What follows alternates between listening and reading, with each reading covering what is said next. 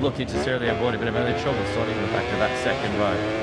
One of brilliant, but most vantage point of any circuit in the world is the observation tower, smack bang in the middle of the Circuit of the Americas complex, sprawling out over 1,500 acres on the outskirts of downtown Austin. The Australian fans are out to force. Giveaways there. Kangaroo with 23. Ollie, we definitely where they've come from. Actually, I've bumped into a couple of Australian fans from Melbourne who made boys a very, very long trip. Chinway Sam for the World's Pound Rodeo. And they said they'll see us in Chile, Thailand as well later on in the year. So some real MotoGP die-hard fans who made the long journey. We've had some down in London. Well, it's die-hard. I think it was those that are staying up to the wee hours house ready into this event. Is that you are joining us all over the world? This is our third sprint of the season coming up.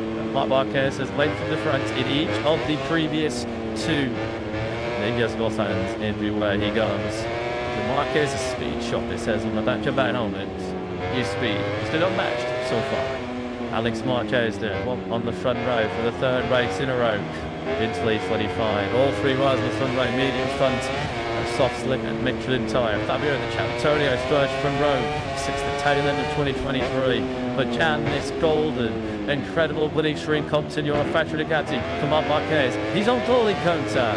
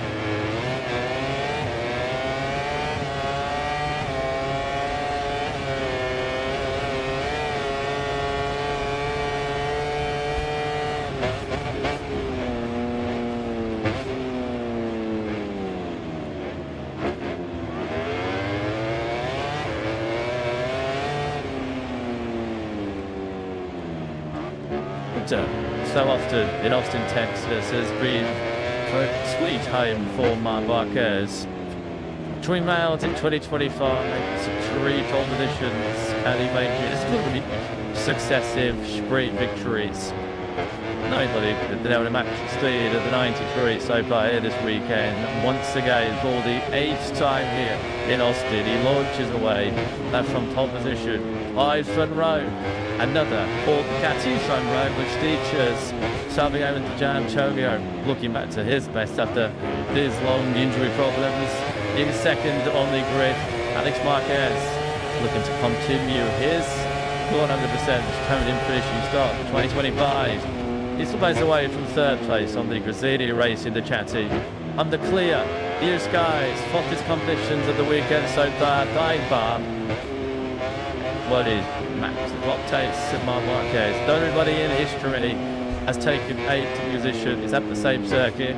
That was another record in Austin that went still achieve our Spaniard and Marc Marquez this morning.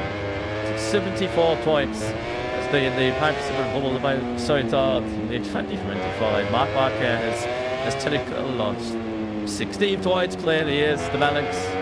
Took 10 lap straight as we pass over the Texas state flag. Marquez ever won with laps. The great and shot favourites to take that successive sprint victory. One of the biggest scores in the new era. 28-year-old Alex.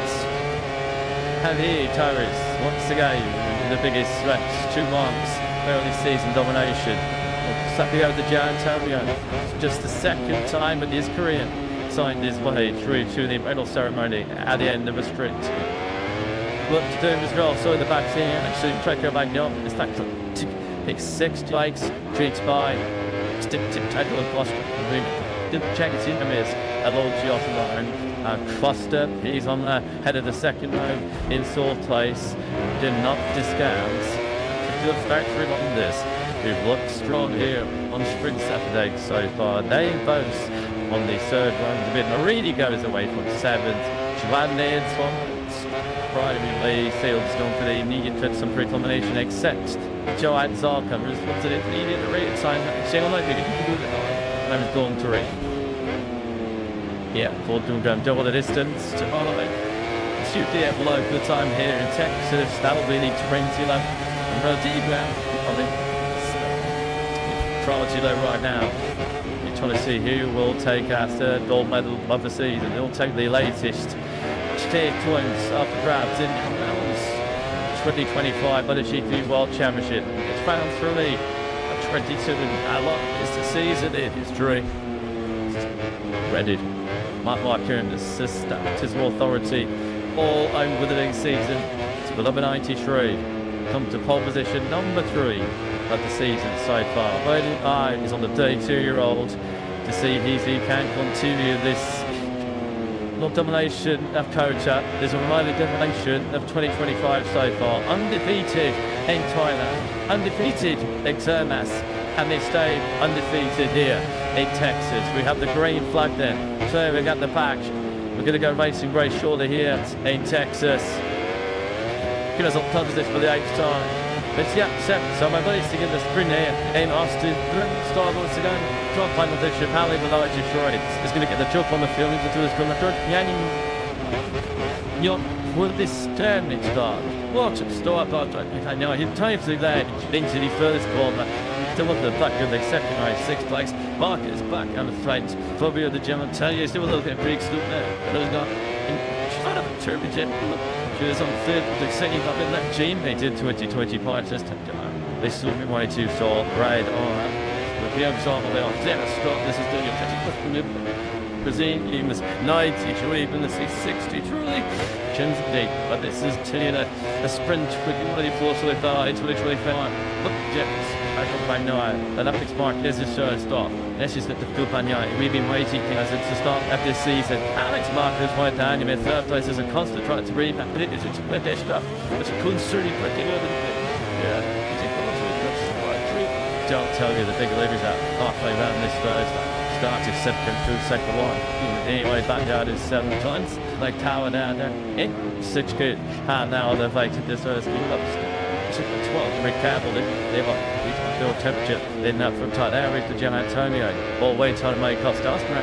Top the lot going through Charles Catalano right around the outside. Now this Spanish Tabio across Roswell. Brilliant start. Texting on every start 11th. It's also 4th now with the Costa Ring move and ending glide too. Took advantage of it. So tacked up down and we'll see through his first 2 races. Someone just put him up Marquez's nose. It just did it something to think about. Tacked up Nanyara certainly done that on this first lap of the day. But it's not Marquez now with Fletcher and it's doing what he did. No, it's still a tough lead. The block is my mistake. Marquez on a mistake. I think you have a mind with that for Rich Ray.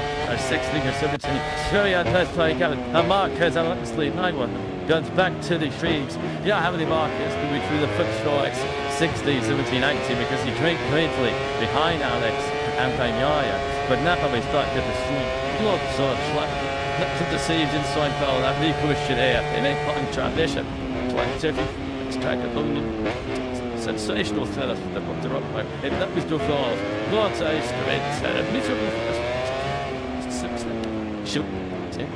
Man, that's not right. I think it shows her. He's in this straight to toe. Then the ball's tall around. Slinging off the daylight, wasn't it? 10 on just one more. Where Ty leaves as his talents relate to. That's my possibility momentum. That's how hard he was pushing to try and break away the front. And I stopped the Richigamme. But he just put his head down. Then I shook the champion. So I thought it was really something. I'm completely in control now. Really sorry. He's already duck on the inside of Alex.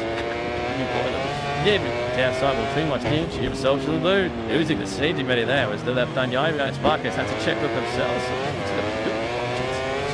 So indeed was what? So what? So this communicated this possible. So this you need to simply check that during hotel team ticket 2025. That's come along.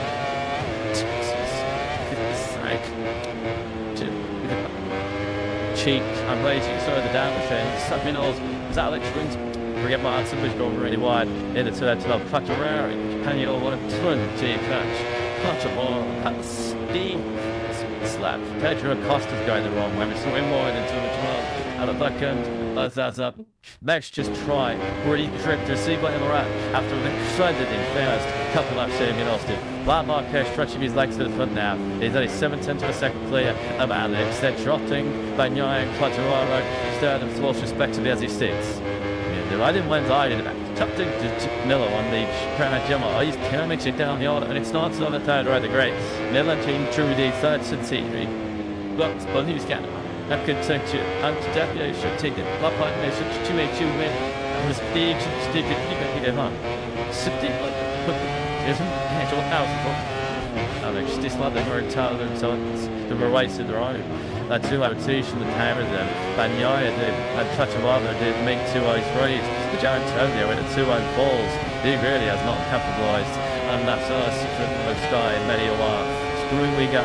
Snake breathing out ways for his sector one. I'll go with Quattararo. Put Sid was the shared that blade champion on that first lap. He got his elbows in these out, did he? On another 20 factory. You can see that I'll go the Quattararo right. No, could have started to clear off the front of this primitive. I'm just been able to pull a 10th back in the start section this time. And it's once again to take the break. The bar dark blue strangely. There's going to be a story out to pick up. Let me show you the front two sprints. Fighting a bit of a 3 gun chin. A key. Trying to use it to bend up in a 3 or like the gun. In Argentina, we're spending off on the video chat and standing Yamaha from you just look out onto champion. Just 2 weeks away from the Yamaha. And back, so let's be and tell you that. There's nothing Quattararo can do. Look how aggressive. Look at Quattararo is having to push the front of that factory Yamaha just to stay on bars. It was losing meters, was he? As they start to wind up through the gearbox, down last 16, back straight, just look at was turning, now he's eats it back up. Brilliant by Quattararo. Sorry, the 2 inch miles. He's leaving it all on the line. So that goes for a rare sprint podium. Practical Vidali now quickly zooming up to the back of this back to as well. Again, Joyce can be a 3-way fight soon. To chill out Tamio. There's not each other in grip again. Salvit to the button. Starting to be all set. Then it's behind me and we've got a pattern for 2 members of 2 KTMs and 2 within the clocks. Here's 7 to the costume and yawn. It's luring. Show the sprint to see Manx. Stabia Quattararo was last on a sprint podium. Shields. Joey to this sprint.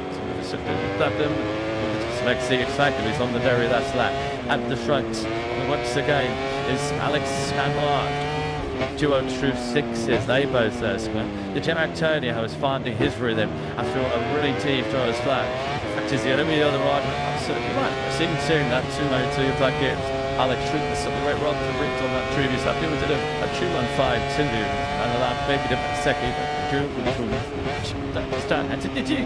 It's completely easy to see that mistake. To the 2 finally it's on just as he done. Tetra Kesta and Patrick Vignoris it's equipped with the 2.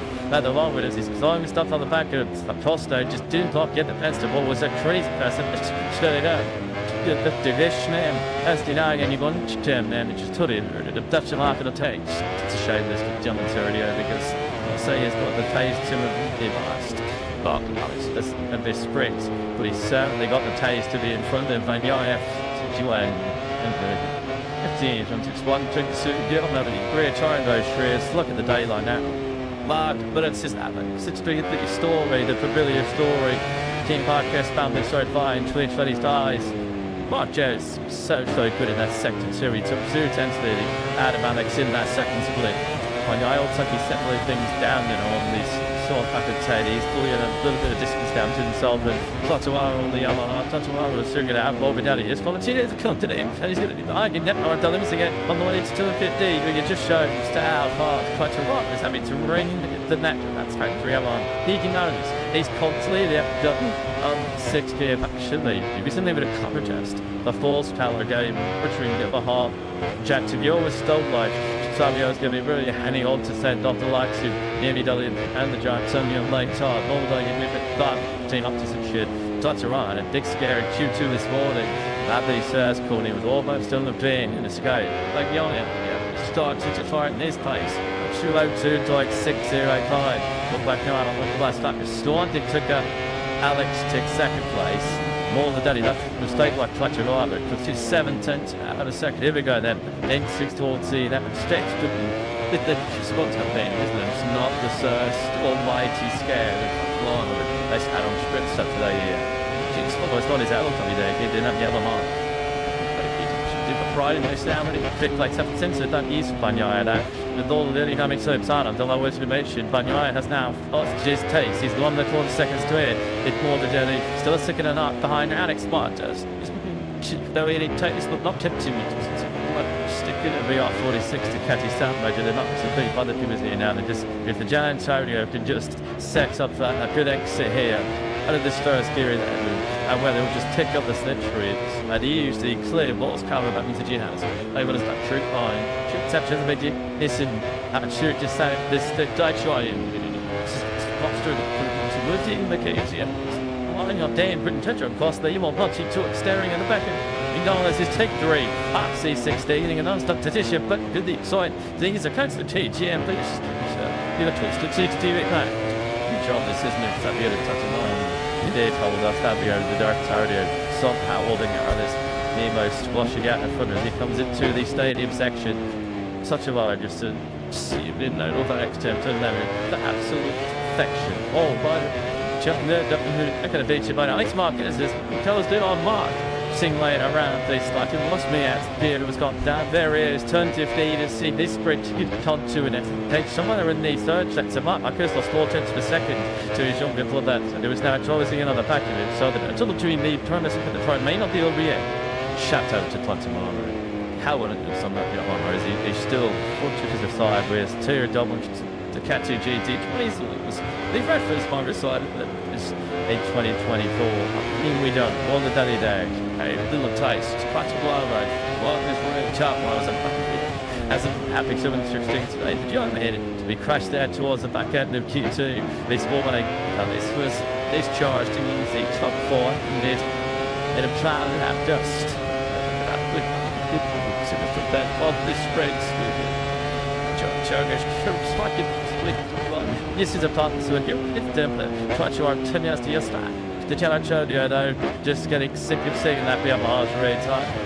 It's going to start large, they climb up 3 tokens. 8 at 9. You ought to turn your hats off to cover your front shoulder to the pain to as was your days against his hard balance with the penalties. Top chop wide, top wide. It's a lot of Marquez on that last night. It drops it back into 203s as the two Fabio's nearly went into each other there. It's wild and closes on to Jen Antonio. Marquez was just nervous to the lead 20 last time.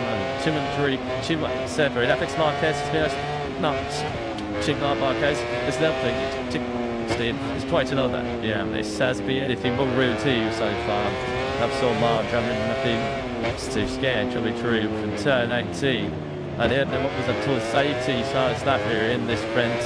It's an early burst of premature in it. There's a bit of a crestfallen drop here and another big waste opportunity goes begging for the Spanish rider. Towards the back end of the toy scoring places, Acosta 7th, out of the Yales and the Reedy. So looking really doing an excellent job. Harry started 7th, back of the front. Bounce really anybody. Park versus Alex in MotoGP 2020 sides. A tower now. turn 19.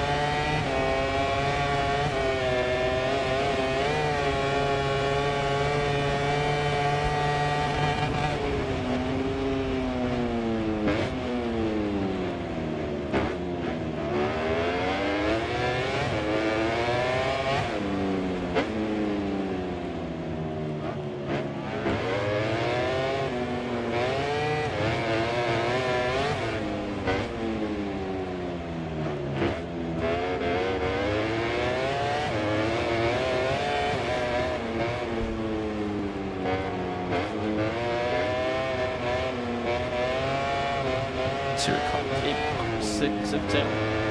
Check the second half and hold this cone to sprint. Let's just check the gap between 93 and 73. Mark, you do not even give yourself in those sort of mid to high too low twos. Alex Marquez might be crazy with a bit of buffer here because Pecco Bagnaia in third place on that last lap was 3 tenths of a second faster than Alex Giorgi ahead of him. Alex though does have that just on the up to short sections. Only mistake on the lap before the one they just completed. I'll go straight back into those 202s. I mean, did that 203 timing team on previous lap, whereas clear to see where Bagnaia's sprint was just good as his down tonight there. She lost way too much ground, didn't he? She turned it just sits up there. So you see the top two, Tetra Loud and Bagnaia's actually to the Marcus those ahead of it. Unfortunately, that tech arm, he's 2 seconds restricted than the ass. That's good. Yeah, I'm going to try to the police. Fidelli, Sean Powers, chance. Was relative to his main best between the two, but I'll do is if the kid smelling that right about going trade the stage of kid, the chat time here. Well, Monday that he lost all his momentum there. Did he come into 9 and 10? He had a good look at the talent for his teammate, the Giant Junior. That was white, clutch around, has been able to sneak on through. And that compared to 7 times 12, trying to read it. Spot, they go side by side, end the plate, he's up and trusting now right, easy as you know. That's just all about the horsepower differential between the two, get me out. I mean, not out. England, it's wide, I mean, gone to our black dog. This issue was what else, to come to our coming through. He's just taking, he left me on the 2T, exactly. Yeah, basically, it was coming through regardless. That push and a barge on trying to keep all the deli for those two former steps 3 down the hard teammates. Brilliant, this Black Flatterano. Absolutely top draw defeaters. Now, the French straight, it really is tough again. That's the thing off in the 6 to catch you. Or what was that? They put one more way back. On the inside of 19 goes Frankie. He's going to just up the outside to Lala trying to get to him. He tried to get out tight. Was that? It should, but they can take, when you finish lap.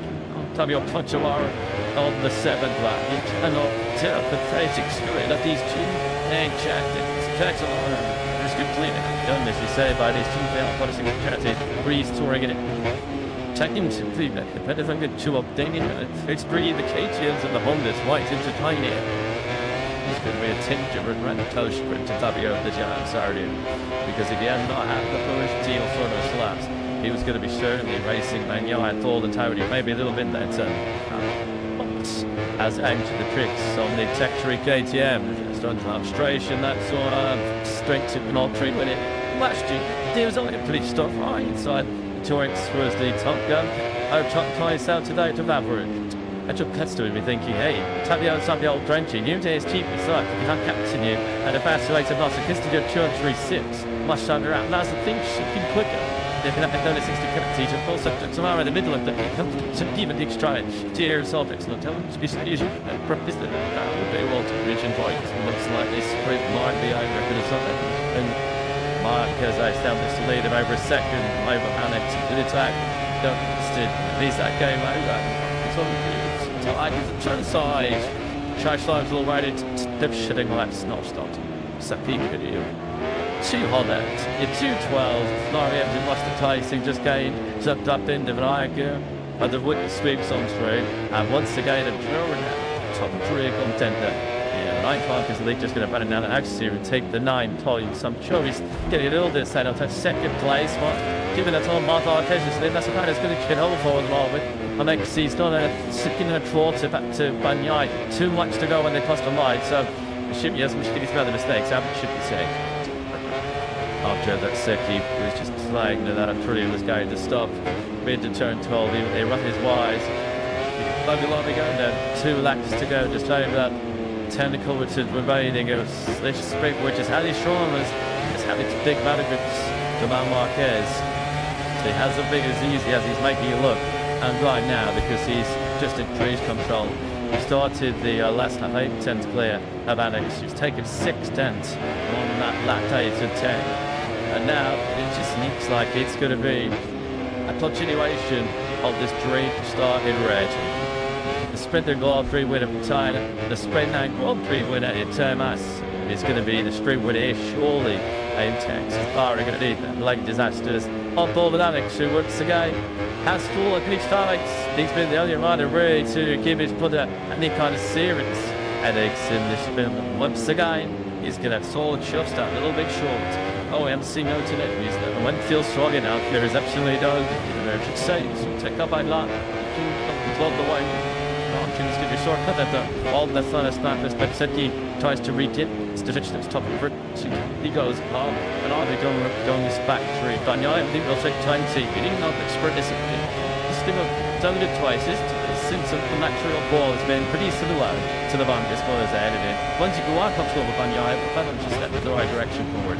20 at stake in terms of bragging rights. It's touch of made a veil for this Tracy, which the Giants up in the unfortunately is still moving it out to finish back.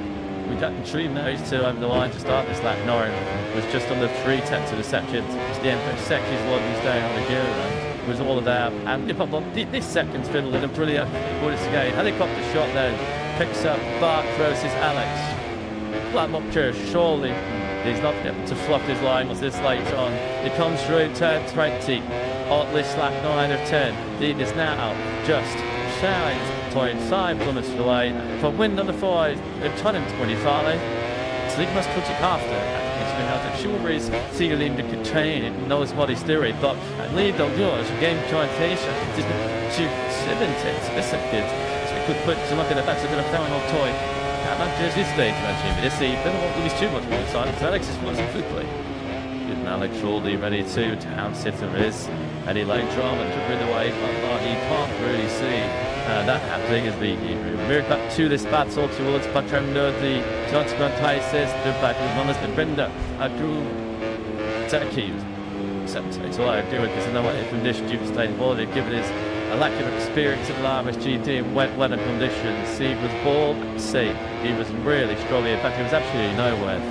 Just could not, because any kind of fast lap in mid-competition yesterday afternoon is normally should do. Potentially, Sam is a good towards scoring for this year. More kudos to the rookie. He's certainly a fast learner, isn't he, Igor? He's made a huge step forward from Owens.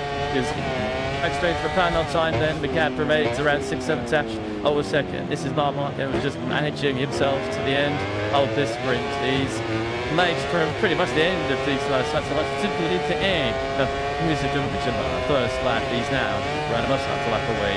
Richigamme is on the start of 2025. You can't wait to hear his thoughts on that huge scare going through turn 18 at the end of that first lap. The old market just checks to be less look to the pitch run you just fake his shoulders not maybe like stick to Alex here at the end of this sprint cut. Turn 18 at the end of the first that was where it all nearly turned to disaster. The dream start almost becoming a nightmare, but just beyond the corner of Logan's and missed turning up straight there.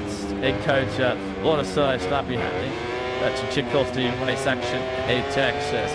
But it is then is Flavi from Zarheim in 2025 shared my mantra. Cleveland is the spring here in October. Even when he's undefeated, so far it is a structure in the chat teacher. It's called Flag Duration so far 2025. He's on in Austin. He takes a check and finds that he exits a second player. Happy out it. It is another. Marquez on 2. He suddenly sprints. It'll go. In 2025, Taka Bagnaia, after his ultra-aggressive start, will have moved that much from 6th to the grid to lead briefly in the first corner. Aggressive side by Marquez. He takes the checkered flag. In 3rd place, yet again, another Ducati lockout of the podium. 3rd place went to shortly out the Gen Antonio. That's Doug Shepherd, who we heard speaking pre-race to Jack on the grid. The Gen Antonio really did play in that team first time when he was as low as 7th. He takes a checkered flag 4th. He does get the better of his teammate Frankie Morbidelli, and actually brilliant. Ace to turf, 6th place Fabio Quartararo. He was as high as Silverman on the stage and shredded the podium, having started 11th. What more can you say about the Frenchman? Brilliant. Clive struck Costa, Brady, and the Curva. Germany was a call that started that. You know, there was in that 9th place. Saki took back to Chubbs. Good at Seki, and the Aldegaard came through on the South African. But there we go. Matt Marquez, once again, utterly dominant in a sprint. 4th sprint success for Matt Marquez. And 86 points have been on the table so far in 2025, and he has rounded the lots. Who stop Matt Marquez in 2025? The answer today was in Marquez himself. That first lap at the sprint here in Austin will live long in the memory. Still Bagnaia. Nothing, it is just down on that sort of start going to the fouch into the very first corner of the sprint. Cassie Marquez on the each side. Incredible move we saw from him on the way through 33. Bagnaia really getting aggressive there. We've seen it on the first lap. Agent will get initiative. Behind the Marquez brothers, with Alex Lodzik Cheers older brother leading on. Yeah, the Marquez family domination of 2025 shows no signs of faulting. Does to him under the glorious sunshine in Austin. That is half the job done. He knows that the victorious will offer in the full Grand Prix here tomorrow over 20 laps. But he looks like at a really good force on the top of the MotoGP World Championship right now, doesn't he? Marc Marquez. His advantage now stretches out to 19 points as we head into the Grand Prix here tomorrow. And I think a great ride by Alex Marquez. Did his best to be polished throughout that 10-lap sprint. That super eager after that monumental moment there going through turn 18 at the end of the dressless first lap. You always start there once again, Mark, and just that little bit extra in the top gear, that little extra in the tank, as he comes to what is a special strengths medal ceremony here on the inside dragon ride. Just look at the reaction as Fabio Quartararo's factory, the other half of coast. No wonder that they are greeting the Frenchman with twice eyes, big smiles, and the pauses because you do it that. Jubal is this known for you outside them cut it out as it's going to begin ball, and that's actually a mile in Quartararo. This was his first one. Dylan Edwards already did to what as he goes down the inside Tentra Acosta, but he's already up with the bit. 60 by this point. Probably Staples. They would continue to back up in each other later on the first lap. Tetuaran at the end of that board in 4th place before the good fight with DBL 40-60 Catties very nearly went down and they saved that one on his knee out on his elbow. The 2021 World Champion showing just how good he is. That Yamaha one, do I need to gentlemen? It was awesome, absolutely awesome to watch a rider extracting absolutely everything he's got in his telepede and everything he's got out in his motorcycle as well. And they get Tasha Maya to the Grand Prix in Termas. Alex Marquez said we are fighting the beast. And once again, it is the beast that comes out on top. Mark victorious. He get another sprint. Teko Bagnaia. Well, he wasn't scared. He wasn't sure. Jamming on the inside of the field from the back of the second row into turn 1. That will be a much needed pick me up for Teko. A much needed confidence boost because he was the 5th fastest Ducati this morning in G2. Who does save that podium. He does Pacific Cup Day bronze medal for what's going to be the 28-year-old 26th again down the street. That's not true.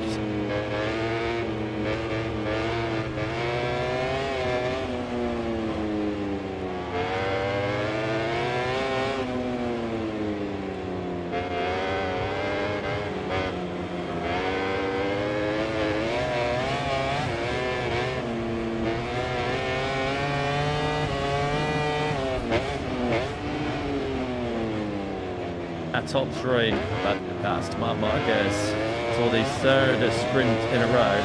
He's getting set to collect yet another gold medal. It wasn't without its major moments. I think they were just talking about it. What made between this rhythm box, huge moment at turn 18, which briefly allowed both Bagnaia and Alex had to move through the corner. Clark does what Mar does. That's the tandem on the inside as we get set. So the medal ceremony, it's in Austin, Texas. Remember, it was here last year. We were the indicator when he was stick submarine. It was the effort to the American track. We're routine here today.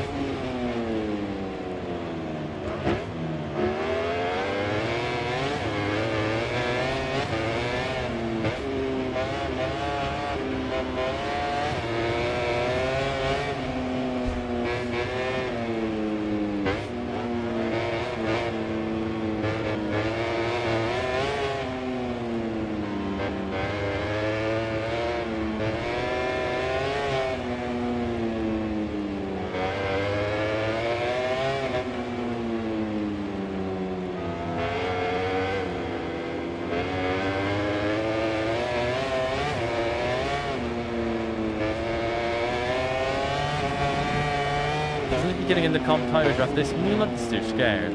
Going through turn 18, but we're talking about Marc Marquez with the very next corner, died on. I was happy it's Marquez and Checo and the IF. He had to work hard for it.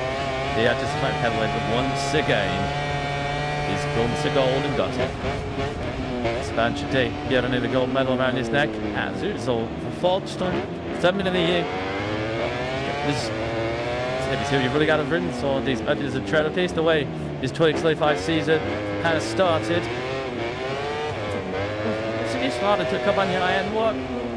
Smell isn't done place. Third in the championship. 86 You kind of feel as if today's sprint was really a step in the right direction for Tukumanya, but still, he has a lot of ground to make up yet. I think he's on terms with his teammate. This team, he said, you understand $100. I tested the attack on second place. Chicane, but like snappy chippers. His results this year second, and second. But soon once again in the day of Solda, the development of the age I mean that Marquez. Even with all of the drama on our first lag, remains unbeaten. 2025. Just wanted to be representative of the FIM. He wanted the gold medal around his neck. He might not have reclaimed his crown at the King of Country yet. That may come around, but Street Glory stateside does.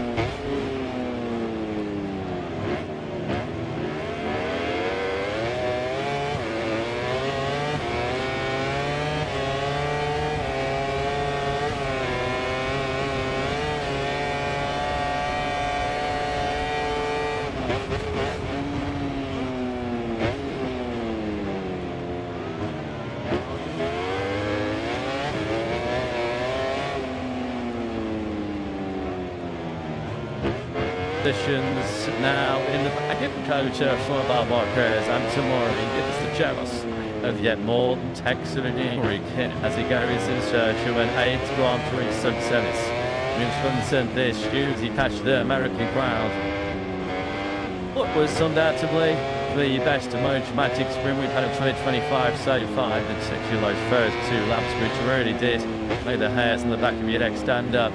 Forward all said and done. Despite all the scares, he very roots. The man at the moment once again is Marc Marquez in 2025. And that moved very early. He already passed by his teammate Pecco Bagnaia, who was super aggressive on the hill in the braking zone called after a corner. You have to give a huge amount of credit to Pecco Bagnaia, who's had his back against the wall throughout most of this weekend. Throughout most of 2025 so far. But he's on the track again. Some lovely advice. Teasing game. As a young Marc Marquez fan, man, lots of moments. Can you imagine being that young San Mark now, giving the biggest of all hugs to his hearing run? Such a great role, man. Such a great run. That's Steve's new foot.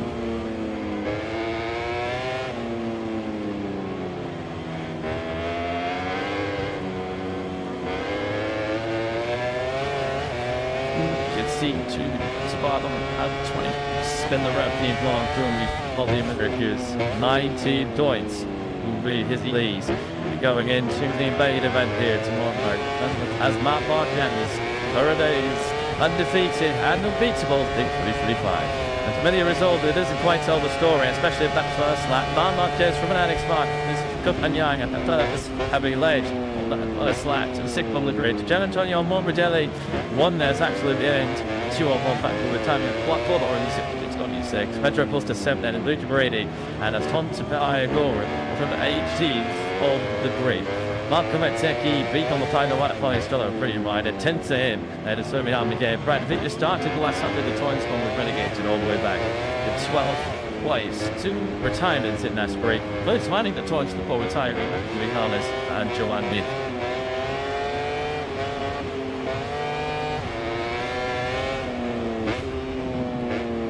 Almost here in lead to the championship line 19 twice now and there's twin lap Grand Prix of the American Pecco Bagnaia, Iqbal Morbidelli, Stabio Di Gian Antonio finds the top line and Sean Tarkin did not ski today.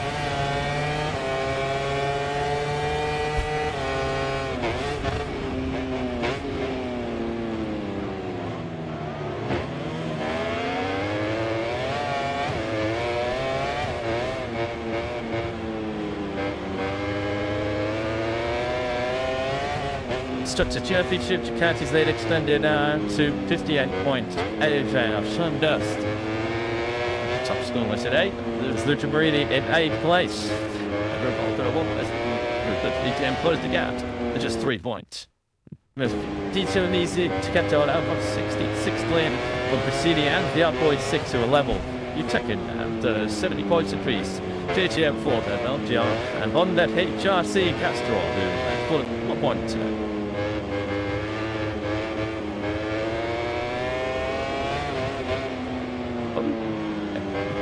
Alex Martinez lead the independent standings home with an extended advance down 25 points over Frankie Morbidelli. Di Gian Antonio. Here's now 3 player of John Zarco having taken 3rd today.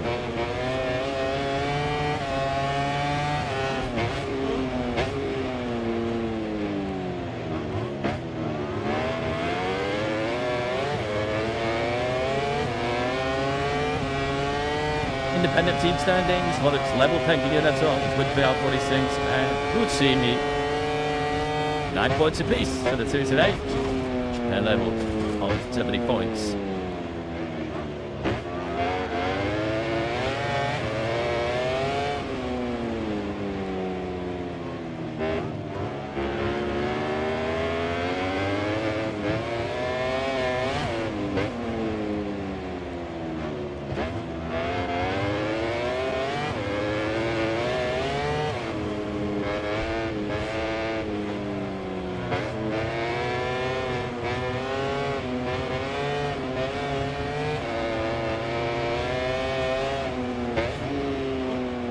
let's take a look at some of the highlights that kind of should see that time.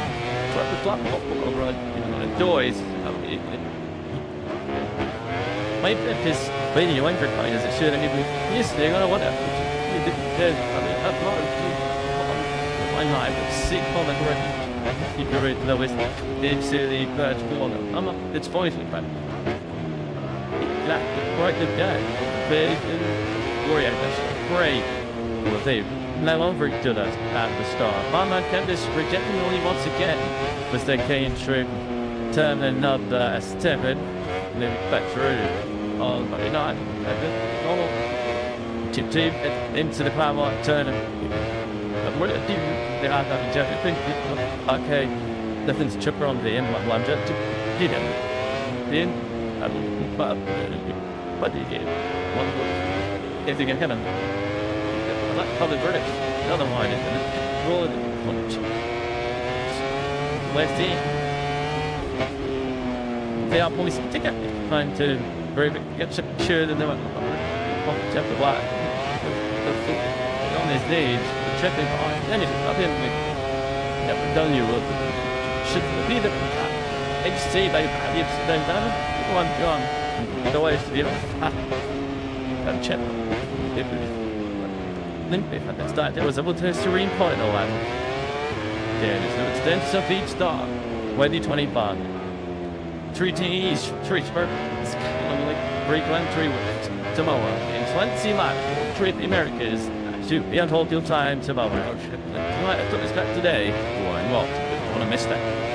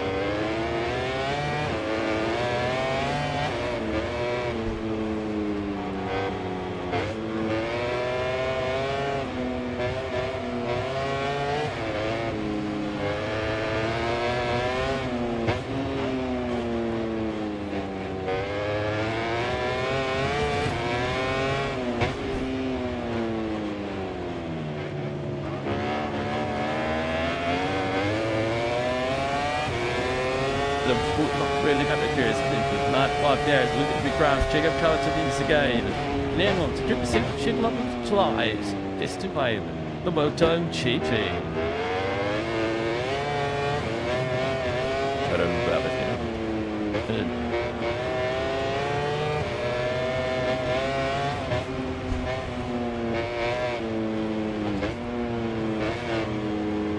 You've already done welcome to a rather growing and gloomy start to our 3 day number 3 and 20 size. You join us live at the Circuit of the Americas in Austin, Texas. I'm seeing you. Looks like simply a very undercast morning auto session for MotoGP. 23 degrees is the ambient temperature. Cloudy, as you can see, can't even see. Little town Austin in distance. Just a little bit of a live update. You saw you, of course. We are due for a 10th MotoGP local session to be underway at 9:70 a.m. local time here in Texas. But as you can see at the top of your screens, our local session has been delayed due to technical issues. So now, just as soon as we have any concrete information, will be widely underway. You'll be the first to know at home tuning in the company of Matt Bird, Lewis Sudaby, in the country Mark, Jack Appleyard, and down in Trim David. So, race day number 3. And once to go with Marc Marquez undefeated in 2025. He was the star of a stunning sprint in Texas yesterday. First lap fireworks, to say the least, in a 10-lap sprint in COTA. Just under 24 hours ago, as Marc Marquez nearly sent himself to the moon going through the fast right hander of turn 18. Pretty Brigade's composure 50 metres down the road on the side of Alex Marquez and Pecco Bagnaia, having dropped back to third place, and he was victorious in the Philippines, just as he has been in the first 3 sprints of the season. Well, as it is scheduled, so not much of a delay, thank you, here this morning for you all tuning in around the world live. Take away to travel in one session at 9:45 a.m. local time, so just a 5-minute delay to proceedings here on Grand Prix day. Lamid struck into the crowned king of COTA once again. El sent forwards by Marc Marquez yesterday in that 10-lap sprint. On the checkered flag, another 1-2 for the Marquez brothers. Second 10 to a second. Here splitting the two brothers at the checkered flag. Was the bloodless big moments in the stairs, Lewis. Instead of mentioned the first night that this sprint introduced enough racing and enough excitement for an entire 10-lap sprint. What an entertaining till it was, particularly on that first lap. Manakers and Takapani took decisions on 3 separate occasions. First of all, into turn 1. He took himself 6th on the grid. He hardly into the lead. He then moved up into the lead once again into turn 3. After Marc Marquez had regained the advantage, and then that huge one becoming to the triple whites at 16, 17 and 18. Saw Bagnaia briefly get ahead in Marc Marquez to usually double overtake to take the lead, which this time stuck for the remaining sprint. And Sazi makes sure that it is pretty overcast, pretty cool and cloudy to kick off Sunday action here in Austin. And thankfully there's no sign of rain. There was a few people predicting that there might be some spots of rain to reflect our Grand Prix day here today. Dry at the moment. There's only one motor who tells us exactly what's going on. Weather-wise, it's our man Jack down the trail lane. Jack, how's it looking? Yeah, as you say, dry at the moment, but it's incredibly overcast, incredibly humid. Nowhere near the conditions that we had yesterday afternoon when, at long last, the sun broke out and was beating down on this Austin circuit. We are, of course, an hour earlier doing, I believe, what we have been in previous years. Race time today, 2 o'clock rather than 3 o'clock. So a couple of the teams are expected as the sun rises a little bit further. It should break up this cloud cover. But some other teams are saying that maybe there might be a shower or 2 potentially coming later on today. One thing I know for certain, all the teams and riders will be given a flag inside the practice at the end of this warm-up session just in case. Yeah, we'll be keeping a close eye on the skies as we get to look at this stunning Stars and Stripes special American Grand Prix livery for Total Bean and Enduro VR46 Racing. Well, that day yesterday just up the out the Gian Antonio, his best day of the season so far. Excellent first front row in 21 Grand Prix. His first front row start from second on the grid since Qatar 2023. And a half-shake of twice. There was a little bit of bumping and barging. Some early aggressive moves being put on by a few riders at the start. That's Ridley Salton say he must push back to 7th. Richigamme has come through to 4th place for Gian Antonio.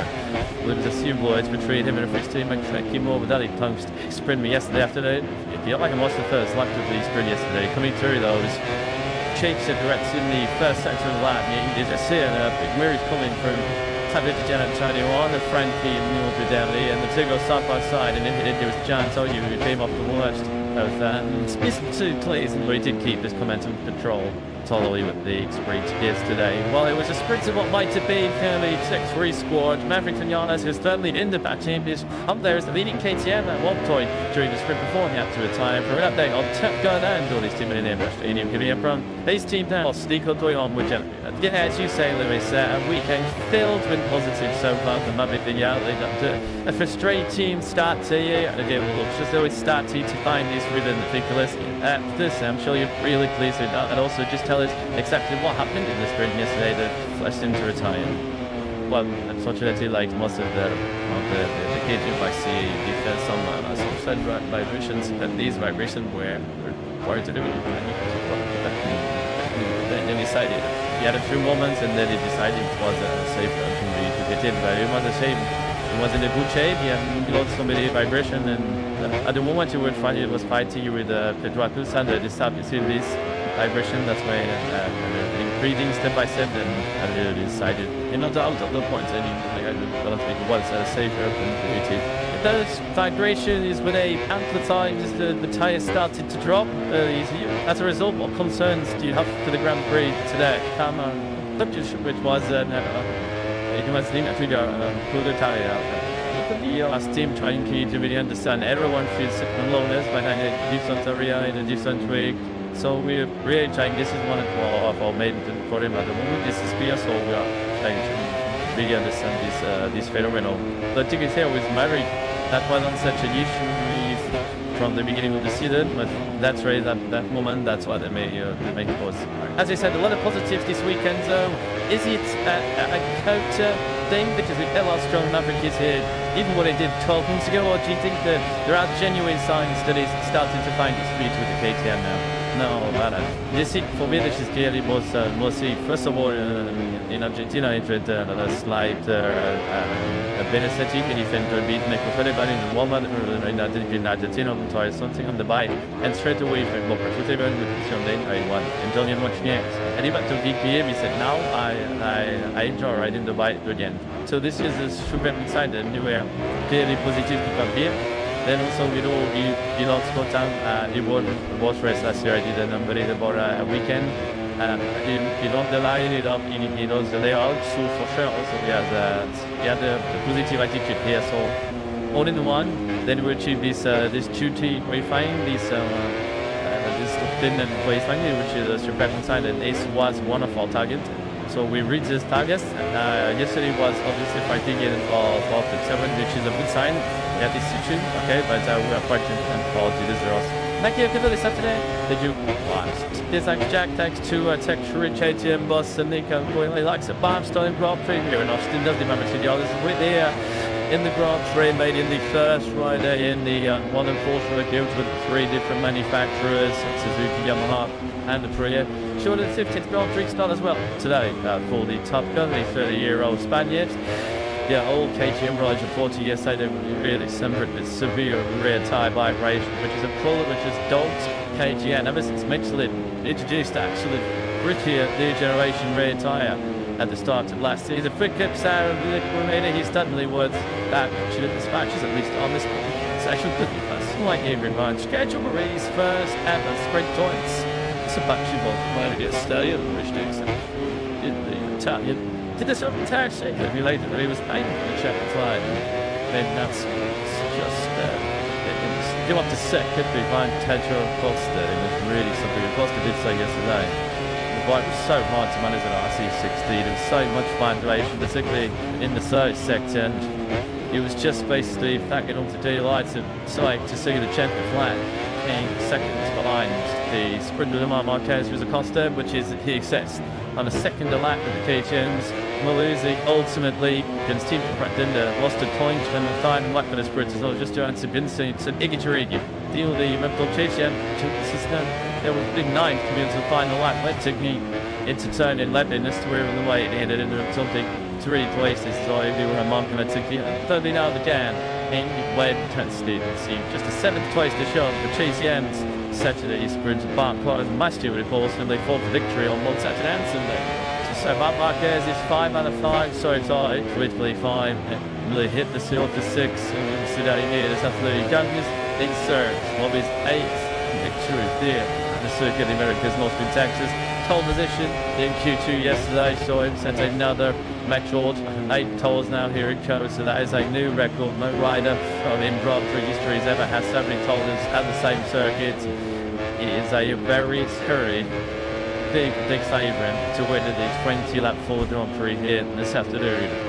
A 2-metre cloud of the haze going to launch your riders hard on the brakes into turn 12. Long with Chaser, Miguel Booze and just to your tired of KTM could find such solution is answers to these rear vibration issues, which have they're nothing new, not just that KTMs, but this is an issue that they've dragged around for well over a year now. Somewhat backwards, they still do already been able to get their heads around finding actually a solution. Chad Miller, in particular, something from it last season, didn't he? Long debrief, but 3 KTM. Every rider on circuit at the moment we have this long session on the medium front, medium rear.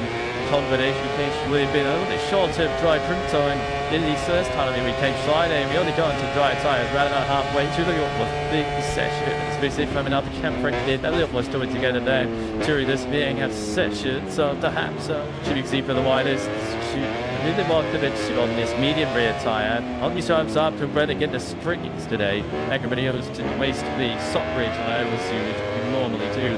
You do shielding spring race. It took you like the consumption is very high in the seat race. I'm sure you like the gas tanks to go for the meeting assembly. So we can just see that front gym, a lot of this small snap diesel, I guess so. Especially winter, big towards mid-winter, they have to do is a great stick 4th and 5th. Did you and try and get a check his lag in the video side. John Lay Pine just go over to that. Just have to ultimately bottom line. We can get that into films. Joyce Jack. 4th and 5th yesterday, but it's you guys referee Sterling and spot waiting for his teammates. So yesterday, you some other words we played for dinner about the ringers on with regards to fighting with your teammates. It is no because in the end it's not there. The program wasn't is that is not a little bit. Yes.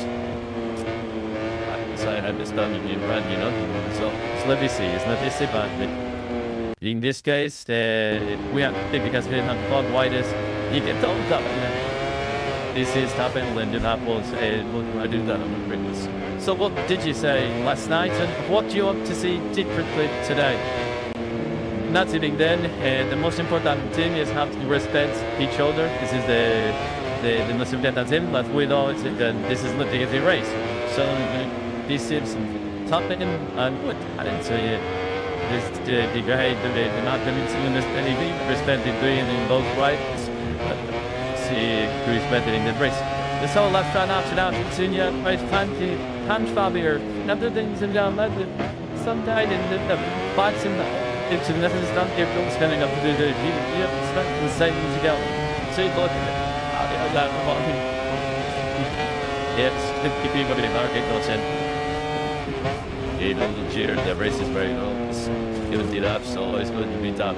But what make it do that is for being pulled down in the first lap. First score ends. You guys saw it. She thought going for it up, then it's going to be much more easy. But that's the end of the race. I don't want but. Yeah, thanks Jack, thanks to the 46 racing boss couple of the outside. We had the friendly side between Fabio and Frankie. Didn't really cost them too much. Fabio and Javier still had the checker flag taking his best. The sprint solutions cats on 2023. I know support standing out rise in the sprint yesterday. Your mind's immediately drawn to Ayagura. He's had a terrible weekend in the mixed conditions, the wet conditions, not exactly shining in the dry as well. Green as we did yesterday. 1-1 by Nadura at the track house race without a robbery. 18 minutes. It's only 2 points. It's giving on charging through the taxi gate and stopping at clutch and load on the factory other half.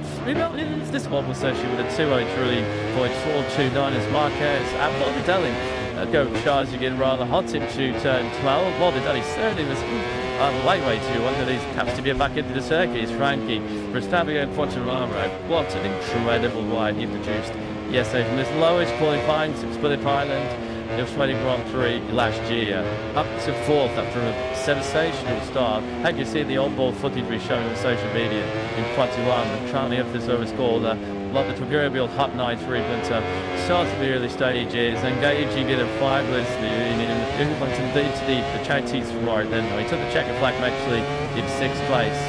What a ride there is, unbelievable. So deep that on the third side went Daniel. It was like just was trying all over each other through turns 18 and 19. Having quite a long vision behind them. I mean, come through in the scene during the green. He really did stand up. Well, money on all yesterday and take that position. He just to say it doesn't belong in, but certainly Kingston to the Ducati, so they had anyone to be yesterday. Still with grips, particularly on the braking. So the Ducati, so sending up the legs on me. Down the straights, he's still looking for a slightly puts his cues, finding God back in the front turn. It's really incredible that he's not doing the same kind of seat bend and seat kind of grid from the rear.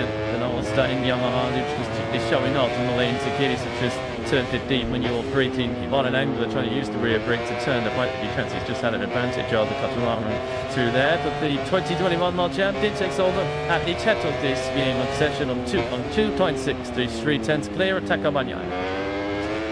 Yes, have you put it wrong? Absolutely stunning. The Dolphins yesterday. What can you do? Remember they did full 20 laps this afternoon, which following down through turn 2. So when one Marquez and it's to us back through the Katia. Should fly the ball again the very wet conditions.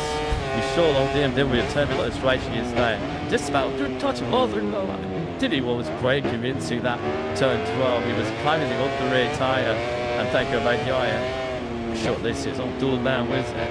And looking back to the 49 of the Gian Antonio. Yeah, the Gian Antonio was looking for a cleaner start. Certainly a cleaner first sector than what he managed in the sprint yesterday. He was up the back then playing counter straight away, but he got set up to barge back to that 7th place. Did this recovery from Digi. I think he certainly felt like he had the pace of Daniel for lap play to the podium. Not necessarily maybe the Marquez boys see once again. We're running right to the front as Gil Antonio.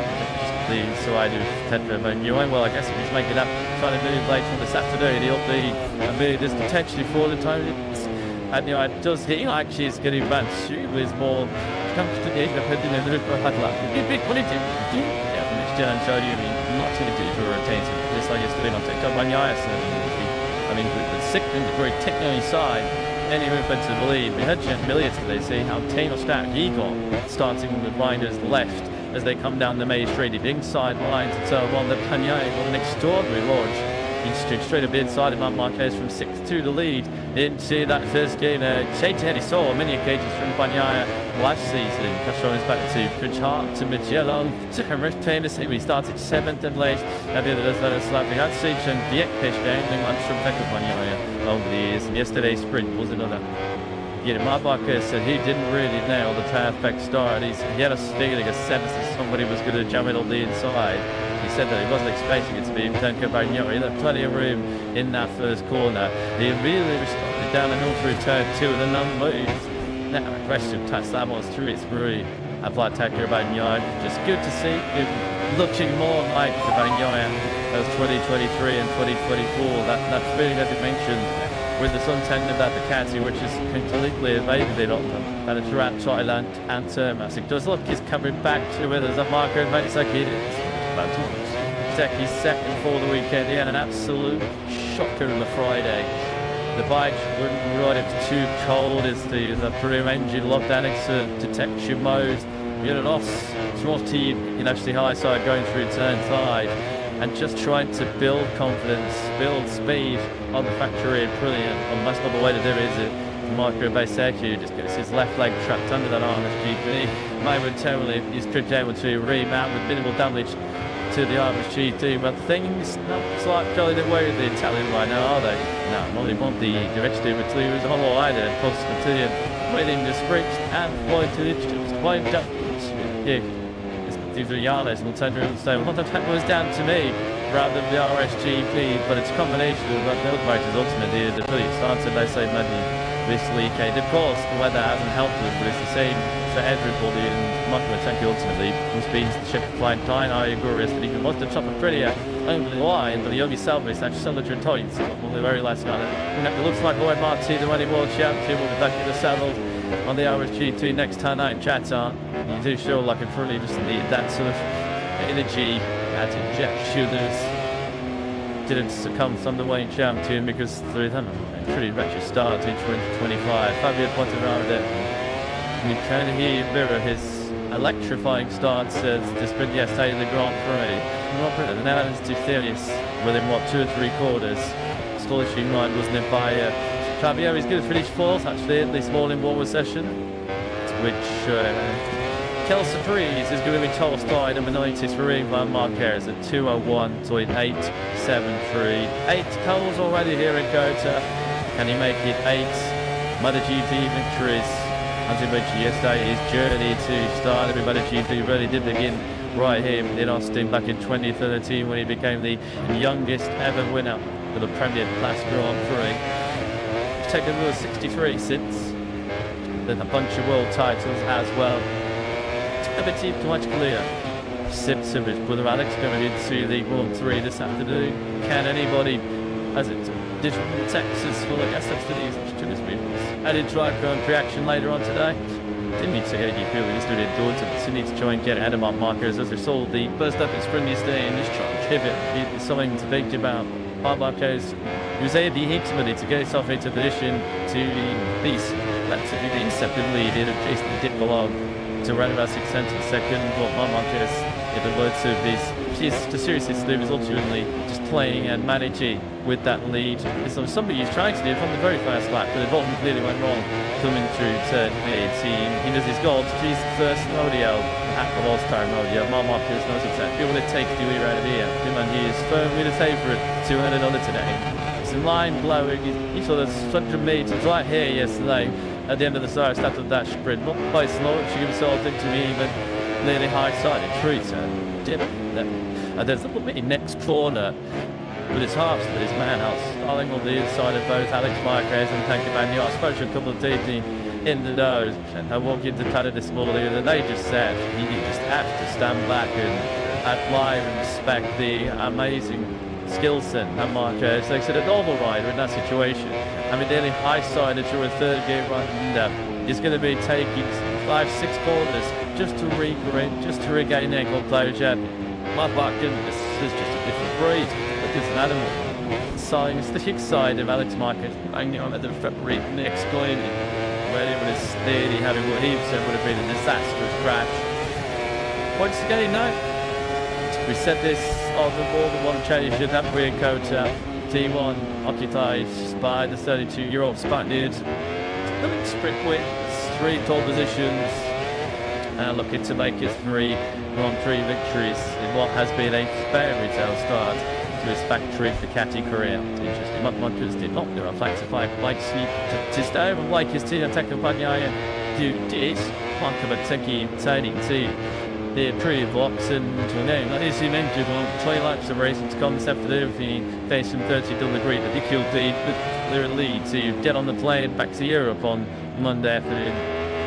Well, the Switch fans have seen plenty to win their hearts here in Kota ahead of Grand Prix action. Zarco surged fastest. It was a tough sprint yesterday. He was been there with all his Garrett today. I mean, missed out on the place in Q2. He was a 16th at the check flag, but 3rd. Fastest this morning. Fabio Quartararo was 4th. Such a led by Marquez. Bagnaia 2nd. Here is Maverick Richigamme. Time to make Shin Dixie's 250th Grand Prix start. 30-year-old Spaniard now. He was 6th quickest. Alex Marquez was 7th as he looks to try and break the domination. So from the opposite side of the Marquez household, somewhere in now in the massive throngs of Ducati engineers and Ducati techs is Tanker Bagnaia. Just a debriefing to his crew. After what was an encouraging morning warmer session, although he was 2nd quickest, he was almost half a second behind and Marc Marquez once again. Yeah, lap 1 and match scared to chain of 9 to 10 yesterday in the sprint. We'll let's see that. To Tanker Bagnaia and we'll take on to around half sprint distance. He had similar pace to the Marquez brothers ahead of him, but it was very easy to identify where he wrong. He said it to Wallace, he also said it to the Marquez brothers in the car to the sprint podium yesterday. Like 2, 3 and 4 where he just didn't have the speed. He was likely in the 2 or 3s while the leaders ahead of him were in the 2 OTs. That was where the sprint was yesterday. Tanker Bagnaia This is a very special present from Tech Ribos, Mavericks at Yarlis. So it's inestimable achievement. New milestone for Maverick, as we told you, 250 Grand Prix races. That's a lovely gesture, isn't it? Late Tom Sharab, Tech Ribos, new leader of the team, have signed that special ball to Mavericks at Yarlis. Don't think he's had too many better Grand Prix in those 250 than what he had a year ago when he was on pole and took the sprint victory and the Grand Prix victory, winning the factory of Aprilia covers. Both will reach 300 together. Congrats. Lamos Mavericks, some lovely messages there. The former Moto3 world champion, of course, a Moto2 race winner here back in the day, was the hero Spaniard, and the first rider in history to win for 4 different factors. What an accolade that would be. Frankie Bibodelli then, 10th quickest. And looking for back-to-back podiums for the first time. This is the last 2 Grand Prix of 2020. Is Frankie in the docks last time out in Termax de Rio Hondo for the first time in over 1,400 days. Yeah, Valencia talks about going to the end of 2020, the last time we saw Frankie Morbidelli on back-to-back trophies. Well, they've got the NFL team, haven't they, a special NFL livery in BR46 this weekend, and they are going solid gridiron before they come to the grid later on this afternoon. He'll fit to looking line, like a maybe. So maybe messing with it.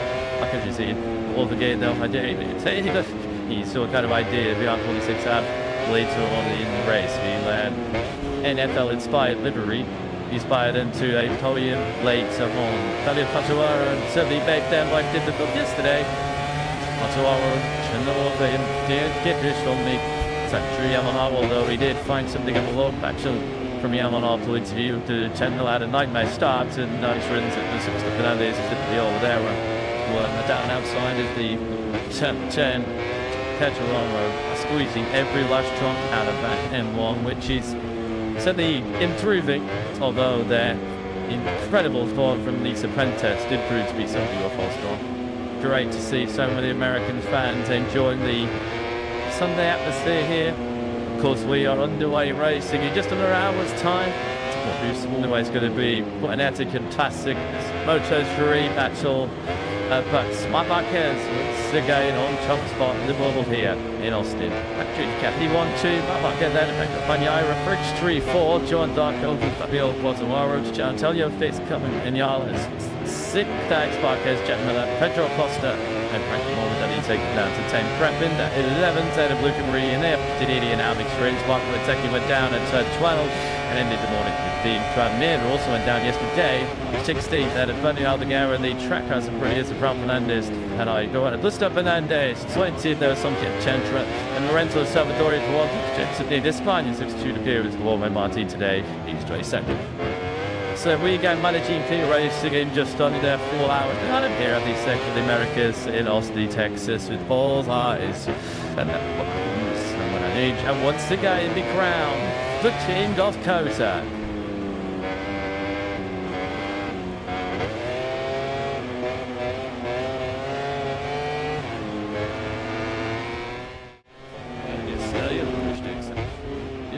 Italian did a sort of entire shaker of later, but he was paid for the check flag.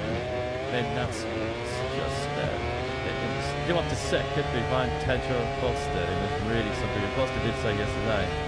The bike was so hard to manage at RC16. There was so much vibration, particularly in the third sector. And it was just basically backing onto the lights and sight to see the champion flag.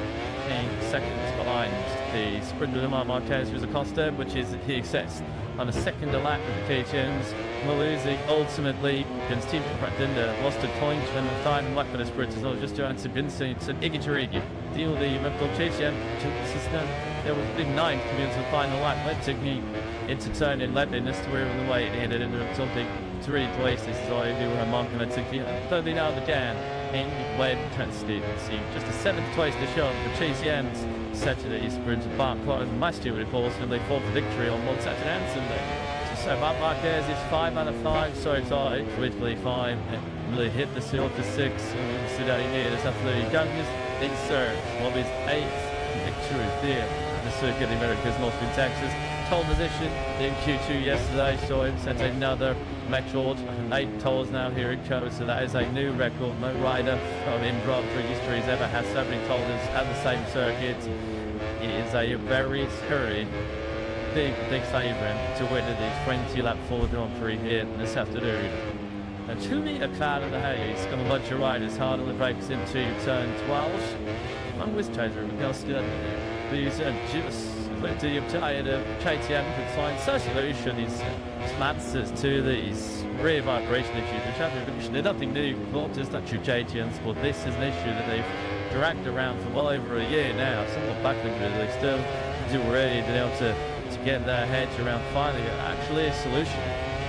Chad Miller, in particular, some comment last season, didn't he? Long deeply, factory KTM, every rider on circuit at the moment. We have this long session on the medium front, medium rear, and combination finish would have been a little bit shorter dry print time in the first time we came Friday, and we only got into dry tyres around halfway through the big session. Especially from another camp did a little more story together there during this being a session. So perhaps should you see for the widest really wanted it on this medium rear tyre. On these times up to Brett again the springs today. Everybody else didn't waste the soft rear tyre was you normally do. You do shielding spring race. It took you like the consumption is very high in the stick race. I'm sure you'd like the gas tanks to go to the medium assembly. So we can just see that front gym a lot of this small snap diesel, I guess so. Especially big towards mid-range or the other was a great stick 4th and 5th did you and try and get a check it's like it's pretty side John Lay Pine is just going with around just have to ultimately bottom line. Maybe we can get that into films that George Chad. Yeah, 4th and 5th yesterday, but it's you guys referee Sterling and spot waited for his teammates so yesterday. You some Apple words replayed for dinner about the ringers on with regards to fighting with your teammates. It is technically not because in the end is not there. The program wasn't so that is not a little bit it's so I had this done in run, you know. So let me see, it's not this about it. In this case, we are because we're not called widest. You get told up. This is happened when the apples I do that on the previous. So what did you say last night, and what do you want to see differently today? Not sitting then. The most important thing is how to respect each other. This is the most important thing. But we know that this is not the every race. So this is topping and what I didn't say. This the guy the not understand anything respected doing in both rights. See who is better in the race. The whole left run out and out in your race plenty punch Fabier. Another things and down led some died in the fights in the into the nothing is done here don't standing up to do the same things you go. So you look at it. Yes, keep you going to market goes in. You know, the race is very low. Even did up, so it's going to be tough. But what make it do that is for me pulled down in the first lap, first score and you guys saw she thought going first lap, then it's going to be much more easy to but that's the racing. But yeah, thanks Jack, thanks to the 46 racing boss couple of the outside. Really friendly side between Fabio and Frankie didn't really cost them too much. Fabio and Fabio still had the checkered flag taking his best. The spring traditions cats on 2023. I know some standing out rise in the sprint yesterday. Your mind's immediately drawn to Ayagura. He's had a terrible weekend in the mixed conditions, the wet conditions, not exactly shining in the dry as well. Green as yesterday. 1-1 by Nadura at the track house race now at Robbery. 18 minutes. It's only 2-4 and it's good on charging through the taxi gate and stopping at a touch and low on the factory other half. This one was actually with a 203.429 as Marquez. I'm not telling. Go charging in rather hot into turn 12. Morbidelli certainly was lightweight to one of these has to get back into the circuit. Frankie Verstappen and Fortunato. What an incredible ride he produced yesterday from this lowest qualifying to Split Island. the Australian Grand Prix last year, up to 4th after a sensational start. Had you seen the on-board footage we showed on social media in Poitiers, trying to this overscore like the proverbial hot night treatment, starts at the early stages, engaging in a five-list in went indeed to the Chinese right then. He took the checker flag actually in 6th place. What a ride there is, unbelievable. It's so deep that on the third line went Daniel. It was one just was trying all over each other through turns 80 and 90. Keeps having quite a long as you know, behind them. I mean, come through to the scene for the green. He really did stand up. What money on all yesterday and take that as a shit. He just say it doesn't belong in, but certainly Kingston to the Ducati, so they had anyway to be yesterday. Still with particularly up the braking to the Ducati, so setting up the legs on me. Down the straights, he's still in for it. So that's his excuse. Finding God back in the front turn. It's really incredible, but he's not doing the same kind of seat bent and seat kind of good from the rear. And all starting young on is showing off in the lane to Kitty, such as turn 15 when you're braking on an angle, trying to use the rear brake to turn the bike. Ducati's just had an advantage of the Catalan through there. But the 2021 World Champion takes over at the chat of this game on session on 2.6 to 3/10 clear attack of Bagnaia. Yes, have you put it wrong road? Absolutely stunning the Dolbers yesterday. What can you do with the full 20 laps this afternoon? We're following now through turn 2. So when one gets it, it's back through the Ducati. Should fly the ball again, the very wet conditions. We saw on BMW turn a lot of racing yesterday. Just about to touch of other. Diddy was great. You didn't see that turn 12. He was climbing up the rear tyre and thank you about Yaya. Short list is on dual down with it. And looking back to the 49 of the Gian Antonio. Yeah, the Gian Antonio was looking for a cleaner start. Certainly a cleaner first sector than what he managed in the sprint yesterday. He was up the back, then playing counter straight away. But he got set up to barge back to that 7th place. Did this recovery from Digi. I think he served. It felt like he had the pace of Damiani for the lap play to the podium. Not necessarily maybe the Marquez boys see once again. We're running right to the front as Gian Antonio. So I do Tetra Manuel. Well, I guess if he's making up, trying to move late on this afternoon, he'll be this potentially for the Tony. And you know, it does he actually is getting bad. She was more comfortable in the head in the big what it did. Yeah, it's Gian Antonio. Not to do a rotation. This like yesterday on TikTok Manuel. I mean, the 6th degree technically side. Any movement to the lead. We had Jet Millions today, see how Taylor Stack he got starting with riders left as they come down the main straight. The inside line to turn 1. The Panier got an extraordinary launch. He's straight up inside of Marquez from 6th to the lead into that first game. Shades ahead, he saw many occasions from Bagnaia last season. Castron's back to Pritchard to Magellan to Henrich Taylor. We started 7th and late. Now the others that are slapping that section. The Ekpish game, they went from Pekka Bagnaia over the years. And yesterday's sprint was another. Yeah, Marquez said he didn't really nail the halfback start. He had a feeling a sense that somebody was going to jam it on the inside. He said that he wasn't expecting it to be Tenko Bagnaia. He left plenty of room in that first corner. He immediately responded down the hill through turn 2 and then unmoved. Now aggressive touch that was through its through. Applied Tenko Bagnaia. Just good to see him looking more like the Bagnaia of 2023 and 2024. That feeling that he mentioned with the suntan of that Ducati, which is completely evaded on them. That is throughout Thailand and Termas. It does look he's coming back to where there's a mark. It's a basketball, might be a stallion, which does in the Italian. Did this over entire shaker be later, but he was paying for the check slide. Then that's just you want to second behind Tedro Costa. It was really something Costa did say yesterday. The bike was so hard to manage at RC16. There was so much vibration, particularly in the third sector. And it was just basically backing onto the lights and sight to see the champion flag. 8 seconds behind the sprinter Lamar Marquez was Acosta, which is he assessed on a second lap of the KTMs. Maluzzi ultimately against Team Pretender lost a point when the time lap for the sprinters. So just Johan Sabinson and Iggy Tarigi. Deal the Reptile KTM took the system. There was a big 9 coming into the final lap. That took me into turn 11. This we're on the way. It ended in something 3 places. So I do a month and I took the thirdly now again. In when tested, see just a 7th place to show for Chase Jens. Saturday sprint Bart Clark and Master with Paulson. They fought for victory on both Saturday and Sunday.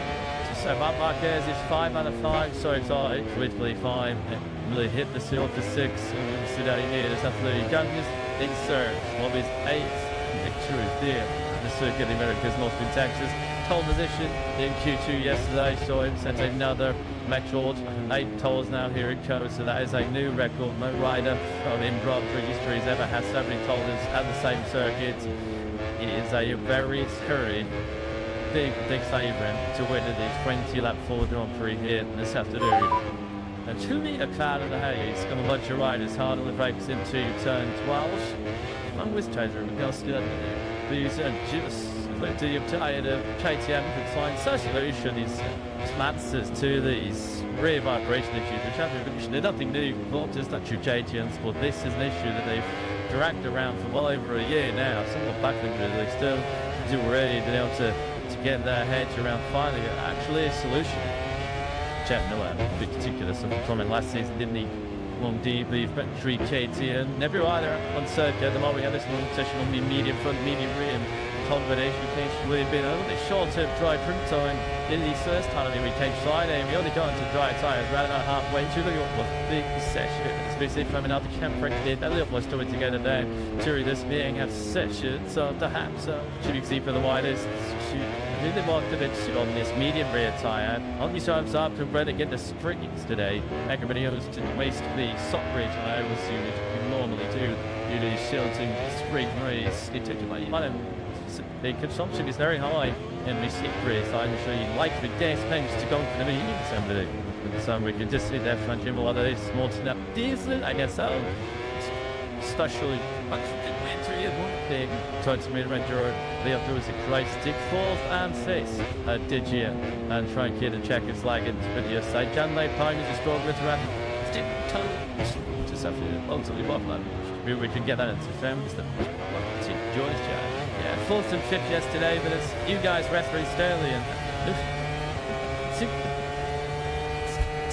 spot waiting for his teammates so yesterday you some Apple words replayed for dinner about the ringers on with regards to fighting with your teammates.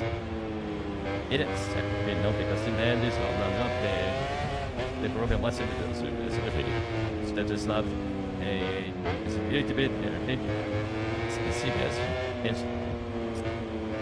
so I had this done you run you know so let me see it's not this about in this case, we are because we have got widest. You get told up. This is happened. Lyndon Apples. What I do that on the previous. So, what did you say last night, and what do you want to see differently today? Nothing. Then, the most important thing is have to respect each other. This is the most important thing. But we know it's this is not the easy race. So, this is topic and what I didn't say it. The guy, the not the anything, respected doing in both rights. See who is better in the race.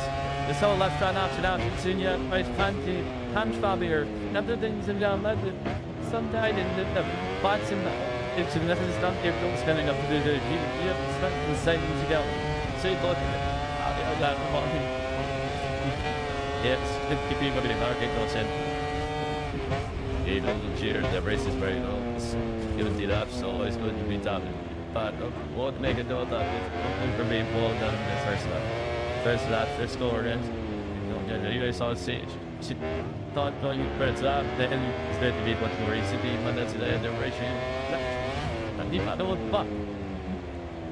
Yeah, thanks Jack, thanks to the 46 racing boss, a couple of the outside. Really friendly side between Fabio and Frankie didn't really cost them too much. Fabio and Jario still had the checkered flag taking his best sprint traditions Qatar 2023. I know some stand now rise in the sprint yesterday. Your minds immediately drawn to Ayagura. He's had a terrible weekend in the mixed conditions, the wet conditions, not exactly shining in the dry as well. Green as yesterday. 1-1 by Nagura at the track out race now at Robbery. 18 minutes from the it's only 2-4 and it's good on if you're charging through the taxi gate and stopping at a clutch and low on the factory other half. Maybe this one was actually with a 203.429 as Marquez at Morbidelli. Go charging in rather hot into turn 12. Morbidelli certainly was lightweight too. One of these has to get back into the circuit. Frankie Verstappen and Quartararo. What an incredible ride he produced yesterday from this lowest qualifying to Split Island. The Australian Grand Prix last year, up to 4th after a sensational start. Had you seen the on-board footage we showed on social media in Quartararo, Charlie up this overscored like the proverbial hot night for Winter. Started the early stages, engaging in a five-list in indeed the Chinese ride. Then he took the checker flag actually in 6th place. What a ride there is, unbelievable. So good that on the third time when Van Hilton was like just was trying all over each other through turns 18 and 19. He was having quite a long vision behind them. I mean, come through in the scene for the green. He really did stand up for money on all yesterday and take that position. Just to say, does it the longing, but certainly cancer to the Ducati, so they had any mind to be yesterday. Still with grit, particularly up the braking, see the Ducati setting up the legs on me. Down the straights, he's still looking for a slightly better excuse. Finding God back in the front end is really incredible, but he's not doing the same kind of seat bend and seat kind of good from the rear. And all starting Yamaha is showing off on the lane to Kitty, such as turn 15 when you're braking on an angle trying to use the rear brake to turn the right. The Ducati's just had an advantage of the Quartararo through there, but the 2021 World Champion takes over at the title this game on session on 2.6 tenths clear at Takabanyan. Yes, happy with Quartararo. Absolutely stunning the Torres yesterday. What can you do with the full 20 laps this afternoon? We're following now through turn 2. So when one gets it, it's back through the Ducati. Should fly the ball again the very wet conditions. We saw on BMW turn a little straight yesterday. Just about to touch of other. Did he was breaking into that turn 12. He was climbing up the rear tyre and taking about Yaya. Short this is on dual down with it. And looking back to the 49 of the Gian Antonio. Yeah, the Gian Antonio was looking for a cleaner start. Certainly a cleaner first sector than what he managed in the sprint yesterday. He was up the back, then playing counter straight away, but he got set up to barge back to that 7th place. Pretty decent recovery from Digital. I think he served this, felt like he had the pace of Daniel for the lap play to the podium. Not necessarily maybe the Marquez boys see once again. We're running right to the front as Dylan Antonio. So I do Tedra Manuel. Well, I guess if he's making up, trying to move late on this afternoon, he'll be just potentially for the Tony. And it does he actually is getting back to is more comfortably independent in the headline. Yeah, Dylan Antonio not too to rotate this like yesterday on TikTok. I mean, the second degree technically side. Any movement to the lead. We had Jet Millions today see how Taylor Stack Eagle starting with riders left as they come down the main straight inside lines. So on the Panier on an extraordinary launch. He's straight up inside of Mount Marquez from 6th to the lead into that first game. He saw many occasions from Panier last season. Castro is back to Pritchard to Magellan to Hemrish Payne to see we started 7th and late. And the others that are slapping that section. The Ekpish game once from Pekka Panier over the years. And yesterday's sprint was another. Mark Marquez said he didn't really nail the perfect start. He had a feeling a sense that somebody was going to jam it on the inside. He said that he wasn't expecting it to be Tenko Bagno. He left plenty of room in that first corner. He really responded down the hill through turn 2 and then unmoved. Now a question touch that was through its through. I've liked Tenko Bagno. Just good to see him looking more like the Bagno as 2023 and 2024. That feeling that he mentioned with the suntan of that Ducati, which is completely evaded on them, that are throughout Thailand and Termas. It does look he's coming back to it as a mark. It's a basketball might be a stallion, which does did the Italian. Did this over entire shape that we later that he was paying for the check slide. Then that's just you want to second behind Tedro Costa. It was really something Costa did say yesterday. It was so hard to manage at RC16. There was so much vibration, particularly in the third sector. And it was just basically backing onto daylight to see the champion flag being seconds behind the sprinter Lamar Marquez, who's a Costa, which is he accepts on a second lap of the KTM's.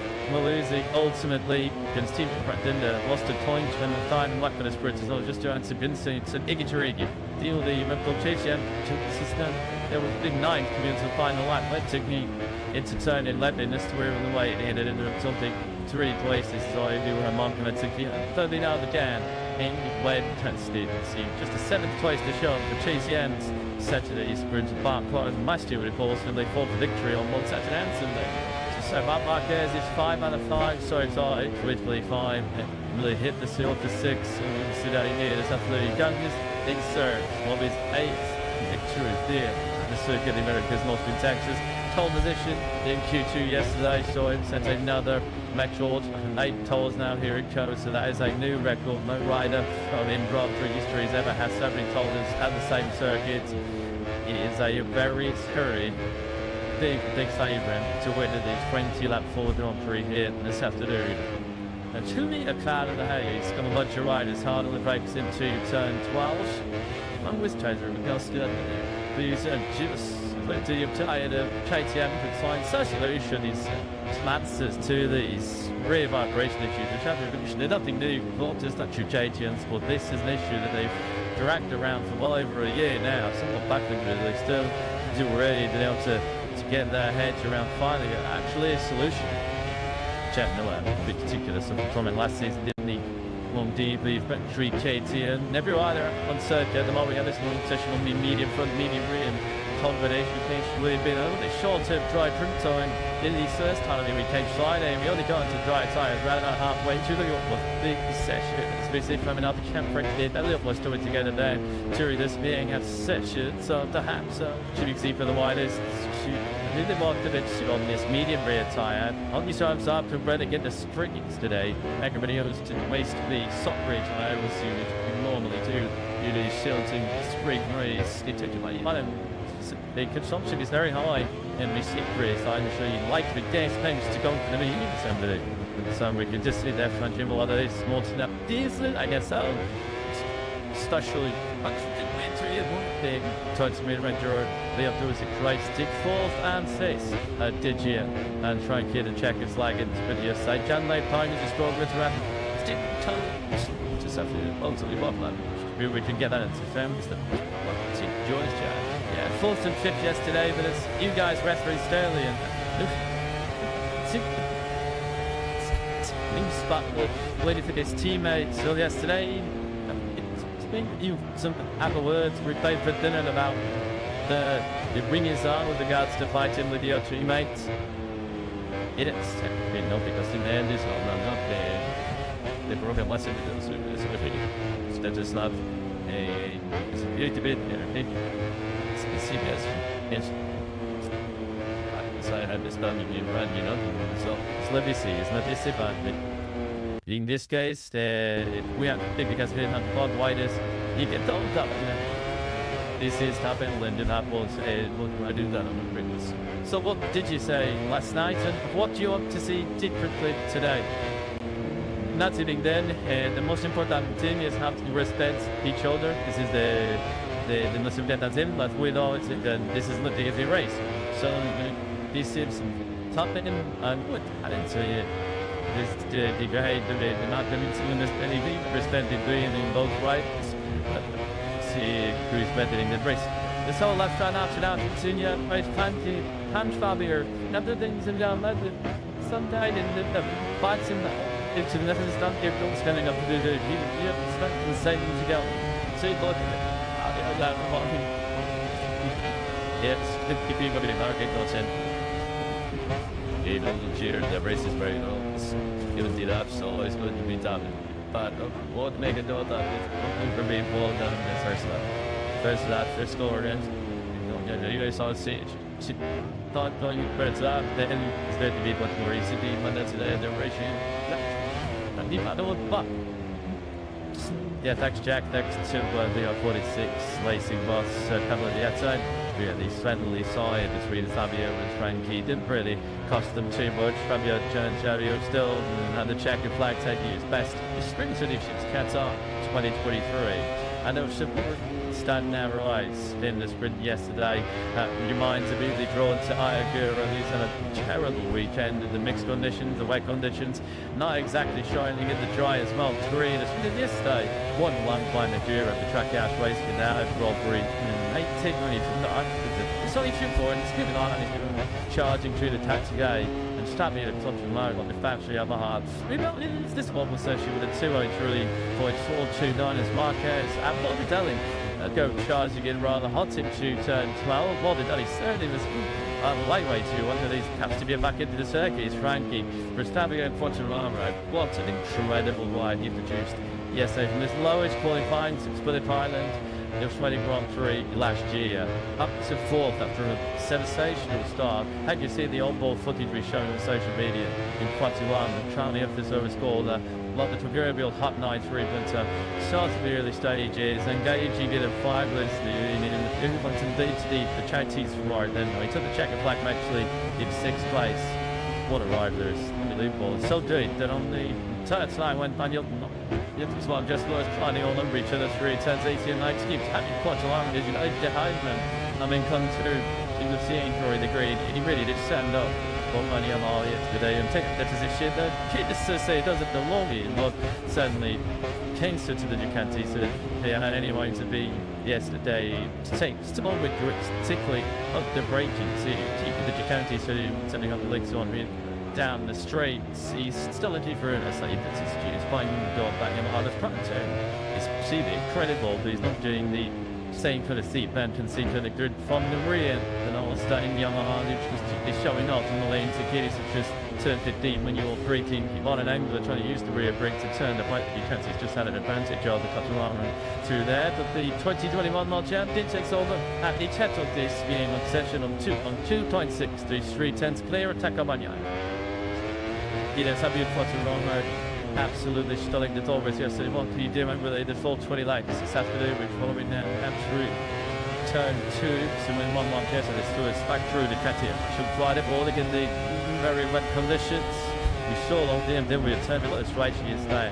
Just about to touch of over Diddy was breaking into that turn 12. He was climbing up the rear tyre and thank you Bagnaia. Short this is on dual down with it. And looking back to the 49 of the Gian Antonio. Yeah, the Gian Antonio was looking for a cleaner start. Certainly a cleaner first sector than what he managed in the sprint yesterday. He was up the back, then playing counter straight away, but he got set up to barge back to that 7th place. In this recovery from Digi, I think he certainly felt like he had the pace of Bagnaia for that place of the podium.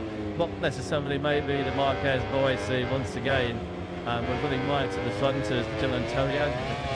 So I do Pedro Bagnaia. Well, I guess if he's making up, trying to move late on this afternoon, he'll be this potentially for the time. And you know, it does he actually is getting back to is more comes to the independent and the big what it did. Yeah, from this Gian Antonio, not to retain this I yesterday on TikTok Bagnaia. I mean the second degree technically side. Any movement to the lead. We heard Jet Milliard today see how Tano Stack he got starting with riders left as they come down the main straight inside lines and so on. The Bagnaia got an extraordinary launch. He stood straight up inside of Marquez from 6th to the lead into that first game. Shaten he saw many occasions from Bagnaia last season. Castron's back to Pritchard to Magellan to Henrich Taylor. We started 7th and late. And the others that are slightly that section. The Ekpish game, they went from Pekka Bagnaia over the years. And yesterday's sprint was another. Marquez said he didn't really nail the perfect start. He had a feeling, a sense that somebody was going to jam it on the inside. He said that he wasn't expecting it to be Pekka Bagnaia. He left plenty of room in that first corner. He really responded down the hill through turn 2 and then unmoved. Now aggressive touch that was through its through. Applied Pekka Bagnaia. Just good to see him looking more like the Bagnaia of 2023 and 2024. That feeling that he mentioned with the suntan of that Ducati, which is completely evaded on them. That is throughout Thailand and Termas. It does look he's coming back to it as a mark. It's a basketball maybe a stallion, Richigamme in the Italian. Did this over entire shape that he later, but he was paying for the check slide. Then that's just you want to second behind Tedro Costa. It was really something Costa did say yesterday. The bike was so hard to manage at RC16. There was so much vibration, particularly in the third sector. And it was just basically backing onto daylights and sight to see the champion flag being seconds behind the sprinter of Marquez was Acosta, which is he accessed on a second lap of the KTM's. Maluzzi ultimately against Team Pretender lost a point and the time and lap for the sprinters. I was just doing some Vincent and Iggy Tarigi. Deal the Red Bull KTM system. there was big 9 coming into the final lap. That took me into turn 11 as to where on the way it ended in something 3 places. So I do a monk and I took the 30 out again. In when tested, see just a 7th twice to show for Chase Jens Saturday sprint back cars and last year of course and they fought for victory on both Saturday and Sunday. So Mark Marquez is 5 out of 5, so excited, originally 5, really hit the seal for 6, and today here is absolutely Gunners in third, what is 8th victory there in the Circuit of the Americas, North in Texas. Pole position in Q2 yesterday, so it sets another record, 8 poles now here it goes, so that is a new record. No rider in Grand Prix history has ever had so many poles at the same circuit. It is a very scary, big favourite to win the 20-lap Ford Grand Prix here this afternoon. And to me, a cloud of the haze, got a bunch of riders hard on the brakes into turn 12. I'm with Treasure, but they'll still these just plenty of tired of KTM could find such solution is answers to these rear vibration issues, which have they're nothing new, not just that KTM's, but this is an issue that they've dragged around for well over a year now. Somewhat baffling, but they still do already been able to get their heads around finding actually a solution. Jeff Miller, in particular, some comment last season, didn't he? Long deeply, battery KTM, every rider on circuit at the moment. We had this long session on the medium front, medium rear, and combination case really been a little bit short of dry print time in the first time we came Friday, and we only got into dry tyres right about halfway through the big session. Especially from another camp did a little more story together there during this being a session, so perhaps should you see for the widest really walked a bit on this medium rear tyre. On these times up to ready get the springs today. Everybody else to waste the soft rear tyre was you normally do. You do shielding spring race. It took you like the consumption is very high in the seat rear side, so you like the gas bench to go for the medium assembly. So we can just see there front gym a lot of this small snap diesel, I guess so. Especially the towards mid-ranger, the other was a great stick 4th and 6th did you and try and get a check his leg into video side. Jan Lay Pine is just going with around just after ultimately bottom line. Maybe we can get that into films. Joyce Jan. Yeah, 4th and 5th yesterday, but it's you guys referee Sterling and spot waiting for his teammates. So yesterday you some other words replayed for dinner about the ringers on with regards to fighting with your teammates. It is no, because in the end is not the program lesson is that is not a little bit CBS yes.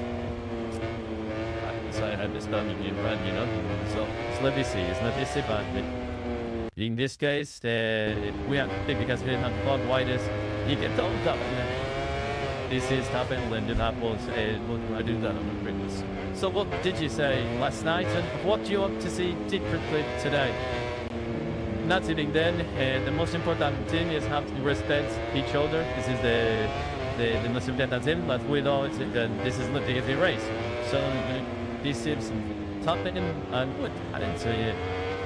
The guy, the not anything respected doing in both rights. See who is better in the race. The sole left run after that, Senior, race plenty, Hans Fabier, other things in down left. Sometimes in the fights in the into the necessary stand here, don't standing up to do the you have to stand the same thing together. So you look at it. Yes, 50 people in America, don't send. He doesn't cheer, the race is very low. Even did that, so it's going to be done. But what make it do that is for being pulled down in the first lap. First score against. You guys saw it, she thought you credit that, then it's going to be much more easy to be Monday today, the racing. And he had one buck. Yeah, thanks Jack, thanks to the 46 racing boss, couple of the outside. Really friendly side between Fabio and Frankie. Didn't really cost them too much. Fabio Fabio still had the checkered flag taking his best. His spring predictions cats on 2023. and it was standing out right in the sprint yesterday. Your mind's immediately drawn to Ayagura, who's had a terrible weekend in the mixed conditions, the wet conditions, not exactly shining in the dry as well. Three in the sprint yesterday, 1-1 by Nadura at the track house race without robbery. 18 minutes from that. It's only 2 points, it's good on, and he's charging through the taxi gate and stopping at a clutch and load on the factory other half. This one was actually with a 203.429 as Marquez at Morbidelli. Go charging in rather hot into turn 12. Morbidelli certainly was lightweight to one of these caps to be back into the circuit. Frankie Verstappen and Quartararo. What an incredible ride he produced yesterday from his lowest qualifying since Split Island. The Australian Grand Prix last year, up to 4th after a sensational start. Had you seen the on-board footage we showed on social media in 21, Charlie up this overscored like the proverbial hot night for Iblanter. Started the early stages, engaging in a five-list in indeed to the Chinese ride. Then he took the checker flag actually in 6th place. What a ride there is, unbelievable. So good that on the third side went Van Hilton. It was one just was finding all number each other through turns 80 and 90. He was having quite a long as you know behind them. I mean, come through in the scene for the green. He really did stand up for money on all yesterday and take that position. Just to say it doesn't belong in, but certainly Kingston to the Ducati, so they had anyone to be yesterday. Still with grips, particularly up the braking. So the Ducati setting up the legs on me. Down the straights, he's still looking for a slightly better excuse, finding God back in the hardest front turn. He's really incredible, but he's not doing the same kind of seat bend and seat kind of good from the rear. And all starting Yamaha, is showing off in the lane to Kitty, such as turn 15 when you're braking. You're on an angle trying to use the rear brake to turn the right. He's just had an advantage of the Catalan through there. But the 2021 World Champion takes over at the Tet of this game on session on 2.6 to 3/10 clear attack of Bagnaia. Yes, Fabio Quartararo absolutely stunning the Taurus yesterday. What can you do with the full 20 laps this afternoon? We're following now through turn 2. So when one Marquez and through us back through the Katia. Should ride it all again the very wet conditions. We saw all the then we turned a little straight yesterday. Just about to touch of over Diddy was breaking into that turn 12. He was climbing up the rear tyre and taking over Bagnaia. Short this is on dual down with it. And looking back to the 49 of the Gian Antonio. Yeah, the Gian Antonio was looking for a cleaner start. Certainly a cleaner first sector than what he managed in the sprint yesterday. He was up the back then playing counter straight away, but he got set up to barge back to that 7th place. Did decent recovery from Digital. I think he certainly felt like he had the pace of Bagnaia for lap play to the podium. Not necessarily maybe the Marquez boys see once again. We're putting right to the front as Gian Antonio. So I do Pedro Bagnaia. Well, I guess if he's making up, trying to move late from this afternoon, he'll be this potentially for the time. And it does he actually is getting back to is more comfortably depending on the hard lap. What did you? Yeah, it's Gian Antonio not to do rotating. Just like yesterday on TikTok, Bagnaia. I mean, the 6th degree technically side. Anyone but to believe. We had Jet Millions today see how Taylor Stack he got starting with riders left as they come down the main straight inside lines. So on the Bagnaia got an extraordinary launch. He stood straight up inside of Marquez from 6th to the lead into that first game. He saw many occasions from Bagnaia last season. Cashon is back to Kuchart to Magellan to Henrik Taylor. We started 7th and late. And the others that are slightly at siege and the Ekpish game. They went from Pekka Bagnaia over the years. And yesterday's sprint was another. Marquez said he didn't really nail the perfect start. He had a feeling, a sense that somebody was going to jam it on the inside. He said that he wasn't expecting it to be Pekka Bagnaia. He left plenty of room in that first corner. He immediately responded down the hill through turn 2 with a non-move. Now a question touch that was through its through. Applied Pekka Bagnaia. Just good to see him looking more like the Bagnaia of 2023 and 2024. That feeling that he mentioned with the suntan of that Ducati, which is completely evaded on them, and it's throughout Thailand and Termas. It does look he's coming back to it as a mark. It's a backship on maybe a stallion, which is in the Italian. Did this up entire shape that he later, but he was paying for the check flag. Then that's just you want to second behind Tedro Costa. It was really something that Costa did say yesterday. The bike was so hard to manage at RC16. There was so much vibration, particularly in the third sector. And He was just basically backing onto the lights of sight to see the champion flag, and seconds behind the sprinter Marc Marquez, who was Acosta, which is he assessed on a second lap of the KTM's. Losing ultimately against Team Pretender, lost a point when the final lap for the sprinters. I was just doing some Vincent and Iggy Tarigi. Deal the Red Bull KTM took the system. There was big 9 coming into the final lap. That took me into turn 11 as to where on the way it ended into something 3 places. So I do a month and I took the 30 out of the can. And led intensity. Just a 7th place to show for KTM's Saturday sprint. Mark Clark and last year with the course, and they fought for victory on one Saturday and Sunday. So Marc Marquez is 5 out of 5, so it's literally 5.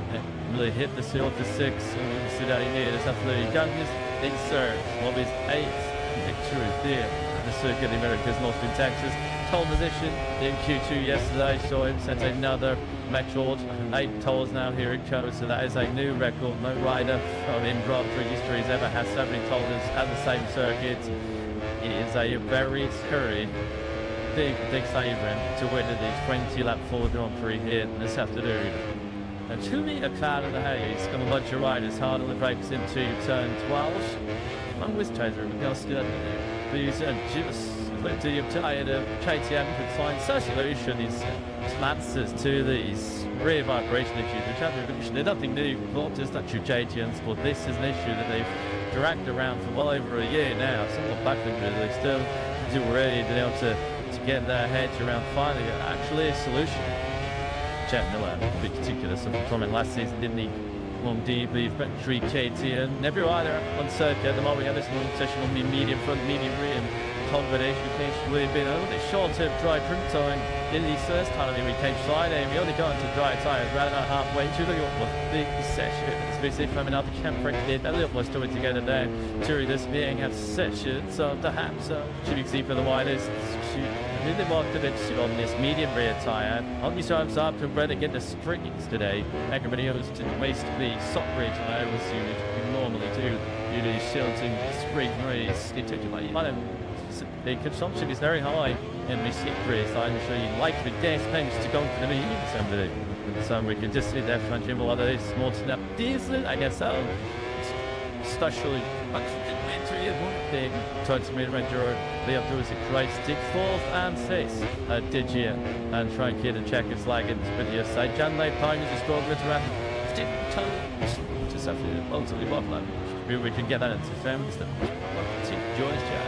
Yeah, 4th and 5th yesterday, but it's you guys referee Sterling and spot waiting for his teammates. So yesterday you some other words we played for dinner about the ringers on with regards to fighting with your teammates.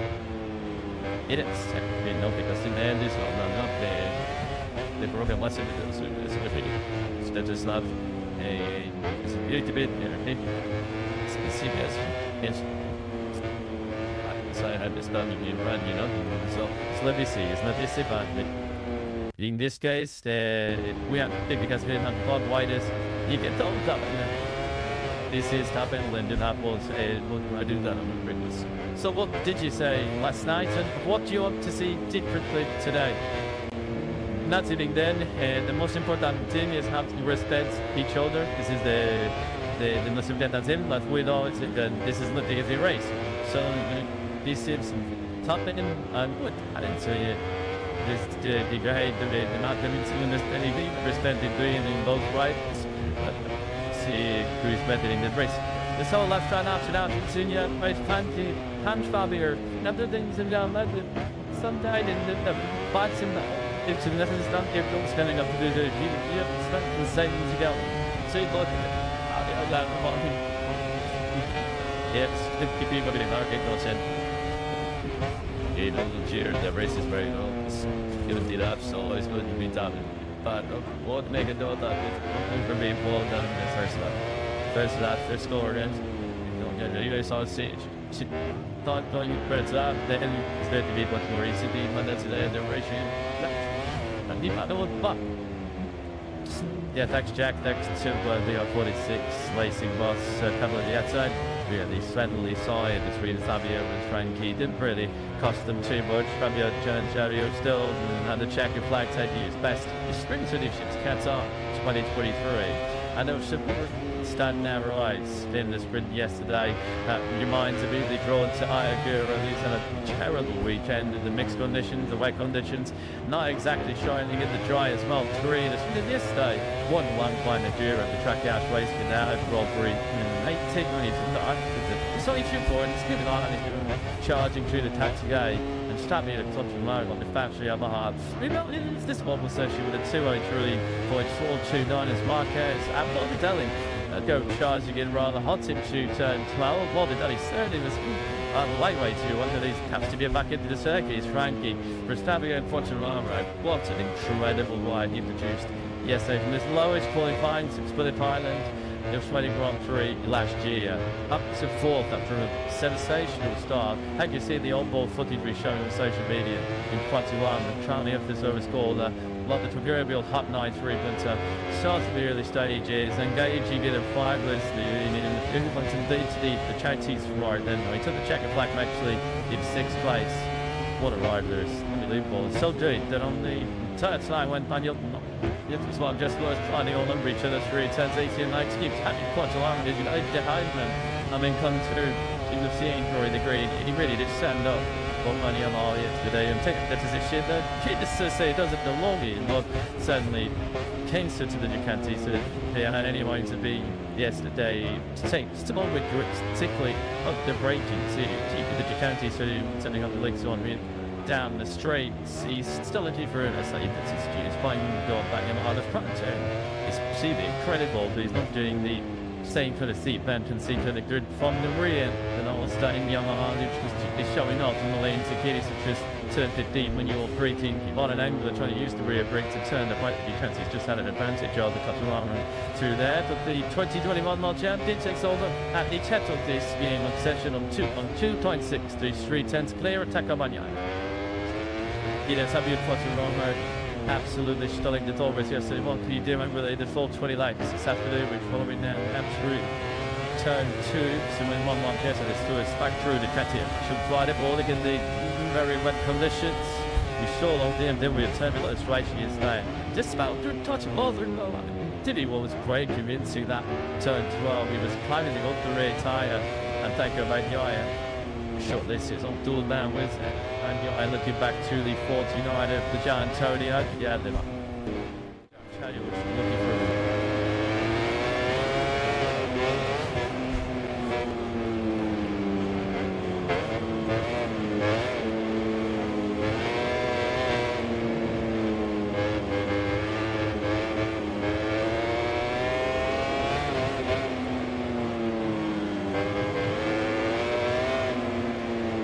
for to kick off the campaign. Third place, a pretty hard thought third place as well.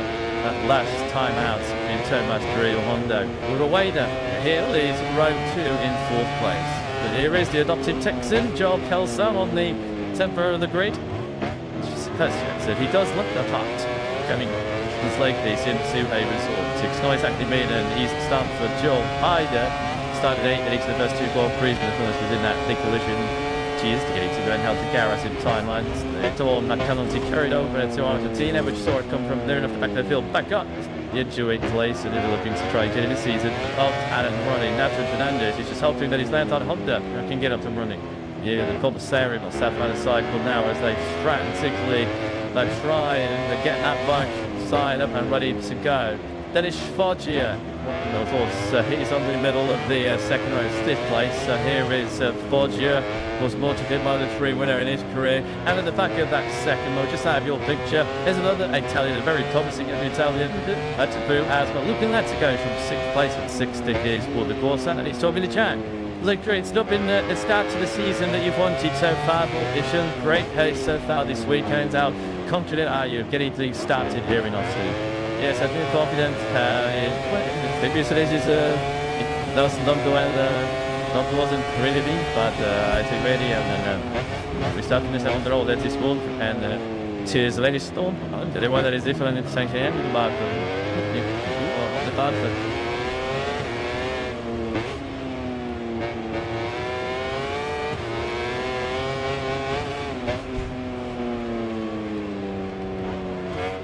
that medial succession in Thailand. Checker flag in 10th place in our season opener. Last time out in Argentina.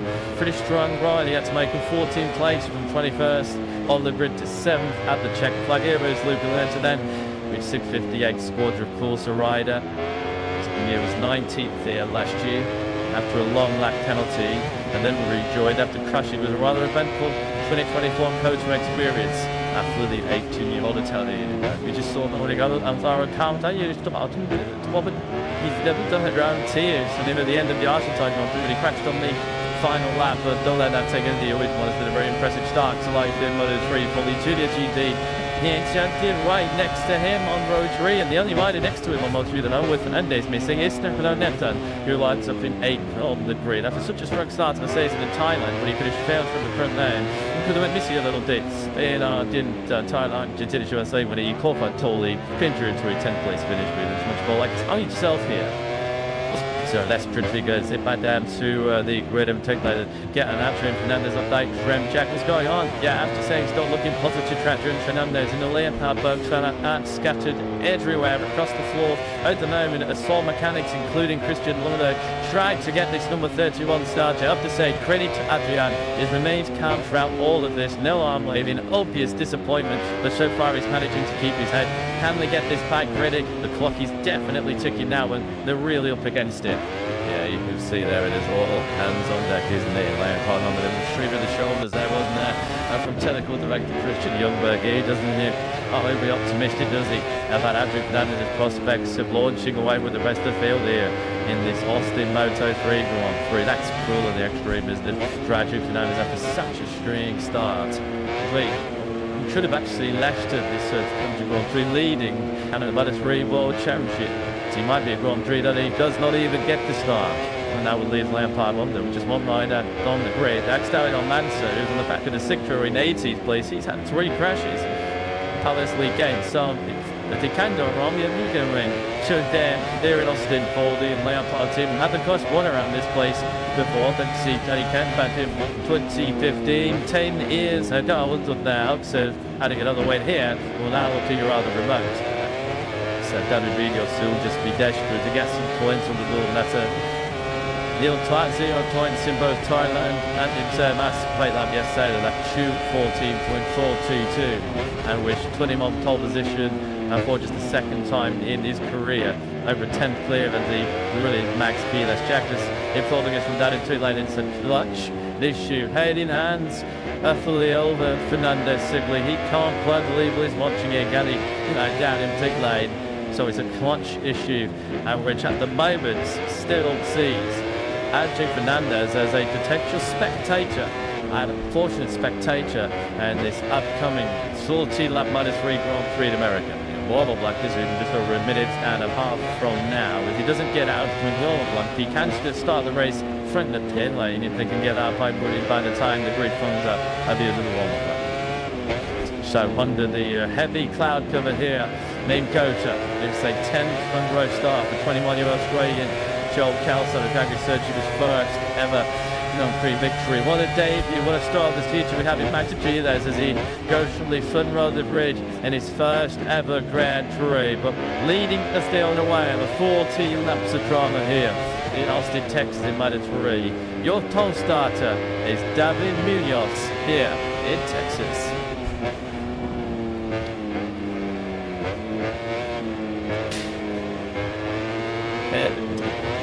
This one should be fine. Kevin Munoz, Max Keyless, and Joe Kelso, all front leg starters here in Austin. 2nd row, we find the World Championship leader, Jose Antonio Rueda, Dennis Foggia, and Luca Lanetta. Alvaro Carpio, Stefano Netta running in on the 3rd row. No, Adrian Fernandez as he seeks again his lifetime under up and running. If he does start, it'll be from the back of the grid. Emre Field, Matteo Bocelli, told us to the first 2 races, but he crashed twice in qualifying yesterday. Actually, the care outside with the last time out, and Guido Pini joined him. Pini, that's his best so fair. Stetten good birthday there of Ricardo Rossi and Coleman Buchanan. That's a career best for the Kiwi. Adrian Fuses, Ty Rosato, and David Almanza. They make up row 6. Usually I'm after a surprise XHU of David 19th, and Vito Guara and Valentin Romani. Ruche Moody, the returning Chica Cruz to 23rd. Eddie O'Shea and Jack Positano for the NLAC seed. Don't crash to 2-1. so the Moto3 field teal away and start the rapid rise up the hill into the heartbreaking zone for the first corner. A field minus at the moment. The rider second in the World Championship.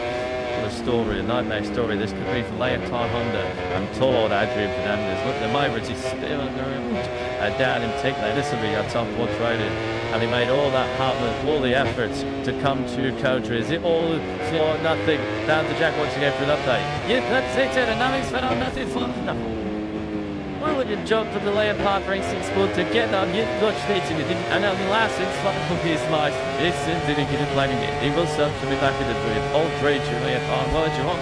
Cheap about shutting inside here. Big coach, a fantastic work by Leopard on the relief all rounds. The lead Fernandez, that family, he will be able to join then at the back of the grid. His shift. What a work to do for Adrian Fernandez, but we've seen riders win Moto3 race from the back of the grid previously in history. And then with the rider who's in control of the Moto3 World Championship, Chase Young in 2025. All wins in Thailand, third place last time out in Argentina. It is Jose Antonio Rueda. Side turns clear of Adrian Fernandez. He'll be oblivious, won't he, Rueda, to all the drama that's fallen so far to his closest title adversary.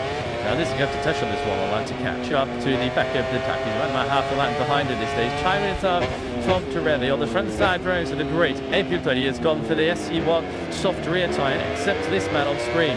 Joel Kelson has gone for the medium rear. Kelson was also gone for the SC1 soft front tyre. He, Lanetta and Fernandez were the only three on the front three rows to go for the softer front. Because Fernandez is no longer on the third round. It's off to call this Moto3 race. 8 different riders already on the front row in our first 3 races. Jose Antonio Rueda, Angel Caravaca, 2 winners so far. H25, they've had another Fernandez update from Jack. Yeah, he did actually pit lane with the red lights on down at the bottom, and the team are just scratching their heads at the moment whether it might be in a little bit of trouble for that. We'll have to wait and see, but I'm sure the stewards are looking at it. Sports lights are out here, it will be. I mean, obviously, with the red lights on in the pit lane, that means one thing is crystal clear. The pit lane exit is closed. Yeah, there you go. 3 tackles from Scott's going to say he was getting the green flag, but the red light was on, so he just took it before they're getting cool slipstick messages there, wasn't he? Yeah, that's one for the F1 MotoGP stewards to be keeping a very close eye on here. So, well, it just seems to go from back to worse, doesn't it, on this Sunday morning here in Austin for Adrian Fernandez.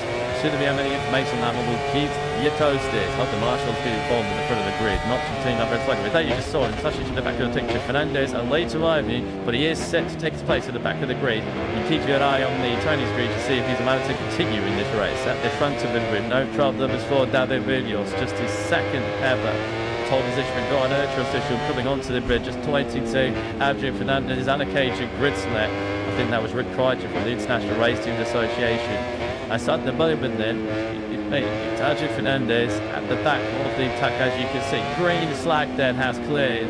But we're ready to get a cracking race down the way here in Kota. Moto3 coming up at the rodeo. It's lights out. We are racing in Moto3 here in Texas. A great start. Back on that maiden front right field. Debutant Max Giles is in the lead of these first Grand Prix. Let's start the rise up to the first corner. He is indeed Max Giles. The teenage sensation. The future Spanish superstar leads his stars outright. Here, welcome to World Championship Racing. The big miracle is Jose Antonio Rueda, the World Championship leaders up place into third as Joel Kelso dropped his spot into third place. Next on is Dennis Stodgian in fifth place. Matteo Patelli, I think, is the next rider. He's made a good start from the third row. Chiles with a crashing start in Kota. Who would have seen this coming? It was dynamite. Police like said to get himself up the front rather than it. Now it is none beside this Grand Prix. Already landed like a seasoned veteran. He leads the motor on 3 package. David Vigos has done a real tall climb that the toll starts are already back down. It's 7th place. He's climbed one back up to 6th, but not the lowest of 64 as I think. Here he covers barely on the inside of Dennis Hodgier as he looks to start a neat progress. That's the one thing about this real field that don't want is David Munoz with a bit of red mixed after such a bad start, but he is making some progress back through. Adrian Fernandez incidentally already up to 20th place. 2021 2023 European Talent Cup Champion Giles. Each key race wins the Red Dead Rookies 200 Junior GT World Championship. This is a different level. This is a different ball game as Migos gets through on Dell side. This is just starting, isn't it, from Giles on Alligator in his first Grand Prix. They've missed the whole day on Friday with the wet conditions here. I think he's really got dry track for the first time yesterday here at Kota. And here he is leading on lap 1. Andrew Fernandez was way on the back. Get a feel as Munoz is going to hit the left patient area. Still on place. Fernandez went off into turn 12, just trying to keep his emotions and his heart rate under control as he makes his way back up the field. Here was Andrew Fernandez out of control. Lord, dear me, that's just running through the arm and do that. That's just him desperate to recover in that lush ground. I didn't have to come from the back of the parade. Andrew Fernandez, the moment he briefly was up in the 21st place. Giles then, the dream arrival into Grand Prix World Championship racing as he starts and finishes the first half of his Grand Prix career in P1. Absolutely astonishing by the 17-year-old Spaniard. Carte in second place, another great one packet. Remain is third, your school. Yeah, Ginny GT viewers will be like, hey, we told you this could happen. These two are incredible talents. Andrew Fernandez has a dirty penalty just to make his day even worse. That he surely beat to leaving the tape lane with the red light on. In fact, no, he changed the start. That was all his hesitation, was it, to recover lost ground. You do feel there might be additional sanctions coming his way. Jump start then to the double of that penalty. Deary me. I'm just going through the mind right now of Andrew Fernandez, the number 31, 21-year-old Spaniard back. Front, it is Giles. That looks so comfortable, so confident and nearly tired this country Grand Prix. Really just have to report getting one. He was as low as 7th in the first sector from Tolly. Recovered pretty well until the second half of that first. Having got himself up to 4th over on there. He is on the 64th bike under a bit of pressure here from Kelsham, isn't it? So Stetter tagged in the back of Fulcher, wasn't it? Down the hill, in fact, slide left under to turn 11. Just desperate to get the slingshot, get the slipstream now down to 1.2 towards back straight. The two Italics pretty fortunate to stay up right there. His teammate was in the action there as well. It was naturally, he was coming at the inside of Fulcher. A bit Necker, perhaps a little bit distracted, almost ran into his fellow Italian, but not many minders could say that they legged that first ever lap of a Grand Prix race. Max Giles has done that, but he's looking very good. The friend Richigamme Rossi taking an alternative route to 12. Someone else in the picture also way up the road. It's a messy start, as you'd expect in Moto3 University. I think that was the way to briefly show you his full wheel to Carte. He was away, did get through. And Carte's also lost position as well to the 60-pound Munoz. That was Carfield. I think it was a little cheeky tap on his bottom there, will the Joel Kelso just say, look, sit behind me. So here's rolling it out, trying to hit the front for the third time. Munoz did beautiful move that goes around the outside, the wide speeding line through turn 18, put him in great track position for the inside through 19. And he picks the pocket of Giles then into the final moving up. World Championship leader Jose Antonio Ryder, P1 in the rankings, P1 now in Kota. That's just right on Sergio Zancheltic Carras, and they're in Argentina as we've lost, I think, Ricardo Rossi. He's throughout the other attacks in the third sector and has plummeted down the order. But the Carras starting out of position, not for the first time this season. Alpin took 7th place, and remember, he was on the podium here a year ago. Mr. Richigamme and Andrew Fernandez. If you're my time champ, left and side of screens, he's on the brink of the tournament in place. He's just moved up that triple brick Scott Ogden into 16th place. But he does, of course, after the jump start and after all of the clutch problems, which almost too often at this Grand Prix, he does have a double lap penalty to serve. Already, and halfway around lap 3, he's never forced his way back in through the torch going places. Right, he's stretching his legs here on this third lap for 14. He's already pulled out a third of a second of a lead over Giles, who was a little bit wide as he made his way through these flips of this first start of lap. David Munoz from the key to get patched on him, particularly Provider is threatening to pull away at the front of the field. But looking back from Batemi to Carras, started this race in, 11th on the grid. Now essentially it became 10th with Fernandez at the back of the field, and he's now made up a further 3 spots. Making up for lost time here in Austin is Jose Antonio Relator. Of course, he missed this Grand Prix last year. He died on Saturday evening. The selectors, which was an issue, he carried on. That's a 3 and 4 Grand Prix after. No pain so far, though, he's turned away. He sure inflicts some pain on his rivals here in Austin as they drop down into turn 12. Rueda leading by just over 4/10 of a second. Now Giles at the moment just hasn't got the pace or the speed of the race leader. And you still have the likes of Munoz, Carpe, Kelso, Batelli. We're looking to make a move, putting short on the rookie. Fernandez managing moves with your skills tripping to 2nd place. Upset with he'd be attempted for 13th place just a moment ago. I hope he's seen that he's had the double lap penalty. He's got 5 laps to serve that. He's already ticked off a couple of them. charge to the back of the grid. He's up to 10th place now. He's played live over Princess and Sato as well, so he's bringing himself into top 10 competition already is Fernandez. Can't be through Quiles then up into 3rd place. Quiles has just got to stick at it here. Of course, every lap is an education for him. He'll feel he needs to learn too much. He's so phenomenally talented, but he is now back in 10th place. Rueda with the fastest after the ball previous lead is now onto approaching 1 second.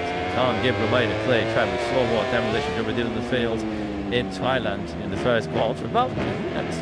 Vimilios's heavily scarred the 2025 guns off, translated into the first corner, having scored 9 points in Thailand, 9 points in Termas. And now is he going to be going, we're leaving round 3, still pointless in 2025. Another big mistake for Vimilios. He crashed out second, didn't he? Went bashing away in Durham, and he's on the exact same thing here in Kocha. Right at the start of lap here. Sorry, it's some bobbly ways. He was struggling to get that KTM turned in. He's already a little bit wide as he approached it. The lightning grips, of course, and Woodiosis watches another potential podium finish slip away. The wait for a first win goes on. The win for a first punch of the season goes on. What happened there? Rueda had just said the fastest lap of the Grand Prix, the 2:14.256. He was 6th. Spirios was just trying to respond, desperately go with Rueda. It looked like he was half a metre offline, and it proved so costly. Giles, his elbows sharp and cheer for the Tangu side, his first Grand Prix. Side by side it goes with Carte and Kelso in the braking zone into turn 10. Kelso with a 2 black slipstream comes out by far the better of that particular exchange. The Aussie now to the second. And Kelso, a reminder, as we see the yellow leopard on the Melbourne right at the top of the picture, he's happy to be with his teammate, and so Matza Fernandez has seen that he's got a double on the penalty. This is the first of them that he's serving now, but it is what a touchy out with Telsa up at the front of the race. He's the only rider in the field, also the only rider at the front of the field who is on that medium rear tyre. Hopefully against that's going to provide some sort of advantage later on in proceedings. So the first of those long lap penalty drops Andrew Fernandez from back into the top 10 to 20 is the ex-Lely rolling, wasn't he? That was easy to spell just with the naked eye without the super slow motion camera, as the way that really has really in Kocha. The number 99 towers through the final corner, turn 20, a tricky little left-hander as Quiles out of shape as he got on the gas, killed the gap and started to relay successive fastest laps to the 99, 2:14.008 at the moment. There is 1.5 seconds clear of the chasing packers, but Chaddy, if they ain't their way back, move wide and certainly setting on the brake, his own trail banking up the hill, nothing Quiles could do. So Batelli now up into D4. Batelli who led on to the final lap of the King Team. Argentina and shuffle back out of the podium spots, looking to take a different route to the podium here as we ride up on picking back and Quiles from the rear facing camera.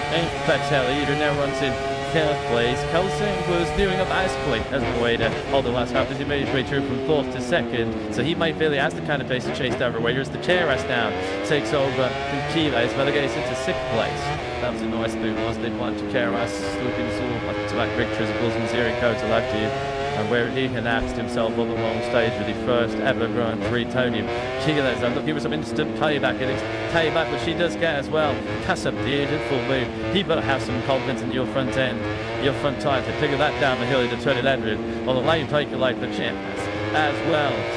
Welcome to Moto 3, Max Quiles. And that is Max Quiles in a nutshell. If you overtake me, I'm going to overtake you back straight away. David Munoz returns to the in-town GP box, and it's another day where you must have expected Charles Notches to get a big move up the inside as we see Dacelli now trying to come to Carpe for 3rd place. It's kind of helped the tire at the moment. Yeah, I'll tell you what, Carpe did not appreciate that at all. You saw him just slick his left arm in the air.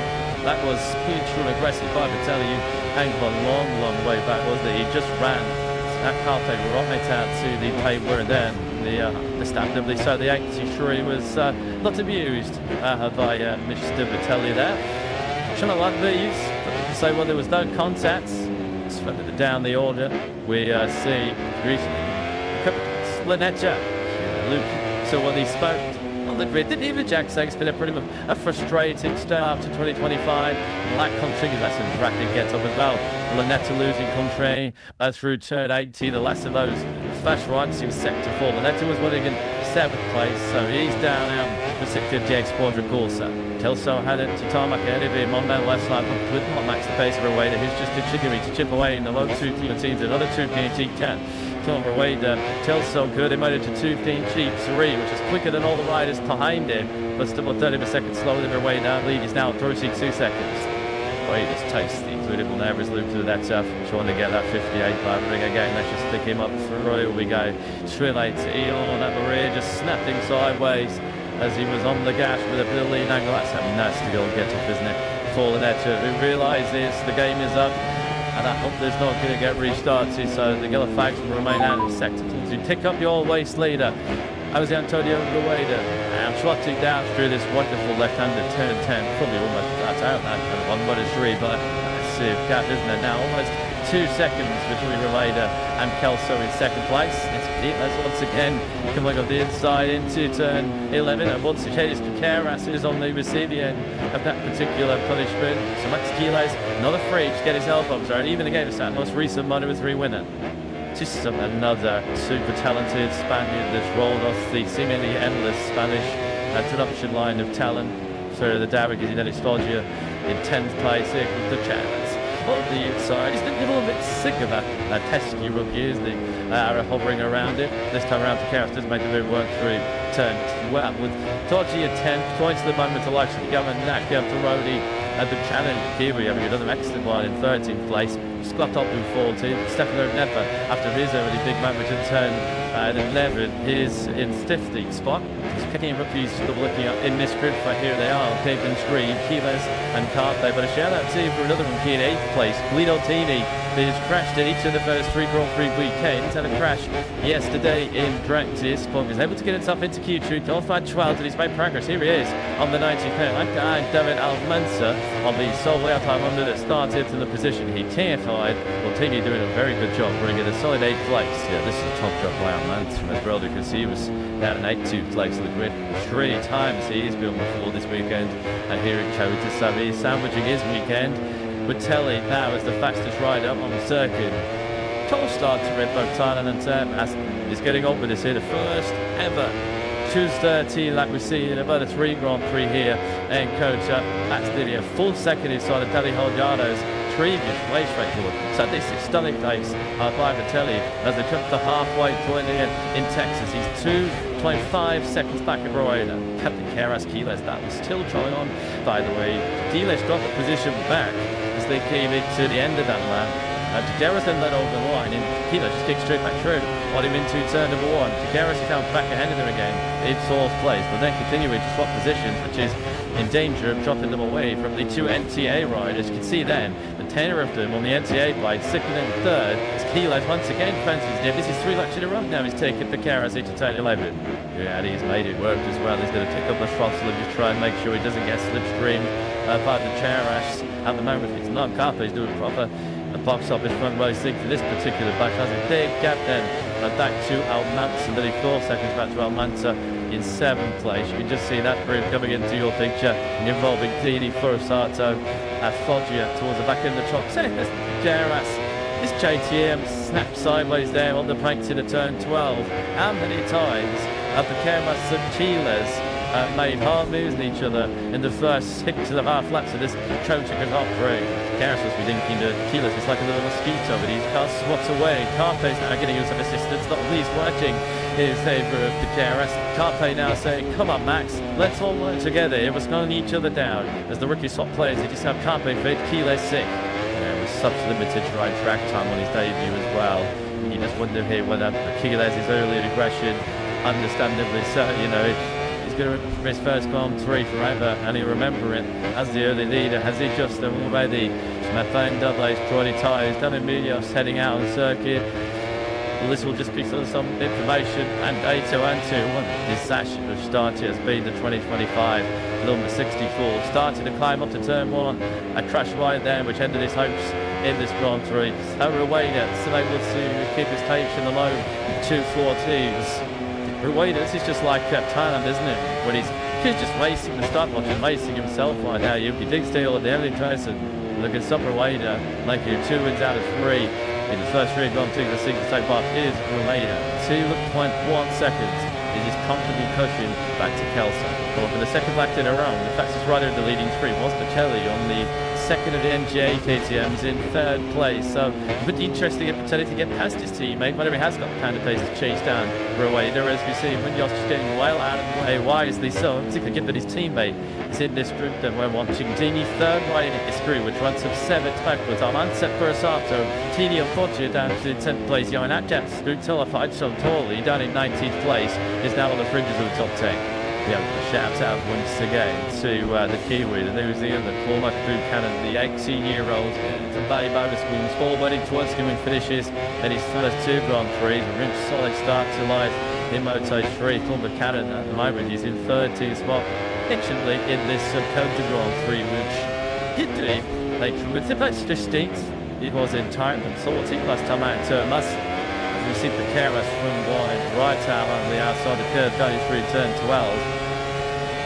GFD see Piqueras is in danger of closing in on the NGA by some him. Not really at this stage. The gap is still around about a second and a quarter, which is what it started this lap. As well, Piqueras did do his personal best last time around on a mid-214. He was still slower than both Kelso and Pacelli. Piqueras, though, looks like he's finally top Max Keyless zone media's box. Essentially Blade 8 coming up to the level of MTA as they have 2 bikes on the podium. Matteo Vitelli, Stitchy Steele's Grand Prix start, never had a podium finish, has he? The Italian second to 4, we've got Ward yellow flags out in that final split.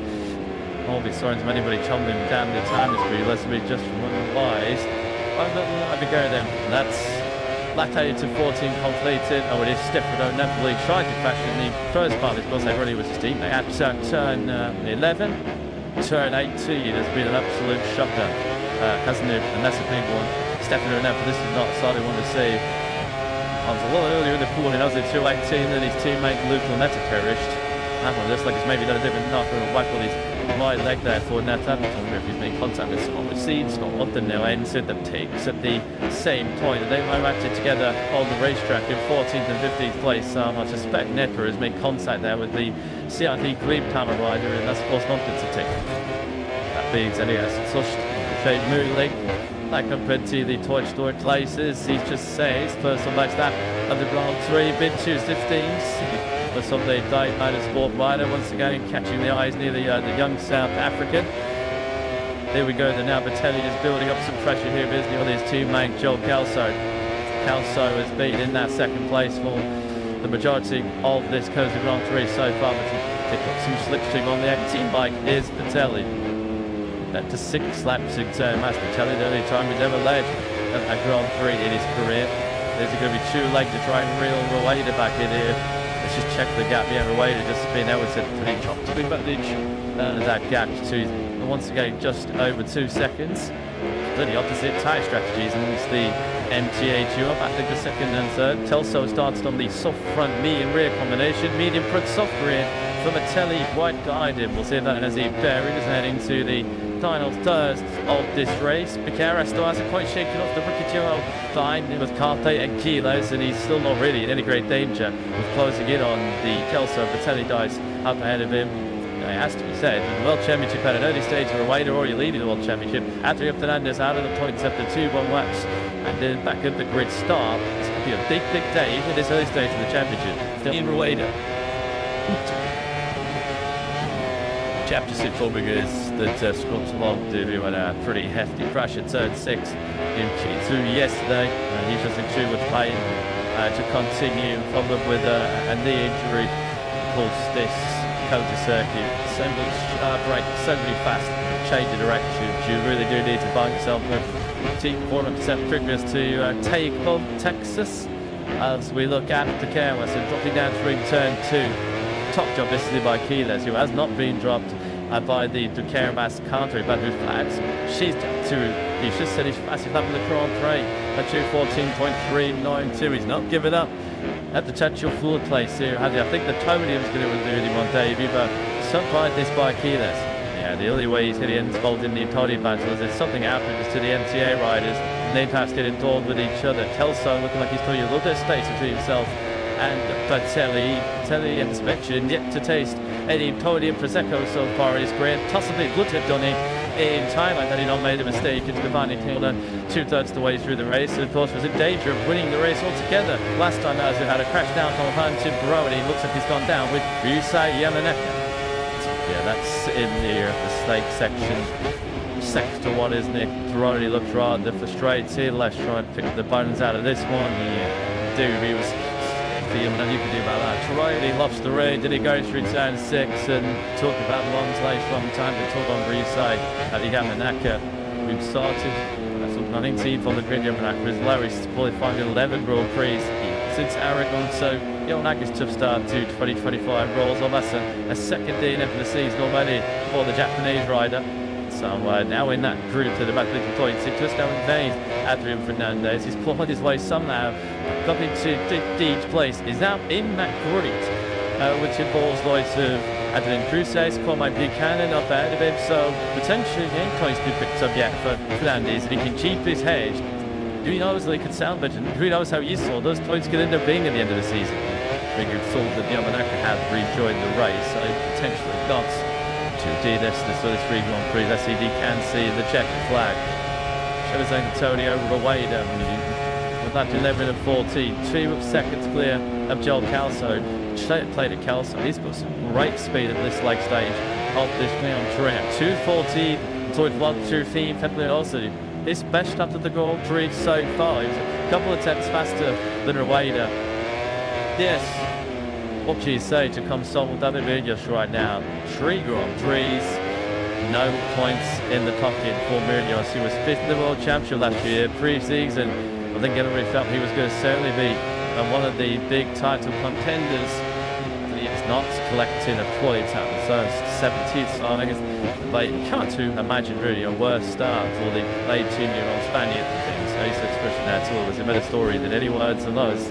Just despondency, desolation for David Munoz. Looking at the 3-way fight for 4th then, is Quiles in danger now? Getting a little bit of attacks as he really does charging in the corners, doesn't he? Certainly plea of trust in the front end of his KTM machine, but he's slightly jotting back down from the precarious Carpe battle. Quiles, I'm sure, will be well aware that he's got a gap of nearly 11 seconds back to his teammate Dennis Bolger in 7th place. So as long as he just keeps it on the black stuff now for the rest of the Grand Prix. A top 6 on debut for Quiles, which will be an extraordinary result here. Just something to occupy his mind. It has just been given track trim this morning, which would just be something to keep his focus. Well, here is Rueda, who missed the Grand Prix here at Kota last year. This time last year, the poor fellow was held in a hospital bed in Austin, having had his appendix from Wick's house immediately after qualifying when he started to feel ill. Well, talk about it tipped me up 1 year later, because Rueda, just as he did in Thailand in the season opener, he's having a building right here. That's Cruces getting busy on the inside of Phoebe. There is Cruces on the 11 wide. That's pushed him, tossing aside in the top 10. Great ride, took it even better. He's got Bolger in 7th place in his eyesight. There is Bolger on the 721 bike. He's truly Dylan that T7. Good battle this, isn't it? Forsato there in place. Almantu, after his triple crashes throughout the weekend, later on having a good recovery by Dak in 9th spot. If you can see it up already from Cruces to tell us that he's going to be a full-time Moto3 rider in the near future. He's now passed on Mansa, so 9th position. He scored points in Argentina started Cruces. He's the injury replacement for Noah Denfield, who fractured his wristed testy, and CID Greenhammer scored a getting 20 finger super salt. So 3 laps to go here in Coaches. It's like rush hour in downtown Austin. Now wasn't it in the first corner? Had Dominic Mansa doing a little bit of these stuff, and late on he just needed like he's suffering a bit physically after having already been on the floor 3 times so far this week. And he's built the deck at turn 4, turn 9 and turn 20 as the 19-year-old Spaniard. Back in the front, Rueda once again just cheating his pace in those low 240s. Once again it was the flicker of that Tom Tree. Shuts down. This is from Tinios, just waiting for the gap to close, and through says did close the door. The group behind this move, this bunch of riders are looking at. It's now being led by Fernandez. He's just gone through Briche really into 13th place. 3 points now coming the way up Fernandez, although given that he now has a 2.5-second gap up to this group, that's probably as far in the field as he's going to get. Just at the back of this freight train, you can see there the number 14 bike. 18-year-old Lee was thinking that Cormac Buchanan is another excellent ride. It's actually his first and ever top 10. Trying to pick up some slipstream as Foggia, Furusato, Grises, Pili, Almanza and Buchanan all charged down towards turn 12. Nobody was able to take up any slipstream line. And down the end of that Montoy 2 comes to back straight. Still no change at the front of the race, by the way. Still awaited by 2 seconds from Kelso. Kelso then looks like he's now in the second place under control. He's a second clear of his teammate Batelli. Now reminder, Kelso is in the medium rear tyre, so should have any issues with rear tyre consumption in the latter stage of this race. And that to Kelso would be his best ever Grand Prix result and a first dry podium. Yeah, last time we saw Kelso on the podium, the only time we see Kelso on the podium was of course memorably in front of his home crowd at Slip Island back in 2023, and which was much cooler and something much richer affair than what he's experienced here today in Cocha. You can see that Jose Antonio Rueda already charging up into the braking zone for the first corner in the top left-hand corner of the other screens. 2.1 seconds remains. The gap between him and Calto at the front. Back in this intriguing battle line for 7th place, which features Foggia, Furusato, Grises, Pili, Buchanan and now Manza. So now this is just going to run out of time to catch this group. I think it's the second that I've looked at them. They're not in these 2 teams. The groups that we're looking at are like in the 260. You can just see the white yellow 31 in the front of the second leopard on the way the back of a section behind this group. He's just going to run out of time to catch them. You wonder how significant these handful of toys so could prove to be come the final reckoning in lecture in mid-November. 80 points today feels like a bonus for Adrian Fernandez, having 30 with this goes the Grand Prix clutch problems because I see the Quigley's on the inside of Carthay. He loves that booze down the hill, does the headed raging zone for turn 12. Nobody advises, he already ticked off to the particular left out this ladder trying to set about the Garras again. And Angel Garras we think it's not you again. I thought I'd finally taken care of the 28, but I don't think he has. Kilo's favouring that inside line, and is he going to come stable on the inside of the course for a second? And even he wasn't going to attack from that far, man. Okay, exciting to see them as well as the mixing it with some of the very best taking motos for a goals experience being gained by Kiles. He's giving a busy this fight potentially for fair close. Be a close argue over the way race leader Raveda. He's now coming through the right handers under the famous Trotter observation tower for 18. Raveda goes, he's about to come on to the final lap and continue on speed. A brilliant start to 2025. He really is laying down a mark here, isn't he? He really is stamping his authority all over this early Moto3 World Championship chase. As Rueda found the point 5 kilometres away from his second win in the MP3 Grand Prix. Well, Red Bull KTLIO was so used to winning over the years in Moto2, Moto3. Of course, then when this new management to a certain extent this year with the son of Aki Ayo, Niki Ayo now running the squad, and boy, they make a sharp start. 1-2 in the opening Grand Prix, and they're set for Richigamme again. Alessandro Tanucci will also be very pleased with life with a 2 and 3 on the way to NTA. Looks like Carter is running out of steam there late on. He's going to be the Lex and Wyper in there, while the 83 bike 6 at the moment. Keras may have some tricky driven here because you just know Chiles is close enough to go through Sendling on the inside of turn 11, while the 28 we showed no hesitation. He will send that Ash down motorcycle from the inside. This is what he's working. He's just trying to build his speed, build his momentum now. Through turn 9 and go, is he close enough now? Through the blind entry, turn 10, and now into his through braking zone of the circuit, and he's made it. This can hear Keras is so late on the brakes there. Any late for the brakes for Keras is going into downtown Austin. The overtake me 3 times there. I'm not prepared to let you make it 4, but Chiles is now in this slipstream with the Keras. Keras could do with these toys with the Raider leading the race. Chiles will have the inside line as they approach turn 12. But surely the Keras is going to be able to outbreak him from there as Pive squeezes the Keras. Over to view to the racetrack of the Keras, he's still thinking onto it. We told you pre-race, remember the day. Max Chiles, Angels Avenues, the Keras is not going to be beaten by Davidson at all, is he?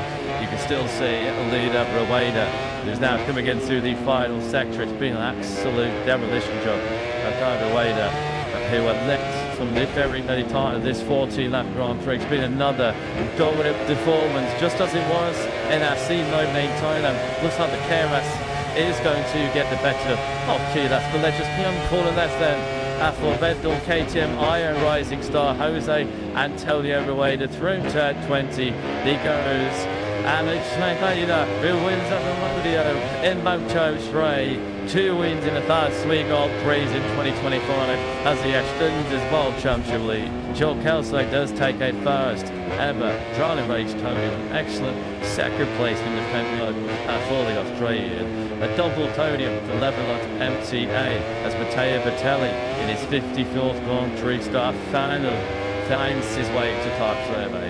Angel de Carras, Alhardid, the afterward, 10 laps close to just about fended up Max Quiles, but the start of contact, front row star on debut, and Ed Good's fifth place after he makes at the everybody as well.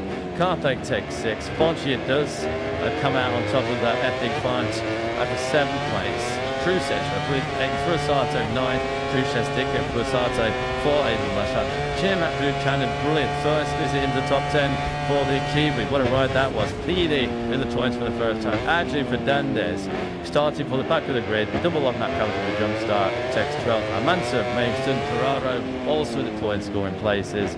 But that is yet another big message to his mother's three rivals, Jose Antonio Rueda.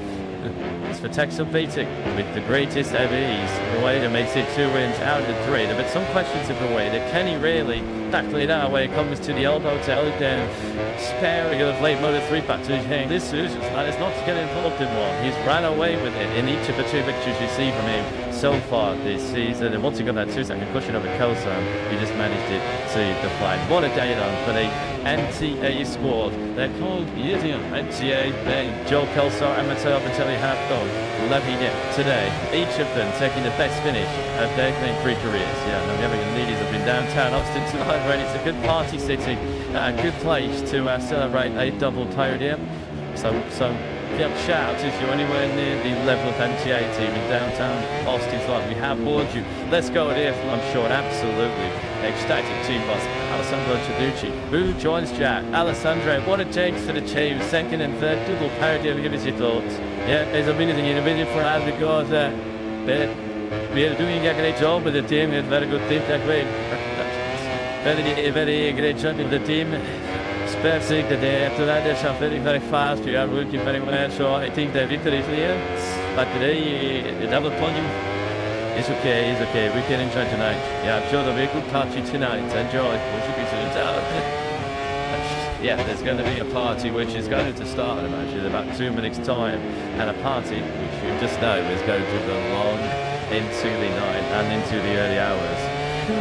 As the Antonio Rueda celebrates his second victory of 2025. That's his 3rd victory of his career. Are we going to get a backslid? Are we going to go to Sean Zarco? We are. Touched it. Julian Seeds. Sean Zarco is going to be getting jealous of it. I'm going to say, is that copyright for Zarco? He executed that just like he did that Grand Prix to absolute perfection. So we get a backslip celebration, and it'll be flitting jubilant with Jose Antonio Rueda. Look at that. It's a 11% especially more. They've always been working on that. We get to see that, did we, in that time? Did that, things like that. Brilliant. Another stowaway to celebrate. Taking complete charge of the Moto3 World Championship.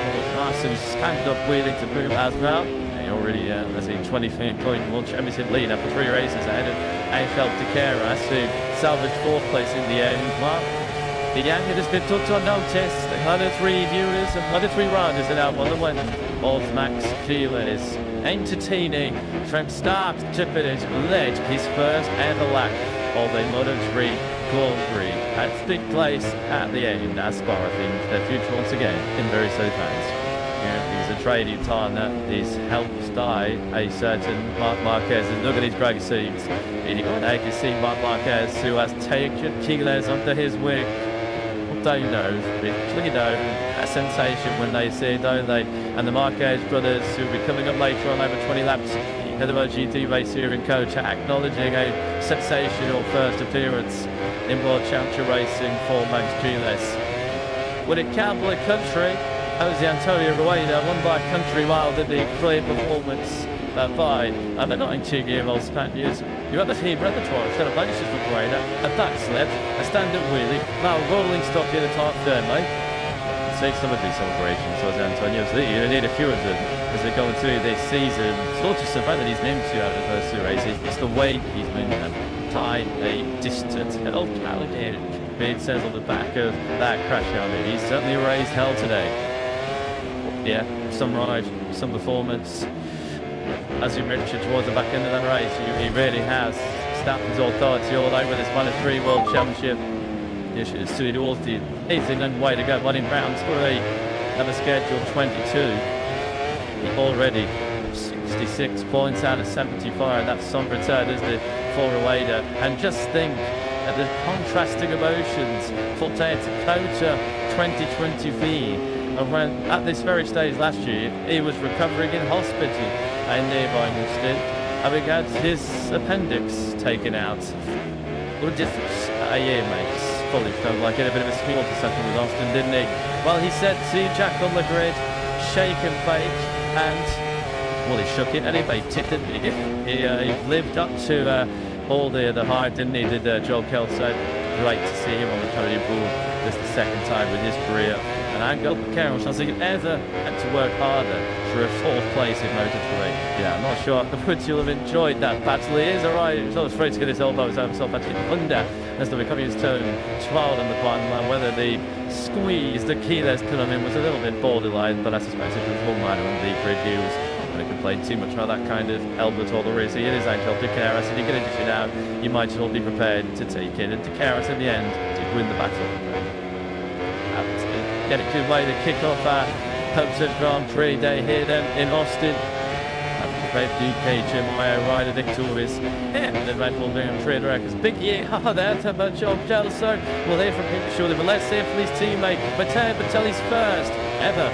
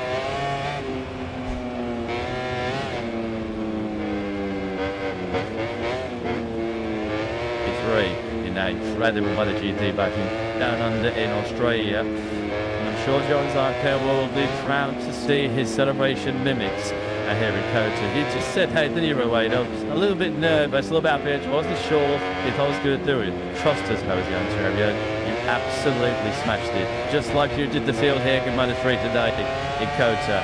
What a start. What a start to the season for the later. 66 points. That's already a pretty big bumper, isn't it? I must, after just 3 Grand Prix, 24 there. Esteban Almanza took the checkered flag in 13th place. He was unfortunately at the tail end of that big battle for 7. I think probably a little bit of physical stress for Almanza after 3 crashes so far this weekend. He got picked off late on as did by his teammate Andrew Fernandez, who did of course come to the back of the grid and had to complete 2 long laps. Quite a lot to come into the way apart from the press release at the end of today with everything on hit on with Adrian Fernandez, but as you say, he did at least pass his teammate Almanza on the final lap. Fair carriage team, Adrian Fernandez, they do keep him in 3rd place at the World Championship level now with Telly. They're each 26 points adrift. They're already threatening to run away. World Championship leader Rueda. Yeah, the big one at stake was Simone Calcio, who climbs up inside the top 6 in the standings, 20 points. They've collectively boozing on to 28. As we get set then for the podium celebrations here in the Red Bull Grand Prix of the Americas for Moto 3 as Rueda, Kelso and Vitelli. And welcome of course of the house of the Red Bull KTM Iowa squad. Streaming out of 3. Here is not KTM. 3rd place for Matteo Catelli, who stands on a Grand Prix podium for the first time. And I guess from his point of view, outside of Mugello and Mazzano, they would be 3rd places this one to meet Il Italian they do. John Kelso then stands on the 2nd place for the very first time. He, but 11 campaigns, everybody else today, level of Dolce, level of MCH you on. On this day with Jose Antonio Rueda. 3rd career victory for him and the trophies that they found out here in Austin, particularly the winning tyres in MotoGP is one that they instantly recognise of him. I played with 2 GTM who did his count the podium here today. Or 2 TM top baked in the end. There's Hobson Lawrence here with that from on the creative pin sprint yesterday. Chitrikov Star hands over a first podium trophy, the first of you suspect quite defeated this season for Matteo Bertelli. He's now achieved his qualifying pace, which is the match of anybody in Moto 3 in 2025 with the race performance too. And Joel Kelso, he's going to enjoy this him. He shakes and he bakes, and he's rewarded with 2nd place. TA squad enjoying their best day yet. This team that haven't been around for that long in Moto 3. Reptile KTMI are keeping around for any time, and they are serial Grand Prix winners. They add another today, thanks to Jose Antonio Rueda.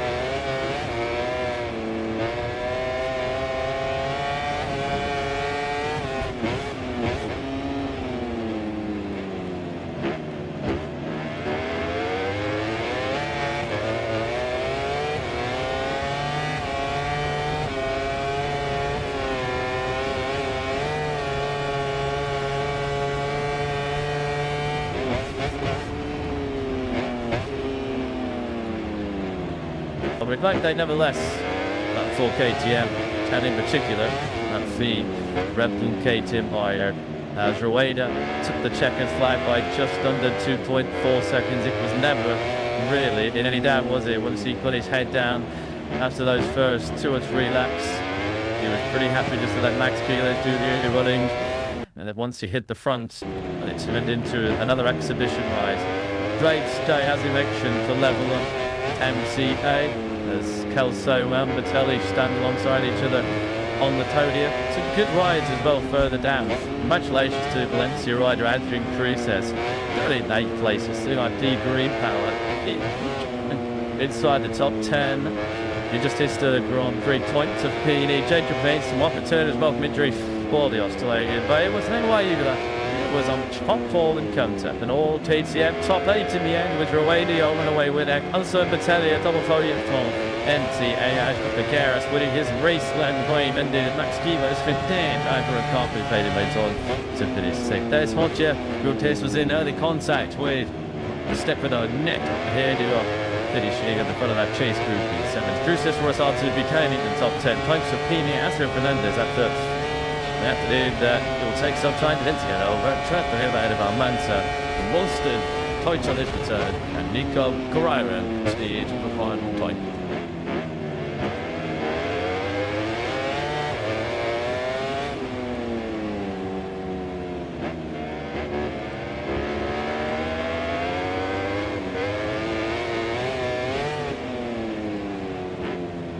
Antonio Rueda has a 24-point lead, just 3 races in to this Moto 3 season. I'd help the Garris climb to spot into 2nd. Tazu Fernandez, level with Batelli now. The Fernandez salvaged 9th. And Batelli registered his first podium. Joel Kelso climbed 6 places into 6th with his best ever result. Max Giles, of course, and scored and raced until now. These are the day with 11 points.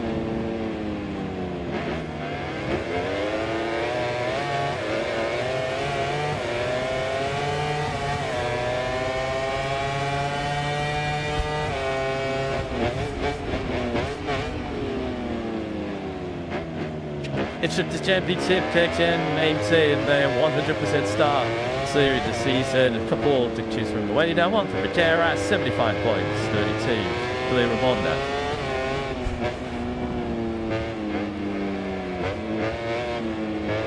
Red Bull TCM lead the team's championship, which they haven't lost since the very first race when they board into the important round.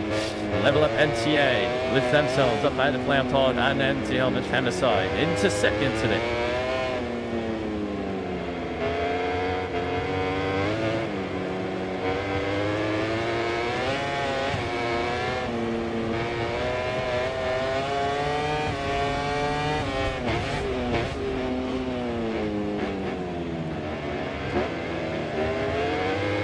Kevin Munoz started from pole position. He was that build up some point breathing in a coup, and then there's as well as Spaniard was of those. Well, there was left starting from the very back. It was the great finish one. As he choked the start, totally Munoz caught the start and told quite a sexiest squeeze into the first corner with Max Giles. All these debuts who led his very first lap as a World 3 racer. He's made it in a hurry to make up the last round. That's already one of his days, and he was going to face a jump start penalty. 0 wide into turn 12. Did get an impact. Well, he'll reach 0 wide. This could be very easily attack the back of Dennis Moncha into turn 11. Moncha was ground, stepping on that would later crash out. Braked. After a couple of laps in the front, Chiles is over the wall by Antonio Rueda, who never looks back from there as he walks clear to victory. Munoz moved into the lead of the chief group in 2nd, but he was to crash out at the top of the hill into turn 1, ensuring that he was still waiting till Qatar, but his most points in conceded. Still was DPS Lloyd to Indus Ruiz, enjoy an easy run at the front. Chiles smooth, suddenly that he is trying to snell up against Sergio Piqueras, squeezing out onto the curb as they back in for ball plays on the final one. Ended ratcheting in with that battle 13 invaluable championship points. But the NT's it was a double podium with the Tilly 3rd and career best sprinter second for Joel Kelso for the Dornan victory. Second in 3 starts this season for Jose Antonio Rueda. New Week's World Championship by 20 points as we head to Qatar. The something of weeks. Until 2 is coming up in just a few minutes.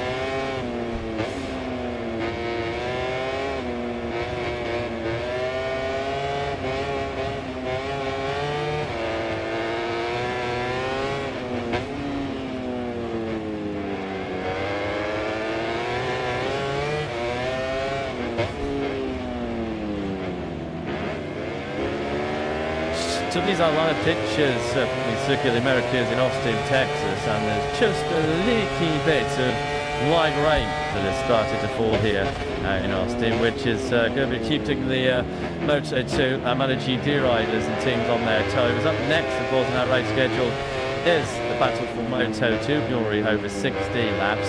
Our coverage for that will get underway in just under 3 minutes' time. Let's hope that this light rain does stay away. Not to the time then, myself, Lewis and Jack will just take advantage of a very short breather and move back midday at noon for live coverage of Moto2.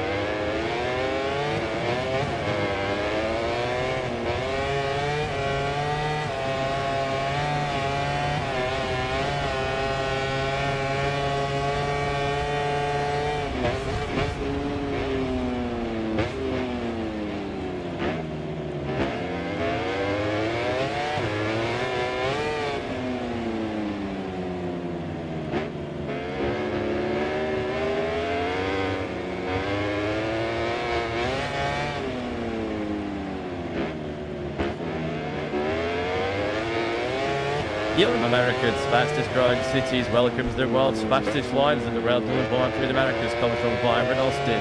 If you love music and MotoGP, Aston is the place to be for round 2. The 2025 season being dominated by the Marc Marquez. Will the Spaniards storm to ball success stateside? It's time to race in MotoGP.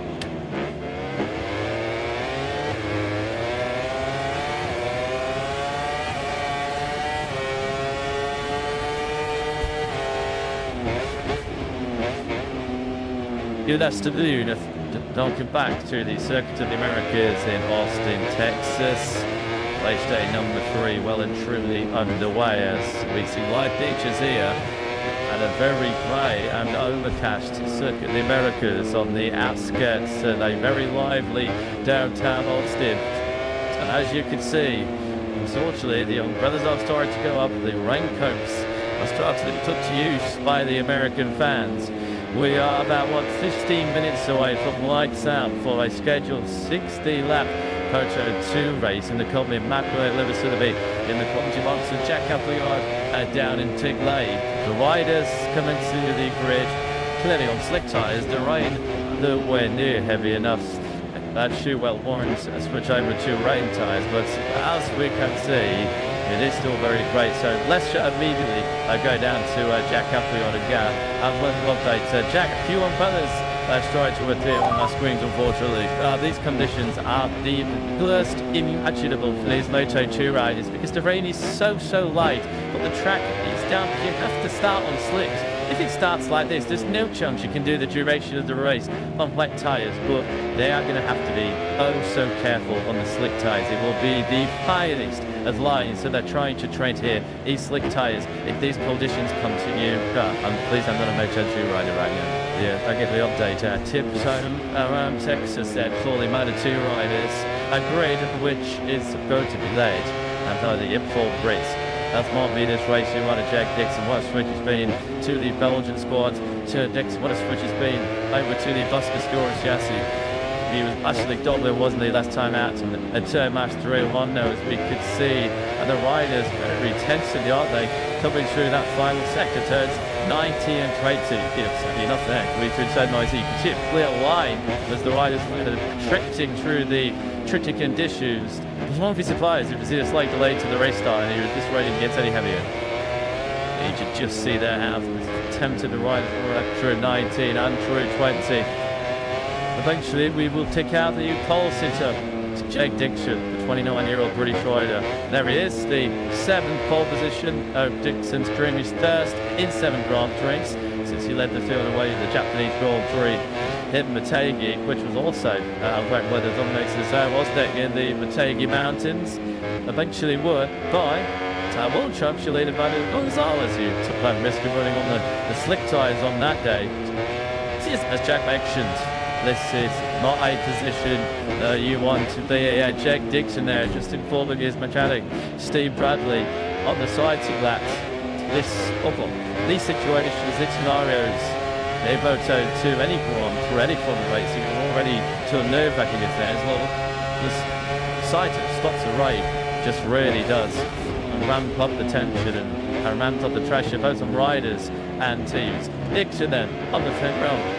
Top 2 riders, world champion Moto2 so far this season, start to go alongside each other on the Emmanuel Gonzalez.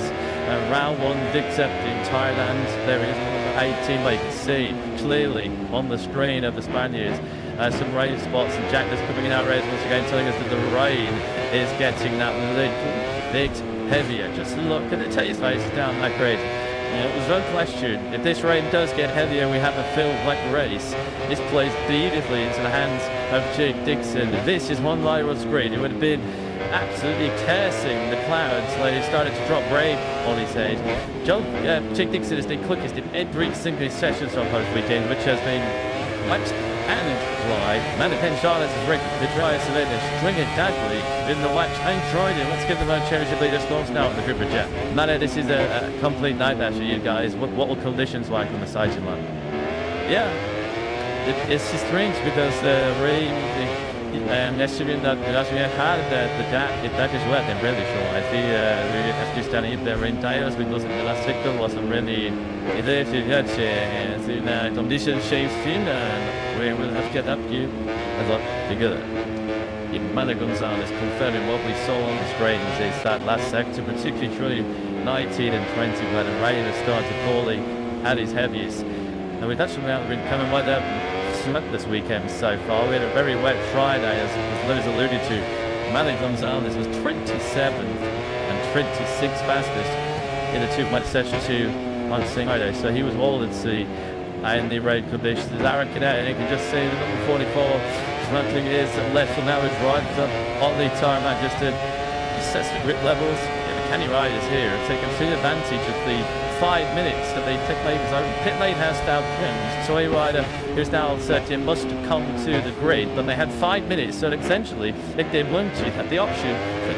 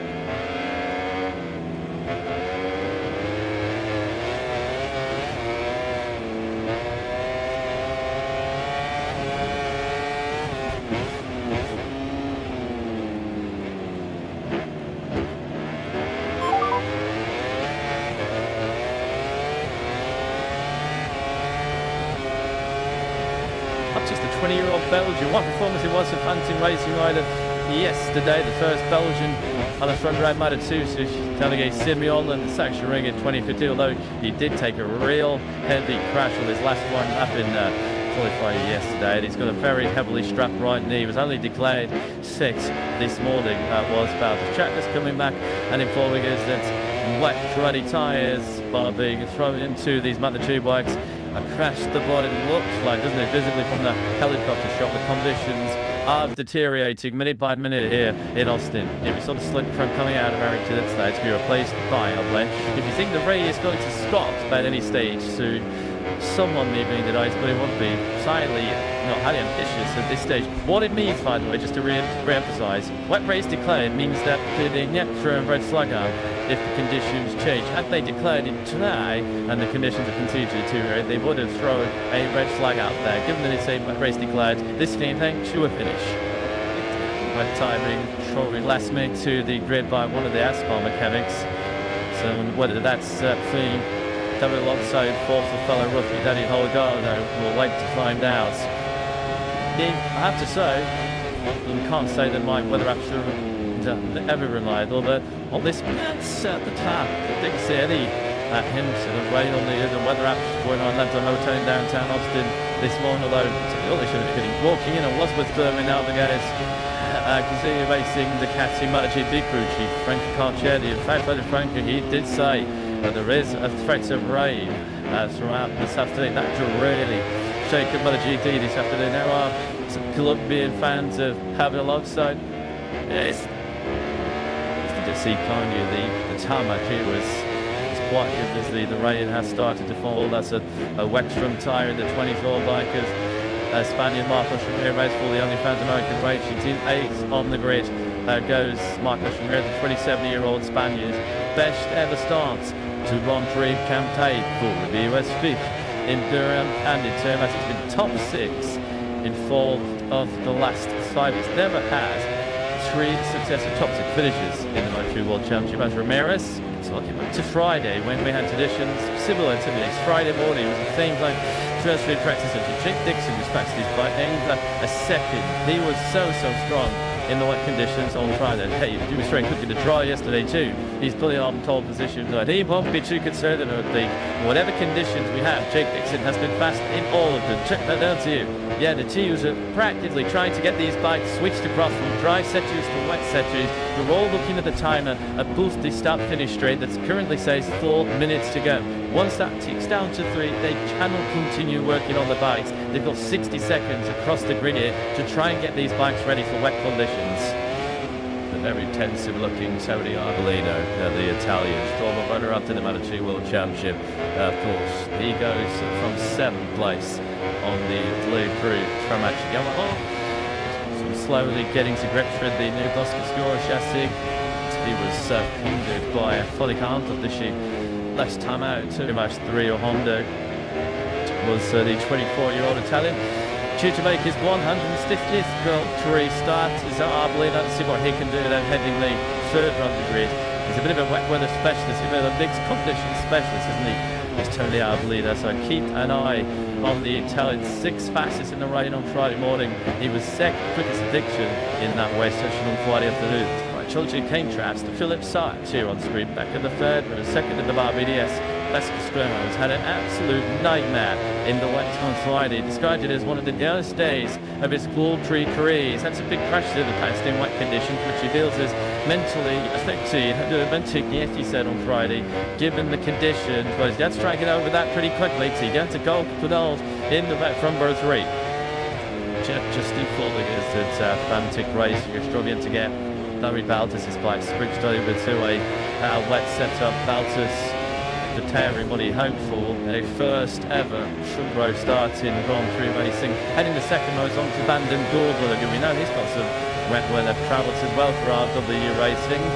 He was close to a front row start as well. The Dutch rider, only 600ths off that top straight, and the Stish time did his 61st Grand Prix start.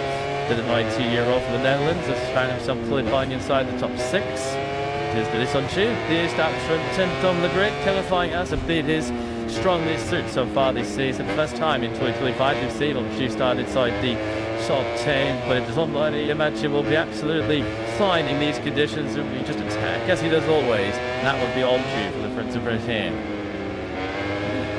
So there we are, looking down the grid. Here is the home crowd hero, Joe Roberts, who's the 27-year-old Californian. He was the dinner up there last year, getting great support here from his home crowd.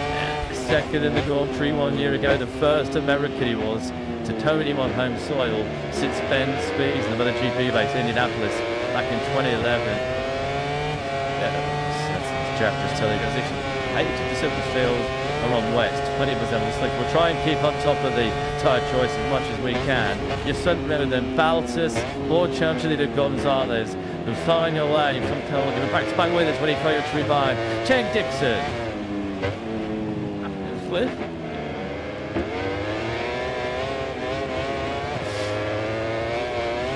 Yes, with the sense to like either we go racing in the west at the Circuit of the Americas.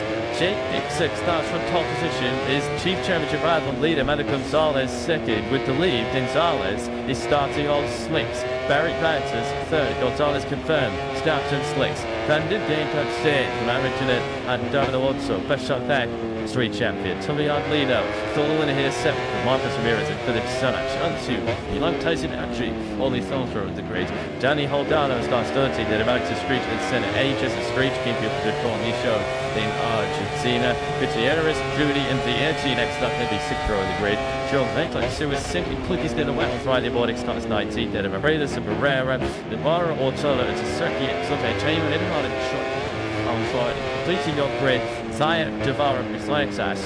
Down finger on the grid. The donkeys only James line. Jack just sag as well. Felix Salach also starting this 16 lap battle in Austin on slick tyres. My mind goes back to Jack Dunn, actually attitude, Gonzalez and Salach. Both of them did go for the slick tyres in really tricky to predict conditions.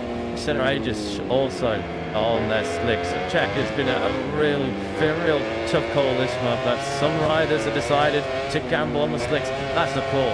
It's a huge gamble for the World Championship leader as well, guys. As they took the tyre warmers off, you saw wet tyres pretty much across the board. Manuel Gonzalez yapped over his shoulder and quickly realised that he was one of the only riders on the front side rows of the grid to opt for the slick tyres. The same for his teammate Centre Aegis. Hence to still Salach as well. Will they just switch in the box at Martin? Yes, Jake Dixon, the pole-sitter, opting for wet tyres. Huge gamble as the rain continues to fall. Will it pay off? That's just such a tough call to make, but it's so Mario Gonzalez has decided to roll the dice. The World Championship leader, 11 points clear without Jake Dixon. What was Mr. Sticky? I was soaked in the conditions, and surely they are. I'd like to say it, you guys, because it's right, it's in the condition.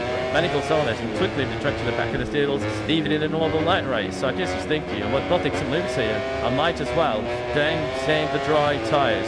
Joe Roberts, the home favourite, is also population from Czech. Alan Slicks, somebody, I don't know if it was Gonzalez, is wide on the table, they've got the white line on the exit 12, and they lost the rear. So already you can see just how slippery and treacherous these conditions are. Calling even at the start of the race. Starting to middle that front lane, he is going to have no grid at the line at all. And we're coming now into this fourth sector where Gonzalez just a few moments ago said to Jack, I'm going to have to run west because it's Steve Matz in the final sector. Something clearly swayed the Spanish rider to use the tail end of the three-race build-up here. It's an all-whitey call to make at the early stage of the season as he looks to protect his 100% toning record so far. We are then now into this fuel sector. You can see that the rain has been light and it's officially light. The bikes aren't picking up any stray whatsoever as they were in 2 wet sessions here on Friday. You can just see a few riders really are tick-towing their way through this front sector. One of them, Lane killed here with Manuel Gonzalez, who's barely taking up the throttle as he goes through turn 18. Slicks out, you can see all your screens. I think Manuel Gonzalez, great work down the grid by Jack, because it's not easy to keep tabs on all these riders and teams are doing so. Great job down there, Jack. It's Manuel Gonzalez and now comes to the grid. Second place on the grid. F4 that has been made by Liquid Rally Dynamo, Tack Gonzalez and Aegis on the wet Rally Roller. Mechanic should want this on dry time. So Gonzalez, Aegis, Quintet, Arenas and Marrero. So who has taken the correct call? We're about to find out here in Kota. Gonzalez then comes late to second place on the grid. Only Pirelli slick tyres keep a close eye. Centre Aegis is going to problem here as he to his grid position up. His way to the correct grid position. Back in the fifth run set of his way you need to be in 16th place. This removes Teros. So here we go, the mixed weather, mixed tyre choices for this Kota battle in Moto2. This likes so wherever you see your Moto2 here in Texas, slipping in tyre to Manuel Gonzalez on the thing. That settle goes pulse. It's a Jake Dixon. It goes really and tired that first pull and didn't need to. His mom's edge at the chasing touch. Look at Manuel Gonzalez. Big picture that. He is going backwards and he is tunneting through this field like a story and the slick tyres. His start up wasn't bad, just stopping your watch. He really, but of course he had to brake so early to the first gear. He's already outside the top turn. It's Dixon for Bouchers and Ramirez in a 1-2 lane race. He's gone through to defend for an extra third position. Dixon already had 10-50 drive lengths of advantage before he hit the brakes for the first corner. Just look how heavy the rain is as we come through turn 7 on the first lap. Manuel Gonzalez, really in picture, so just head through the 23rd is Gonzalez through the first sector. So actually we also know the Czech rider out in the slip window. He was 24 through sector 1. Has that gamble limited spectacular deck fine. well, 6 wide and it starts in on the dry tyres. Man, back in the field at this stage. Here comes Eric Lynn having a look on the inside of Tony Ardolino. So it's Dixon Bouchers. Ardolino, who's now slipped behind the 8 trace. So Ardolino fifth, fifth. Van der Dorfer, N-Tube, and Native Marcus Ramirez is starting at 8. Cheat 9. So just you've yet to down the one sometimes. Not much played through. So we'll to bike. He's dropped back to 13. So Dixon made the dream launch on that rain rubber. He leads into turn 12 for the first time. Again, one way back is actually trying to slide him really through on the bigger race there. Battling to use the back end of the top 10. He did riders and slicks. They were halfway back down the pack. Strongest as we lost the rest of the field come through. So Gonzalez, who's just thinking his team at 80th, they are 7.5 to circuits already behind the last rider on Wentz. Going the wrong way on this first lap. David Alonso has lost 10 place. He just didn't pick some place for them at a Dream 5. Ivan Altola. So Alonso, who's starting the season best 6, is really now down 10 places to 16th bench. You can just see now this father say touch trailers. Yes, all this change was the wettest part of this circuit, but they're just zero straight. Big kicks at the lady boxes. Folgado goes on the inside of Rubeles. Yet to start to Moto2. Danny Halgado has made successive top 10s in Thailand and Tumas, and he's making his way. That's all with here already on the first time in Texas. Start to this Grand Prix. It's 30. He's going to come out the line 9th. Great first lap by Halgado. It's coming through, bounces into second place with Alonso Poses and pretty adept by the rider as he now moves through at the unplayed Tassus. Not cultivation along that penalty keep receiver. Crushy in the wet change Friday under yellow flags. So we're still waiting. There's riders and slips the Pemmican behind. It's just the first to do. He is 23 seconds off the lead. Jake Dixon's lap 1, race leader at 2:23.3. Manu Gonzalez, he started next to him on the front row of the grid at 2:48.0. There's a mountainous gap, a massive gap between the speed right now on the Trolley Ray River, and those riders did take a punt and go on the slicks. Gonzalez was 20 seconds on lap 1 alone. Yeah, the back she tries out. You need to keep yourself somewhere in contention. Filter did all that time back in the gyro. Remember Japan last year, it was pretty much good enough for slicks after 200 laps of that race, and the White Gonzalez and Agura came whistling back through the pack. Genuinely, same podium positions. Unlike then at this stage, that's happened because Gonzalez is to lose so much time at this stage. H is coming through the first section. It has actually told a little bit of time back on the damage. The rider immediately ahead of him will keep you abreast of their progress. 6 riders remind you back in field all dry times. The rain was no table to Jake Dixon on Friday as he led both and wet session to see the kick-off at Coastal Gone 3 weekend and already and he's starting to stretch the field at the front. 9/10 clear as loped as he was through the second sector. Big gap through the backers. You can see that goes on the inside of Ramirez. Ramirez aims to win a little bit and anytime this Grand Prix started in 8th spot. He's now been pushed out of the top 10. He's going the wrong way. He's now under pressure from Paul Taylor. 26th on the grid, he starts to come already. He's already now up into 12th place. I think we're getting an idea for the sector times, which takes this track a drive at times. But sub 10 it's okay because then he just gained 2 seconds. I feel like it's so bad. He gave me just 5 in the second sector, clearing up much up to the star end of the racetrack as he was Dixon's beating the race. And the moment that dry tie decision is all working out, except for race. Just what a accomplished what it's accomplished. Right, it's Tony Arbolino it is, and that's shown me sorting the task. He's a little bit older, so it's got laps here in Austin. 7 on the grid to team place. As it goes on the inside of Baltus as they start 41 metre count up to the first corner. Dixon's the quickest rider in the circuit. Applied Dick Larger on team 21. Team Shores and Dixon at the 7/10 faster than Lopez in second place. Arbolino in the 2:22s as well. So is Onju and Halgado. Impressive by those. Even Antonia's catching down as well. The rookie just his third Matic 2-star. Very limited weather experience for him. A Moto2. He's about to break into the top 10. He's also doing a 2:22 pace. So race leading pace on the wet tyres, the 2:21. Center ages, it's going to just line and done another 2 star. He's now 3/4 of a minute down the race leader. Unless he drives down to the point that these wet tyres are going to completely turn up, you're not going to bring back the kind of a minute in the remaining 2 laps. Yeah, right now, most speed the picture ages. Gonzalez and Moreira. Well, they speed a botched tyre choice, hasn't it? They took the big risk. where you can just see there, no lead angle whatsoever.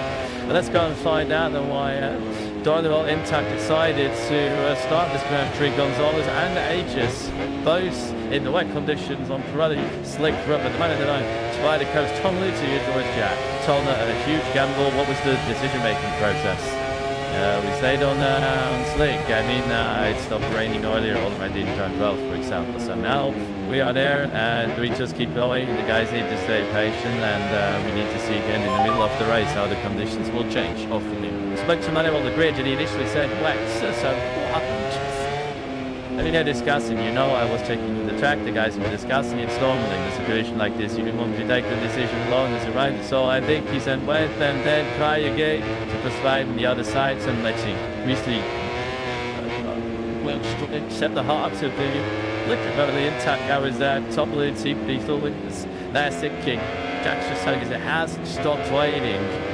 But the fastest rider on the white tyres on the previous lap was Aegis at 2:40 film. Like 5-2-0. Dixon, successive fastest lap, surely brace. He's got some endurance and barely speed here. Pretty early rhythm already. After just 3 laps, Dixon 2 seconds clear at the chasing package.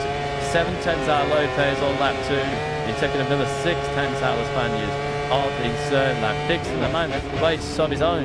It's only taken injury to the riders on slates, trying to catch back up. There's two gets links there coming up over the drag 8 turn 9. The riders said on Friday that this track gave us a pretty good grit in the wet conditions to be able to even looking at this replay of Jake Dixon. So they're doing 2:20 dons. The first just outside here in the trial, 2:07s 2:88. So they're at 10% scala, and they did not in dry conditions. So if you get down to sort of trying them and put them on times, you're just knocking them with your time back. That's really like to me. So this group on whites to kind of trust your line. Play attacks, the last rider on the race is going to test like see it on left your screens. Ages, it's 6 seconds behind waiters, and one attach is 17 seconds after read. Big mo was this old Dixon. That was a wake up call. Fairly pretty. Hasn't got fond memories of that turn 10 here in Kota. He crashed on the Limble gap 2 years ago, and it was unfortunately not able to start the Grand Prix. Streaking away though, at the front he goes. He's found already halfway around this lap for another 4/10 of a second on Lopez. He's coming with the pressure himself now from Arbolino, who was quickly dispensed very close by Barry Bouncers on that last lap. Arbolino was 1.6 seconds faster than Bouncers actually already. And it's clear Dale Lovitch with the rider probably third and the rider fourth place. A lonely source right now for Bouncers, who's got doesn't back to get there. 1.5 seconds. Slickshot was still getting no quicker. Personal best, Aegis, Gonzalez, Moreno, Robertson, Arenas, but they're still doing mid-230s. Aegis is now under a minute as the lead. They're a minute 8 seconds behind, so give it another 3 or 4 laps. If they continue to lap at that pace, they'll be lapped. Yeah, they're not going to get laps without any question. It just stays as is. Good money this for second place. Loites versus Arbolino. Tony Arbolino going in search of his first podium on checking the Decimus Guru chassis. At the moment, we have a Bosca lockout on the podium. Well, that will be from the Italian manufacturer Dixon. Once again, he is just it's so confident, so good in the front. He's down at 220s, 220.687. This is the third lap right now. The Dixon set the fastest lap for the Grand Prix. Takes us just way too hot that hill. Lopez in second, all the 2 seconds slower on that previous lap. He's got his hands full now, trending off Arbolino. Dixon 3 seconds up the road, and we remind you, he's the fastest in every single session he's taken part in this weekend, and they've been in a variety of different conditions. Free practice we want is team, right? Practice prior to it was to try. They didn't get off the slicks, but the track was definitely trying out. They just did the trial Saturday morning, took pole position in the dry yesterday, back in wet conditions. Once again, it's Jake Dixon who's really seeing she on stick course with Valen Gonzalez having an absolute shocker. With Dixon in top of the Moto2 World Championship. The first couple of has done that since some lows at the start of 2021. So Dixon, a potential huge payday coming in terms of the World Championship. When you think that Gonzalez at the moment hasn't got a catching health chance of troubling the toy scoring places. Alan Kidnap is called his third in the standings. Point behind Dixon could be at this Grand Prix is in 5th place. So what's a huge early boost for a championship challenge this could be for Dixon. So over. He busts his goal. 2-3. Dixon the Monk, Medias, Lopez for the HDR Hydrant team, and Tony Arbolino for the DB Crew Temak. The Yamaha squad to the moment are threatening that as podium as a Moto2 squad, and it might get better yet for Arbolino. He's now going to fast picture Lopez to take that tight inside line in terms of Dean and Trank and a better run out of the ball. This is the petrol down second twice, but they're just jumping further and further back. So Dixon, whose lead is 3 seconds up at the front. Yeah, he just Gonzalez, Moreira, Robinson, Waynes and Selach. Those 6 who started on slicks. Okay, no change out anymore. That's actually out of those slip tyres. They're still stuck in that sort of mid to 44s. The company at the moment certainly hasn't paid off at all, has it? Already starting his 60 to 60. There's your way to the Jake Dixon. He once again 3/10 from that previous lap, and Leitner was having to do the real rear guard action here to defend against Tony Arbolino. Next has just saved to Sebastian Montoya through. As no test goes blind, because to the time, inside line now was out. They could have put it like a few seconds. Inside that could have easily washed out. The front Tesla just hold on to second. Chanel and Vietti 5th and 6th respectively. They just set their best laps over the Grand Prix. They started to close in on Baptist in 4th. No clear signs of any sort of drawing line at this stage, which is what that 6-rider group at the back of Parisi for them to come get to contention here. When the riders are beginning to see that their tyre is starting to overheat, see if there is a little bit of dry tarmac out there, they'll start to go over to the white times of the racetrack. And at the moment, the circuit is on the plane. No signs at the moment of this drying up and bringing that to get back into this race again. Dixon leading out by 4 seconds. It took 6 turns down Lopez through sector 1 alone this corner. Coming for a long, long way back is Arbolino. Is it going to make that work? Just in a little bit too hot. Lopez just cutting to the inside line. Thank you very much. He's back into 7th place. And that was just a drag race down this 122 kilometre. Love back straight. Onto the red paintwork goes Arbolino briefly. He's even close to attack Lopez on the brakes. No, Lopez finished doesn't look like Tisney into that tight turn 12. There's Lopez, although he's in last, he's in high Indian. Arbolino is in as needed. Arbolino does find a way through. That pressure has been building, that pressure has been mounting. Arbolino now in the second, but he's over 4 seconds behind your race leader Dixon. You know, Arbolino, Mr. is actually getting on the way. He didn't hit his the highest his teammate at the front of the race. Getting the inside to the Moto2 race on lap Starif is 6. Dixon, it's still outside to Philip Salat. Ages still leaves the Met runners. There's still 20 seconds of the day. Salat shoots that flashback through the Tady last year. That's why he went for the slick tyres. You can just see the number 10 there. It's really a great job of making sure that he's not disturbing if that's. I think there's Salat might maybe jumping into the Dix there. He had his leg out. Arbolino leg off the mark, still tag. Dick Salat has kicked it. Yeah, he has. We can't see Philip Salat. It is, not classic voice. So Philip Salat said, I think his Paul Day, his teammate is making fun at this Grand Prix. A 2:20, so he's laid 3 for the 1 last lap by Dixon. 8 tenths faster than Arbolino. Back with Manuel Gonzalez. How much longer will he persevere, do you wonder, as he starts to the damage limitation, the damage is complete, and Jack's conservative Sarge is in the previous lap. 21, so 6 seconds was the differential between Dixon on the trolley rain tyres and Gonzalez on those Pirelli slicks. And it's been like that since the start of the race, hasn't it? If you're on the dry tyres, you're holding B, you just get faster and faster and faster on the slicks. There just isn't the dry tarmac underneath them. Look, you can still see some spray being kicked off by those dry tyres on the back straight. Manuel Gonzalez with no drink, he already had no confidence in my predictions anyway, but it wouldn't have been as cared as this. He'll be lapped by his championship rival, soon to be the rider taking over from him as the leader of the World Championship in states like this, Jake Dixon. Dixon, soon, they will be able to lead this. He's soon going to be seeing Manuel Gonzalez up ahead of him. He's going up walking pace. You just saw that in the background. He passed other Dorados. One of those 6 riders that was out on the slicks. Philip Salo said what he's singing now was just too dangerous and too toilets carrying on the trolley slick tyres. He's going back out on that label potentially. It's just going to be yourself. Dixon though, on the other side of Alpha VDS Racing, well, you have to say one side called absolutely spot on. You know the Tony Arbolino though, how can you use in these mixed conditions? This track just starts to dry up. In fact, already Arbolino has started to team up like a nearly clean with a time. Although Dixon not much at all. There's that Dix there, we have to have a real good look at it at the big screen on the outside of turn 20. Here's about now. This is the line. Actually, another fastest lap. A 2:20 to Drake 6.9.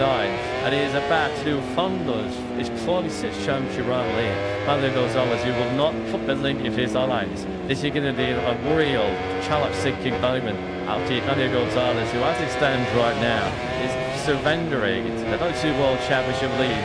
We've gone win time. We used to say easy in threes, but Dix is going to be careful again. We'll have to need some others because they're going to shame that Schindler that he is. There he goes around the outside of Dilton Herrera. It's like playing a computer game on very easy mode. This Gonzalez and Aegis, who are absolutely powerless, and Dixon tragically there negotiated the traffic. Yeah, and Aegis, Herrera, and Gonzalez looking at that going, should have got worse. Yeah, should have got worse. You know, bigger than that. His tire size is a wonderful thing, isn't it? As Jack Dixon drops down through turn 10. This is a little bit like last time out in turn map 3 or Honda in much dry conditions. This is just the ultimate test of Jake Dixon's focus. His situation is empty fortitude. You have to say, apart from that only mistake in turn 10, he has not put a wheel out of line. So much. He didn't even turn back out and circuit on to run a great rubber. See that must have look.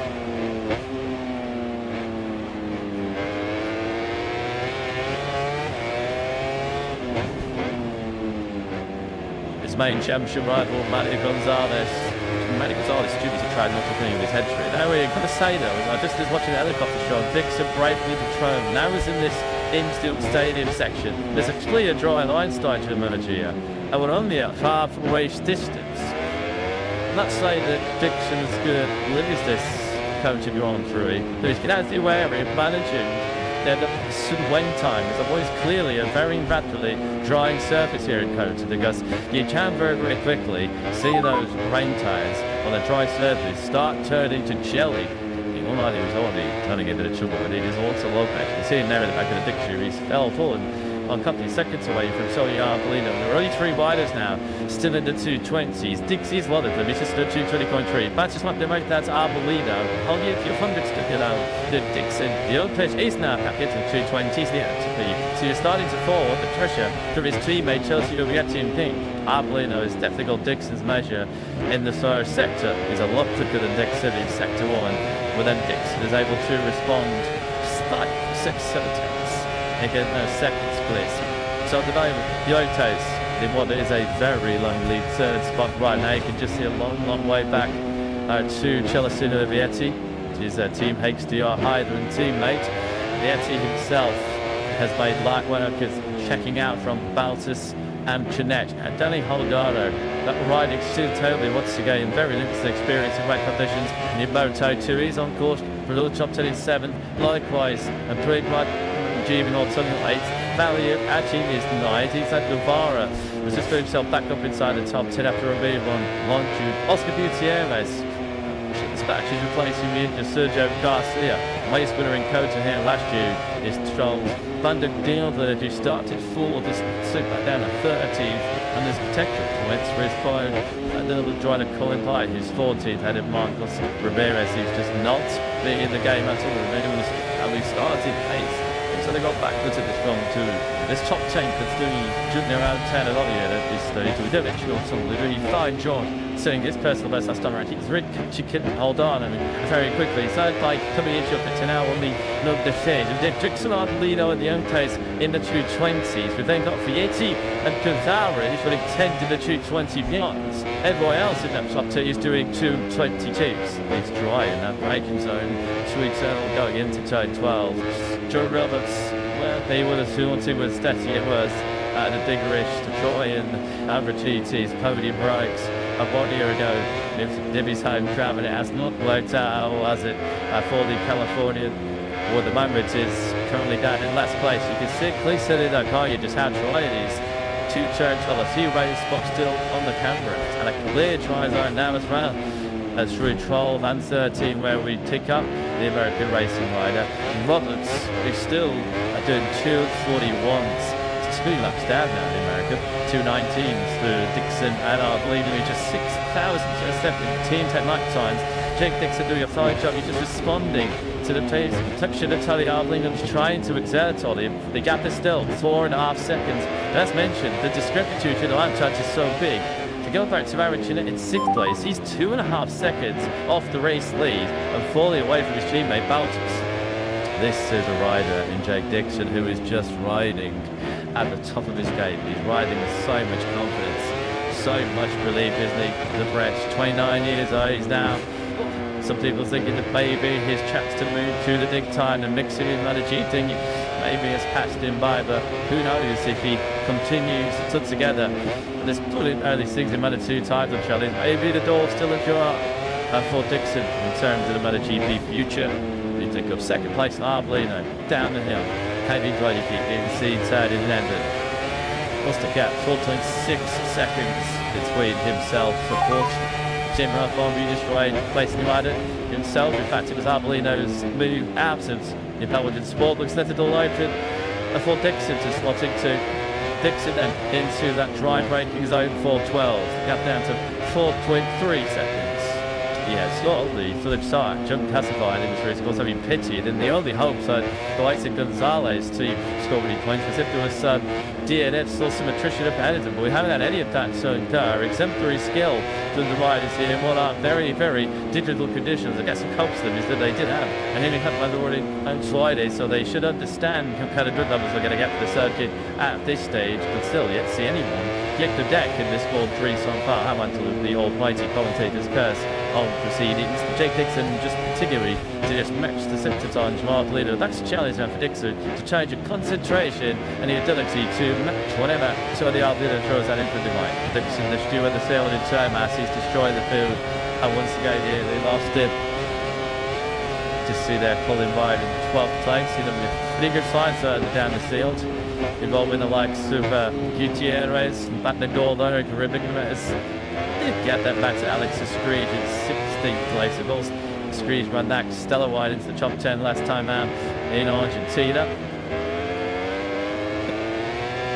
In this spot, another fastest half of the Grand Prix going the way of 96 Dixon. 19.5 Marie 2. That's just Polino to his personal best lap of the Grand Prix as well. Those two head and shoulders of the big chasing pack. Let's see it. 2.19s as they stand right now. Alton Muntons did just say his fastest lap of the Grand Prix, but he was 6 tenths slower than Arbolino, 7 tenths. That's the taste of Dixon on that lap 10 of 16. It's this training of the young chargers. Rookies then leading this group. Hogana to that chain. And what's on those bits of mixing tunes. Well, Tempest only continued in that he won the Moto3 race here a couple of years ago. Luckily, close to Kitstenas to Grand Prix victory. I haven't really seen Chivik so far as Moto2 to this point, but he was very good. He was inside the top 10 in the wet conditions on Friday. So these three comfortably dish these Moto2 rookies haven't had an answer yet. And like by the way, there was barely any bit of towards him. It was thinking dry, and he went just to get the rest of the season in the way. And a shout out to Indonesian Mario Aji. Those are a lot of Indonesia fans who are going to be glued to their screen. Just Guevara. The easiest through of the 16 at the moment. Aji on course for his first ever World Championship top 10. That'll be some achievements by the rider from Madir in Indonesia. Some of the gaps of Dixon had a brilliant second to 2 is very big. Has got the upper hand. No, I'm totally Arbolino. Dixon 25 seconds clear through that second split, halfway round this like 11 of 16. So out of absolutely nowhere, in the first 2 sectors, he took nearly a second out of Arbolino. Has that been a mistake, maybe, from the Italian on number 14 bike? Such a real damage being done here to Manuel Gonzalez in the World Championship. If it's going to lose the World Championship leaders, it stands to Jake Dixon. If Aaron Canet can get to police here too, without needing Canet like going ahead of Manny Gonzalez. So Dudley has it gone as another fastest lap comes the way of the 96, a 3.19, the other 2.5, and that might just have finally broken whatever challenge was coming in the way of Dixon for Tony Arbolino. He's back into 2.20s. Dixon extends his lead by a second on that lap, so 5.5 down. That was a massive lap 11 for Dixon. If there was any sort of sniff of hope for Tony Arbolino, well, he still that I could have extinguished it. Arbolino still on course for his first Boston score, a podium. Just behind him is Alonso Lopez in, as you mentioned, still a very low third. So Lopez, despite being all his loads here in the Lone Star State, he's still a pretty respectable taste himself. 2:19.832 is his best lap of the Grand Prix so far. So and a half to go now. And that's all that stands between Jake Dixon and successive Grand Prix wins in 2025, and more significantly he's going to seize the lead in the MotoGP World Championship before we head to round 4 in Qatar in a couple of weeks' time. Into 11 he goes.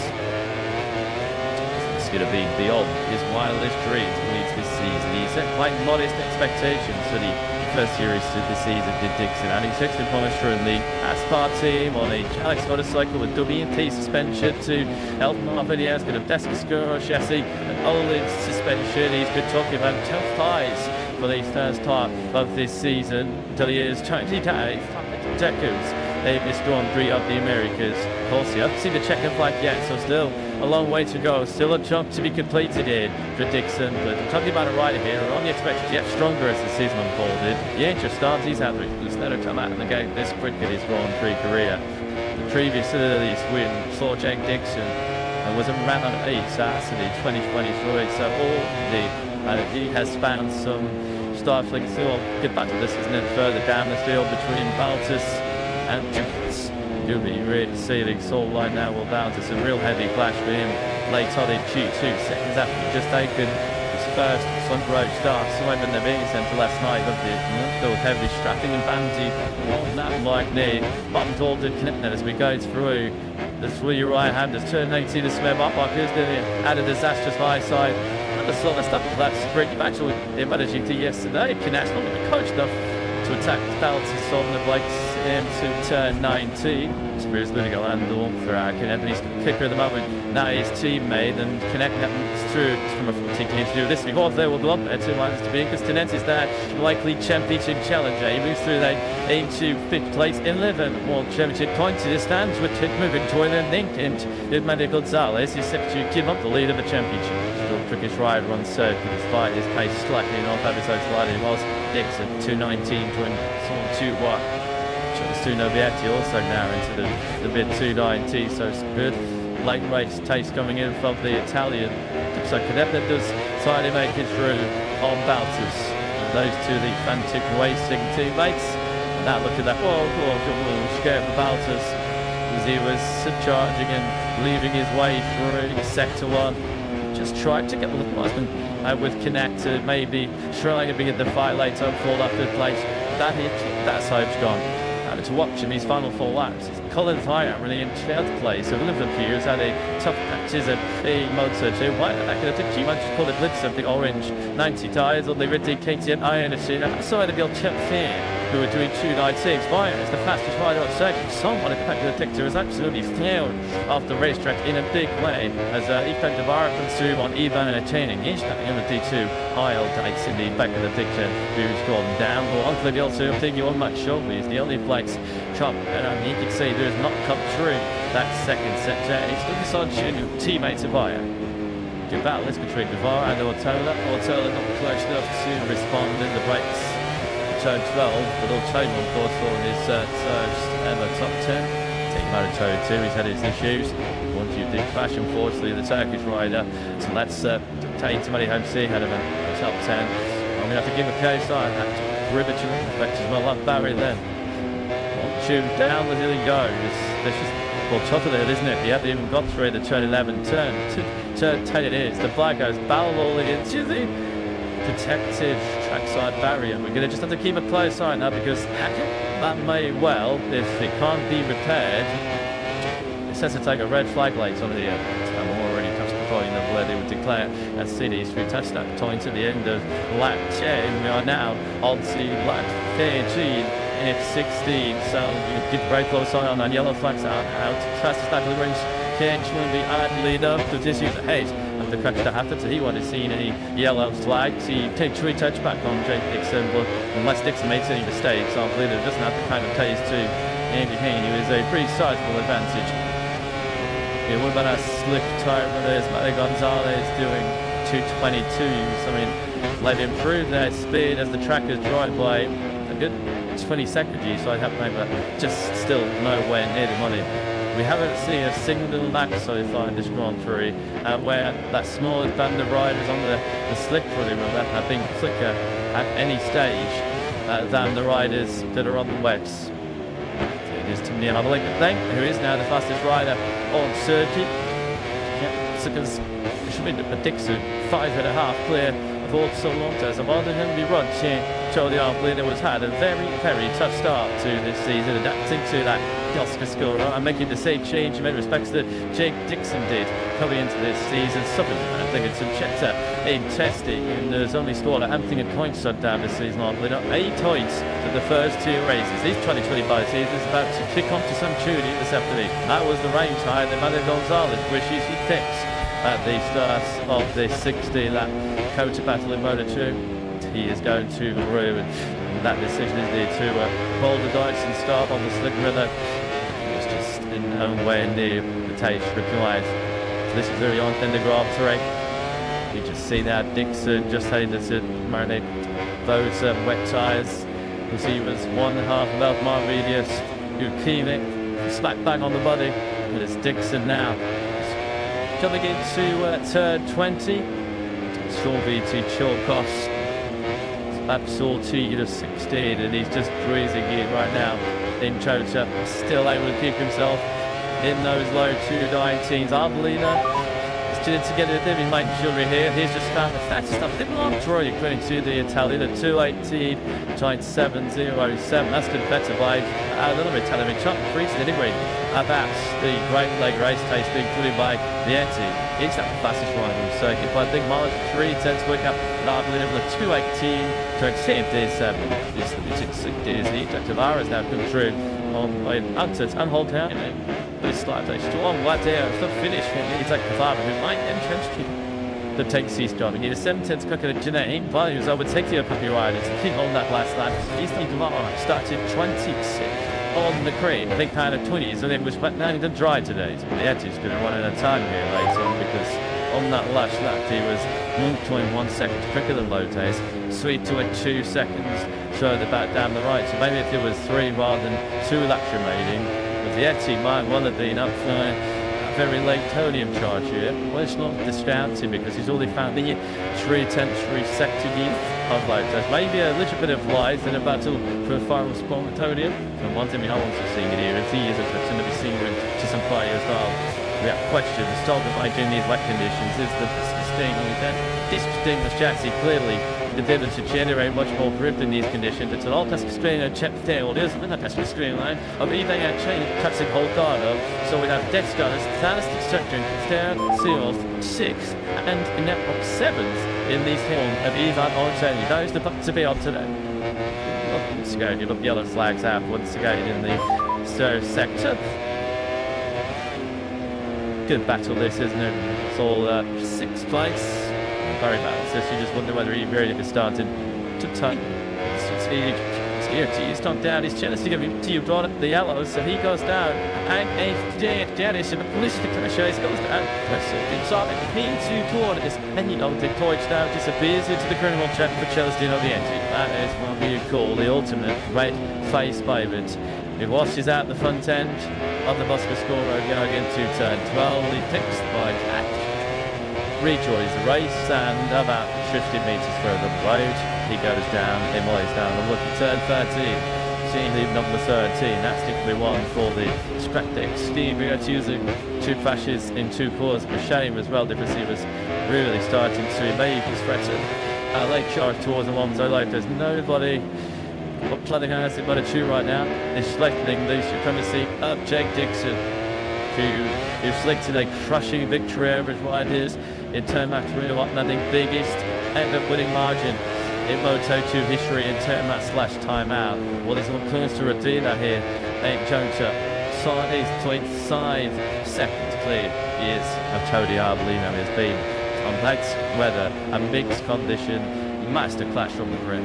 So the difference of the FC Canucks now say we might have a bit of trouble in the left side from Devara, who's now 5th. And Izan Turner has now moved up into 6th place, having passed Balto. So 5 jobs from the MSI rookie and underlining the Busk-Skera domination in these conditions. Stands 2nd, 3rd, 5th and 6th. It's going to be back start to finish victory for Jack Dixon in completely different conditions. He had to start the 2025 now as being fully British rider. He has never won back-to-back Grand Prix in his career. This is start number 1 over round 7. Trying to be the 25th different rider in Moto2 history to win back-to-back races. Could be only the 8th sprint to do so in the Intermediate World Championship. Joining the legends, great as ball like Hayward, Reid, and most recently Sam Lowe's and Scott Redding. His genius this has been by Dixon. Just in the 5 seconds as our band thinks Danny Holgado has just picked up practice for 7th place. Bardaz said so much of this ground tears. Actually take that serious, but Joe Guerrero just set the fast on the Grand Prix on the 20 slick side. The 272 left to the side, the 4 side Stanley. Big slicks, but faster than works, but nobody faster in Texas than the Puglia Brit, Jack Dixon. Dixon conquers Conta in Moto2 as 2 wins in the fast Shui Grand Prix. So that might be this racing rider. And crucially, he takes over the lead of the Moto2 World Championship. The first time I've seen the Brit do that in 4 years. Since Sam Lowe's ahead of the pack, a cat off. You check its lag being late by other than Rudo Upperson. What about it? It's Tony Arbolino that comes across the line. He strides podium the Boston scoring road in 2nd place. Lopez completes your top straight. This is Sir the Danfield Connect does rescue a 4th place. Who's out? Comes right by Doug Farmer, 26th to 5th. As a barnstorming ride. Ortula, that brilliant late charge. She takes 6th place from Baltus Holgado. Aji, the first ever top 10. Here we get the boy celebration. Well, he was untouchable, wasn't he? As a picture, the first ever top 10 for Mario Aji. Followed by brilliant. He just is there by the 2 start and take a top 10. Tied for Ramirez, Gutierrez, Vanden Goldberg, Alonso, and the Screech. And Pendle alive, would you believe it? Would you credit him? Capu has just set the fastest up of the Grand Prix. Well, it's now our ex-in championship leader. Padilla Gonzalez's last lap was a 2:15.397, which was over 4.5 seconds faster than Jake Dixon. Player of the edge, but not in time. Ultimately, he made the wrong call. He's paid the price in the $25 this afternoon. But likely he was going to win the race based on his holding back conditions on Friday. Jake Dixon completing, there's no other way of describing it, the perfect weekend being Austin, Texas. Fastest in every single session, payment mission, flag every lap, won the race. That's what they call a grand slam. Yeah, he was picture perfect. The entire weekend he has been on a different level. Let's hear from his crew. Jake Dixon, wingman, Richigamme Castro, Jack. Licha, congratulations. Unbelievable ride from Jake in the trickiest of conditions. Just how proud are you? Lord, with the fitness in the recession. Hey, we're going to do some. Very long, you said, John. They may not be there, you say, women. You want it? Knocked out of his order. She did. You know, the World Championship leader as well, congrats. So don't be big firm. This leader all you want service. We're sticking the limb. Thanks very much, Jack. Thanks to the show and the Castro. There are 2 very thoughts of DT and the other lives on Jake Dixon. It is his wife Sarah and his daughter Summer. Delivered his deal and after his winning Terma 3 on. No wonder what's going to be how they're going to spend the race winning bonus here today. As Tony Arbolino chipped his way through from the 7th, they're going to be said, didn't we? Through race, keep an eye on the Italian. We know how the depths of his in those conditions, and he did let us down once again. Tony Arbolino, that's his 17th Moto2 podium. Since the second of our 2 visits to Mazzardo last year, so it's been a long wait for Tony Arbolino. And good to see Alonso Lopez. A pretty underwhelming start to 2025, 10th in Thailand, 8th last time out, as that the Spanish already gets himself back on the podium for the first time since the time that flyweight tour in Mandalika last October. Jake Dixon takes the congratulations of Joe Reynolds, not short of his helmet. Joe Bob was just thinking, yeah, loads of times I didn't know who on three, mate.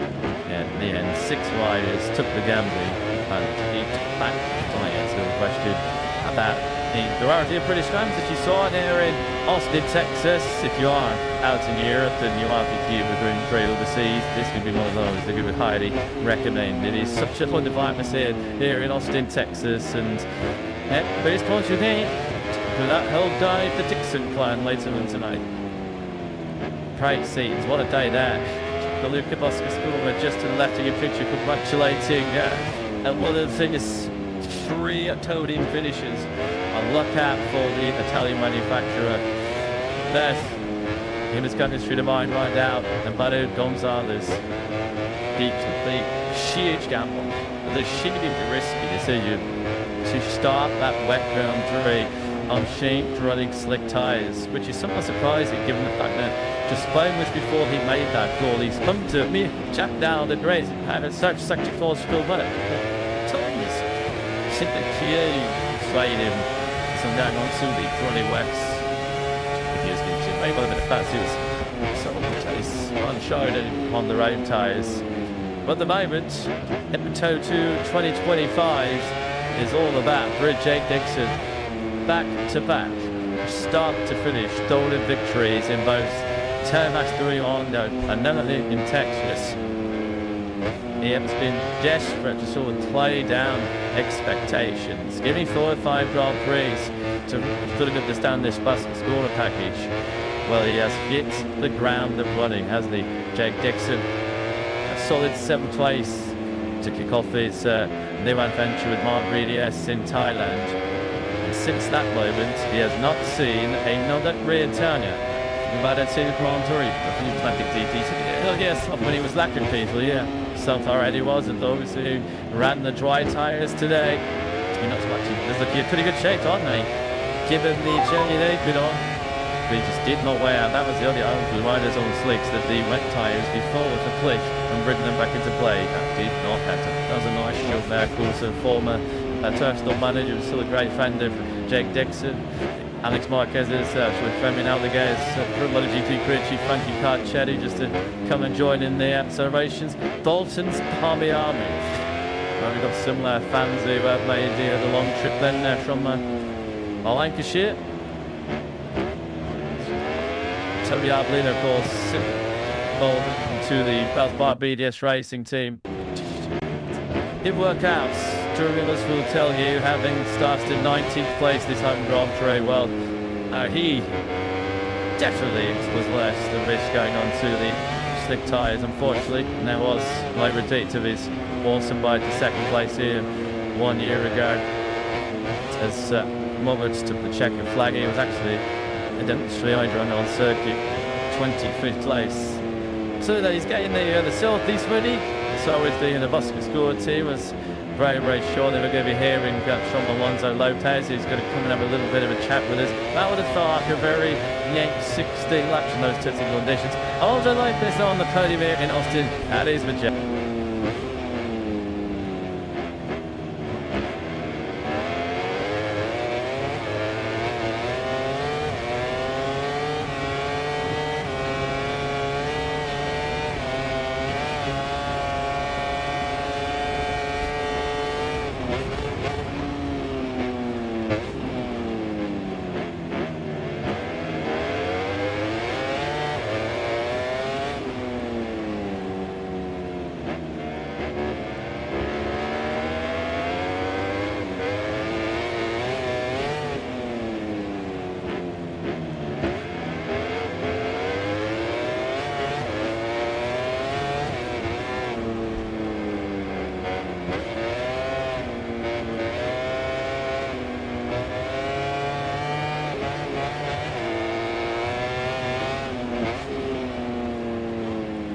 Behind race winner Jake Dixon, he was actually 5 seconds behind 2nd place Tony Arblin. That was a huge gap then back to Canet in 4th place, nearly 16 seconds between the two Spaniards. Just shows that the superiority of Dixon in that Grand Prix when the rider in 4th place. He's no buggies, no slouches. Aaron Canet was almost 30 seconds, half a minute back. First Oscar score podium of the season then, Tony, I believe. Let's hear his thoughts with Jack. Tony, congratulations to the Panagib. I think it's safe to say the Universe team. Victory here with Blue, and now 2nd place with the new team. Making that.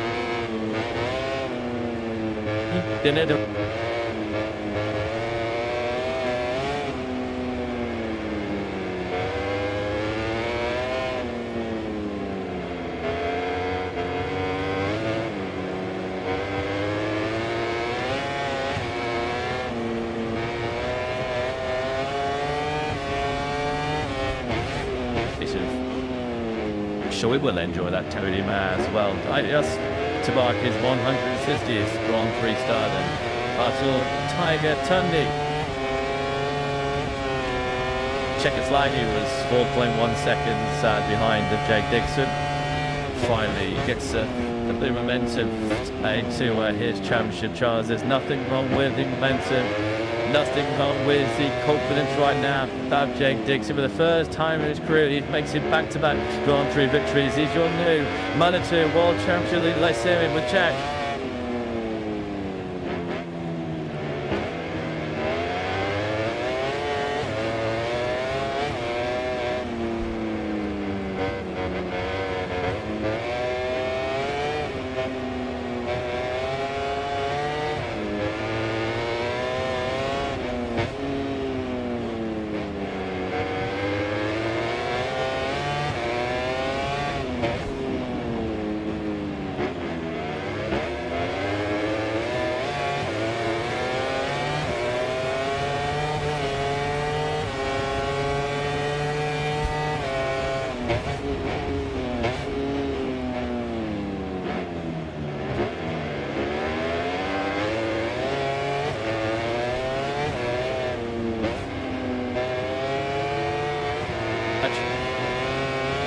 Yeah, brilliant job by Jake Dixon. Yes, it is Ring Sunday back at home in the UK, so a nice little gesture there from Jake, and there was a pretty mix, yeehaw, wasn't it, to come and speak to Jack. Sometimes you just have to take your hat off. And Tony Arbolino said to a rider who at the moment, as he mentioned, is just on the top of his game.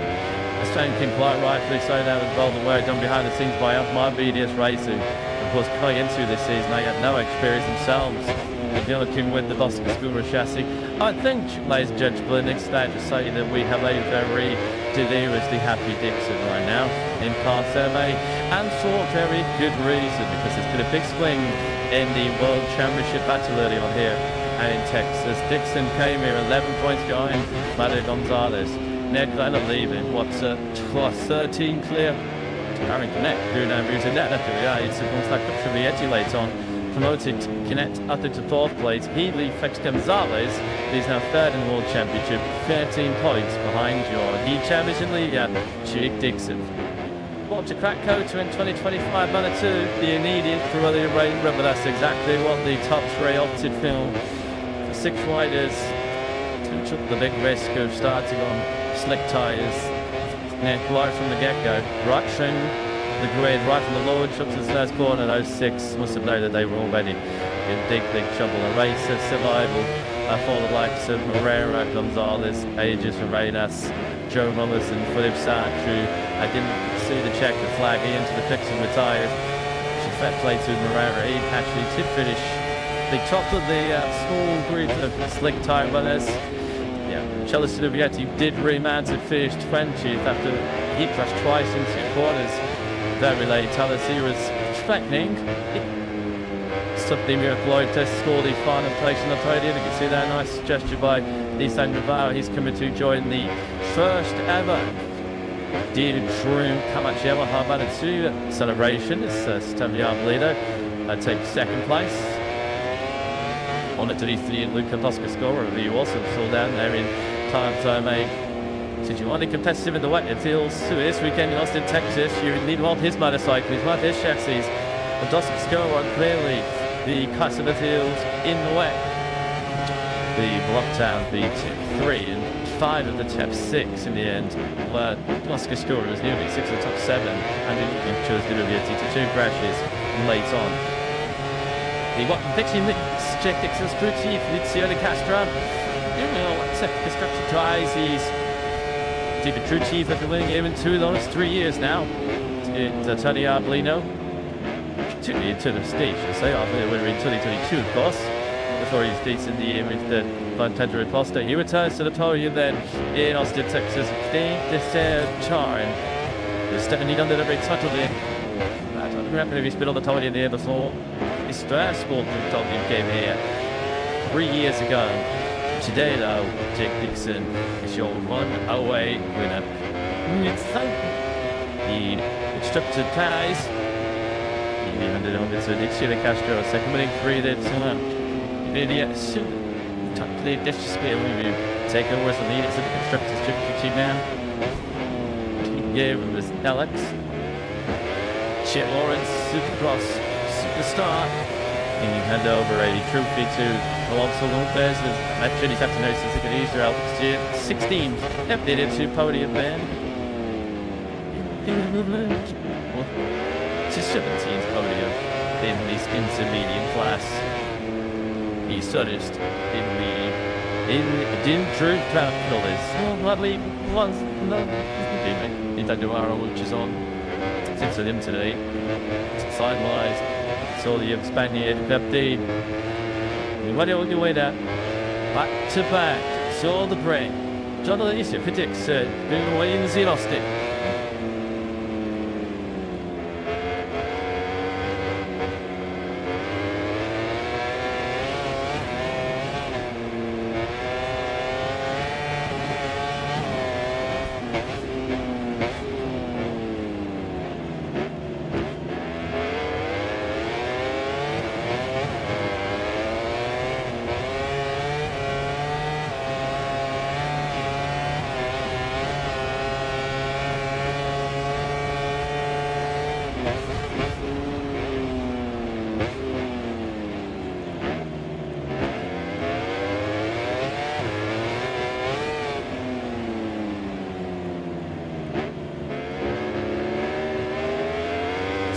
Phoenix Dixon dominant in turn after Jake Dixon's dominant in Texas as he moves into the lead in the Moto2 World Championships.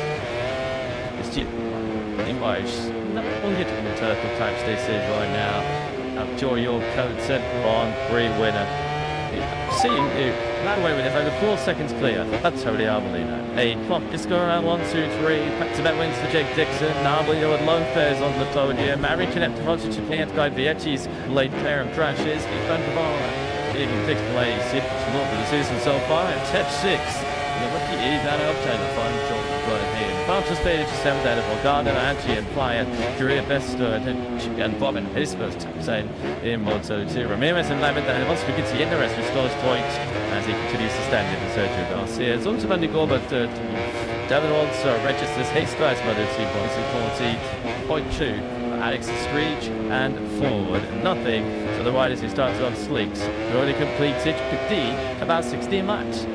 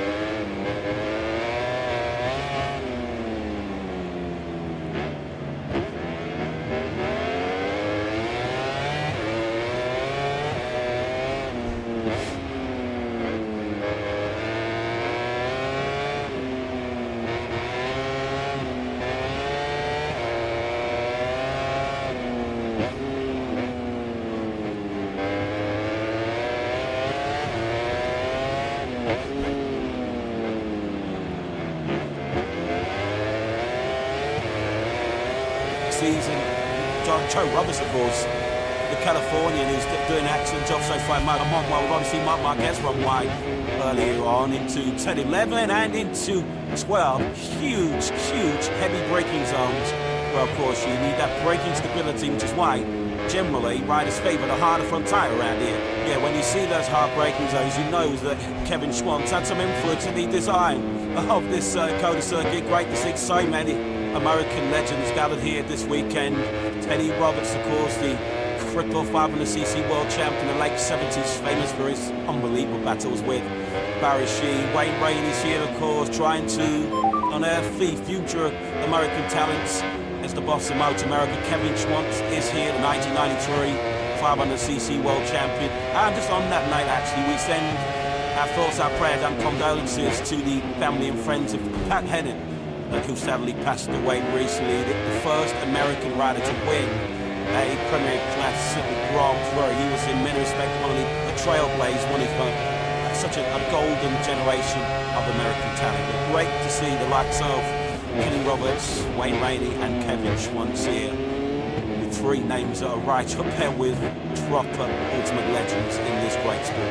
Which and also, while we're talking about that, just send our best wishes to a couple of former MotoGP riders who've been in the wars recently. Danilo Petrucci, of course, is in World Superbikes nowadays, had a big motocross crash which has left him rather second-hand, and Andrea Dovizioso too, who has certainly shown no signs of slowing down on a motocross track, and he had a pretty high-speed get-up as well on his motocross machine earlier on this week, which saw him out to be early put hospital. But fortunately as well, he is also on the mend, so we wish him well. Marc Marquez once again there, nowhere near the racetrack there, this time to turn 19. Marquez running on to this lap time won't count for anything. Much like we saw this morning, it's like a scruffy start to the session for the King of COTA. Might promise at the start for another former COTA winner here, and now Bastianini on the 23 Ducati Amai racing machine. And now is already rapid in this early fire practice, down to a 2:04.25, and Pedro Acosta is the first rider in the 203's afternoon, joined immediately by the likes of Martin Sparger, Fernandez, Augusto Fernandez and Jack Miller. Martina now leads early on with a 2:03.036. We're already inside the lap times that we saw this morning from Maverick Vinales to the 2:03.2. Aleix Espargaro, and that's a significant jump on what we saw from him this morning. He was very quiet session for Aleix on the 41. He didn't do anything better than a 2:04.8 this morning. He's already second 0.2 quicker than that this afternoon.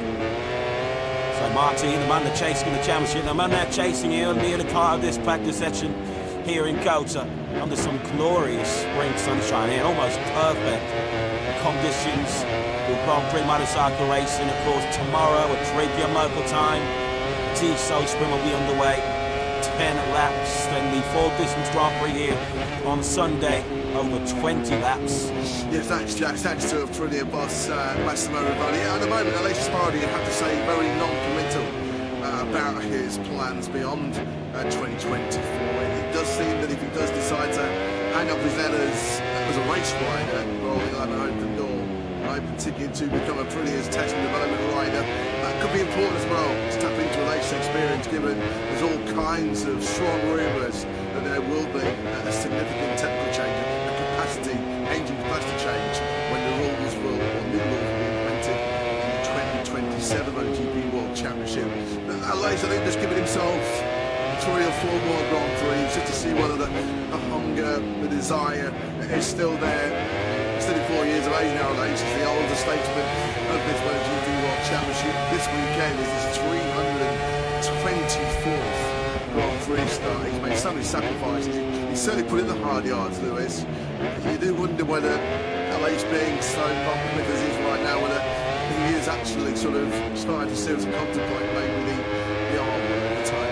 Yeah, I guess ultimately it will all come down to how competitive Aleix Espargaro is. I mean, for so many of these riders, the enjoyment comes from winning. The enjoyment comes from being competitive, and Aleix Espargaro isn't. So I guess that will make the decision for him. Of course, he's put in the shade a little bit recently by Maverick Vinales. It's so easy to forget, there's just a couple of rounds to go. The first race of the season, so many of us arrived at the sales circuit on the Sunday at the top, probably tipping Aleix Espargaro for the victory that weekend, that afternoon. It all went wrong in the race itself.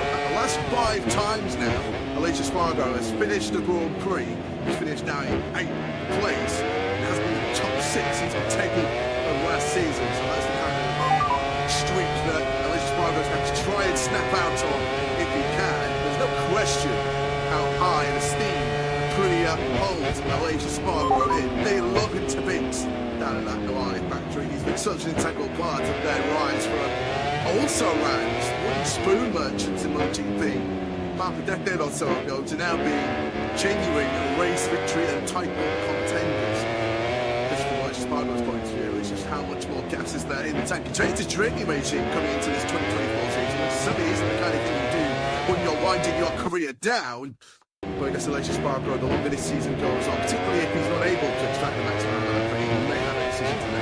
He said pre-season his future is in his hands. It will be all down to speed and results. Whether, of course, Aprilia want to keep, whether they all feel like they need to move in a different direction, maybe bringing on some younger talent on board. What is not up for debate is that Aprilia will somehow keep Alicia Spargo in the fold. Test and development rider role, which is a role his brother's fulfilling very well at the moment in cage, and I think Alicia Spargo was in Jerez, wasn't he, early this week as well. He hopped on the plane across the Atlantic to carry out his latest duties as a phenomenal pundit and analyst at Spanish colleague Dazai. I actually saw Paul near the press conference earlier on doing a few interviews. So he's still doing his sterling job behind the scenes for KTM. James Arco on the motorcycle with the team that won this very Grand Prix here 1 year ago when Alex Rins was sat on top of the LCR Honda. It's a really, really good weekend actually for LCR last year because Rins was second to Magnaia and the team so strict as well. Talking about in the factory Gatti. Let's see how they're faring so far here in Kota. Former kind of winner there, Bastiani's 4th place out of Magnaia in 5th place. Let's get some thoughts of Maragosini, the Ducati team was. Who is with Jackie? Yeah, he certainly is. There's an opportunity to get the chance, to me anyway, to chat with Mauro, and a pleasure to do so. What a start to 2024. It's certainly not been easy for you. Stepping in, you've already signed Pecco. You've got his teammate to sort out. You've got Pramac and VR46 deals to sort out. And then last time out, Pecco and Mark coming together. And a busy start to 2024. How have you found it all for us? Yeah, I mean, one of the biggest annoyances because, you know, I started working with Danny 20 years ago. So rather than understand the situation, I was like, there might be the point of view, but the sporting point of view is not so easy. So I'm still learning, I'm still watching around. So I do my best in this moment. Let's try and cover off some of the hot topics then. World Championship leader is on the Ducati at the moment, Jorge Martin. It's been so impressive with victory last time out. How much have you been pleased to see him riding in the manner that he is? I mean, Jorge is a champion. He showed us a lot of channel time last year. This year he started as we finished last year. So he's a champion, not surprised, honestly speaking. In terms of the incident between Mark and Pecco, what have you done after that incident to try and make sure we don't see something similar happening again? I mean, very easy. I sent both of them a message on Tuesday. Just, hey, right, hey guys, everything's under control. Pecco and remarks, answering like, yes, there's everything under control, looking for contact. So positive, very positive. That's good to hear. Already there's a lot of talk not only about the rider market, but in terms of which teams are going to be running which bikes at the moment for the next year. Sorry, VR46 and Pramac both have their contracts end with Ducati at the end of this current season. What's the latest update on the negotiations with both of them? Yeah, we have some Tibor Hockenheim, Silverstone as well, Sector 1, very much reminiscent of Magnus and Beckis, isn't it, at Silverstone? As we dig up Vinales, this is right at the top end of the circuit, the bottom gear, turn 11, crucial then now to get good drive, get good acceleration grip as you power now down this long back straight, 1.2 kilometres in length, which makes it the longest straight on the Grand Prix calendar. Over that little crest, which can stay unsettle the bike in the braking zone. It's all nice and clean this by Vinales. Good lap as well coming in from Maverick. Out on some fresh Michelin rubber there, brand new medium front, medium rear at the start of this session. Because Vinales is one of those who did go from new rubber earlier on this morning in pre-practice. Although, of course, if you're familiar with MotoGP, you'll know that that session this morning with no count towards qualifying. Solely this 60-minute practice session will determine who moves through into qualifying 2. Maverick Vinales winning just ahead of Pedro Acosta on circuit. Both on target to improve at the moment. Almost certainly the final 15 to 20 minutes as well. We'll expect the fireworks in this practice session as Vinales now approaches the final corner. Of course, we have seen him challenge at the front here at Côte d'Ivoire. Of course, Spanish way in, he's on the crutch of a wave in early 2017. He was challenging Marc Marquez, but crashed out about leading back. He's up in the second place in these early states on 2:03.1. Meant to 10 quicker than he went in sport. It was right here in Coach, and it's just a second Moto2 start back in 2014 where he dominated that Grand Prix, and having set the fastest lap on his Moto2 debut in Qatar. It was those 2 performances which immediately caught the eye of Ben Suzuki Team-Moss, Davide Brevillard. It's like, yeah, he's our man, absolutely no question whatsoever. And Vinales was taken after this one season in Moto2 into the factory Suzuki pole for 2016 season, wasn't he? And there we go, Pecco Bagnaia out of the final corner, winds the power on the factory Ducati up to 5th place, treating him towards the low 203s. The all-time lap record holder here around Côte Bagnaia, on his way to that pole here last year, which looked like being a catalyst to another dream double. He got half a job done when he won the Tito sprint, and then properly fluffed his lines right here when he dubbed the factory Ducati when he was 2.5 seconds clear of Alex Finn. And there was that rather strange analogy where he said, well, the Ducati's almost too good.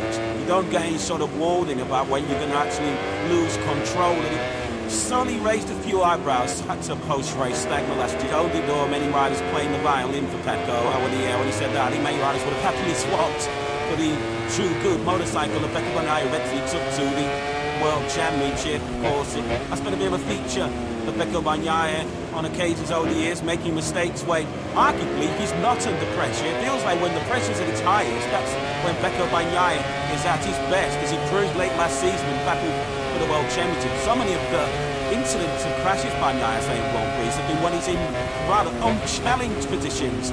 The unchallenged week he had here last year, he was in a very safe second place in Argentina last year when he crashed, a safe second in India when he went down, and he looked like he had the sprint under control in Portimao too when he made that mistake. So Bagnaia will feel keen to iron out those mistakes, because it's very clear already after just 2 rounds of 2024 that Jorge Martin is not going to leave many points out there to be snatched by the rest of them. Bounce back ability is what Bagnaia needs here this weekend, and he has delivered in the classes. Not normally a rider that dwells too long on setbacks. If you look at his most recent DNFs, his powers of recovery have been pretty amazing. Immediately after his last 9 DNFs, he's then gone on to win the very next Grand Prix on 5 occasions and be on the podium in 2 others. So if the Yeoman's going to be treating right here this weekend, Bagnaia will bounce back strongly from the setback, shall we say. His decision to engage with this man down at turn 5 late on in that Portimao Grand Prix, which has certainly got MotoGP trending all the way around the world on that social media. You do feel that that was just a little bit of an appetizer for what's to come over the remaining, 20 races, 19 races in 2024?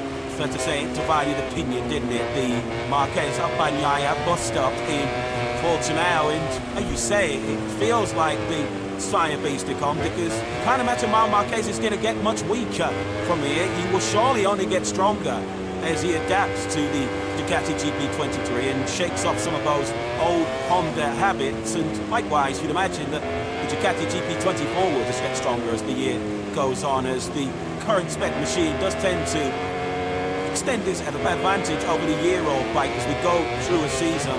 Marquez is Marc Marquez. He's a phenomenal talent. Of course, 8 times world champion and chasing an 8th victory here at the Circuit of the Americas. Well, of course, he's not tasted victory here since 2021.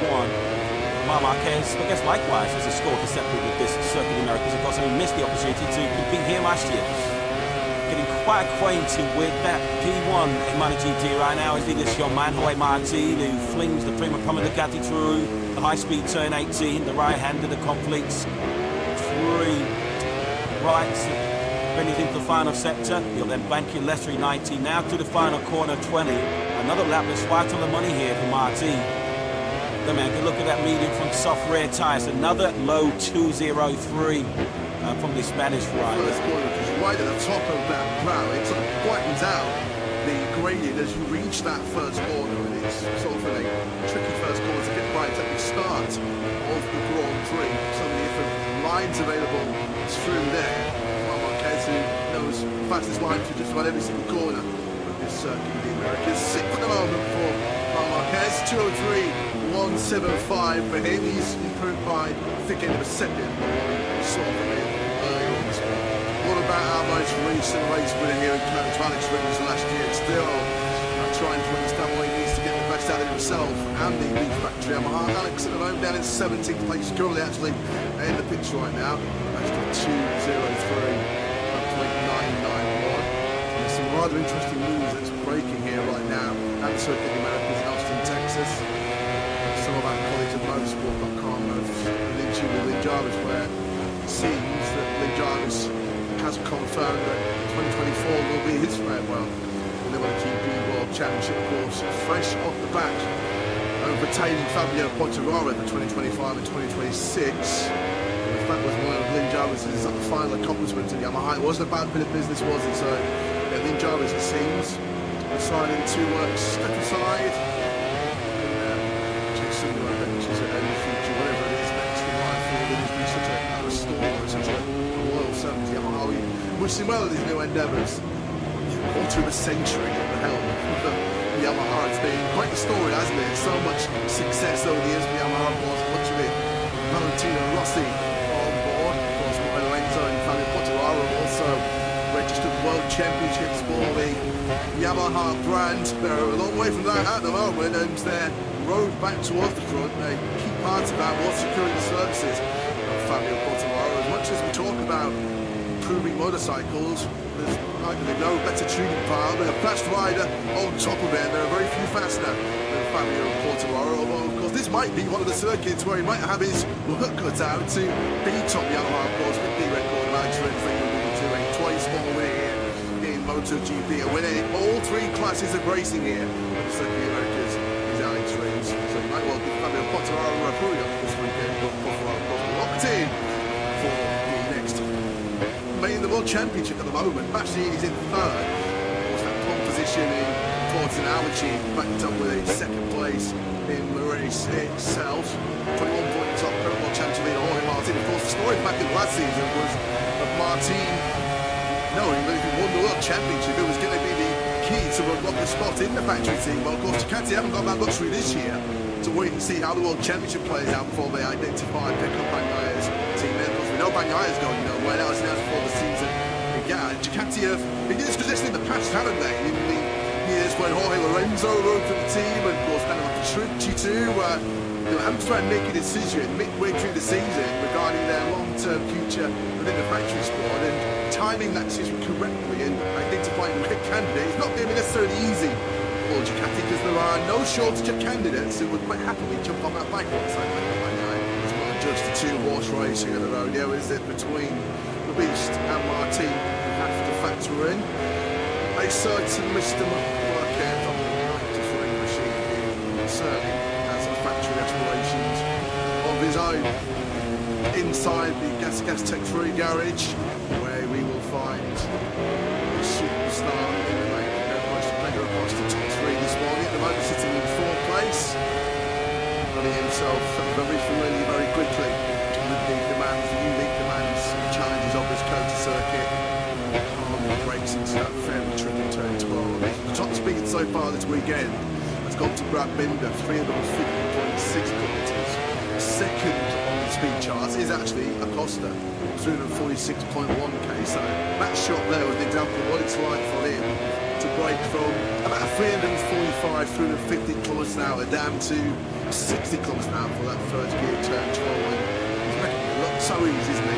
The same can't be said unfortunately for Fabio Di Gianantonio, who gets it all wrong. It's Gianantonio who's currently in 9th place in the European speed chart, top 3 in the speed charts. They're all factory KTMs. Brad Binder, Pedro Acosta and Jack Miller all rapid through there as we look at Joan Mir on the Repsol Honda, looking to lift himself out of the bottom end of the top 20. And that KTM, proper rocket ship, they have 3 of the top 4 speeds on the opening Grand Prix weekend in Qatar. Now that long start finished right in the sale, so they've found some top ponies, haven't they, this year? Back in Matting-Ockren in Austria. Here is Mir at the moment, languishing down in 20th place. This should be a fairly significant improvement on his own personal best time of the weekend so far. It is indeed a big spot. Mir to the fringes up that all-important top 10, thanks to a 2:03.504. His teammate Luca Marini, first ever MotoGP podium here last year, of course, when he was a Mooney VR46 Ducati rider. Unfortunately, Luca Marini marooned at the back of the pack once again, while able to find himself in the 203s right now. There he is on screens, being shadowed by Jossie team manager Alberto Puig. Just under 1.5 seconds back right now, Martin, is Luca Marini. Yeah, we wonder whether there was some green shoots of recovery for Marini this morning when he was actually Sticking on this man tomorrow, the Tissot sprint, because his amazing record continues. His podium is in the last 10 sprints away, Martin. He's not been off the sprint podium since he was 5th in Catalunya, which does feel like an awful long time ago now. And including in those 10 podiums are 8 wins. Loves the good old Super Saturday, doesn't he, Jorge Martin? Will he enjoy a Super Saturday stateside here in Kota tomorrow? At the moment, he's proving a bit of an immovable object at the top of MotoGP. Leader of the championship and leader here on day 1 in Kota. As we discussed earlier on this morning, I think he'll be more than happy for Marc Marquez and Pecco Bagnaia to dominate the headlines by running into each other, or for Pedro Acosta to enjoy the limelight, which he's earned, make no mistake about it. But Jorge Martin will be quite happy to just fly under the radar if it means picking up more valuable World Championship points. Of course, he's the only rider after 2 rounds who's been on the podium in every single race and sprint we've seen so far this season. A couple of third places bookended by that sprint win in Qatar and the Grand Prix win in Portimao. He's got a level of consistency and maturity that you could argue even as recently as a year ago Jorge Martin did not have. Yeah, 26 years of age now, he's coming into his prime, you may feel. Jorge Martin, certainly some good years ahead of him if he can stay fit and healthy. Mari Vinales, fastest man this morning at the moment in 2nd place. Let's have a look at Vinales through this breathtaking turn 10. Real spectacular part of the circuit, the Americas, 4th gear, between 250, 260 kilometers an hour. The eyes will be on stalks coming through here. It's very easy as well to get the bike unsettled, unload the suspension and then ride the rodeo. It's perfectly executed that though by Maverick Vinales, who really does look at one, doesn't he? At the moment with that factory, brilliant man and machine working in perfect harmony right now. So harsh, wasn't it, for Maverick to have that gearbox issue late on in Portimao. 20 points. It's a heavy blow to take in terms of the championship. Just for your morale as well. I mean, I suppose the consolation of Vinales was he was there all weekend in Portimao. Had great speed in both the sprint and the Grand Prix. Great speed as well in qualifying. Just a shame that it was that gearbox issue which really stopped it from being one of his best weekends in his brilliant career. He'd done pretty much everything right, hadn't he, up to that point. And as good a ride as it looked at the time, it was an even better ride when we found out later on when he was grappling with during the race that he had those gearbox problems from very early on in the race. Every time he shifted from 5th to 6th gear, Vinales was encountering problems with the gearbox, and that probably was ultimately the end of his race on the very last lap when he was on target for 2nd place. But Vinales certainly will be a contender this weekend for some pre-weekend ports from Aprilia. We can catch a word now with Massimo Roland, who's a bit late with Jack up. We are turned down to you. Yeah, good afternoon to everybody. Good afternoon to Massimo as well as the guys in the box. We're just saying things have started pretty well for Maverick. Before we speak about the big news coming into the win game to Fabio's renewal at Yamaha and your thoughts on how much it really will involve on Maverick. How great it will see you go with so much confidence, it seems, at the Lamborghini. Very good for Maverick. Let's hope that also Malaysia get the same pace. Regarding Fabio, I don't have much really to comment. Was a Yamaha rider, and would be a Yamaha rider. So I always say, priority for us is the bike. We put the bike as much as we can in order to be we more powerful on the market, and we get riders like people the same with us. I ordered to Mr. He want Malaysia Maverick would do reverse very easy way. My only dream would be also to see what that was up like, with the riders and see what we chose out together with them with us. And then we go to option 4, 5 and 6. But obviously when you have super talented like Fabio or other super talented that can was put in the situation of the fuel agent, I want them to listen and understand if there is a chance of mouth. So it's nothing strange. I just say I'm not surprised that they stay there. So that's it. I'm speaking to the media yesterday and was saying that he wasn't aware if there was a concrete offer there for Fabio from Aprilia. Was there an offer on the table? The media reports in the 12 million euros he signed for, whereas Aprilia were only offering 4. Was the offer there for him? Well, nothing to brother.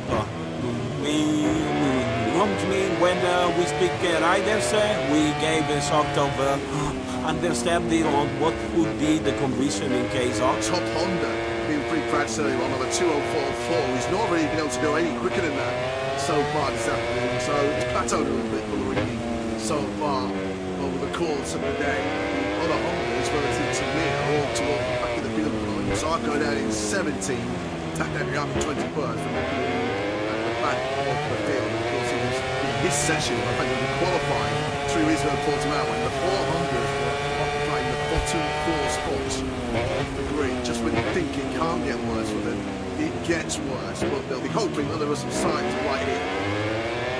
It'll be quite interesting when you look at the speed charts here in the Kota. The Ducati GP23s at second, Marquez and the Gian Antonio are right at the bottom. They're the thick end of about sort of 5, 6, 7, 8 pointers behind some of the other cycles here. I'm sure the GP24 makes a check on last night. But yeah, Gian Antonio is exactly 10k slower than Binder down the straight, so a bit of an old one to potentially look at. Well, let's head down to pit lane. There's so much talk about Pedro Acosta these days in MotoGP. The star rookie, of course, taking that podium finish in Portimao. Not the best person to talk about Pedro Acosta. It's his team boss, Javier Poncharal, who joins you. Absolutely great chance to chat with him. First of all, wish him a happy birthday from earlier on this week. What is it? I'm sure it was well celebrated, given the fact that he's now got another rider to have taken a Tech 12 MotoGP machine to a podium finish. Did you expect it to happen that quickly then? No, honestly no. Without talking to you, I don't know which word to use. I don't know how to express the feeling we are all, having, because it's for sure much better than what everybody was expecting. And if somebody is telling you that they knew what Pedro was going to do for the 2 first races, I think he's a liar or a dreamer. And but it's fantastic.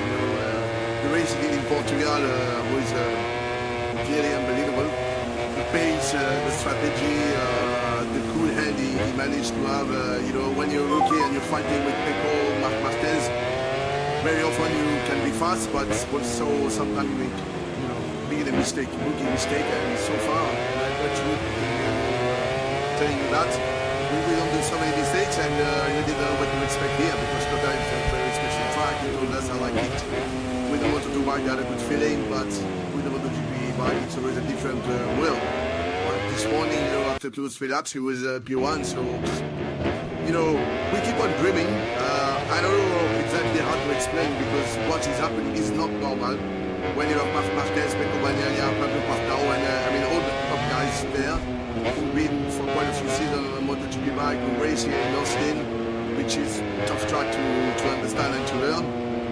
These guys doing things that you can't explain, so I don't believe in magic, but there is a little bit of magic still. And now I start to believe in magic. His ability to overtake is the thing that has, I think, surprised everybody watching on screen.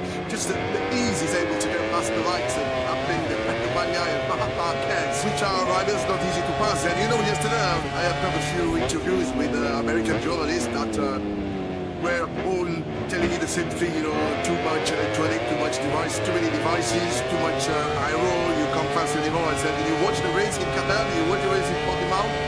Somebody who has been here for not so long can pass, so I think, yes, he has some incredible ability. And when we talk to him about the difficulty to pass, he said, no, for me, you can find something, you can feel the turbulence when you are behind somebody, but that doesn't,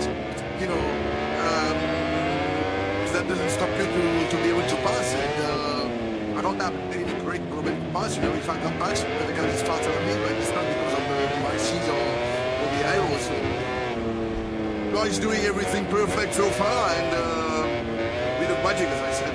It's not a one-rider team.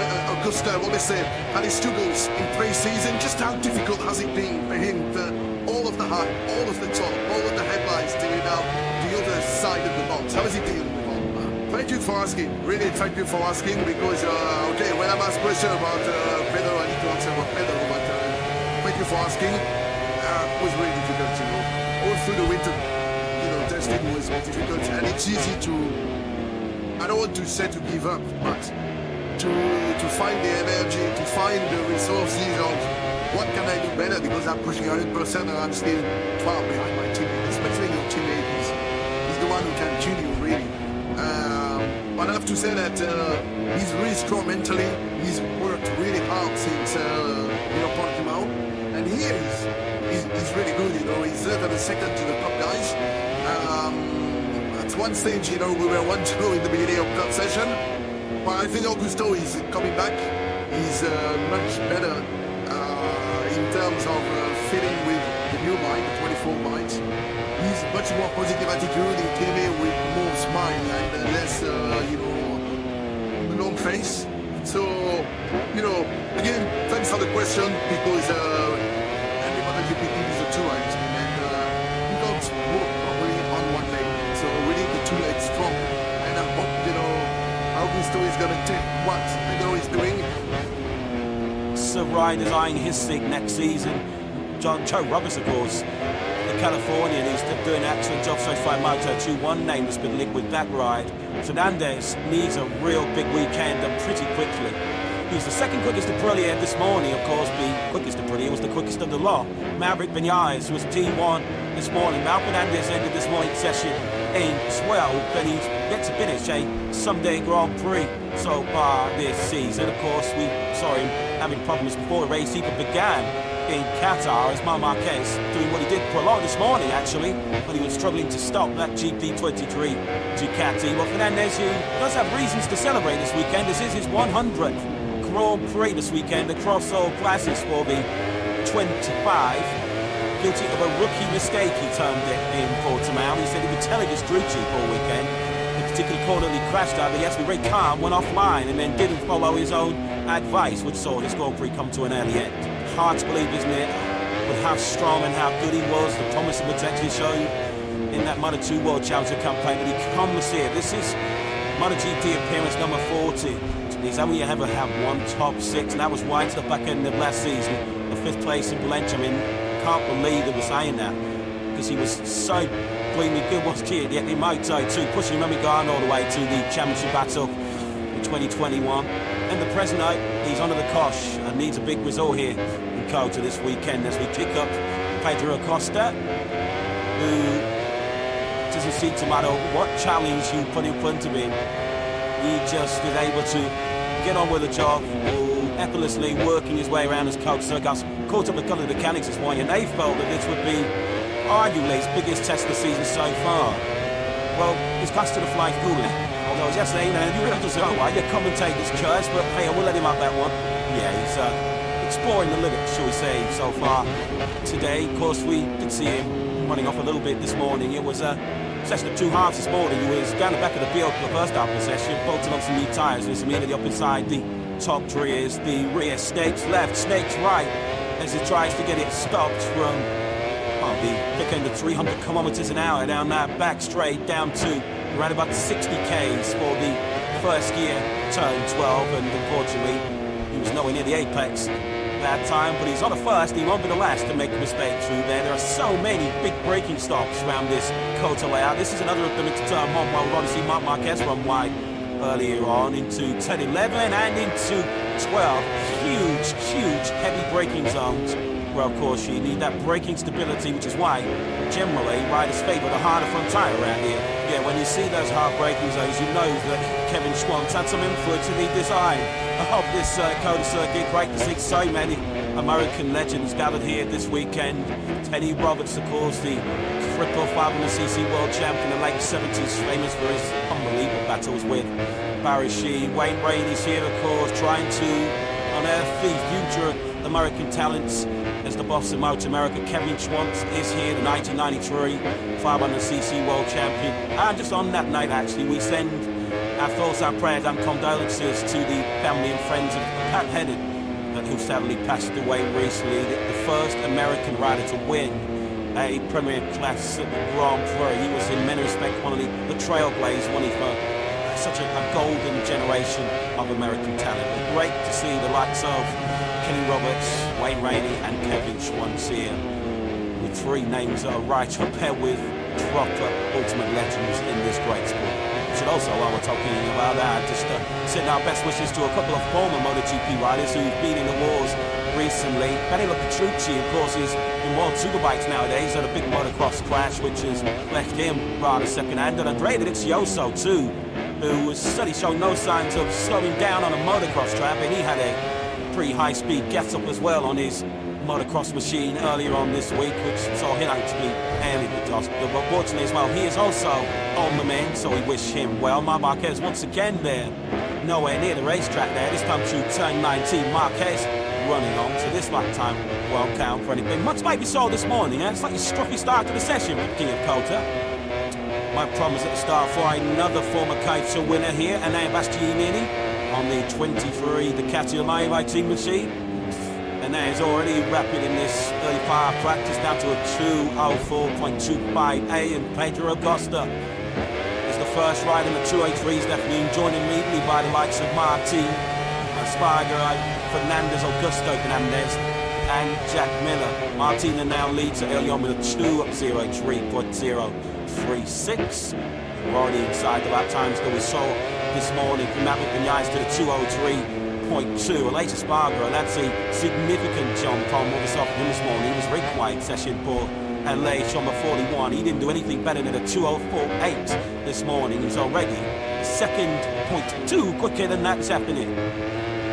So Martin, the man that's chasing the championship, the man they're chasing here near the part of this practice section here in Kota, under some glorious spring sunshine and almost perfect conditions. The Grand Prix Motorcycle racing, of course, tomorrow at 3 p.m. local time. The Tissot Sprint will be underway. 10 laps, then the full distance Grand Prix here on Sunday, over 20 laps. Yes, thanks to a brilliant boss, Massimo Rivoli. At the moment, Aleix Espargaro, you have to say, very non-committal about his plans beyond 2024. It does seem that if he does decide to hang up his letters as a race rider, well, he'll have an open door. Continue to become a brilliant test and development rider. That could be important as well to tap into Aleix's experience, given there's all kinds of strong rumours that there will be a significant technical change, a capacity, engine capacity change when the new rules will be implemented in the 2027 MotoGP World Championship. Aleix, I think, just giving himself 3 or 4 more Grand Prix just to see whether the hunger, the desire is still there. He's 34 years of age now, Aleix. He's the oldest statesman of this MotoGP World Championship. This weekend is his 324th Grand Prix start. He's made so many sacrifices. He's certainly put in the hard yards for this. You do wonder whether Aleix, being so non-committed as he is right now, whether he is actually sort of starting to seriously contemplate maybe the R word at the time. Yeah, I guess ultimately it will all come down to how competitive Aleix Espargaro is. I think for so many of these riders, the enjoyment comes from winning. The enjoyment comes from being competitive, and Aleix Espargaro isn't. So I guess that will make the decision for him. Of course, he's put in the shade a little bit recently by Maverick Vinales. It's so easy to forget. There's just a couple of rounds to go. The first race of the season, so many of us arrived at the sales circuit on the Sunday at Qatar, fully tipping Aleix Espargaro for victory that weekend afternoon, and it all went wrong in the race itself. And the last 5 times now, Aleix Espargaro has finished the Grand Prix. He's finished now in 8th place. It hasn't been in the top 6 since the taking of last season. So that's the kind of streak that Aleix Espargaro has had to try and snap out on if he can. There's no question how high and esteemed and factory hold Alasia Spargo in. They're loving to beat down in that Noali factory. He's been such an integral part of their rise for also rounds wooden spoon merchants in MotoGP half a decade or so ago to now be genuine race victory and title contenders. This for Alasia Spargo's point of view, which is how much more gas is there in the tank. Change the training regime coming into this 2024 season, which certainly isn't the kind of thing you do when you're winding your career down. But I guess Alasia Spargo, the longer this season goes on, particularly if he's not able to extract the maximum out of the Prix, he may have a decision to make.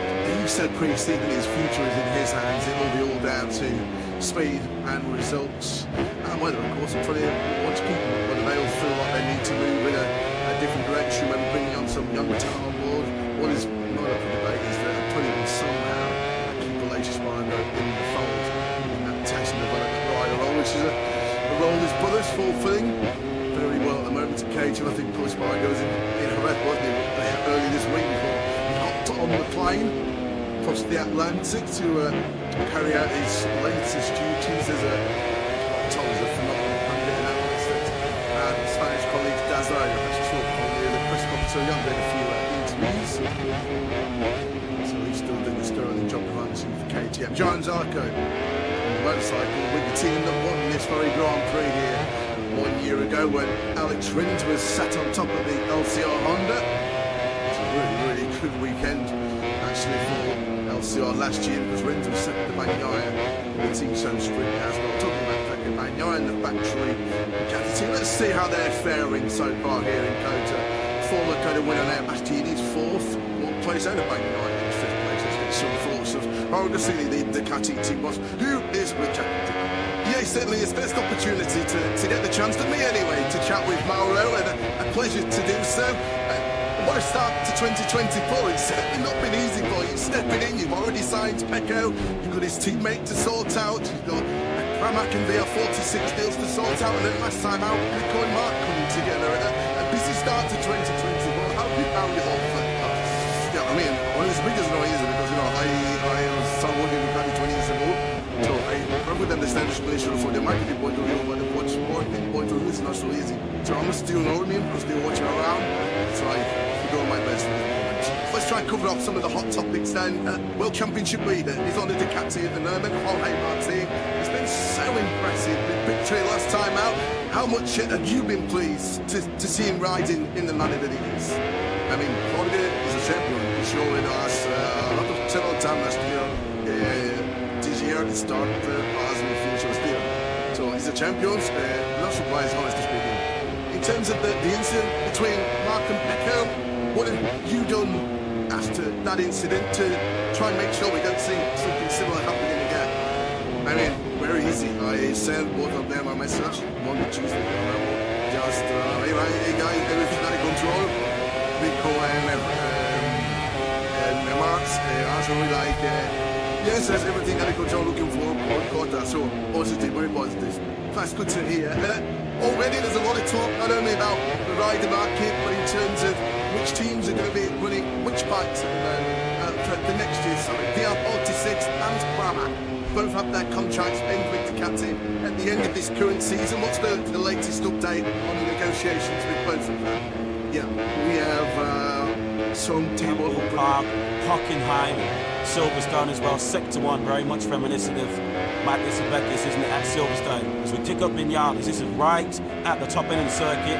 The bottom gear, turn 11, crucial then now to get good drive, get good acceleration grip as you power now down this long back straight, 1.2 kilometres in length, which makes it the longest straight on the Grand Prix calendar. Over that little crest, which can certainly unsettle the bike in the braking zone. It's all nice and clean, this by Vinales. Good lap as well coming in from Maverick. Now some fresh Michelin rubber there, brand new medium front, medium rear at the start of the session. Yeah, because Vinales is one of those who did go for new rubber early on this morning in pre-practice. Although, of course, if you're familiar with MotoGP, you'll know that session this morning did not count towards qualifying. Solely this 60-minute practice session will determine who moves through into qualifying 2. Maverick Vinales running just ahead of Pedro Acosta on circuit, both on target to improve at the moment. Almost certainly the final 15 to 20 minutes as well. We'll expect the fireworks in this practice session. Vinales now approaches the final corner.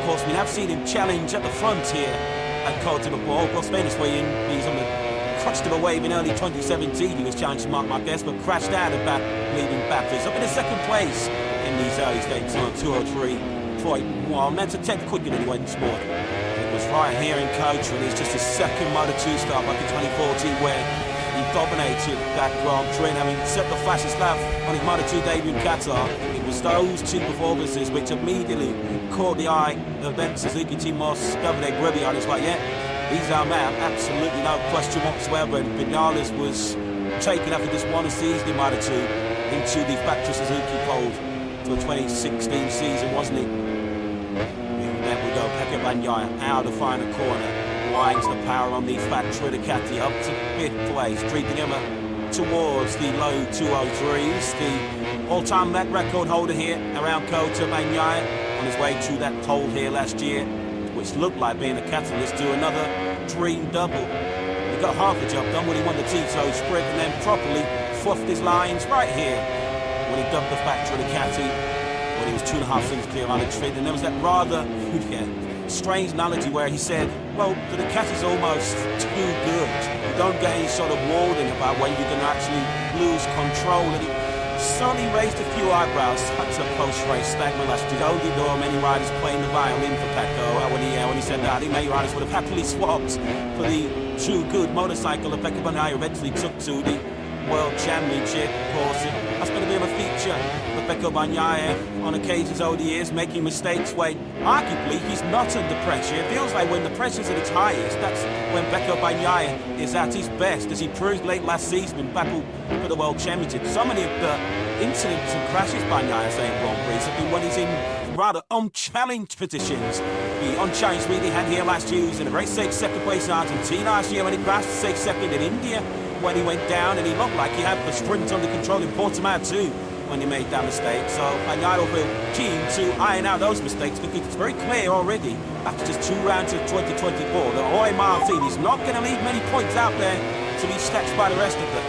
Bounce back ability is what Bagnaia needs here this weekend, and he has delivered in the past. He's not normally a rider that dwells too long on setbacks. If you look at his most recent DNFs, his powers of recovery have been pretty amazing.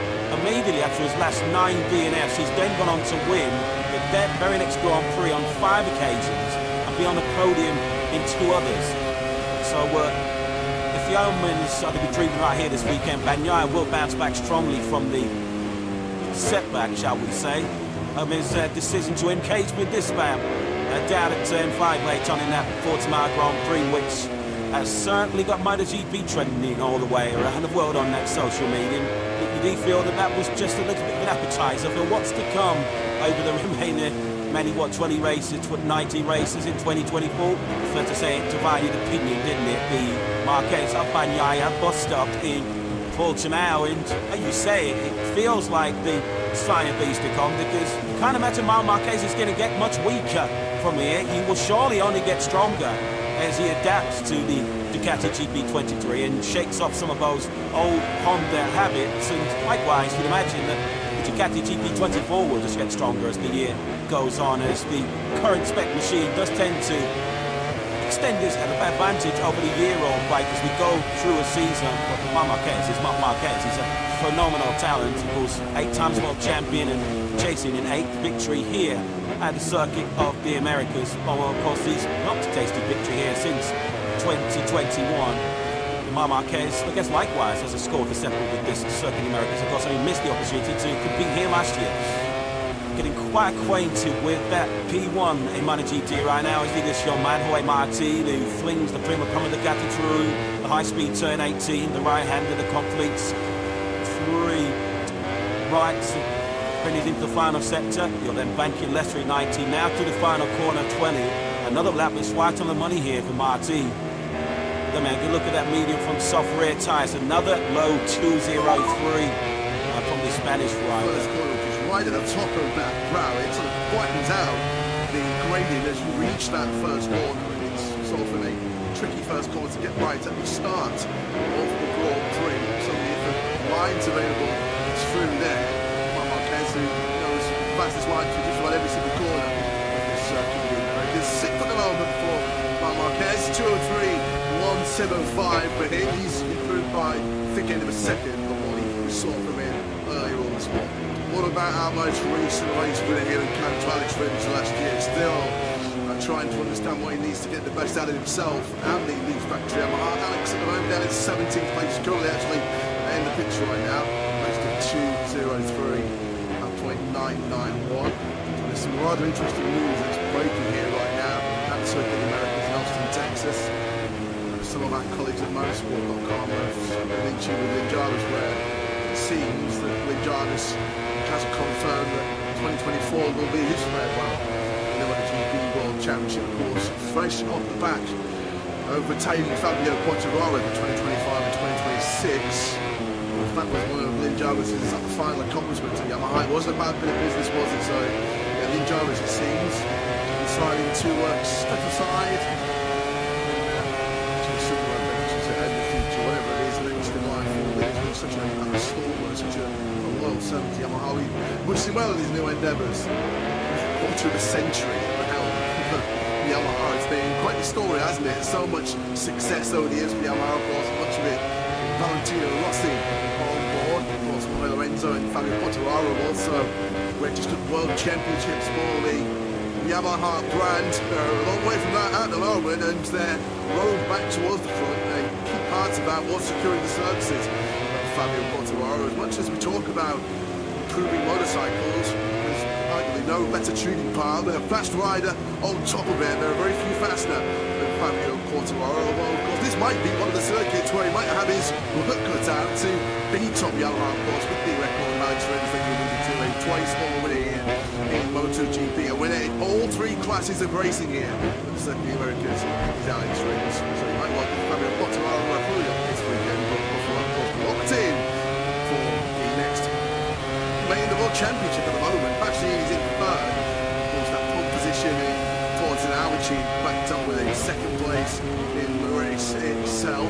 21-point top Pro World Championship leader Jorge Martin. Of course, the story back in last season was of Martin knowing that if he won the World Championship, it was going to be the key to unlock a spot in the factory team. Well, of course, Ducati haven't got that luxury this year to wait and see how the World Championship plays out before they identify Pecco Bagnaglia's team. And of course, we know Bagnaglia's going nowhere. That was announced before the season. Yeah, Ducati have been in this position in the past, haven't they? In the years when Jorge Lorenzo rode for the team, and of course, Daniel Petrucci too. They had to try and make a decision midway through the season regarding their long-term future within the factory squad, and timing that decision correctly and identifying the right candidate is not going to be necessarily easy for Ducati, because there are no shortage of candidates who would quite happily jump on that bike alongside Pecco Bagnaia. It's not just a two-horse race here at the rodeo, is it? Between the Beast and Martin, you have to factor in a certain Mr. Marquez on the 93 machine, who certainly has factory aspirations of his own inside the Gas Tech 3 garage, where we will find the superstar in the making. No question, playing across the top three this morning. At the moment, sitting in fourth place, putting himself very familiar very quickly with the demands, the unique demands and challenges of this counter circuit on the brakes and stuff. Turn 12. The top speed so far this weekend has gone to Brad Binder, 350.6 kilometres. Second on the speed chart is actually Acosta, 346.1k. So that shot there was an example of what it's like for him to break from about 345, 350 kilometres an hour down to 60 kilometres an hour for that first gear turn 12. And he's making it look so easy, isn't it? Which the same can't be said of for Fabio Di Gianantonio, who gets it all wrong. It's Gianantonio who's currently in 9th place. He referenced the speed track chart, top 3 in the speed charts are all factory KTMs. Brad Binder, Pecco Costa and Jack Miller all rapid through there as we look at Joan Mir on the Repsol Honda, looking to lift himself out of the bottom end of the top 20. With that KTM, a proper rocket ship. They have 3 of the top 4 speeds on the opening Grand Prix weekend in Qatar. Now that long start finished right in the sale, so they've found some proper ponies, haven't they, this year. Back in Matic Open in Austria. Here is Mir at the moment, languishing down in 20th place. This should be a fairly significant improvement on his own personal best time of the weekend so far.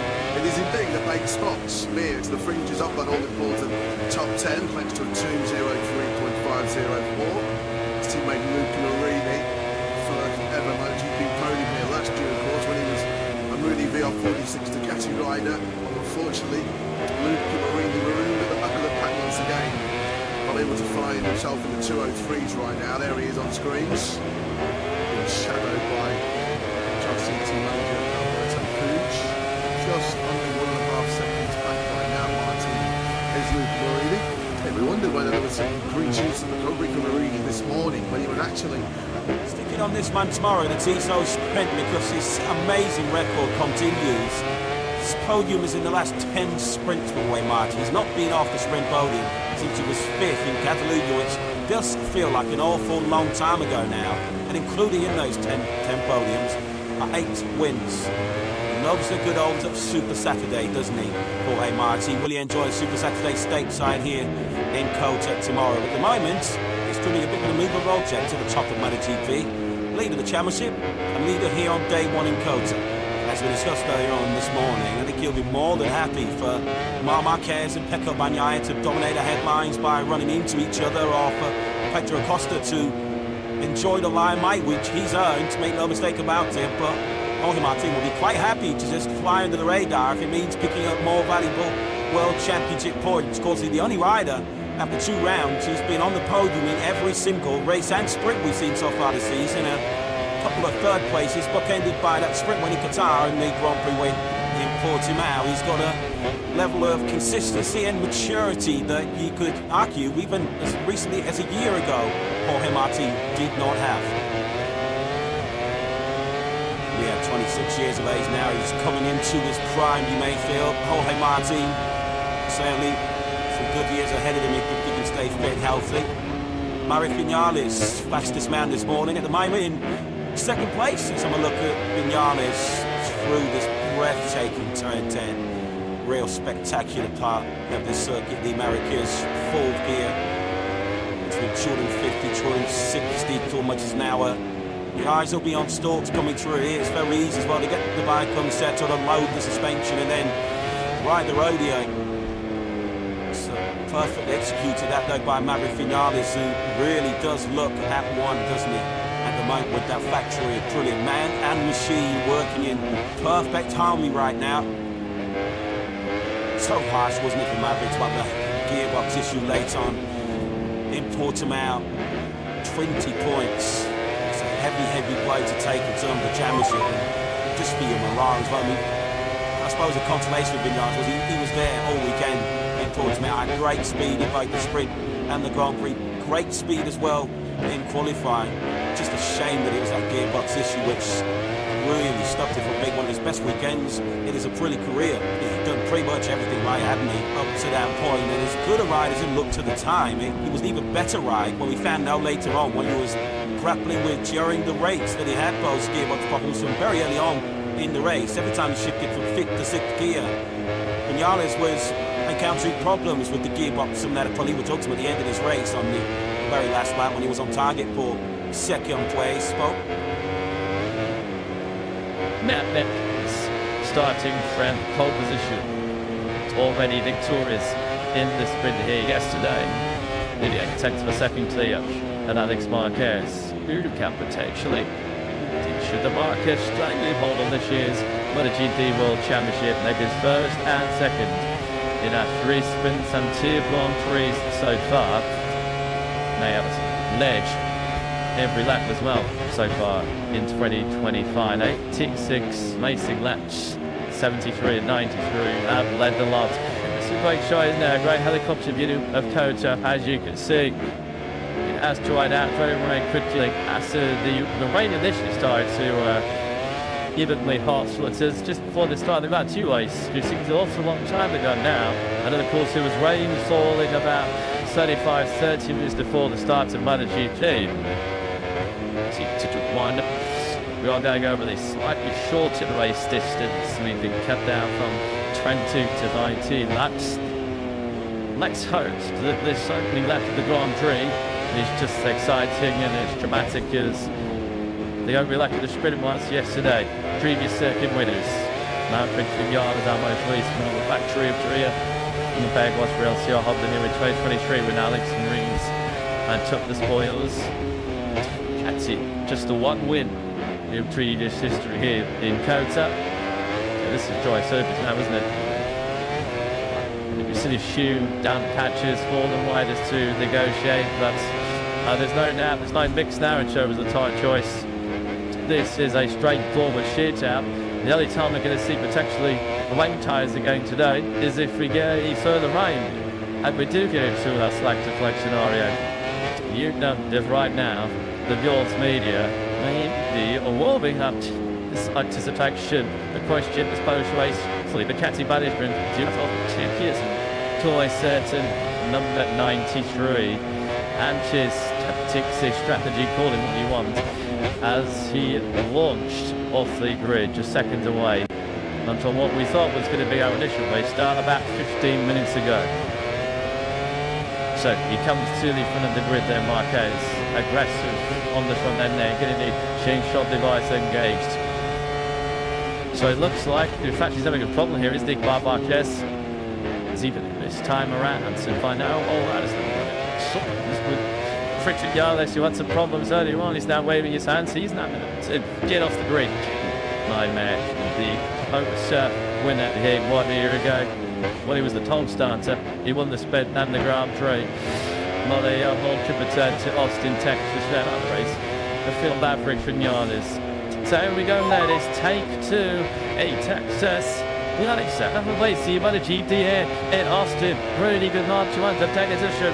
By Mark Marquez, he runs the outside line. Tackle right now, trying to come and stop the power from the back of the second right 6. Although I guess he's not chopped up. Right, the giant champion. Once again, it's the story of MotoGP 2025. It's 73 versus 93.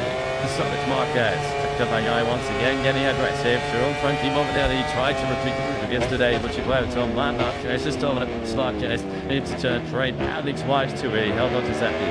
So the guy made a pretty good start once again in the back of that second. Not quite as good as the launch he made the lining launch yesterday in the sprint. There he is in third place on these 63 bikes. A smart then the leads. Nothing out. It's just that he drop down through this spectacular 12th gear, turn 10, one of 19 here. Showing Zarkon was had an aggressive start. He's already on 3 chases. Grelsion, Pecco Bagnaia wasted precious little time to make a move through him. Trying Alex Marquez, although on the exit they go side by side. And they rush Bagnaia getting an authority through the 2. It's one of the one, Ebros one. Alex Marquez just took the inside line. 73 back in second. Marquez not interested. The review of yesterday's sprint drama. He's clearing off at the front. Bagnaia through once again makes his second place to Miller's tactic on the KTMs with Pedro Acosta and Pratt Binder as Miller now comes through. Igso, I think, is too tight. Marquez will be a second play very quickly. Xavier Quartararo gets on the inside of Pedro Acosta. Nicely that while the Yamaha rider coming through at the right hand of turn 13. Remind you of the outlay. Quartararo crashed on the side 2 laps on the slick tyres on very wet choke to cylinder. You have to say the track here does try deliberate tricking. The advantage is already a second. We're not even completed lap number 1 here in Austin, Texas. And Mark Marquez is already producing a master 50 KM at the front jumping is suppressive up the inside of track tube. Wolverden in the turn 20. It's some first time this by the Australian on the 43. 1.8 seconds clear. That bleeds Uncle Alex. Looking now at the cheek down out of the tick lazy start. This race be some 10 seconds off the back end of the field. Wolverden trying to attack once again on Jet Miller. So for the clutch of Aero next along sick with the Yamahas. He ran 7th there about Pullers 2 KTM. Did do in a constant 8th and 9th. There through turn 2 with the front three Yamaha now. We'll stake our way through this spectacular first sector. Such a physically demanding car. This slide 25 kilometres trying to circle. You go left, right, neck right. With Quartararo and Bagnaia coming with a big curly crash. There is the from the Gen Anchorio. Bit of the gap and then the back. Such a rapper control named in 7th Tice. From Triple the Katie up to something behind him in the shade of Pedro Acosta. So this did in the sprint run, it took 2-3 hundred to really get up to speed after that initial great start as we've got a KTM till the Acosta on to cut to back run for the early victory. He nearly did as he now comes through. That's the top at next. Delights to see the Super KTMs as Mark Marquez continues to blaze a trail at the front. Mark has to be excited there on this second lap of Marquez has got the jump he wanted. Pedro Costa, you know, solid KTM is in a straight line, but just now good in straight line braking. They start being Quattraro and change back this year, thanks to the next to the car. Pedro Costa, just Richigamme to the slopes to getting sucked into that heavy brake, and over that, they're stripping on pretty much 300 kilometers per hour in less than 8 seconds on the most harsh blankers are any bomb through the calendar as Morbidelli and Miller go toe to toe. Big winners from that such a well-known Costa instant top was dragged in and who overtook Tarleton and is now ditched 7th place. Altiga, Jason done indeed the order. He's not so unaccustomed. He's aimed to take 7th place. He's ended up coming out all in 10th. Mark Julie's control about it at the front of this County Grand Prix. Check the gap between him and Alex as restarts. Luxury in market 203.399 is the fastest lap so far. He's 1 second to clear. 7th place. That was the gap within the black one, wasn't it, as well? And Aragonongi's on the insiders. Alex Market is 2 each other 11 1 lap more. And I was nowhere near close enough to try and repeat that manoeuvre on lap 2. He's dropped it in half a second behind. That makes us restart this third lap at 19. Good continuing to find Yayu just try and stay as close to the 2 ahead of him, or that's more likely to Smart Chase ahead and be up to each other. Stickers we've got to see. Once the race settles down, Triple likes it, but the Iron's got similar-ish case to the Marquez brothers, who potentially have a go at catching the India Marquez to begin 2nd place. Spaniard looks like he's stepped out into a centre rhythm on this third lap of 19. Mind that, 19 lap race. This is now an eventual Dalton start. You can't give Marc Marquez day low and clear track anywhere anymore, let alone a track where his pretty much made his second home was out of the gas. And launches on the inside of Fabio Quattraro. That was interesting, made that minor rupture. He's got some confidence in the front end. I don't think GT20 is doing just easy. Touch around up to the outside. Shuri Leopard, snaky left and man. That heavy bake is at the travelers. Alex Marquez is now clustered. Shuri Sebek remoted inside the Quattraro. That's still a big size. Quattraro just resist. Costa is going to have another nibble out. They'll go through his third team. Once again, Quattraro slams the door shut. He's on next to life here. He's an old this one. Chewing up behind him. Just out the straight line speed to really defend. Gets to teasing KTM. The KTM is the fastest rider down straight line. The KTM is not far away from it. The MR plant line match. This is a site the MBC match in 2025. Keeps going on the Czech States. It was nice to find the other takes on Bobby in 2025. It's one of those strengths on Alex Marquez's 2nd place.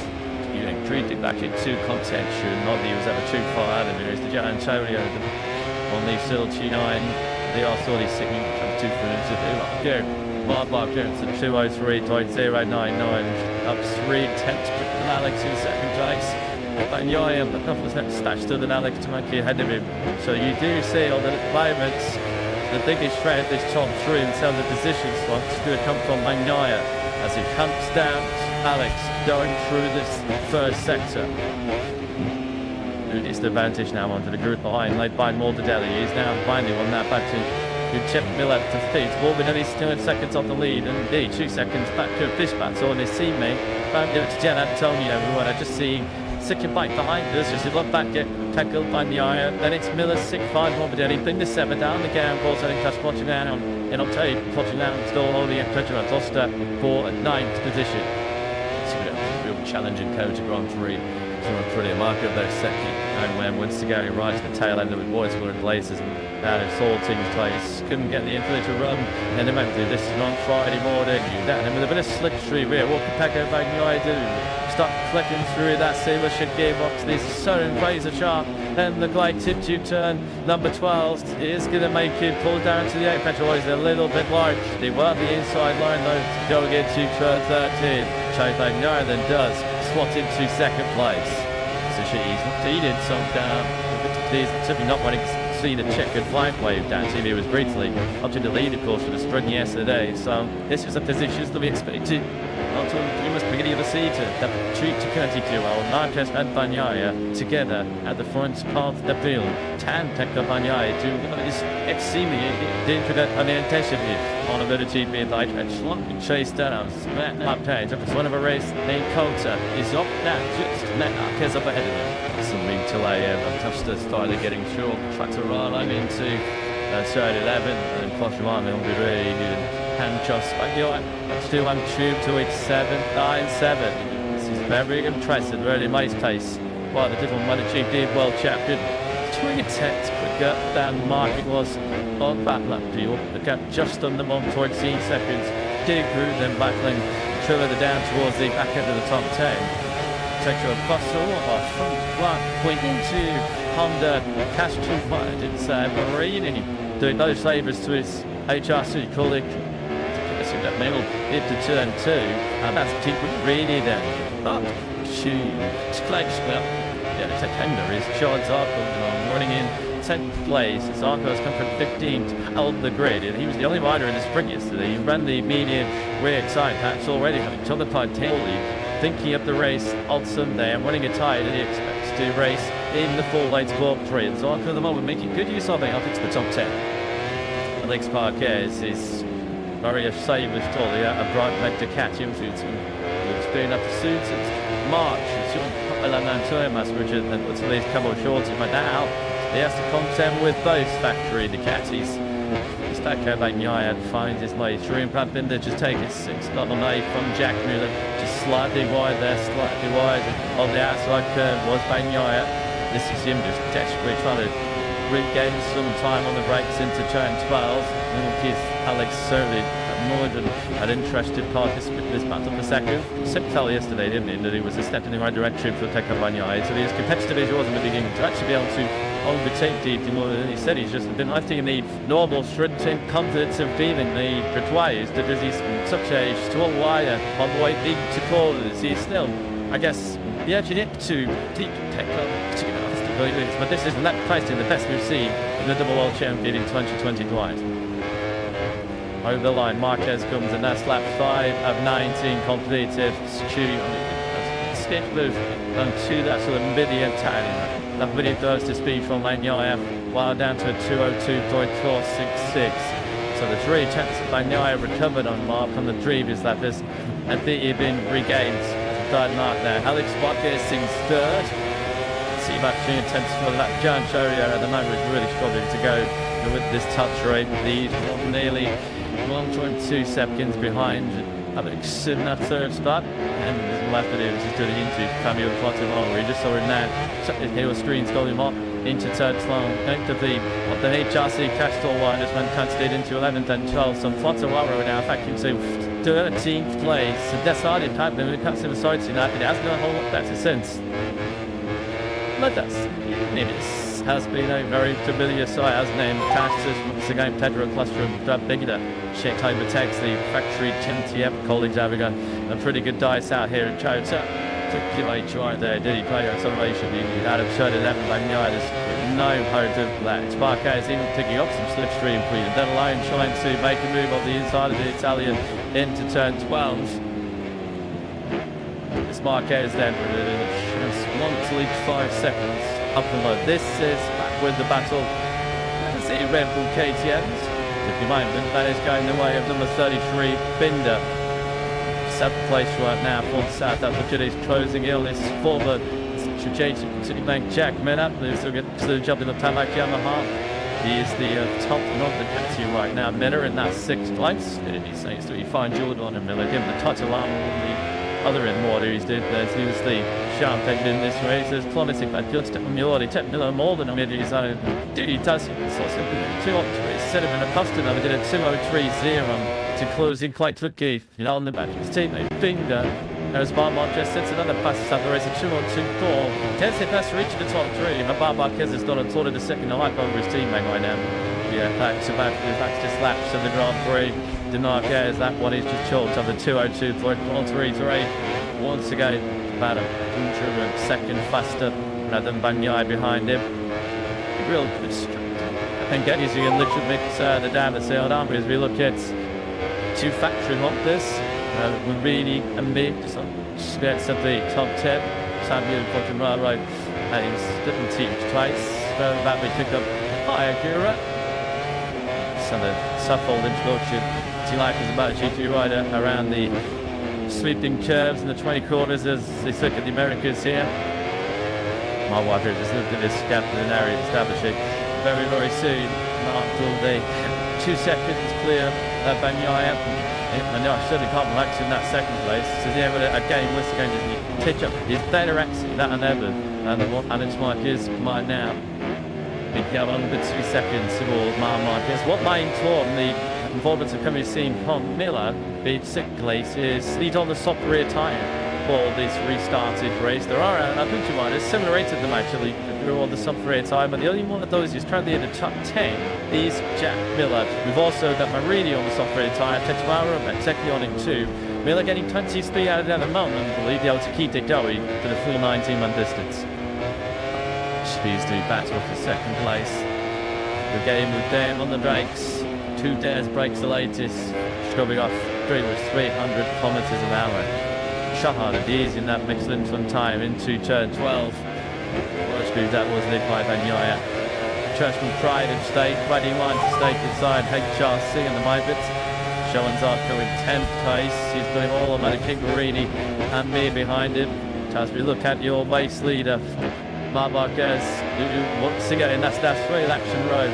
Laps 5, 6 and now 7. Where Marquez has had the hammer down. 202.221 that occasion. Skye is another 3 tenths he's taken out of Bagnaia in second place. I guess there's a little bit of confidence going back to Alex in third. To achieve to its 6 says that Juro Costa has crashed out. 8th twice to protect Juro Costa and dumps it on the outside side of the first corner. 3 down and Juro Costa has touched it. He didn't remember to finish in Tupman. Takes it to try and do the same. About with a 60 comes in out of the front up into turn 1 so he's going on behind him between now and again and Zarkon Costa the front end washing away into turn 1. He's trying to force the JTM to fit and in the moment JTM wants it. Last after where you're trying to ride on the ragged edge, trying to ride up over the limit and the motorcycle's capabilities it seems at the moment. Juro Costa because of using a few steps ahead for KTM on the lead. Stating time is the 20-year-old Spaniard. My Trottian spot now though here in Austin, Marquez. This is a touch to be a 2.1 second advantage over Bagnaia. I think I said it just regained 12th place from Fabio Quattromano, given back to DUX and was losing another position to Renea last year. It's been a real Sunday so far, the Quattromano. We were cells to get himself inside the top 6 in yesterday's sprint, unfortunately, and nowhere near that marker at the moment in this Grand Prix. Still difficult, even a rider as pushed us Quattromano, which didn't happen on the sighting that out of your mind. Forcing us at slick tyres at that stage, the front women, many riders who didn't start with those slicks, of course, very typically changed, but Quattromano now. Very difficult to be tied and then to accept it into the team position and be good to the Titans if it continues the way it is. Actually need a team chewing bomb time did. So to find that after Bagnaia and Wisconsin to Marquez's paces, Marquez dropped down to Mitchell onto the lead 2.2 seconds. Bagnaia, as you mentioned, is just ever so slightly 3D away to Alex Montez in third. Yeah, at the moment, Bagnaia does have Alex's major, it seems. That gap was perhaps up to the 8 tenths of a second. After his clash, Clashed onto the lead even in Austin, Texas. That is the 3rd time here in Toronto that Marquez Type 2019, 2024 and now 2025. Hand up Dremis sees he's unbeaten and defeated with a cord. Good. Bill Dremis crashed the ball in and goes up. Can you believe it? He was cruising 2.2 seconds clear as he tempted the town forward. Then left number 9 and Marquez has won it. Hector Bagnaia leaves the Grand Prix d'Amérique intelligently. Here we go then into turn 3 and right through there. Tremendous destruction, much is the way of the social launcher. And nice guy so lucky he wants 2 seconds on the run. She can back across the racetrack. Hector Bagnaia, he goes around, comes around there, and the Bagnaia comes out of the lead 2 years ago. This time the gift comes into his hands. He's just going to be a little bit greedy, I'll leave inside them and that one line. Marquez, well, it was the major talking time before the Grand Prix. After we did chatted 3 seconds before they started the initial strike, it's going to be the major talking point now post Grand Prix after another race as well, because as we mentioned, he is a 7-time winner here in Kota. They're coming back to Argent once again. So the third time he crashes ultimately the 93 has rebounds. I don't think he's going to run a stop tag, so surely he's going to have to take here.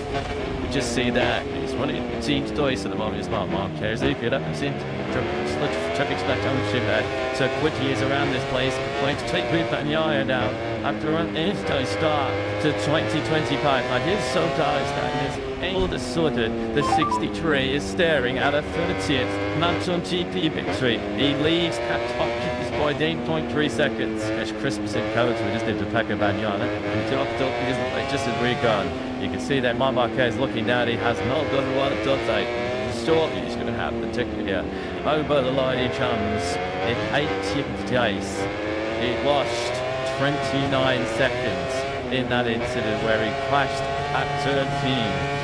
Then, admittedly, we had to wait until Friday morning for his first factory to chatting to us, but he doesn't see the rain conditions at turn 2. And we've had to wait until he traces Kota, where he's over 2 seconds clear to suffer his first race crash 8 race. I think usually, I don't think he was doing it. I'm quite believing he could write up talking about the 2020 size. What a predator he could survive. It's the trash on Friday. Another teammate nice matches yesterday, and then the trying until the race even tension thing late this afternoon, and in the end it's all thing to pitch. Then Manchester will be known 8-goal free victory at Field Deep Texas as he now don't get some taken part last year's which he winner. Duyalis and Mark Marquez have actually for 18th place in this race. Mark Marquez just sticking out there in case Pentatep 2 is going to have his name. I don't think it's going to be so lucky. He's got a flush to the street as well, so his air is going to be all over the shop. If you see, he's got no right sub tag, he's got no screen, he's going to get absolutely buttered. He's going to get on the lap straight about 330 kilometers an hour. That happened to out again yesterday in the sprint, and when he came back to the pits, after just 10 laps, he couldn't leave his neck. And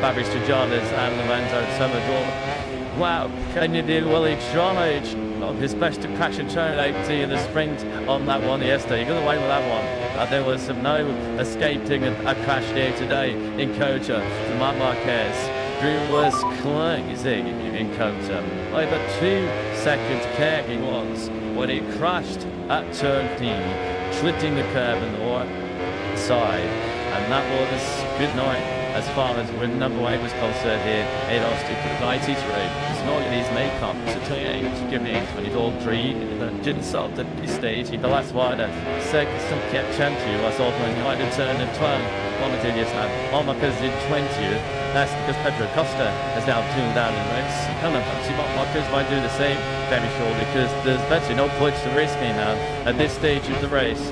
And Yang Chan do, but more Chopper Scarabee. Shane tacked up at Yai, just racing for spots to entire this season. Surely he's not going to catch this opportunity of he's continued to extend his lead over Alex Marquez. It's 1 time 6 seconds now. Alex Marquez, oh, he was numbers with the tank already.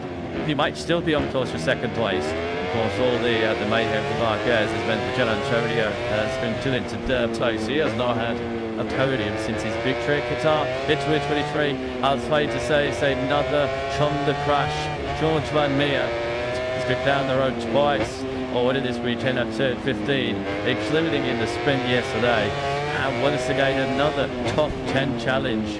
That slips through the fingers and Paul Van Meer. This time around, he goes down at turn 12. Also on the curve there on the outside, as he was having that bunch of downings to break his over as well. So driving in there, he can show plenty of potential, but he leaves Austin, Texas with not promising. He's still landing at the 202s. Oh, Martin, and you can look at that big screen. He's seen plenty, we've all seen plenty over the years. Have we ever seen a country flag like this one? So Marc Marquez truly in 2025 after the years.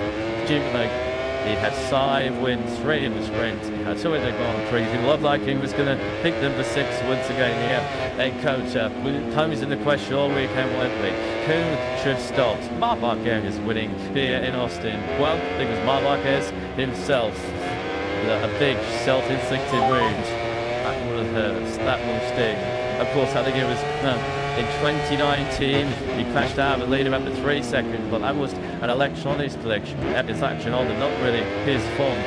2024 right here, drinking on into 2011. There was brake trade. That was a technical issue, an external factor which put Marquez out of the lead. This time around, though, this was all his own doing. And Marquez is these 6 sections only me. So, unless we get a bit more, we'll have to try and mirror him. He's not going to score any points. And you had to say, it's well over World Championship after the season, which many predicted to be between, with all due respect to Alex Marquez, who's going to be second in the World Championship. That's extent. In second place, Alex now just close to the lead of the World Championship out of here. By a pin from Marquez, if he stays where he is. Has to shoot these mistakes from Marquez. If he's currently trying to capture, if Marquez is going to give you one up to goal, you've got to slot it home. Tips to save us all saying about a GP. Never say never. Expected. Well, we've had some big shocks here today. In Austin, as Marquez dumps in out the lead on the factory, catching his first big mistake as a factory. The catching line, a trip through the damp white line and curve. On the side of turn 4, the ship still kind of is shotty the shifts his lines in such spectacular fashion at the front end. If like the start is that 13 of 19. Decent and comfortably leading 2.5 seconds out of Alex Marquez. He then in turn has got a 2-second advantage over Fabio Di Gianantonio. Trying tight here for Marquez just to be soldiering on. And with a broken screen, one stop tag. He's not shooting, just need to touch your stall, wave the white flag and pull in, but no, he's not a twitch busy Marquez. This is awesome, big G's. And he was not fun, no. So putting if I recall, the athlete of Pivoting on Friday, there's a match to be kicked up and pay athlete, that's what Marquez was thinking. We're getting to the point now where a race like isn't even going to save me, so I might as well totally no toys extraordinarily this afternoon to Marquez. They were riding like that as well. You're going to be getting cramped in your leg. It's just almost impossible to ride. Yep. Hey, nobody saw this coming. Nobody saw this coming at all, did we? And we thought it was a shoe-in. We thought it was nailed on. I feel that ace victory here in Kota. That is the blue out of absolutely nowhere. Marc Marquez has a premature ending to this Austin Grand Prix for the 3rd time. He has cracked that lead. This one's the major moment in Austin. Look at that on the inside curve and just 2 step through, just touching 2 out there. Oh, the tears are flying for some of the 93 fans. Well, they're complete smart about, haven't they, so far in 2025. This is why they don't race on Tata. No such thing as a foregone conclusion at this level. Even Marmot, who's done all these has proven that mistakes can happen, that he is human. It might do his own set, wasn't it? To extend his unbeaten run this season. 3 pole position, 3 sprint wins, that never not be. He stood with Ringley at 2025, not today at least. It was the late great Nicky Hayden who we always remember when we come to American Sullivan Hill. So I remember the great Hayden, it's like back in the day. It's why we line up on Sunday, because you've never trim your guns. I'm going to have to fit this tumbling down. Bloody leaderboard. It's back in start 2th place. That is the South African. Let's see, Tedder Acosta in the death in this very sudden funding there. Knowing this is why Mary Elton's I think this is back a bit past 16 days. So I'm still waiting for my 30 series to try and think that to come across the line to do this. Tell it to be 5 and 19. So he's either gone down or he's had some sort of to inch someone on the racetrack. Just 30 out again as well, sideways there. Coming to the right, Anders Yo dips up the inside of Shoan Sarko. Sarko, though, is not going to take this one lying down. 6th place is the reward. Pure class is this Arco. Nat Kondo, RC213. It looks again, he's the head and shoulders of the best of the one. If I can take it, the fight to Chatty GT24. Be back-to-back top 6 is this the Jean Zarco 6th class time out to the buzzer.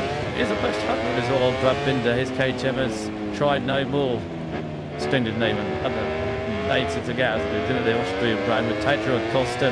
It's actually it's called that and already retired, and now Binder having to park in a little bit further back his name past GED, trying to work his way through on that loop already. Well, I'm sure anybody is still here in coach is shocked after Marc Marquez crashed out the lead. I wonder if Dominic Toddles, the boss, has already had an explanation. Let's go down to David, you're doing Joyce Jack. David, you just straight to Mark thing after he came in. What do you have to say? Yeah, you're sure they get the was just sure the deal. Let's drop some GP. You kept him a bit much the ball and he clubs today. They fix that. It was. Thanks, David. Yep, it's a pretty obvious ball that in from outsiders. Marc Marquez just looked like he got it. The teammate is who Breed is. Out the gap. That's made it away through on Zarco. Turned forward, catching out. Not minority straight. Another guy which is a little bit on fine there as he goes through its tag time. With a new over his shoulders to make sure that there is actually no contact coming with Shaw and Zarco. Some top line, just my Zarco. A top line actually, to be fair, to Trevor Aldegar. I'm also on his first top 6 at the GT World Championship. Spoke to his Brazilian team this weekend and they felt tight. And even in the stall like conditions on Friday, may not shine in Coton. That he has had sheets of 10-6 potential. And Marquez hasn't got that second place in the World Championship lead, so we don't just yet. He's running in high in only makes you ways. He lost all attention of a second for the last night too. Fabio Di Gian, I'm telling you, when you're seeing he got to clear space yesterday, a very good taste later on. So Di Gian, I'm telling you, Stiffy gets second place. It comes easy, counts as it stands for a podium finish. He's fast since he had a Qatar made in 2023 against in the early battle with his teammate Frank Borbadelli. He was the only position to take advantage when Marc Marquez let's stay upon the position on the table to we'll go track them on this time mat. I talk just to the Dutch through the second sector of this man, but Antonio is saying in plenty of Marquez rest on that second place here. So this is on board with Marco by Satisfactory Brilliant. This was showing Zarco directly ahead of him. Which says Zarco is 7th, Bez at the moment in 8th place. Closing lights up on Zarco's rear tyre as they come to hump on the brake going into turn 13 into the infield section. Don't be tight first gear now through this turn 15 where we've seen the club here taking a couple of top wheels on the factory on this weekend and then now through this rear tyre finishing turn 16, 17, 18, the 3 turn 16. I was always have the sprint was where Marc Marquez nearly sent himself to the move. The best he can do that, can he get himself up into that 7th place? Aldegar, as you can see, just moving out in picture. Already Captain Zarco had made that move into 6th place at the front. Emmanuel now 2 in touch, 1 second to get at Alex Marquez. Albert slipping into it, just fine in. As Marco Vasecki fires the factory brilliant on the inside of Jean Zarco. They can side by side. Send that to Lislow drop out through the 3rd gear, toe, trying to go with the end one. The outside was Vasecki. Did about trying to get the inside line 3-3, no way through. Happens again. 202, so it's short like 6. Oh shit, to get lap on excellent tyres. He was 7/10 of the second faster when your race leader Bagnaia. It's the second fastest rider on track. That's so red. That's just something to can't dreams at 2-2-2 to Marc Marquez early on. That's extraordinary like distance. Then all the Iltritz Miller at a ranted rate of dots. If he continues that sort of pace, it was a second near enough quicker than Miller. He was only going to take 2 seconds behind him at the start of this lap. That's already come down. So into a stiff place. A great job this, isn't it, by the rookie? The man who looks anything but a rookie. Here's his teammate. And it's been like this who has his dad now in this one with me. 28-year-old Spaniard, a former Moto2 world champion back in the day. On course and lead the MotoGP World Championship. They've already took his time, leading Zarco down. Then this battle was 7th place. Here's Besecki. Zarco can't Lexi because Anaya Baschi needed.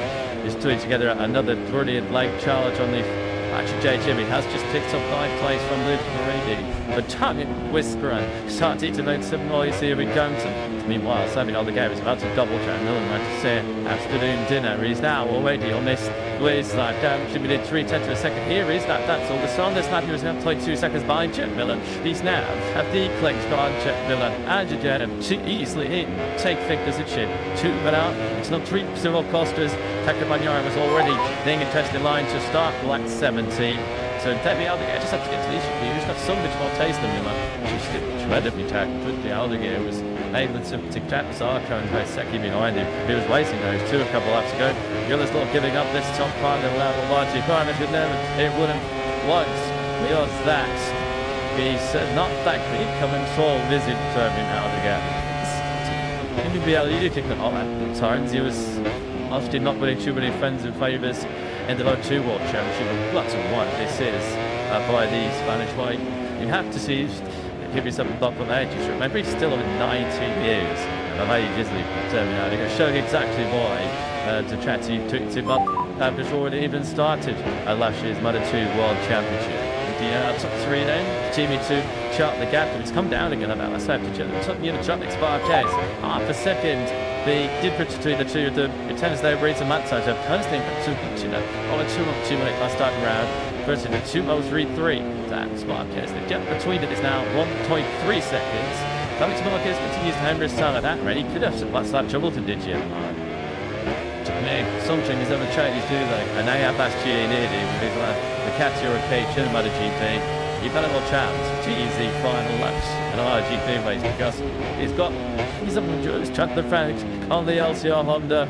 Showing Zarco that he was starting to lose places. He'd been ticked up by Aldegar, Bezzecchi, and then by Bastianini. And maybe a little bit of frustration creeping in, falling number 5. The beast on the inside into turn 20. That's unfortunate, isn't it? For Zarco. You might actually just lost the rims. He tricked up the front. He even has gone down. Well, the dropping line fines, aren't they, later on there now? And coach heading and says his manager, Club of 125cc, 104 Moto 2 star Hector Baldo. So Simon Aldegar, it was a sensational. At 10th side, he's gone down and turned 15. He's humbling away from the second of the drive. Seeing crashing intelligent D, Richard, not doing away to hear him by side all the way on. At turn 15, such a shame because he ridden so well. He just gone through one. In a start for him, he was going to get because Morbidelli was 3 seconds off the most fortunate. He does not get the result that it's generally Kane's Dylan deserves. And that has just Marco Bezzecchi that in the side of the top 6 in the factory pretty added. He hasn't got that top 6 coming off as well either because Giannini is in 7th place behind him. Now 1 second between Alex Marquez and Fabio Giannantonio. Giannantonio is still lapping. Excellent saying is Alex Marquez cannot respond at this stage. He's still stuck in the mid-side 2:03s. There could be some late lesson team coming that spot to this. Finally, Giannantonio are denying him the championship lead. See Tento Bagaya when you shoot does it shoot, but a GP race where he's not letting that happen, and he's 2.5 seconds clear of his nearest rival, which is still Alex Marquez, the German child on points. You look at the time that Giannantonio is taking out 70 showing ahead of him. What did you say last season? Pecco Bagnaia arguably lost to the Hang Championship to OMRT because he made 2 very mistakes. Yeah, see if Bagnaia credit, even when he's stayed off the tanks relative to the Marquez pullers so far, he's claimed it I can and he's put the points. And surely in this kind of situation with Marc Marquez out of the Grand Prix just joining us, crashing out of a 2-second lead, this is no opportunity that Pecco Bagnaia simply has to take. He is a locked and attenuated for changing his Stern Small pre-win of 2020 times. New significant leads to right behind. He's going to see his lead MotoGP World Championship. The day to Unity Marquez, brothers will to catch up any day. This is going to be a guy who dark, being tracked out after clearly. Slap underweighted, just well that high coverage is now to negotiate. That's what Pecco Bagnaia. The gap between Alex Marquez and Fabio Giannantonio, well that stayed pretty much tugs at 1 second. Like those exchecked 2:02.9 on that last one. Towards the outclass, Alex Marquez clinging on to second place and decisively exceeds the lead in the MotoGP World Championship. Fully every first time credit to Alex Marquez that he sensed the danger and tried back down into the 2:02s, and that should have nipped turning Fabio Giannantonio up to second place. Certainly aided the thought. Morbidelli's in a low bit stance. So like Jack Miller, who did take a second down of Morbidelli on the last lap. Gigi Dominion, I think, to go on what he's good at. Gigi put the TV 2 on this Sunday afternoon. Austin and Pecco Bagnaia was cut the distant bigger at times so far this season. He's had to 6th, sorry of me, yet. Silly breaks on the other side of the garage as Paulo Marquez has won everything in sight. Sharp down with 2025. It's fighting against team top, but again in each intentionally. 16 down the tube to cut the pieces. And that Marcos is a huge turnaround, having crashed out of the lead for the third time here. But in Austin, the only relax now. This is the sole response of Tucker Van Yaren, who has been under pressure. There's been talk of a crisis fairly early 2025. That's all this on. There'll be a lunch entry in there, it's going to be a dry day for one of the Marquez brothers. This is going to cheap championship pumping out to Gian Antonio.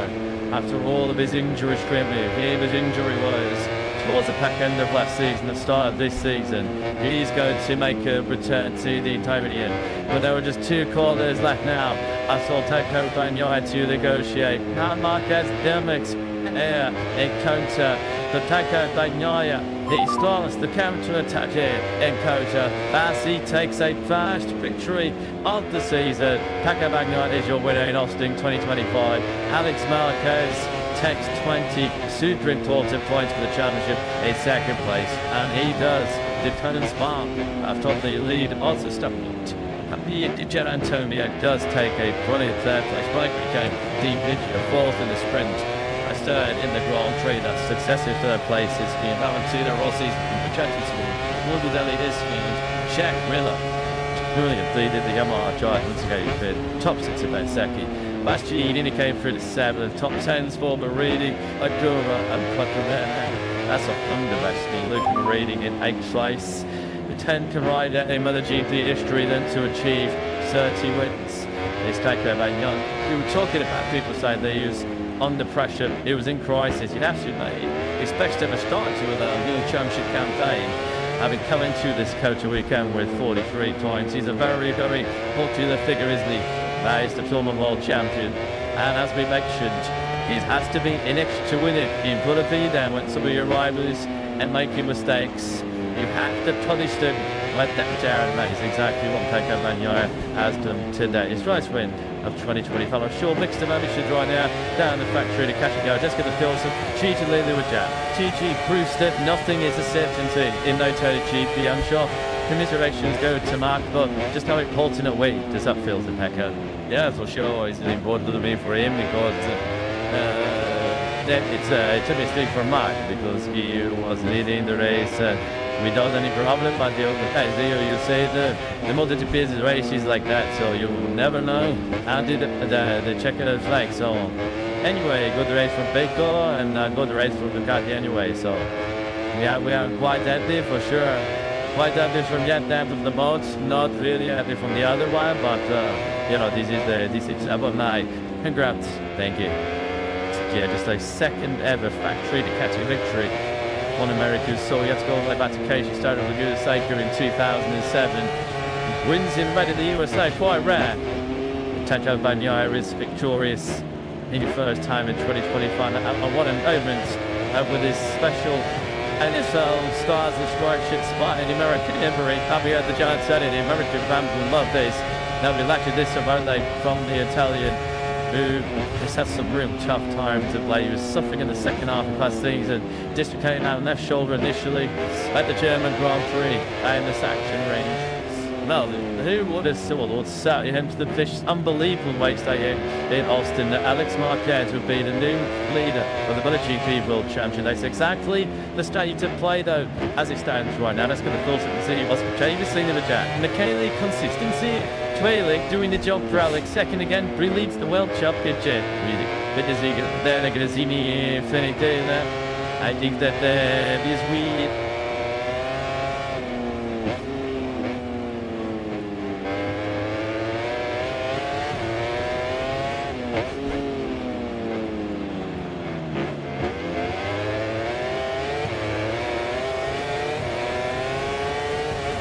Yeah, Alex Marquez leads the MotoGP World Championship for the third time, and he needs it by Signy Choice. After the one of everybody was leading at turn 4. Taco Bagnaia has enjoyed this race. I think there'll be some check dogs for him in Park family. Well, sure he's going to take an appetite after what it felt like a pretty stressful 90-lap Grand Prix. The history that's, of course, record decks, make sure that the winner of the 2025 MotoGP entry in the Americas was Italian Pecco Bagnaia with that many lot controls to tell you, and if you like the Holstein with all the three race drama, which of course, I was going to range of that Marc Marquez. And when we finally got the way where it looked like he was streaking away to that elusive 8th with head encounter, where he crashed out on a slippery, wet, white line curve at turn 4. And not only did he lose the lead in the race, but he also loses the lead in the MotoGP World Championship. Welcome to Park Fernweh. The rider now, numero uno in the MotoGP standings in 2025. We're informed during the commentary mix of some fans gave Takadai on Thursday, but you're right, and the certainty that he answered to them. India on Sunday, is side win. Well, these can do some told that what me say the Saturday as a hot dog away, so I'm total winner. As an impartial hot dog with just a distillery instead of 1 Grand Prix. That will just be a massive tick wheel motive to Pecco Bagnaia. He will be almost too being a lipstick. I say yes, he's a big choice because of the mistake by Marc Marquez, but as you make sure you have to check opportunities when they come your way. Thinking about taking opportunities when they present themselves. Great scenes with Fabio Di Gianantonio. It looks a lot happier than what he did after the sprint yesterday. Yeah, when he was certainly not active with some early sprint aggression from Frankie Morbidelli. As you mentioned, it is back-to-back third places. Here, the Flitsbeamer Durabia 46 Racing Team. It was a truly comfortable one to Digib as well. Marquez's exit left him over 7 seconds clear of Frankie Morbidelli. The great rider first, top 6 from a Yamaha fan, Jack Miller as Tancha. That's a shot to take position by Marc Marquez. He runs the outside line. Taco Bagnaia made a quick stop the power from the back of the second race 6, although I guess he's not chopped up by the champion. Once again, it is the story of MotoGP 2025. It's 73 versus 93. The Solid Marquez. Pecco Bagnaia once again getting aggressive. Through Frankie Morbidelli. He tried to repeat the move yesterday, but she went on Marc Marquez. This time, Marquez needs to turn trade badly twice to he held on to second. Bagnaia made a pretty good start once again in the back of that second. Not quite as good as the launch he made, the lining launch yesterday in the sprint. There he is in 3rd place on these 62 bikes. A smart then at least out. It's just that he dropped down through this spectacular 12th gear, turn 10, right on of 19 gear.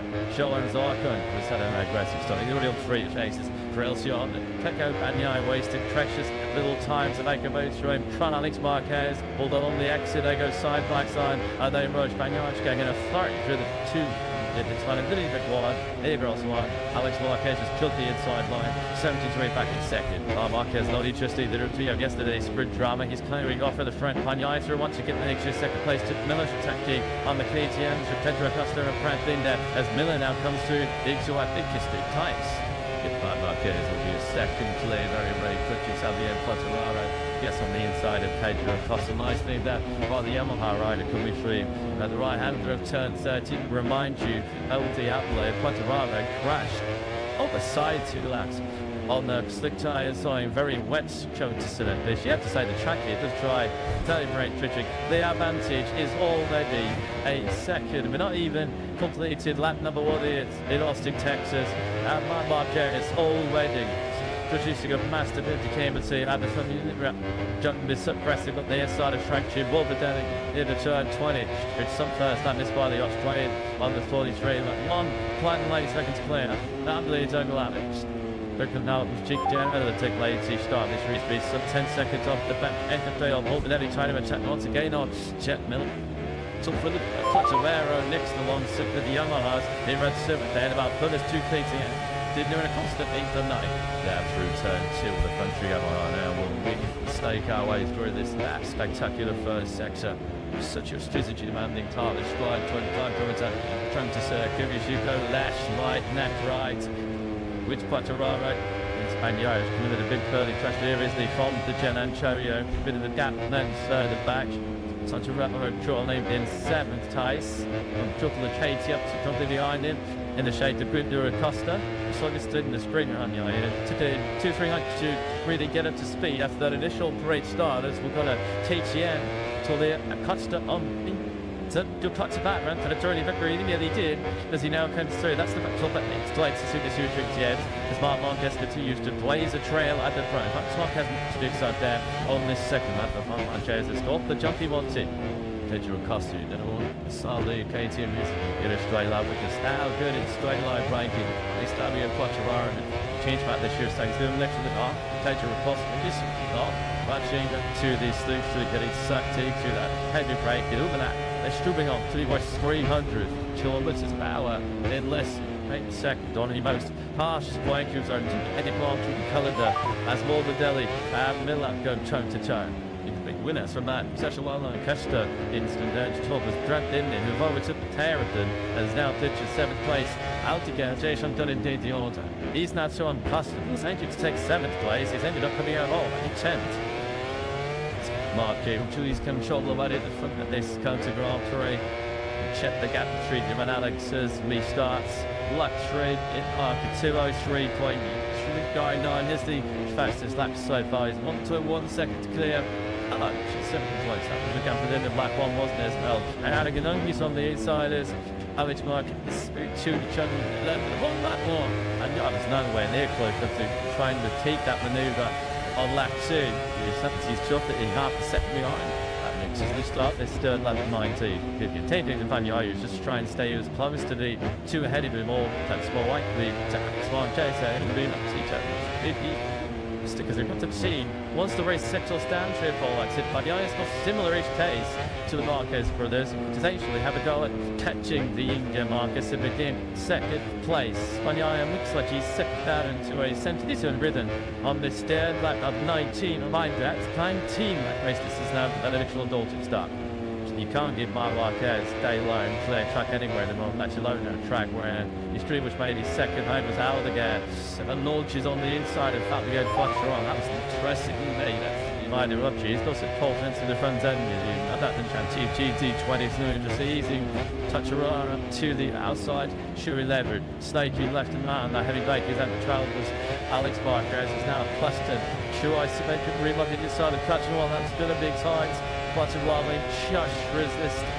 Costa is going to have another nibble now. They're going through his third team. Once again, Quattraro slams the door shut. He's on 90 lane here. This one chewing up behind him. Just down the straight line speed to really defend against teasing KTM. The KTM is the task is running down straight line into KTM. It's not far away from it. The Yamaha plant time match. This is a slightly MBC match 2025. Keeps going on the tracks against States. It was nice to find the other takes on Bobby in 2025. It's one of those Swexon on Alex Marquez's 2nd place. You know, treated back into contention. Not that he was ever too far out of it. It's the Gian Antonio on the Silchi 9. They are sort of sitting up 2 minutes to do like go. Mark Marquez at 203.099. Up 3 tenths to Alex in 2nd place. Vanyaya, but nothing was never snatched to than Alex to make you ahead of him. So you do see on the moments the biggest threat this top 3 in terms of position spots is going to come from Vanyaya as he hunts down Alex going through this first sector. It's the advantage now onto the group behind, led by Morbidelli. He's now finally won that back to Chip Miller to feet. Morbidelli's still in seconds on the lead, and indeed 2 seconds back to Fishbats on his teammate. Found it to Gian Antonio, everyone. I just see second bike behind us as he look back, get tackled by the iron. Then it's Miller, 6-5, Morbidelli, bring the 7 down the gamble, setting touch watching down in Octave, watching down, still holding it, Pedro Costa for 9th position. It's a real challenging code to Grand Prix. Pretty mark of their second. And once again, right to the tail end of the boys were in places and it's all teams place. Couldn't get the infinite to run. And then this is on Friday morning. And with a bit of slipstream here, what can Paco Bagnoy do? Start flicking through that sailor ship gearbox. This is so razor sharp. Then the glide tip tube turn. Number 12 is going to make it pull down to the 8. Petrol is a little bit large. They were the inside line though to go into turn 13. Chase Bagnoy then does slot into 2nd place. So she's needed some down. He's simply not wanting to see the checkered flag wave down. TV was briefly up to the lead, of course, for the sprint yesterday. So this is a position to be expected. Until the beginning of the season, the 3-22 Marquez and Vanyaya together at the front of the field. Tan Pekka Vanyaya to his extremely infinite unintentionally on a MotoGP light and chase down up page up one of a race named Coulter is up now just is up ahead of them. Something till I touched the started getting short, tried to run I'm into turn 11 and caution one will be really good and just like the let's do one tube to 8797. This is very impressive, really nice pace. While the different MotoGP world champion 20 tenths quicker than Mark was on that lap deal. The gap just under 14 seconds. Dig through, then battling further down towards the back end of the top 10. Take a bustle or front one, pointing to Honda Castro. It's Marini doing those favours to his HRC colleague. In that middle into turn 2, and that's Marini then. But it's close. Well, yeah, the tender is John Zarco running in 10th place. Zarco's come from 15th out the grid, and he was the only rider in the sprint yesterday. He ran the medium rear side patch already, having took the part totally thinking of the race on Sunday and running a tire that he expects to race in the full late Grand Prix. And Zarco at the moment making good use of it up into the top 10.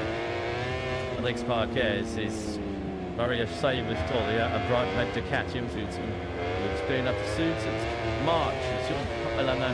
Richard, and what's at least a couple of shorts. But now he has to contend with both factory Ducatis.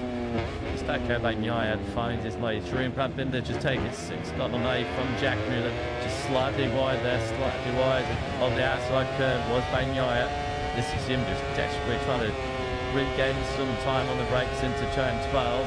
And he's Alex Serley, more than an interested participant in this battle for second. Sip tell yesterday, didn't he, that he was a step in the right direction for Tecco Bagnaia. So he's competitive as he was in the beginning to actually be able to overtake Deeply more than he said. He's just been, I think, in the normal sprinting confidence of feeling the requires because he's such a tall wire on the way into corners. He's still, I guess, the edging it to deep Tecco to but this is lap pricing the best we've seen in the double world champion in 2025. Over the line, Marquez comes and that's lap 5 of 19 completed. Skip move to that sort of medium time. That really does to speed from Bagnaia, while down to a 202.466. So the 3 attempts that Bagnaia recovered on Mark on the previous lap is I think he'd been regained. Third mark there. Alex Marquez sings third. See about 3 attempts for that. John Chorio at the moment is really struggling to go with this touch rate. These nearly 1.2 seconds behind Alex in that third spot. And there's left to do, which is doing it into Camille Quattromano. We just saw him now. His heel screens got him up into third slot. Next of the HRC Castro one just went casted into 11th and 12th. So Quattromano now back into 13th place. So that's hard impact. Then we can't see the sides in that. It hasn't got a whole lot better since. But that's it has been a very familiar sight, hasn't it? Tastas once again Pedro Cluster Bigger. Checked overtakes the factory TMTF colleagues having a pretty good dice out here in Chota. Took late try there, did he play acceleration? He had a shot at that Bagnaia. There's no hope of that. It's Marquez even picking up some slipstream for you. That line trying to make a move on the inside of the Italian into turn 12. It's Marquez then once each 5 seconds up and low. This is back with the battle. Let's see Red Bull KTMs. If you mind, that is going the way of number 33 Binder. 7th place right now for South Africa. Is closing illness for the trajectory. Jack Miller who's still jumping the Tamak Yamaha. He is the top of the category right now. Miller in that 6th place. He's saying so you find Jordan and Miller. Give him the touch alarm on the other end water he's did there. He was the sharp end in this race. There's plummeting but just Miller took Miller more than a mid his own.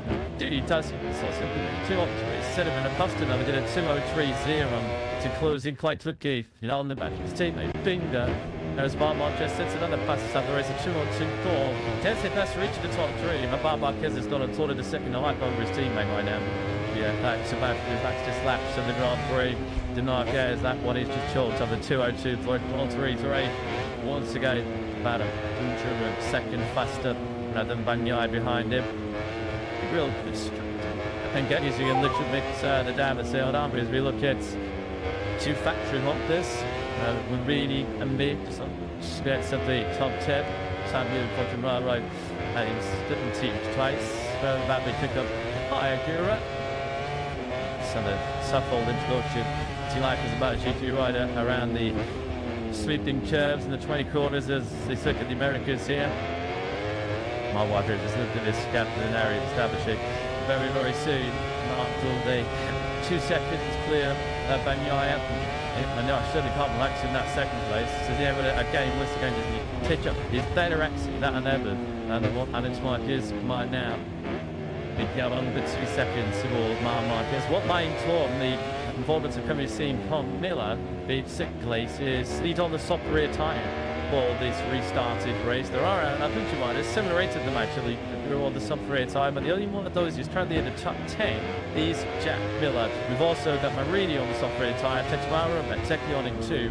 Miller getting 20 speed out of that moment and will be able to keep it going for the full 19-month distance. Speeds to battle for 2nd place. The game with them on the brakes.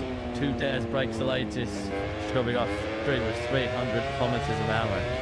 Shot hard at ease in that Michelin on time into turn 12. Which that was led by Bagnaia. Churchman Pride of State, ready line to stake inside HRC and the Mybits. Johan Zarco in 10th place. He's doing all of King Marini and me behind him.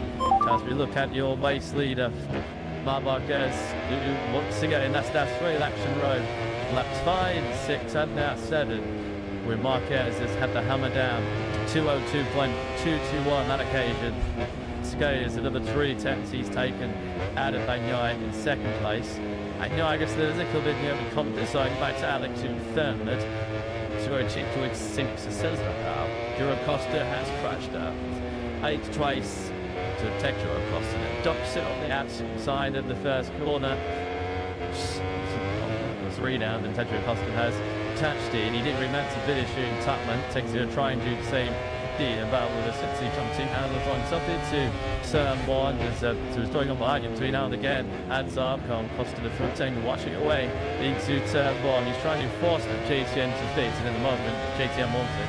Last pattern where you were trying to ride on the ragged edge, trying to ride over the limit and the motorcycle's capabilities, it seems at the moment. Teixeira Costa, because you're thinking of your stats ahead of the KTM on the knee. Stating time is before the 20-year-old Spaniard. Low Trottium spot now though here in Austin, Marquez. As he has a touch to be a 2.1 second advantage over Bagnaia. I think I said he just regained 12th place from Fabio Quattromano to DX and was losing another position to there last GDD. It's been a real Sunday so far, the Quattromano. We were cells to get himself inside the top 6 in yesterday's sprint, unfortunately, and nowhere near that marker at the moment in this Grand Prix. Still difficult, even a rider is pushed his Quattromano to didn't happen on the sighting that out of your mind. Forcing us at slick tyres at that stage, the front women, the many riders, he didn't start in the first slicks, of course. Very typically changed, but Quattromano now very, very difficult to be behind and to accept it into the team position, and you could see the undertitans if it continues what it is. Much to the lead of Klima, chewing bomb time did 2:25, that's not up there. Bagnaia and Wisconsin. So Marquez's pace as Marquez dropped down to Mitchell to elite 2.2 seconds. Bagnaia, as you mentioned, is just ever so slightly 3 away to Alex Marquez in third. Yeah, at the moment, Bagnaia does have Alex's major, it seems. That gap has crept up to nearly 8 tenths of a second. Does his clash, national database. Clash time to the lady, but in Austin, Texas, that is the 3rd time here in Toronto that Marquez, 2019, 2024, and now 2025. Hand up, Travis sees he's unbeaten, and he defeated the court. Philip Kippers crashed the ball in and goes up. Can you believe it? He was cruising 2.2 seconds clear as he tilted the town forward. Then lap number 9 and Marquez has won it. Hector Bagnaia leaves the Grand Prix de Americas indefinitely. Here we go then into turn 3 and right through there. Tremendous destruction, much is the way of his social launcher. And nice guy so lucky he was 2 seconds on the run. She came back across the racetrack. Tackle Bagnaia, he goes around, comes around there, and the Bagnaia comes out of the lead here 2 years ago. This time the gift moves into his hands. Is he just going to be a little middle of the grid and our leading side cam and that one line. Marc Marquez, well, it was the major talking time before the Grand Prix. After we did check the race seconds before they started the initial start, it's going to be the major talking point now post-Grand Prix after another race as well, because as we mentioned, he is a 7-time winner here in Kota. They're coming back to Algiers once again. So the third time he crashes ultimately the 93 has rebounds. I don't think he's going to run a stop tag, so surely he's going to have to take here.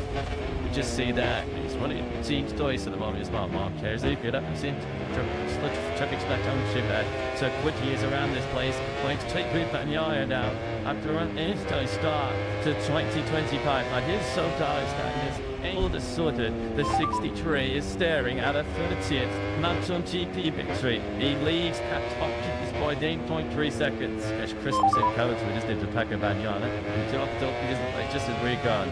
You can see that Marc Marquez looking down. He has not done what it does. Shortly, he's going to have the ticket here.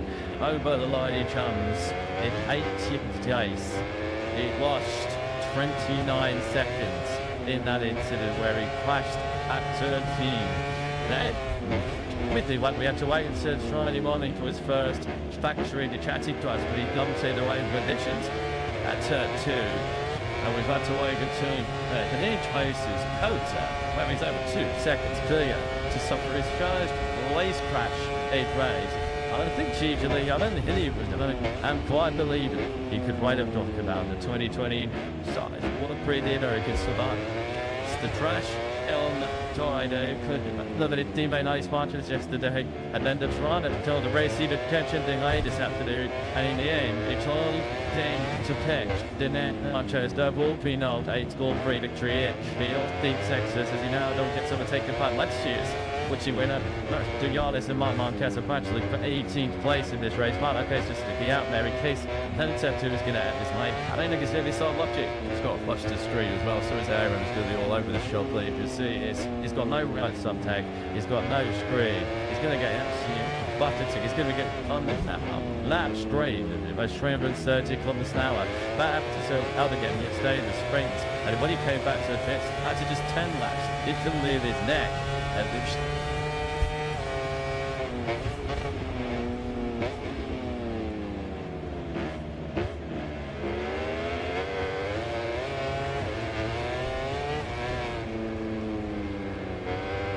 Babbage to Jarvis and Lorenzo Somador. Wow, can you do Willie Charge of his best to crash and turn 80 in the sprint on that one yesterday? He got away with that one. There was no escaping a crash here today in Kota to Marc Marquez, who was crazy in Kota. Over 2 seconds care he was when he crashed at turn 15, slitting the curb on the right side. And that was good night as far as when number 8 was concerned here in Austin for the 93. It's not in his makeup, it's a 28 giving it when he's all 3 didn't start at this stage. The last one, second some kept champion was also in the turn and 12. One did yesterday. Marcus did 20th. That's because Pedro Costa has now tuned down in race. Kind of see what Marcus might do the same very shortly, because there's virtually no points to risking now at this stage of the race. And young nature do, of course, to press lead. Saying attack up at Yai, just racing for stories so entire this season. Surely he's not going to touch this opportunity of he's continued to extend his lead over Alex Marquez. It's 1 time 6 seconds now. Alex Marquez, oh, it was numbers with the tank worried. He might still be on course for second place. Of course, all the mayhem for Marquez has meant that Gian Antonio has been chilling to third place. He has not had a podium since his victory at Qatar. Victory 23. I was afraid to say another Honda crash. George Van Meer has been down the road twice already this weekend at turn 15, including in the sprint yesterday. And once again, another top 10 challenge. Slips through the fingers and Paul Van Meer. This time around, he goes down at turn 12. Also on the curve there on the other side, as he was only that until down into the break. He's over as well, so driving in there, he can show plenty of potential, but he leaves Austin, Texas with not long. He's still landing at the 202s. Oh, Martin, and you can look at that big screen. He's seen plenty, we've all seen plenty over the years of the MSC, a cold free flag like this one. So Marc Marquez truly into the 25 after the years. He had 5 wins, 3 in the sprint. He had 2 in the Grand Prix. He looked like he was going to pick number 6 once again here. Then coach posing the question all weekend, won't we? Who should stop? Marc Marquez is winning here in Austin. Well, I think it was Marc Marquez himself with a big self-inflicted wound. That will hurt. That will sting. Of course, I think it was in 2019, he crashed out of the leader after 3 seconds, but that was an electronics glitch. That is action on and not really his fault. 2024 right here, drinking on into 2011. There was brake trade, and that was a technical issue, an external factor, which put Marquez out of the lead.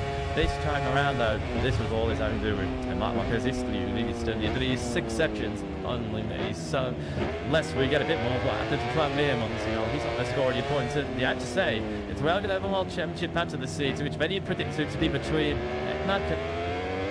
with all due respect to Alex Marquez, who's going to be second in the World Championship. As it stands, it's second place. Alex now, he was just clicked the lead of the World Championship out of here. By a pin from Marc Marquez, if he stays where he is.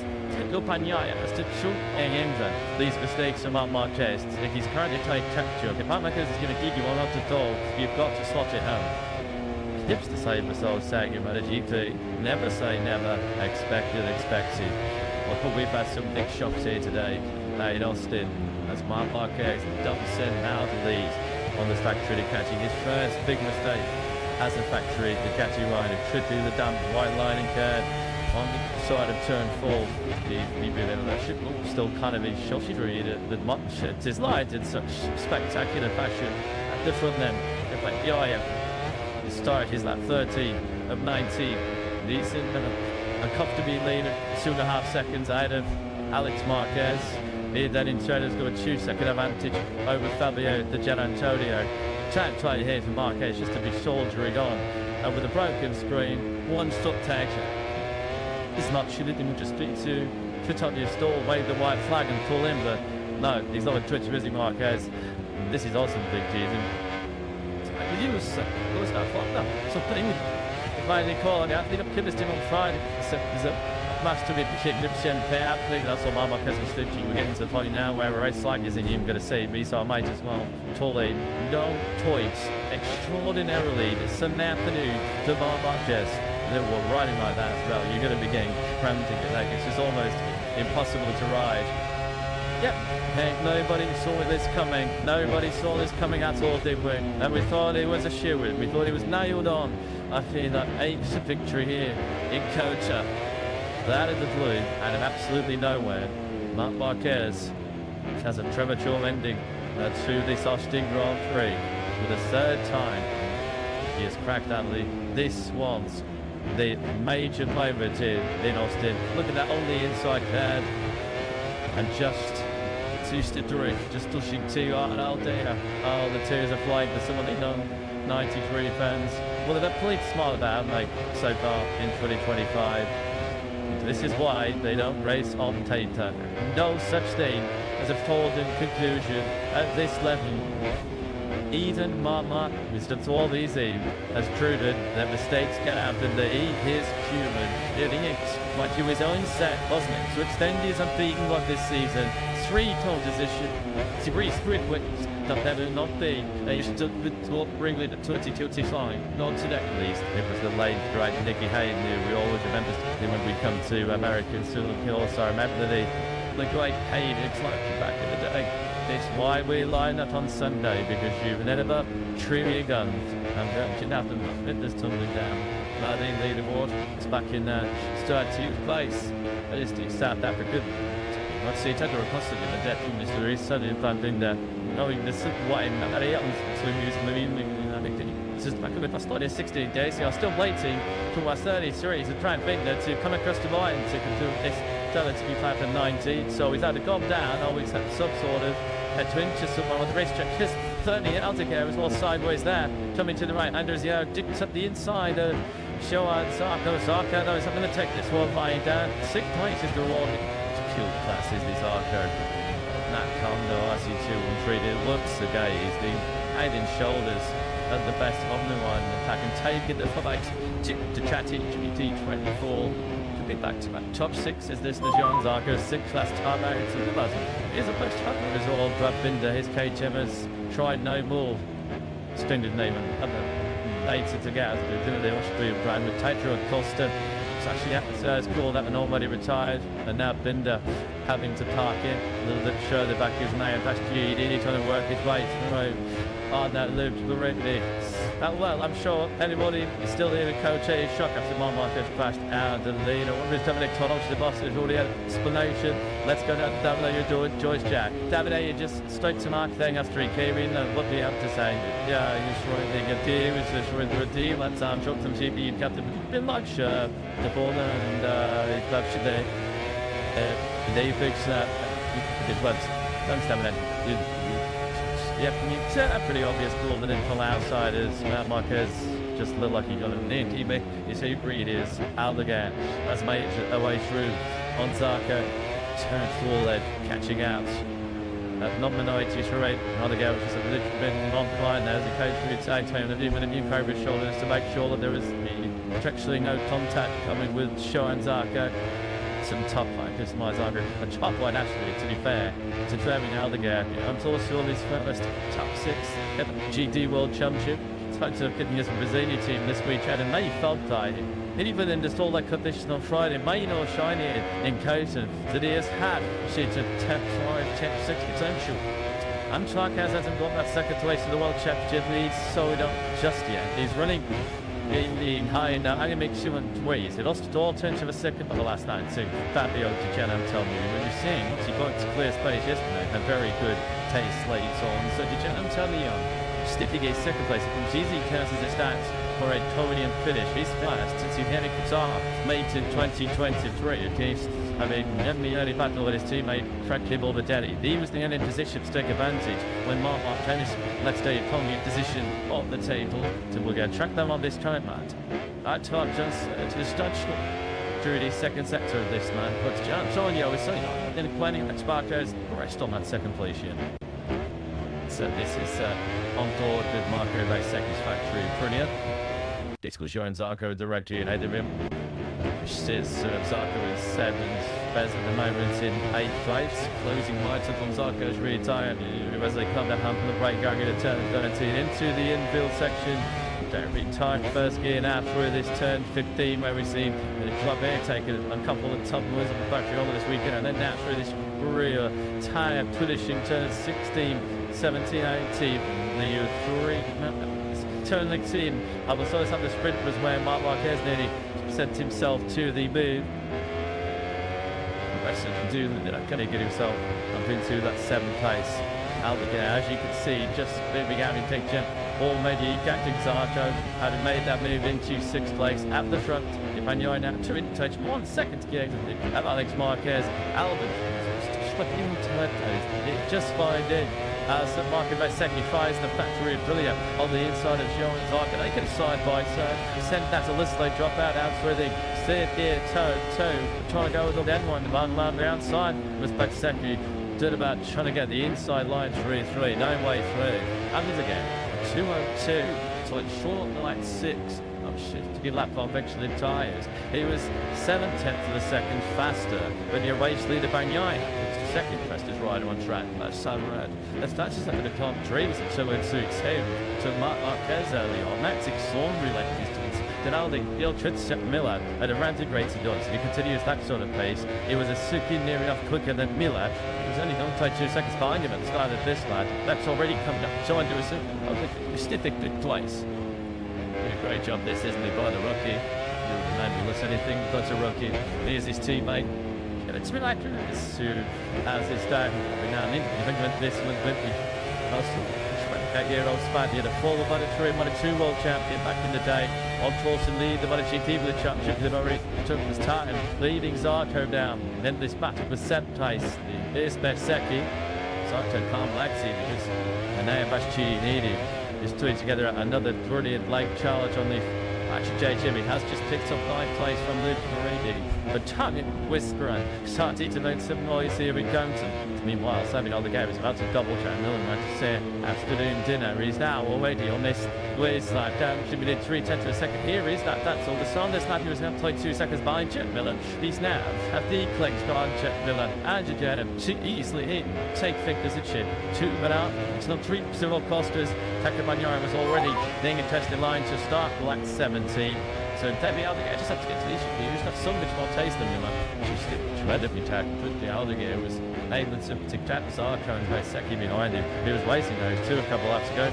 Miller's not giving up this top part of the level. Marty Carmen should never. It wouldn't once. Beyond that, he's not that clean coming full visit Turbine Aldeguer. Maybe you think that all that times he was often not winning too many friends and favours in the Moto2 World Championship. Lots of what this is by the Spanish way. You have to see, give yourself a bump on the edge. You should remember he's still over 19 years.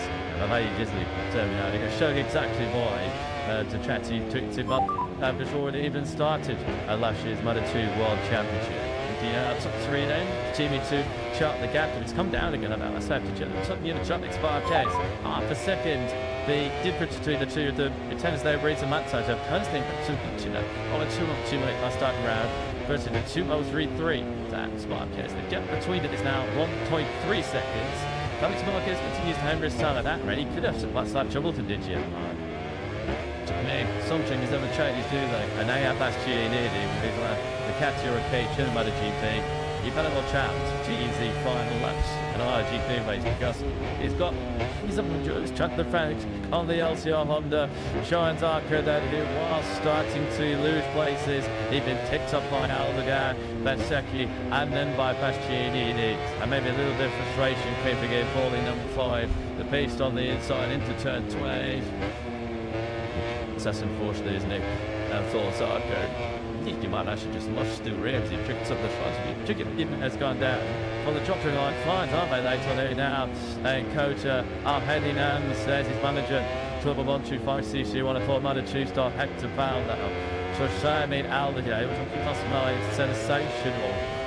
Check side, he's gone down in turn 15. He's humbling away for the second of the drive. See, crashing turn 15, Richard, on the way to hear him on my side and all the way around. At turn 15, such a shame because he written so well. He just gone through one. In a start, he was going to get because Morbidelli was 3 seconds off the most fortunate. He does not get the result that it's generally Kane's Filmers deserves. And that has just Marco Vaseki that in the side of the top 6 in the factory pretty good. He hasn't got that top 6 coming off as well either because G&D is in 7th place behind him. Now, 1 second between Alex Marquez and Fabio Gianantonio. Gianantonio is still lapping. Excellent saying is Alex Marquez cannot respond to at this stage. He's still stuck in the mid-high 203s. There could be some late lesson team coming to that spot. And this finally Gianantonio are denying the championship lead. See Tento Bagnaia when you shoot does it shoot, but a GP race where he's all let to happen. And he's 2.5 seconds clear of his nearest rival, which is still Alex Marquez, the giant child from Hardy place. Even at the time that the giant Antonio is taking it out, 70 showing ahead of him. What did you say last season? Pecco Bagnaia arguably lost to the Hang Championship to OMRT because he made 2 very mistakes. Yeah, see if Bagnaia credit, even when he's still off the tanks relative to the Marquez for the so far, he's playing the can and he's playing a point. And surely in this kind of situation with Marc Marquez out of the Grand Prix just joining us, crashing out of a 2-second lead, this is your opportunity to pick up Bagnaia, simply pass to take. Gears are locked and attenuated for changing a stern small pre-win of 2020 cars. New significant leads to right behind. You see his lead on GP World Championship. The day to Unity Marquez, brothers will forget to be this is together be a guy to back, the track down after clearly slap underweighted, just well that no coverage is now to negotiate. That's what Pecco Bagnaia. The gap between Alex Marquez and Fabio Di Giannantonio, well that stayed pretty much tugs at 1 second. I suppose XJ 202.9s on that last one. Towards the upflight, Alex Marquez clinging on to 2nd place and decisively exceeds the lead in the MotoGP Championship for believe that the first time to get credit to Alex Marquez, they sent to the danger and tried back down into the 202s, and that should have nipped in Fabio Di Giannantonio up to second place. Certainly aided the third. Morbidelli's in a low bit Steve. So like Jack Miller, who did take a second down of Morbidelli on the last lap. Titi to be Richigamme, but he's good again. Titi could the TV 2 on this Sunday afternoon. Austin and Pekka has cut the distance bigger at times so far this season. He's had to sit solemnly up yet. Silly breaks on the other side of the garage as Paolo Marquez has won everything in sight. Sharp down with 2025. It's finding a team cup. Could get any ancient incident. Staying there, the tube took up the pieces. And that Marquez is a huge general, having crashed out of the lead for the third time here. With Austin. The only relax now. This is the sole response of Tucker Van Yaren, who has been under pressure. There's been talk of a crisis fairly early in 2025.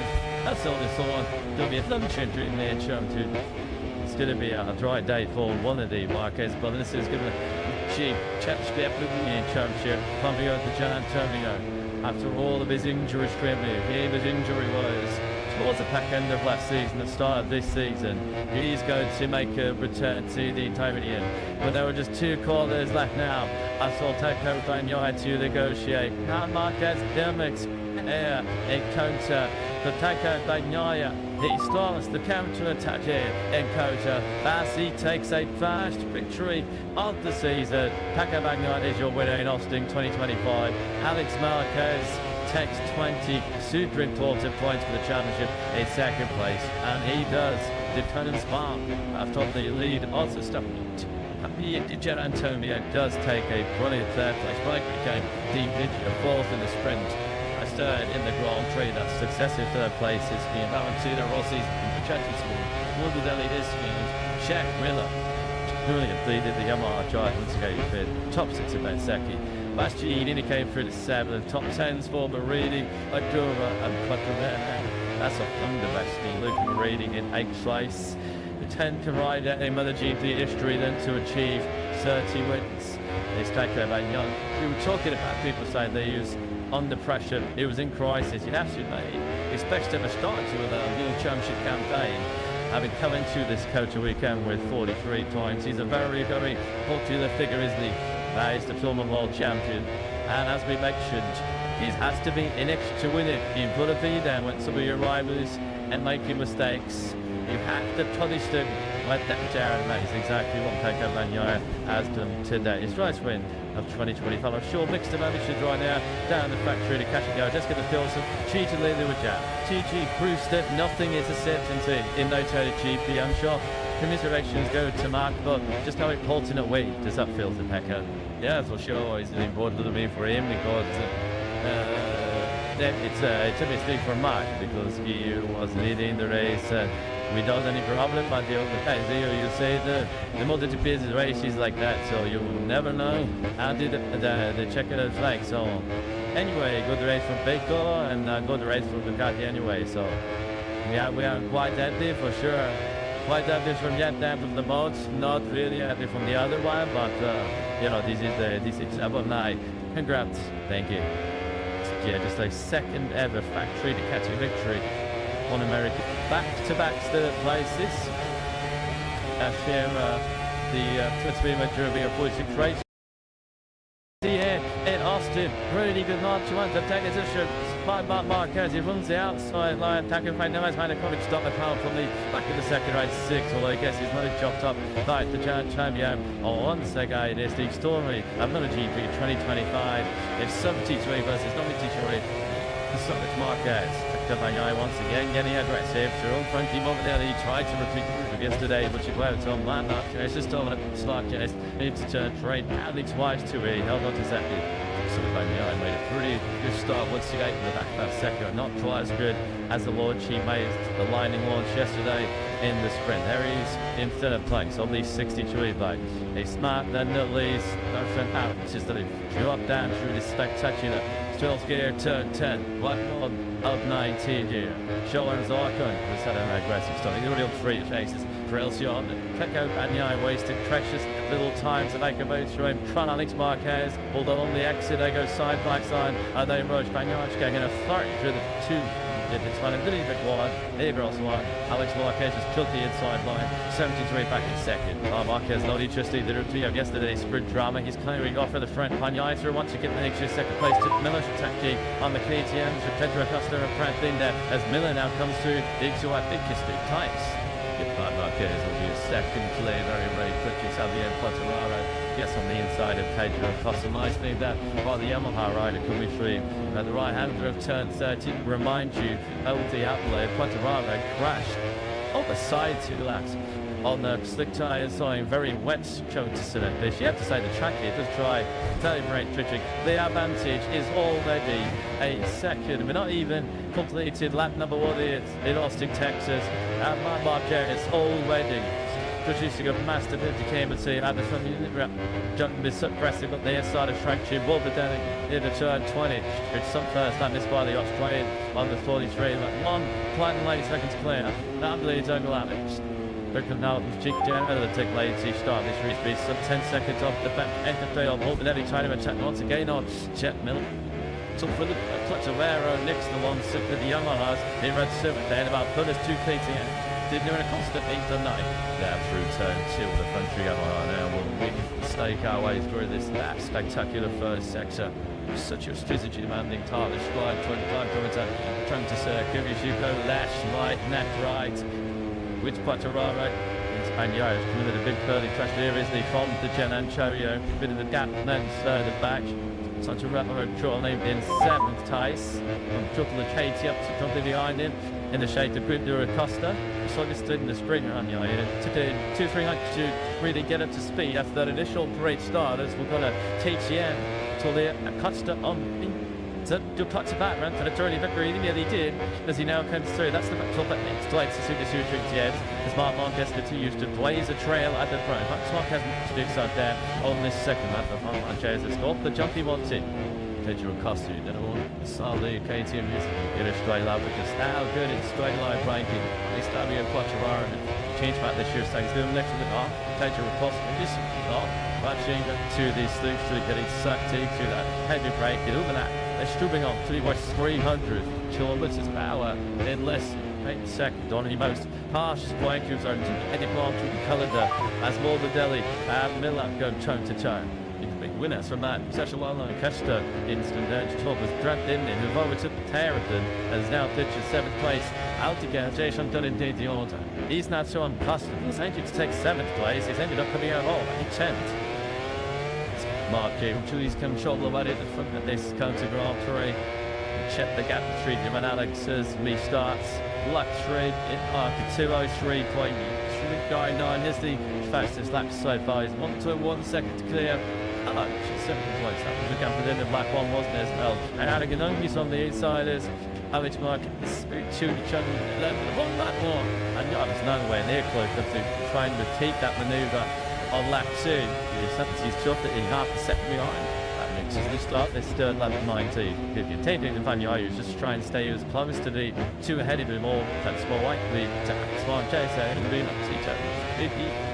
Because we've got to see once the race settles down 3 or 4 laps, if Pagnaia's got similar-ish pace to the Marquez brothers, potentially have a go at catching the India Marquez to begin 2nd place. Pagnaia looks like he's second down into a centre rhythm on this third lap of 19. Remind you, that's 19 lap race. This is now an initial Dalton start. You can't give Mark Marquez day low and clear track anywhere anymore. That's alone on a track where his dream was made his second home was out of the gas. And launches on the inside of Fabio Quartararo. That was interesting indeed.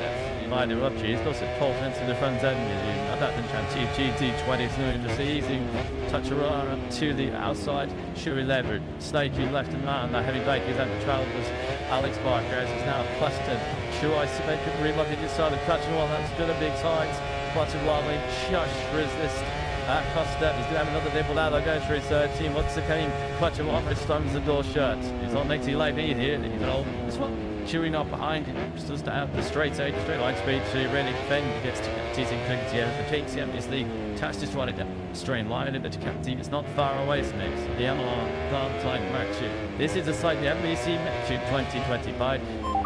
Keeps going on the tracks against states. It was nice to finally overtake somebody in 2025. It's one of those strengths on Alex Marquez's 2nd place.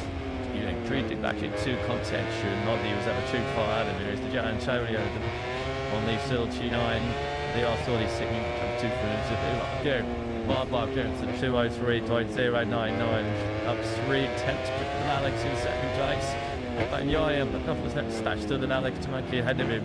So you do see on the moments the biggest threat this top three in terms of position spots is going to come from Manyaya as he hunts down Alex going through this first sector.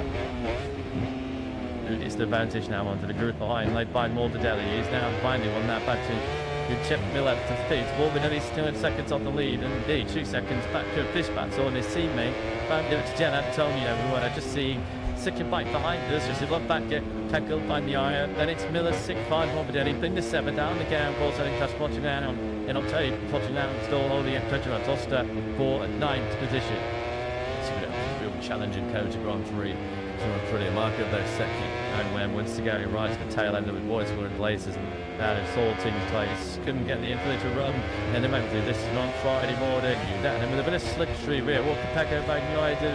Start flicking through that Sealership gearbox. This is so razor sharp. Then the glide tip tube turn. Number 12 is going to make it pull down to the apex. Always a little bit low. They were the inside line though. Go get to turn 13. Chase Bagnoy then does swat into second place. So he's not needed some he's simply not wanting to see the checkered flight wave down TV was briefly up to the lead of course for the sprint yesterday. So this is a position that we expected not to the beginning of the season. The treat to Curti duo, Marquez and Bagnaia together at the front of the field. Tan Tekka Bagnaia to is exceedingly difficult on the intention on a MotoGP light and slowly chased down. Up page, it's one of a race named Kota is up now, just Marquez up ahead of him. Some big delay, Tuster started getting short, tried to run over into third 11, and Poshman will be really good. And just still on tube to 797. This is very impressive, really nice pace. Well, the different MotoGP world champion. 2 attempts quicker than Mark was on that lap field. The gap just under 14 seconds. Dig through, then battling further down towards the back end of the top 10. Take a bustle or front flat point into Honda Cash 2 it's Marini doing those favours to his HRC colleague. That middle into turn 2, and that's people really then. But it's close. Well, yeah, Tekenda is charged up and running in 10th place. Zarco's come from 15th on the grid, and he was the only rider in the sprint yesterday. He ran the median rear side patch already, having took the part tail lead. Thinking of the race on Sunday and running a tide, and he expects to race in the full late Grand Prix. And Zarco at the moment making good use of it up into the top 10. Alex Parquez is very safe with Tolly, a bright leg to catch him to speeding up the suits. It's March, it's Richard, and what's these couple shorts but now he has to contend with both factory Ducatis. Stacco Bagnaia finds his way through, and Brad Binder just taking 6 not on A from Jack Miller, just slightly wide there, slightly wide on the outside curve was Bagnaia. This is him just desperately trying to regain some time on the brakes into turn 12, and will give Alex certainly more than an interested participant in this battle for second. Sip fell yesterday, didn't he, that he was a step in the right direction for Tekka Bagnaia, so he's competitive as he was in the beginning to actually be able to overtake Deeply more than he said. He's just been, I think, in the normal sprinting confidence and feeling that he requires, because he's such a strong rider on the way into corners. He's still, I guess, the edge it to deep Tekka to get us to believe it, but this is not fighting the best we've seen in the double world champion in 2020 quite. Over the line, Marquez comes, and that's lap 5 of 19 completed. Skip move to that sort of medium time. That really goes to speed from Bagnaia, while down to a 202.466. So the 3 attempts that Bagnaia recovered on Mark from the previous lap has been regained. Third mark there. Alex Marquez sings third. See about 3 attempts for that. John Chorio at the moment is really struggling to go with this touch rate. These nearly 1.2 seconds behind Alex in that third spot, and the left of it, which is doing into Camille Quartararo. We just saw him now. The heel screen's got him up into third slot. Effectively, what the HRC Castor one just went casted into 11th and 12th. So Quartararo now back into 13th place. So decided type when it comes to the sides United, it hasn't done a whole lot better since. But that's it has been a very familiar sight, hasn't it? Tasks once again, Pedro Cluster bigger. Shake time protects the factory GMTM colleagues having a pretty good dice out here in Chota. Took right there, did he play acceleration? He had a shot at 11 by there's no hope of that. Sparkay is even picking up some slipstream for you. That alone trying to make a move on the inside of the Italian into turn 12. Sparkay is then once each 5 seconds up and low. This is back with the battle. Let's see Red Bull KTMs. If you mind, that is going the way of number 33 Binder. 7th place right now for South Africa is closing illness forward. Strategic bank Jack Miller, who's still job in the Tamak Yamaha. He is the top of the team right now. Miller in that 6th place. He seems to be fine. Jordan and Miller give him the title arm on the other end. What he's did there seems the sharp end in this race. There's plummeting back just to Miller. He Miller more than a mid his own.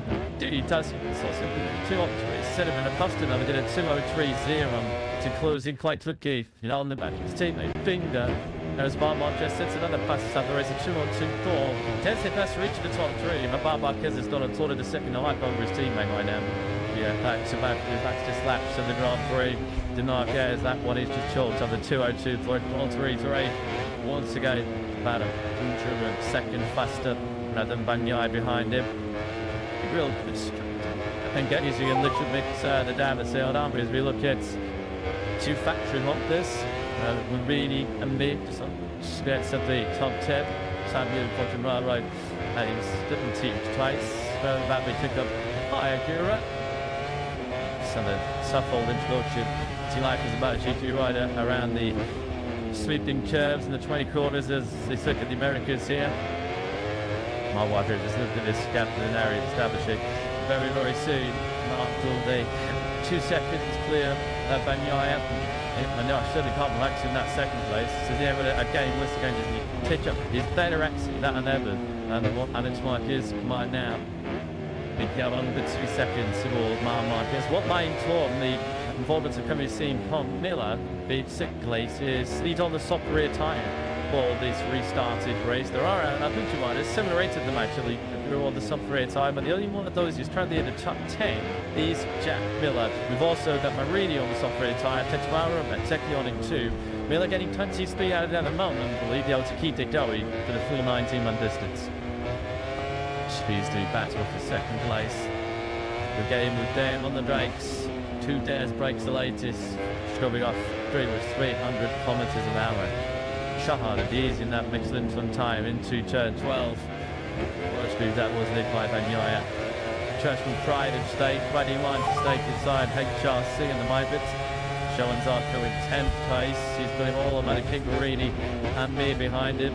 As we look at your base leader, Marquez, once again, that's that 3 laps in a row. Laps 5, 6 and now 7, where Marquez has had the hammer down. 2:02.221 that occasion. Skye is another 3 attempts he's taken out of Banyai in 2nd place. And I guess there's a little bit of confidence going back to Alex in 3rd. 2:02.6 says that Duro Costa has crashed out. 8th place to protect Duro Costa. Dumps it on the outside of the first corner. 3 now, then Tedro Costa has touched it, and he didn't remember to finish in Tutman. Takes it to try and do the same thing about with a 60 something out of the time. Something to turn 1, so he's going on behind him between now and again. And Zarkon, Costa the front end, watching away into turn 1. He's trying to force that JTM to fix, and in the moment, JTM wants it. Well, that's where you're trying to ride on the ragged edge, trying to ride up over the limit, and the motorcycle's capabilities, it seems at the moment. Tedro Costa, because if you think of your stats ahead for KTM on the league, stating time is for the 20-year-old Spaniard. Low Trottium spot now though here in Austin, Marc Marquez.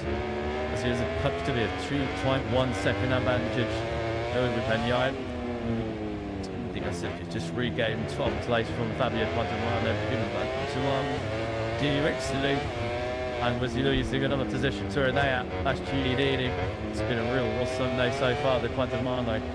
We were close to get himself inside the top 6 in yesterday's sprint, unfortunately, and nowhere near that marker at the moment in this Grand Prix.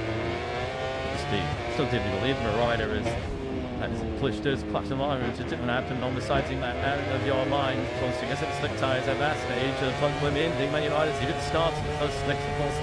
Very typically changed, but Quattamaro announced very difficult to be tied and enter to accept it into the team position, and you could see the undertitans if it continues what it is. Much to the team, chewing bomb time did 2:25, that's not up to Espana and Wisconsin.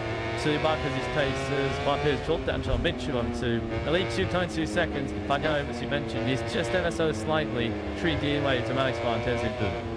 Yeah, at the moment, Bagnaia does have Alex's major, it seems. That gap was cramped up to the 8/10 of a second. Does his clash, national database. The start to the lady, but in Austin, Texas, that is the third time here in Toronto that Marc Marquez 2019, 2024, and now 2025. Hand up, Travis sees he's unbeaten, and he defeats you with a cord. Philip Lockett cracked the ball in Dakota. Can you believe it? He was cruising 2.2 seconds clear as he tempted the town forward. Then luck number 9, and Marc Marquez has won it.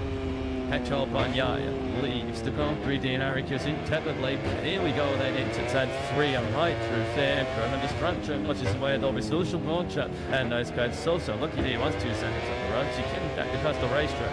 Tackle Bagnaia. He goes around, comes around there, and the Bagnaia comes out of the lead 2 years ago. This time the gift moves into his hands. He just going to be a little bit greedy. I'll lead inside him and that one line.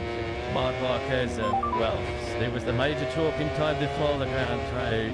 After we did check 8 seconds before they started the initial start, it's going to be the major talking point now post Grand Prix after another race as well, because as we mentioned, he is a 7-time winner here in Kota. They're coming back to Alger once again. So the third time he crashes ultimately the 93 has rebounds. I don't think he's going to run a foot tag, so surely he's going to have to take here. Just see that he's running teams twice at the moment. It's not Mark Cares. He get up and see traffic back on ship that. So quickly is around this place. Going to take with Bagnaia now after an instant start to 2025. Like his so dies that all of a sudden the 63 is staring at a 30th MotoGP victory. He leaves at top by 8.3 seconds. As Christmas in Kota, we just need to pack a Bagnaia.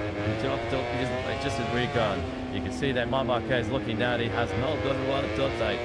Shortly he's going to have the ticket here. Over the line he comes in 18th place. He lost 29 seconds in that incident where he crashed at turn 15. Then, with the one we had to wait until Friday morning for his first factory to chat to us, but he dumped it away in conditions at turn 2. And we've had to wait until the next race is Kota, where he's over 2 seconds clear to suffer his first race crash 8th race. I don't think usually, I don't think he was doing it. I'm quite believing he could wait up talk about the 2020 side. What a pretty dinner he could survive. It's the trash on Friday. Another team by nice marches yesterday, and then the front until the race even catching thing late this afternoon, and in the end it's all thing to catch. The net Marquez double penalty 8-goal free victory each. The old deep Texas as he now don't get overtaken by let's choose which he winner. Duyalis and Marc Marquez are actually for 18th place in this race. Marc Marquez just sticking out there in case Penitep 2 is going to have this late. I don't think he's going to be so lucky. He's got a flush to screen as well, so his Aaron's going to be all over the shop. You can see he's got no right sub tag, he's got no screen. He's going to get absolute butted. He's going to get on the lap straight by 330 kilometers an hour. But after out again yesterday in the sprint, and when he came back to the pits, after just 10 laps, he couldn't leave his neck.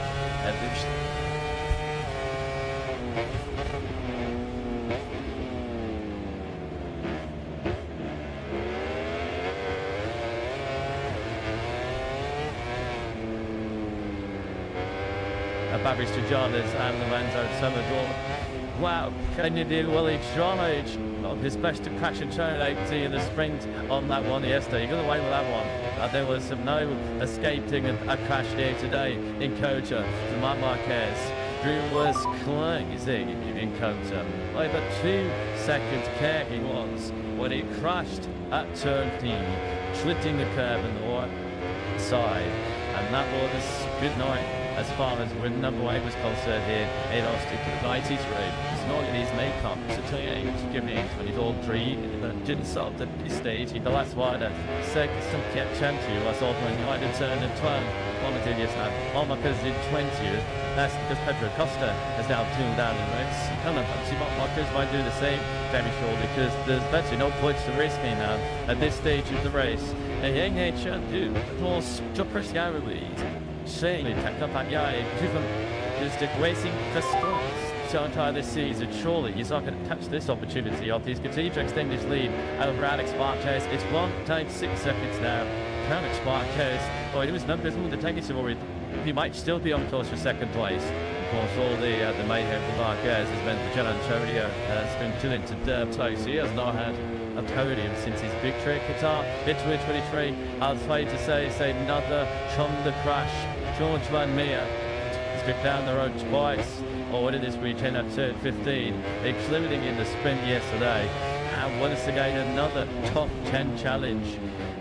Slips through the fingers and Paul Van Meer. This time around, he goes down at turn 12. He was also on the curve down on the outside as he was having that until down into the bridge. He's over 12, so driving in there, he taken the show plenty of potential, but he leaves Austin, Texas with not he's still landing at the 202s. Oh, Martin, I mean, good look at that big screen. He's seen plenty, we've all seen plenty over the years. Have we ever seen a country flag like this one? So Marc Marquez proving in for the 25 after the years. He had 5 wins, 3 in the sprint. He had 2 in the Grand Prix. He loved like he was going to pick number 6 once again here. And Kota, with times in the question all weekend, won't we? Who should stop? Marc Marquez is winning here in Austin. Well, I think it was Marc Marquez himself. A big self-inflicted wound. That will hurt. That will sting. Of course, I think it was in 2019. He crashed out of the leader after 3 seconds, but that was an electronics glitch. That is actually on and not really his fault. 2024 right here, drinking on into turn 11. There was brake trade, and that was a technical issue, an external factor which put Marquez out of the lead. This time around, though, this was all his own doing. And Marc Marquez is these 6 sections only me. So, unless we get a bit more, we'll have to try and he's not going to score any points. And you have to say, it's well going to have a World Championship after the season, which many predicted to be between, with all due respect to Alex Marquez, who's going to be second in the World Championship. That's extent. It's super place. Alex now, he was just completely leading the World Championship out of here. By a pin from Marc Marquez, if he stays where he is. Has to shoot these mistakes from Marc Marquez. If he's currently trying to capture, if Marc Marquez is going to give you one up to goal, you've got to slot it home. Tips the same as I was saying about a GP. Never say never, expected. Well, we've had some big shocks here today in Austin as Marc Marquez dumps in out of lead on the factory to catching his first big mistake as a factory to catching rider. Should do the damn white line and curve on the side of turn 4.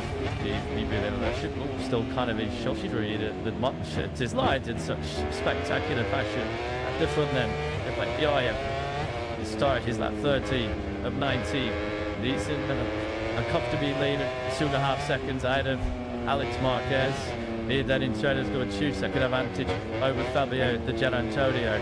Trying here for Marquez just to be soldiering on.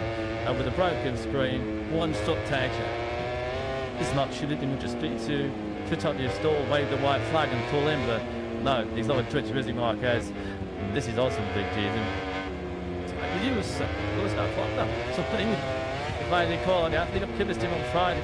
There's a match to be particularly I think that's all my Marquez was stitching. We're getting to the point now where a race like isn't even going to save me, so I might as well totally no toys. Extraordinarily this Sunday afternoon to Marquez. They were riding like that as well. You're going to be getting cramped in your leg. It's just almost impossible to ride Yep, hey, nobody saw this coming. Nobody saw this coming at all, did we? And we thought it was a shoo-in. We thought it was nailed on. I feel that ace of victory here in Kota.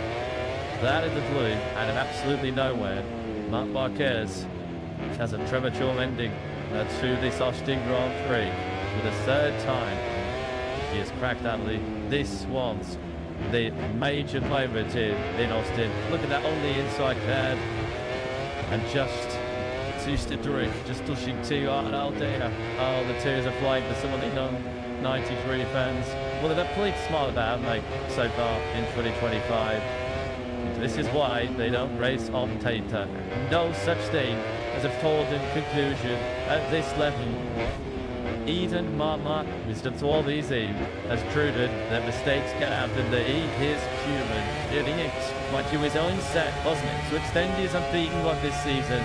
3 pole position, 3 sprint wins, that ever not be. They stood with top Ringling at 2025, not today at least. It was the late great Nicky Hayden who we always remember when we come to American Silver Hills. I remember the great Hayden excited back in the day. It's why we line up on Sunday, because you've never trim your guns. I'm going to have them fitness tumbling down. Bloody leaderboard, it's back in start 2th place. That is the South African. Let's see, Tedder Acosta in the death industry, suddenly funding there. Knowing this is why Maria was I think this is back over past 16 days. So I'm still waiting for our 33 to try and beat her to come across the line to do this. Tell her to be 5 and 19. So he's either gone down or he's had some sort of a twin to someone on the racetrack. Just 30 out again as well, sideways there. Coming to the right, Anders Young digs up the inside of Shoan Zarco. Zarco, though, is not going to take this one by down. 6th place is the reward. Pure class is this Zarco. Nat Kondo, RC213. It looks again, he's the head and shoulders at the best of the one. Attack and take it the fight to Chatty GT24. Be back to back. Top 6 is this the Jean Zarco 6th last time out to the buzzer. Here's a first time as well. Brad Binder, his KTM has tried no more. Splendid name and other later to get out. Didn't they Austrian brand with Tatra Acosta. It's actually it's called that and already retired. And now Binder having to park in a little bit further back his man past GD trying to work his way through on that loop already.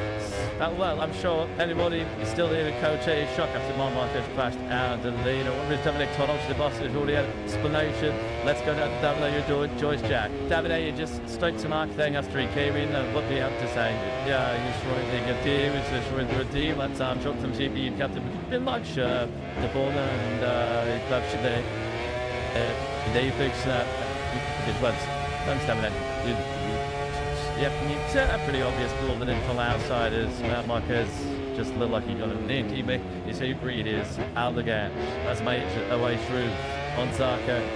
Turned forward, catching out. At number 93, another go, which is a little bit non-flying there as he goes through the tag team. They've even a new over his shoulders to make sure that there is actually no contact coming with Shoan Zarco. Some top focus, my Zarco. A top one actually, to be fair, to Jeremy Aldegar. I'm also his first top 6 at the GT World Championship. Spoke to the fitness Brazilian team this weekend and they felt tight.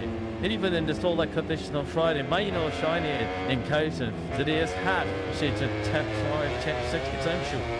And Marquez hasn't got that second place in the World Championship lead, so we don't just yet. He's running in high in animation ways. He lost all turns of a second for the last night to Fabio Di Gianna, I'm telling you. When you're seeing he got to clear space yesterday, a very good taste late on. So Di Gianna, I'm telling you, Stiffy gets second place. It comes easy turns as it stands for a podium finish. He's fast since he had a Qatar made in 2023 against, in the early battle with his teammate Frank Kibble-Vidali. He was the only position to take advantage when Marc Marquez left a podium position on the table. So we're going to track them on this time, Matt.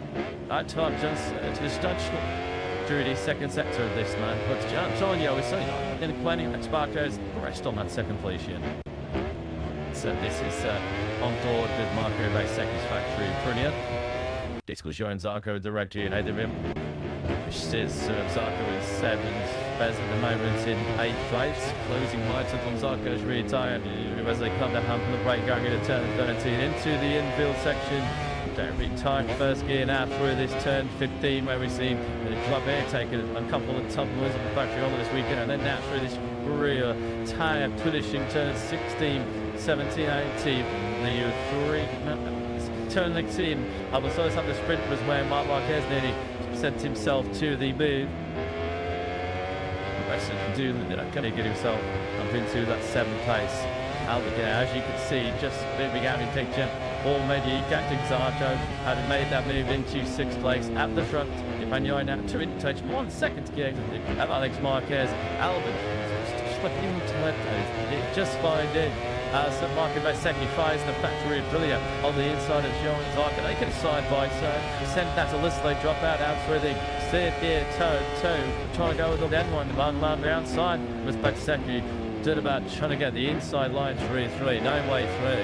And again, 202, so it's short like 6. Oh shit, to get lap on eventually tyres. He was 7/10 of a second faster than your race leader Bagnaia. It's the second fastest rider on track. That's so red. That's not just having a top dreams at 2-2-2 to Marc Marquez early on. That's extraordinary like distance. Denaldi, Iltritz, Miller at a ranted race he does. If he continues that sort of pace, it was a second near enough quicker than Miller. He was only going to take 2 seconds behind him at the start of this lap. That's already come up, joined to a stiffy place. A great job this, isn't it, by the rookie? Maybe looks anything but a rookie. Here's his teammate. It's been like this as it's down. Now, this one went that year-old Spaniard, a former Moto2 world champion back in the day.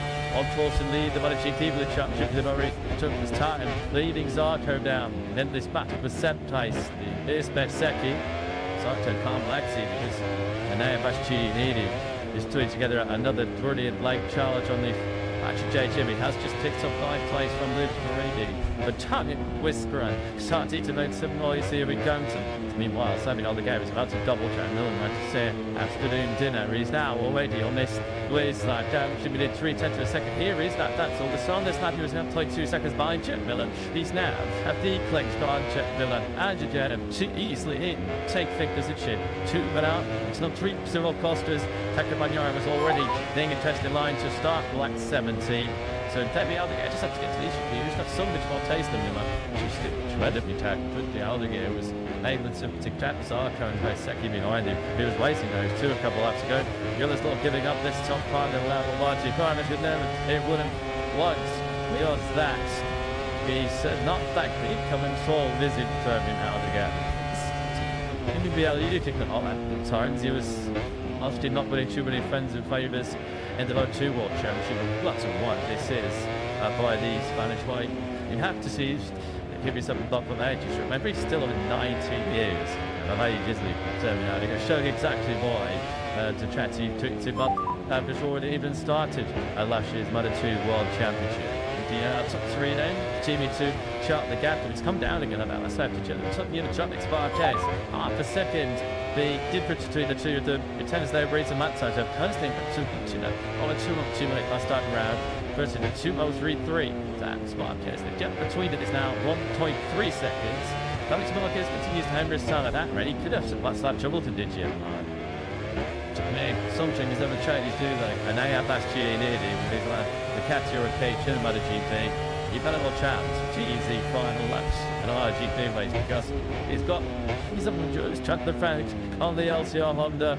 Sean Zarco that who was starting to lose places. He'd been picked up by Aldeguer, Vasecchi, and then by Bastianini. And maybe a little bit of frustration creeping in, falling number 5. The pace on the inside into turn 20. That's unfortunate, isn't it? For Zarco. You might actually just lost the rims. He tricked up the front. Richigamme has gone down. Well, the dropping line fines, aren't they, later on here now? And coach heading and says his manager, Club 125cc 104 Moto2 star Hector Baldo. So Sammy Aldeguer was a sensational. At 10th side, he's gone down and turned 15. It's humbling away for the second of the drive. Seeing crashing turn 15, Richard on the way to hear him on my side and all the way on. At turn 15 sucks. A shame because he written so well. He just gone through one. In a start, he was going to get because Morbidelli was 3 seconds off the most torch. He does not get the result that it's generally kind of film as deserves. And that has just Marco Basecchi then in the side of the top 6 in the factory pretty again. He hasn't got that top 6 coming off as well either, because Giannini is in 7th place behind him. Now 1 second between Alex Marquez and Fabio Giannantonio. Giannantonio is still lapping. Excellent saying is Alex Marquez cannot respond at this stage. He's still stuck in the mid-high 203s. There could be some late lights on the team coming to that spot. And this Giannantonio won't deny him the championship lead. See Tenko Bagnaia when YouTube does it shoot, but a GP race where he's got left to the hatch, and he's 2.5 seconds clear of his nearest rival, which is still Alex Marquez, the giant child hard in place. Look at the time that Giannantonio is taking out 70 showing ahead of him. What did you say last season? Pecco Bagnaia arguably lost to the Hang Championship to OMRT because he made 2 very mistakes. Yeah, to give Bagnaia credit, even when he's still off the tanks relative to the Marquez brothers so far, he's playing the Taycan and he's banked a point. And surely in this kind of situation with Marc Marquez out of the Grand Prix just joining us, crashing out of a 2-second lead, this is no opportunity to pick up Bagnaia, simply pass to take. Gears are locked and attenuated for changing his sternest small pre-win of 2025. New significant lead is the right behind. His lead MotoGP World Championship. The day to Unity Parkers, brothers will forget to be this is together be a guy to back, bring the track down after the lead. Slap underway to just that no coverage is now to negotiate. That's all Pecco Bagnaia. The gap between Alex Marquez and Fabio Di Giannantonio. Well, that stayed pretty much tugs at 1 second. Like those, XJ 202.9s on that last one. Towards the outflight. Alex Marquez cling on to 2nd place and decisively exceeds the lead in the MotoGP World Championship for the first time. Credit to Alex Marquez that is sent to the danger and tried back down into the 202s, and that should have nipped in Fabio Di Giannantonio up to 2nd place. Certainly aided the thought. More Morbidelli's in a low bit Steve. So like Jack Miller, who did take a 2nd down of Morbidelli on the last lap. Gigi to me, I think Sigon what he's good at. Gigi could have been 2 on this Sunday afternoon. Austin and Pecco Bagnaia has cut the distant bigger at times so far this season. He's had to 6th, sorely of late up yet. Silly breaks on the other side of the garage as Marc Marquez has won everything in sight. Sharp down with 2025. Exciting and team cup. Gonna get in each attention at it. Austin and the tube took up the pieces. And that Marquez is a huge turnaround, having crashed out the lead for the 3rd time here with Austin. The trying to relax now. This is the sole response from Pecco Bagnaia, who has been under pressure. There's been talk of a crisis fairly early 2025. That's all this on. There'll be a lunch during the championship. It's going to be a dry day for one of the Marquez brothers. This is going to be championship championship. Fabio Di Giannantonio, after all of his injury scrambling, his injury was towards the back end of last season, the start of this season. He's going to make a return to the Italian. But there were just 2 corners left now. I saw Pecco Bagnaia to negotiate. Now Marquez Dermix here in counter. The Pecco Bagnaia, he starts the counter-attack here in counter as he takes a fast victory of the season. Pecco Bagnaia is your winner in Austin 2025.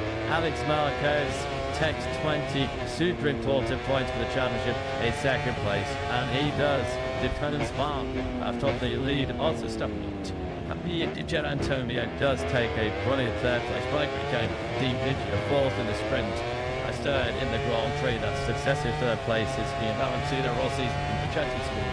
Morbidelli is Jack Miller. Brilliant lead in the Yamaha Giant once again. Top 6 of Bezzecchi. Giannini came through the 7th, top 10s for Marini, Agura and Quattromani. That's a thunderbasting Luke Marini in 8th place. The 10 can ride in MotoGP history then to achieve 30 wins. It's Pecco Bagnaia. We were talking about people saying they use under pressure, it was in crisis. You'd have to mate, especially if I started with a new championship campaign. Having come into this Kota weekend with 43 points, he's a very, very popular figure, isn't he? He's the former world champion, and as we mentioned, he has to be in it to win it. You've got to be there when some of your rivals and making mistakes. You have to punish them let that Jared, that is exactly what Pecco Bagnaia has done today. His first win of 2025. I'm sure mixed emotions right now down the factory to catch and go. Just get the pills of Gigi Lily with Jam. Gigi proves that nothing is a certainty in MotoGP. I'm sure commiserations go to Mark, but just how important a way does that feel to Pecco? Yeah, for sure. It's important to me for him because it's a mistake for Mark because he was leading the race without any problem. But the other guys here, you say the MotoGP race is like that, so you never know until the checkered flag. So anyway, good race from Pecco and good race from Ducati anyway. So we are quite happy for sure. Quite happy from that end of the boat, not really happy from the other one, but you know, this is above night. Congrats, thank you. Yeah, just a second ever factory Ducati victory on America's soil. You have to go all the way back to Casey, started with Laguna Seca in 2007. Wins in red in the USA, quite rare. Pecco Bagnaia is victorious in his first time in 2025. And what a moment with his special NFL stars and strike spot in the American Emperor. Javier the Giant said it, the American fans will love this. Nobody lectured this about they from the Italian, who has had some real tough times of late. He was suffering in the second half of last season, dislocating out left shoulder initially at the German Grand Prix in the Saxon range. Well, who would have thought sat him to the fish? Unbelievable race day in Austin that Alex Marquez would be the new leader of the MotoGP World Championship. That's exactly the state to play though as it stands right now. Let's get the thoughts and see what's previously in the Jack. Michele consistency. Twillig doing the job for Alex. Second again, leads the World Championship. They're going to see me finite. I think that this week.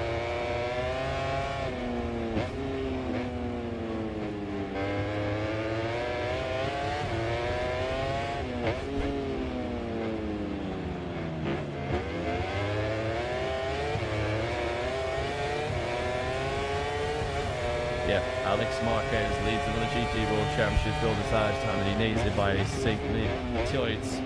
Customs will admire them. Everybody was leading at turn 4. Pecco Bagnaia has enjoyed this race. I think there'll be some check dogs for him in Park family. Well, Sugar's going to take an appetite after what it felt like a pretty stressful 90-lap Grand Prix.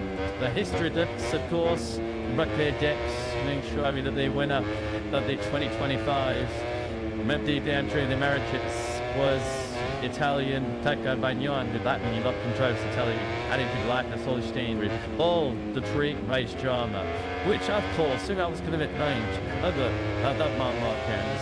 And when we finally got the way where it looked like he was streaking away to that elusive 8th with head encounter, where he crashed out on a slippery wet white line and curve at turn 4. And not only did he lose the lead in the race, but he also loses the lead in the MotoGP World Championship. Welcome to Park Fernway. At the rider now, numero uno in the MotoGP standings in 2025. Should be informed during the commentary mix of some fans gave Takandai on Thursday, but you're right, and the searching the answer to them. India Sunday is side win. Well, these can do some told that what me see the Saturday as a hot dog away, so I'm total winner. As an impartial hot dog with just out this morning instead of one Grand Prix. That will just be a massive tick we mounted to Pecco Bagnaia. He will be honest, he'll do realistic. I say yes, he's a big choice because he's a mistake by Mark Marquez, but as you make sure you have to check opportunities when they come your way. Thinking about taking opportunities when they present themselves. Fake scenes for Fabio Di Gianantonio. Looks a lot happier than what he did after the sprint yesterday. Yeah, when he was certainly not active with some early sprint aggression from Frankie Mordelli. As you mentioned, it is back-to-back third places. Here, the Twitter Derby of 46 race. Here in Austin, really good march one for Technician by Mark Marquez. He runs the outside line. Pecco Bagnaia had a coverage stop the power from the back of the second race 6, although I guess he's not chopped up by the giant champion. Once again, it's the story of MotoGP 2025. It's 73 versus 93. So it's Marquez.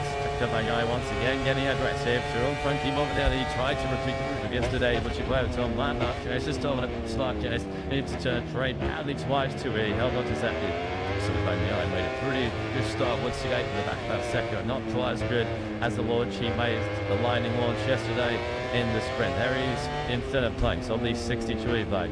He's smart, then the leads, nothing out. It's just that he drop down through this spectacular 12th gear, turn 10, black on up 19 gear. Showing Zarkon was had an aggressive start. He's already on 3 chases for Elsion. Pecco Bagnaia wasted precious little time to make a move through him. Front Alex Marquez, although on the exit they go side by side. They rush Bagnaia getting a flurry through the 2. It's one a little bit wide. There goes one. Alex Marquez just took the inside line. 73 back in second. Marquez not interested. The review of yesterday's sprint drama. He's clearing off at the front. Bagnaia through once again the extra second place to Miller's tactic on the KTM to Pedro Acosta and Frank Linder as Miller now comes through the Ixua Bickistu times. Marquez will be a second clear, very quickly. Xavier Potteraro gets on the inside of Pedro Acosta. Nice move that by the Yamaha rider coming through at the right-hander of turn 13. Remind you of the outlay. Potteraro crashed on the side 2 laps on the slick tyres, so very wet choke to sit at this. You have to say the track here does try deliberate trick. The advantage is already a second. We're not even completed lap number 1 in Austin, Texas. And Mark Jarrett's already producing a massive indicator at the front unit, jumping this aggressive up the inside of track tube, Wolverden into turn 20. It's some first lap missed by the Australian on the 43. Lap 1.9 seconds clear. That leads over Alex. Looking now at Richigamme, the take lazy start. This race be some 10 seconds off the back end of the field. Wolverden trying to attack once again on Jet Miller. Took for the clutch of Aero next along with the Yamahas. He ran 7th then about Putters 2 KTM. Did do in a constant 8 to 9. There through turn 2 of the country Yamaha now will stake our way through this spectacular first sector. Such a physically demanding target. Stride 25 kilometre. Trying to circle. You go lash right, neck right. With Potteraro.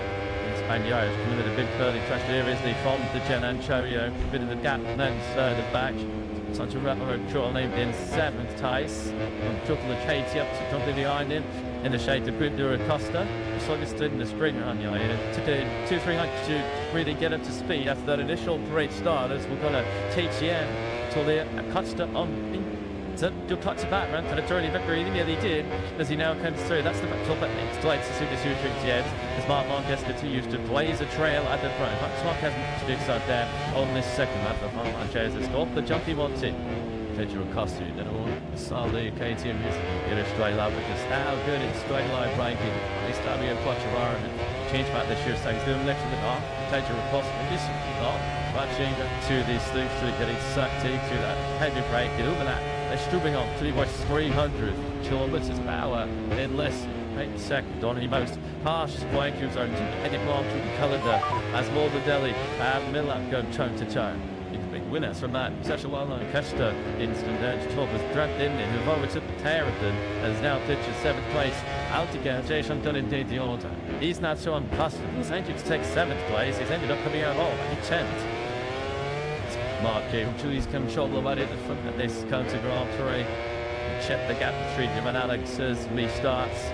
Luxury in market 203.399 is the fastest lap so far. He's 1 second to clear. Alex, 7th place. That was the gap within the black one, wasn't it, as well? And Aragonongi's on the insiders. Alex Marquez, 2 each other, 11 on that one. And I was nowhere near close enough to try and repeat that manoeuvre on lap 2. He's chuffed it in half a second behind. That makes us the start this third lap of 19. If you're taking the Bagnaia, just try and stay as close to the 2 ahead of him, or that's more likely to have smart chase ahead of him. Because we've got to see once the race settles down 3 or 4 laps, if Bagnaia's got similar-ish pace to the Marquez brothers, potentially have a go at catching the India Marquez and begin 2nd place. Bagnaia looks like he's second out into a 72 rhythm on this third lap of 19. Mind that, 19 lap race. This is now an initial daunting start. You can't give Marc Marquez day-lone clear track anywhere anymore, let alone a track where he's pretty much made his second home as Aldegar. 7 launches on the inside of Fabio Quattro. That was interesting indeed. He might interrupt you. He's got some confidence in the front end. That than GT20 is doing just easy. Touch around to the outside. Shuri Levered. Snaky left and right. That heavy bake is at the trailers. Alex Marquez is now clustered. Sure, I see they could relook at this side of Quattro. That's good at big sides. bottom line, just resist. Costa, he's going to have another nibble now. They'll go through his third team. Once again, clutch him off, it slams the door shut. He's not making life easy. He's all this one. Chewing up behind him, just down the straight line speed to really defend. Gets to teasing Kungtier. The KTM is the task is running down straight line, but KTM is not far away from it. The Yamaha plant type match. This is a slightly MBC match 2025. Keeps going on the Czech States. It was nice to finally overtake somebody in 2025. It's one of those strengths on Alex Marquez's second place. You treated back into contention. Not that he was ever too far out of it. It's the Gian Antonio on the Silchi 9. They are sorely singing from 2 minutes of go. Mark Jones at 2:03.099. Up 3/10 to Alex in second place. But Yoyam, the couple was next faster than Alex to make you ahead of him. So you do see on the moments the biggest threat this top 3 in terms of position swaps is going to come from Bagnaia as he hunts down Alex going through this first sector. It's the advantage now onto the group behind, led by Morbidelli. He's now finding on that back to Chip Miller to feet. Morbidelli's still in seconds on the lead, and indeed 2 seconds back to Fishbats on his teammate. Found it to Gian Antonio, who I just see second bike behind us, just a look back, get tackled by Bagnaia. Then it's Miller, 6-5, Morbidelli, bring the 7 down the gamble, so they catch Portugal in Octave. Portugal still holding up Pedro Acosta for 9th position. It's a real challenging code to Grand Prix. Pretty remarkable though, second. And when once again right to the tail end of the boys were in places and that is all teams place. Couldn't get the infantry to run, and eventually this is on Friday morning. Down him with a bit of slipstream here. What can Pecco Bagnaia do? Start flicking through that silver shit gearbox. This is so razor sharp. And the glide tip to turn number 12 is going to make it pull down to the 8 petrol. He's a little bit large. They were the inside line though. Go get to turn 13. Chase Bagnaia then does slot into second place. So she's not needed, so he's certainly not wanting to see the checkered flag wave down TV was briefly up to the lead of course for the sprint yesterday. So this is a position to be expected. Until the beginning of the season, that treat to Curti duo, Marquez and Bagnaia together at the front of the field. Tan Pecco Bagnaia to his ex-seeming didn't forget unintentionally on a MotoGP light and chase down. Matt Marquez up in front of a race named Coulter is up now, just Matt Marquez up ahead of him. Some big delay and Costa started getting through, tried to run into turn 11 and Cosmano will be really good. And just Bagnaia still on tube to its 7.97. This is very impressive, really nice pace.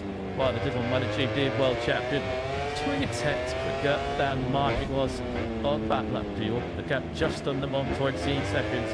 Dig through them battling further down towards the back end of the top 10. Sector of Bustle, or front block, point into Honda, Castro, it's Marini doing those favours to his HRC colleague. That middle into turn 2, and that's really then. But it's close. Well, yeah, the contender is John Zarco running in 10th place. Zarco has come from 15th on the grid, and he was the only rider in the sprint yesterday. He ran the median rear side patch already, having took the part totally. Thinking of the race on Sunday and running a tide, and he expects to race in the full late Grand Prix. And Zarco at the moment making good use of it. I think it's the top 10. Alex Marquez is very safe with Tolly, a bright meant to catch him. It's doing up the suits. It's March. It's Antonio Masbridge and what's these couple of shorts. But now he has to contend with both factory Ducatis. Pecco Bagnaia finds his way through. Brad Binder just taking 6 on A from Jack Mueller. Just slightly wide there, slightly wide. On the outside curve was Bagnaia. This is him just desperately trying to regain some time on the brakes into turn 12. And Alex certainly more than an interested participant in this battle for second. Sip tell yesterday, didn't he, that he was a step in the right direction for Pecco Bagnaia. So he as competitive as he was in the beginning to actually be able to overtake DT more than he said. He's just been, I think, in the normal sprinting confidence of feeling the requires because he's such a tall wire on the way into corners. He's still, I guess, the edging it to deep Pecco. But this is lap pricing the best we've seen in the double world champion in 2025. Over the line, Marquez comes and that's lap 5 of 19 completed. Skip move onto that sort of medium tally. That really does to speed from Bagnaia while down to a 2:02.466. So the three attempts that Bagnaia recovered on Mark on the previous lap has been regained. Third mark there. Alex Marquez sings third.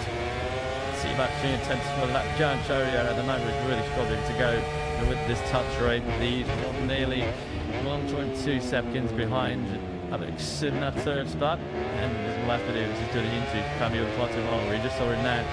He was screens going him up into third slot. Going to the HRC Castor Winders when casted into 11th and 12th. So Flotawaro now back into 13th place. Decided type when it comes to the sides United. It hasn't done a whole lot better since. But that's it has been a very familiar sight, hasn't it? Tastas once again Pedro Clustrum Bigger. Checked over text the factory Chintiem colleagues having a pretty good dice out here at Chota. Took your late right there, did he play acceleration? He had a shot at that Bagnaia. There's no hope of that. Marquez even picking up some slipstream for you. That alone trying to make a move on the inside of the Italian into turn 12. It's Marquez then with to each 5 seconds up and low. This is back with the battle. Let's see Red Bull KTMs. If you mind, that is going the way of number 33 Binder. 7th place right now for South Africa is closing illness for the strategic bank Jack Mena, who's still jumping the Tamak Yamaha. He is the top of the category right now. Mena in that 6th place. He seems to be fine. Jordan and Miller give him the touch alarm on the other end water. He's did. There's the champagne in this race. There's plummeting but just from Milady. Tech Miller more than a mid his own. He does so simply 203. Set him in a Buster number. Did a 203.0 to close in quite tricky. On the back of his teammate Binger. As Bar Marquez sets another pass out the race at 2-on-2-4. Tenth hit pass reach the top 3. But Bar Marquez has got a tour of the second high over his teammate right now. Yeah, back to just laps of the Grand Prix. Marquez, that one is just short of the 2:02.33. Once again, about a second faster than Bagnaia behind him. Real good straight. I think using a little bit the down the sailed arm as we look at 2 factory monters. Marini and me, so gets at the top 10. Samuel Fortune Railroad, and he's didn't teach twice. That we pick up Hayagura. So the Suffold introduction. Life is about a GT rider around the sweeping curves and the 20 corners as they look at the Americas here. My wife here just looked at this gap in an area establishing very, very soon. After the 2 seconds clear Bagnaia. And I certainly can't relax in that 2nd place. So yeah, but again, we're going to pitch up his better actually, that and ever. And it's like is mine now.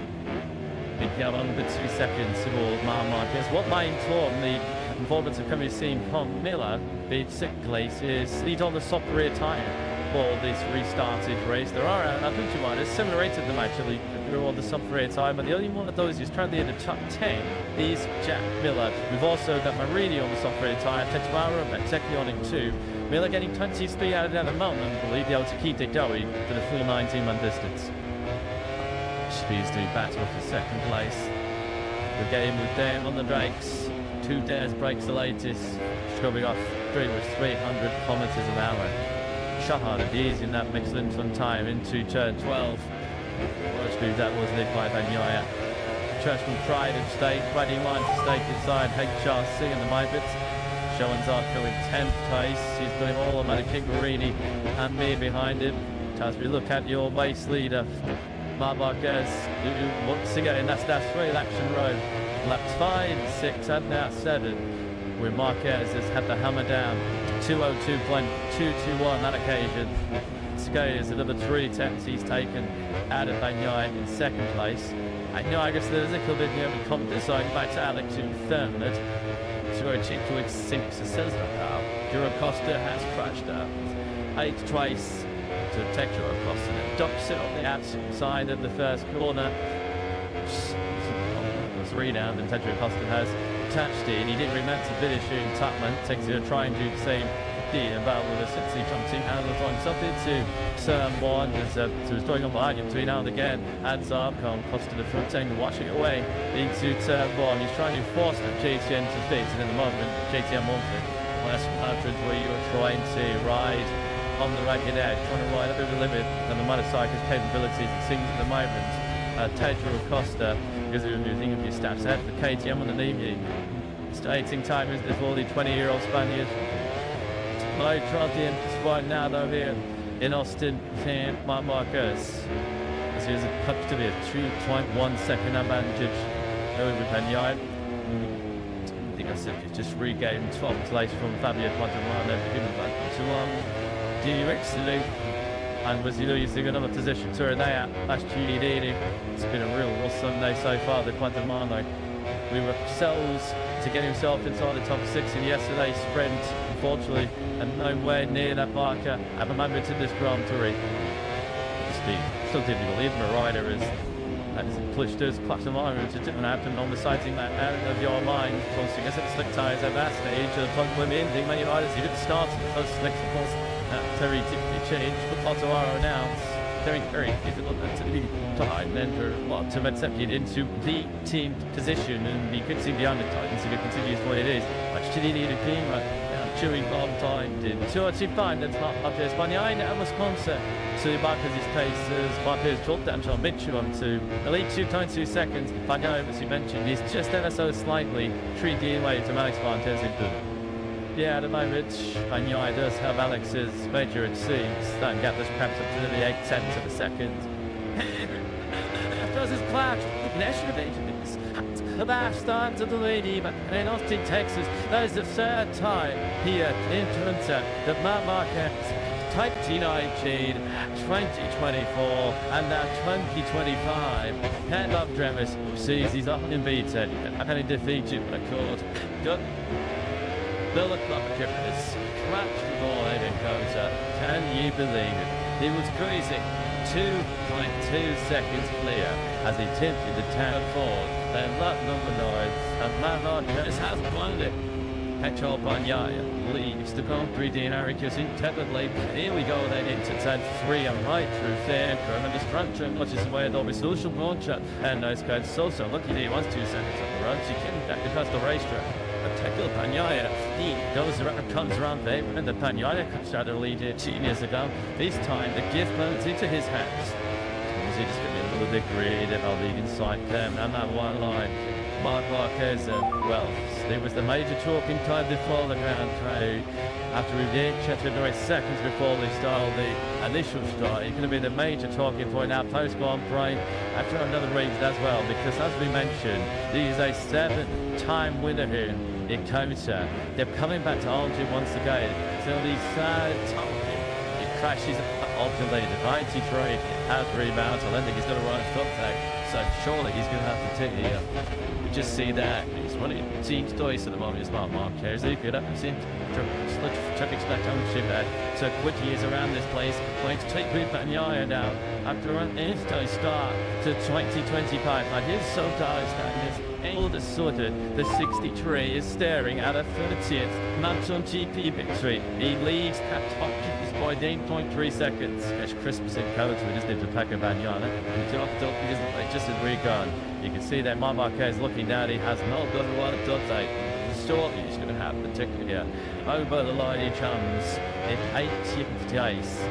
He lost 29 seconds in that incident where he crashed at turn 15. Then, with the one we had to wait until Friday morning for his first factory to chatty to us, but he dumped in the way of conditions at turn 2. And we've had to wait until he places Kota, where he's over 2 seconds clear to suffer his first race crash in race. I think usually, I don't think he was doing it. I'm quite believing he could write up talk about the 2020 side. What a pretty American survive. It's the trash on Friday. Lovely teammate nice sponsors yesterday. And then the Toronto told the race either catch anything late this afternoon. And in the end, it's all thing to catch. The Manchester will be known 8-goal free victory. Field deep Texas as he now don't get someone taking part. Let's choose. Which he winner, Giannis and Marc Marquez are actually for 18th place in this race. Marc Marquez just sticking out there in case Pentatech 2 is going to end this night. I don't think it's going to be so lucky. He's got a flush to screen as well, so his Aaron is going to be all over the shop. But if you see, he's got no right sub tag, he's got no screen, he's going to get absolute butted. He's going to get on the lap straight, about 330 kilometers an hour.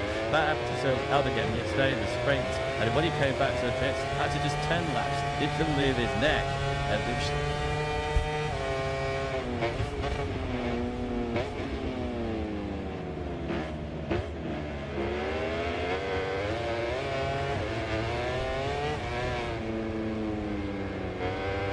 Babis to Jarvis and Lorenzo Sommerdahl. Wow, can you do Willie Stronage? Of his best to crash and turn 80 in the sprint on that one yesterday. You got away with that one. There was no escaping a crash here today in Kota for Marc Marquez. Drew was crazy in Kota. Over 2 seconds care he was when he crashed at turn 3, slitting the curb on the right side. And that was good night as far as win number 8 was concerned here in Austin for the 93. It's not in his makeup, it's a 28, giving it 23, didn't solve the stage. The last one, second some kept champion was also in United turn and 12. One of the years now, on my in 20th. That's because Pedro Costa has now tuned down in the race. Kind of see what Marquez might do the same, very sure, because there's virtually no points to risking now at this stage of the race. And Yang He Chen do, of course, Chopper's lead. Shane tacked up at Yai, driven just racing for scores to entire this season. Surely he's not going to catch this opportunity of his continue to extend his lead over Alex Marquez. It's 1 time 6 seconds now. Alex Marquez, oh, it was numbers with the technical worried. He might still be on course for second place. Of course, all the mayhem for Marquez has meant that Gian Antonio has been chilling to third place. He has not had a podium since his victory at Qatar. It's 23. I was afraid to say another Honda crash. George Van Meer has been down the road twice already this weekend at turn 15, including in the sprint yesterday. And once again, another top 10 challenge. Slips through the fingers and Paul Van Meer. This time around, he goes down at turn 12. Also on the curve there on the other side, as he was running that until down into the break. He's over 12, so driving in there, he came to show plenty of potential, but he leaves Austin, Texas with no one. He's still landing at the 202s. Oh, Martin, I mean, good look at that big screen. He's seen plenty, we've all seen plenty over the years. Have we ever seen a Grand Prix quite like this one?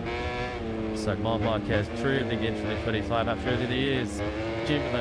He had 5 wins, 3 in the sprint. He had 2 in the Grand Prix. He looked like he was going to pick number 6 once again here. And coach up. Time is in the question all weekend, won't we? Who should stop? Marc Marquez is winning here in Austin. Well, I think it's Marc Marquez himself. With a big self-inflicted wound. That will hurt. That will sting. Of course, I think it was in 2019, he crashed out of the leader after 3 seconds, but that was an electronics glitch. That is actually not really his fault. 2024 right here, going on into turn 11. There was brake trade, and that was a technical issue, an external factor, which put Marquez out of the lead. This time around, though, this was all his own doing. And Marc Marquez is these 6 sections only me. So, unless we get a bit more, but after to try and me him on this, he's not going to score any points. You had to say, it's well going to have a world championship out of the season, which many predicted to be between, with all due respect to Alex Marquez, who's going to be second in the world championship. That's extent. It's super place. Alex now, he was just close to the world championship out of here. By a pin from Marc Marquez, if he stays where he is.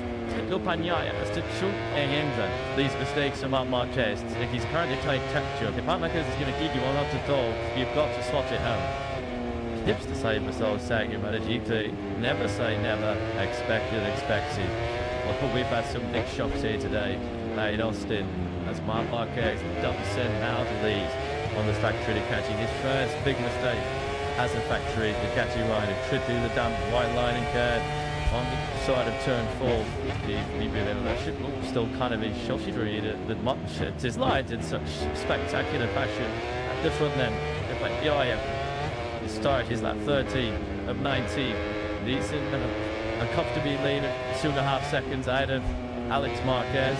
He then in turn has got a 2-second advantage over Fabio Di Gianantonio. Try to hit for Marquez just to be soldiering on. And with a broken screen, one stop tag.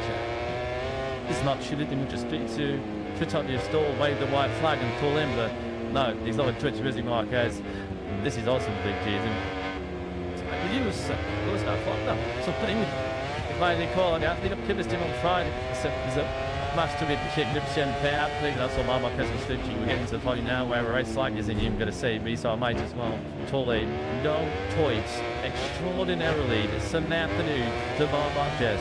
They were riding like that as well. You're going to be getting frantic. Like it's just almost impossible to ride. Yep. Hey, nobody saw this coming. Nobody saw this coming at all, did we? And we thought it was a shoe-in. We thought it was nailed on. I feel that ace of victory here in Kota. That in the blue, and in absolutely nowhere, Marc Marquez has a premature ending to this Austin Grand Prix for the third time. He has cracked that lead. This was the major moment here in Austin. Look at that on the inside curve, and just 2-3, just pushing 2 out there. Oh, the tears are flying for some of the young 93 fans. Well, they've played smart about, haven't they, so far in 2025. This is why they don't race on Tata. No such thing as a foregone conclusion at this level. Even Mark, who's done all these has proven that mistakes can happen, that he is human. It is like he was his own set, wasn't it? To extend his unbeaten run this season, 3 pole position, 3 sprint wins. That never not be. They should bring it at 2025. Not today, at least. It was the late, great Nicky Hayden, who we always remember when we come to American Silver also. I remember the great Hayden explosion back in the day. It's why we line up on Sunday, because you've never trim your guns and you have them fitness tumbling down. Martin leaderboard is back in start 2th place. That is the South African. Let's see, Tedder Acosta in the depth from mystery, suddenly planting there. Knowing this is why this is back in the past 16 days. I'm still waiting for my 33 to try and think that to come across the line to conclude this fella to be 590. So we've either gone down or we've had some sort of a twin to someone on the racetrack. Just certainly out of here as well, sideways there. Coming to the right, Anders Yo digs up the inside of Shoan Zarco. Zarco, though, is going to take this one lying down. 6th place is the reward. Pure class is this Zarco. Nat Kondo, RC213, it looks again, he's the head and shoulders of the best of the one. Attack and take it for back to Chatty GT24 to be back to back. Top 6 is this the Jean Zarco, 6th class time out to the buzzer. Here's a first time as well, Brad Binder, his KTM has tried no more. Splendid name and later to get the Austrian brand with Tatra Acosta. It's actually it's cool that one already retired, and now Binder having to park in a little bit further back his name. That's GD trying to work his way through on that loop already. Well, I'm sure anybody is still here in coach is shocked after Marquez crashed out the lead. I wonder if Dominic Todd, the boss, has already had an explanation. Let's go down to David, you're Joyce Jack. David, you just straight to Mark thing after he came in. What do you have to say? Yeah, he's running a team, it's just running a team. Let's drop some GP and captain. Been much the corner and club should they fix that. It was. Thanks, David. Yep, it's a pretty obvious call that didn't pull outsiders. Marquez just looked like he got a near teammate. His hybrid is out the gap. That's made it away through on Zarco. Turns forward, catching out. Not minorities for rate. Another go, which has literally been on fire now as the coach would say to him that even a new over his shoulders to make sure that there was actually no contact coming with Shoan Zarco. Some top line, just my Zarco. A top line, actually, to be fair, to Fermin Aldegar. I'm also on his first top 6 at the GD World Championship. Spoke to getting his Brazilian team this weekend, and they felt that. And even in this all that condition on Friday, may not shine in Kota, that he has had shit at 10-6 potential.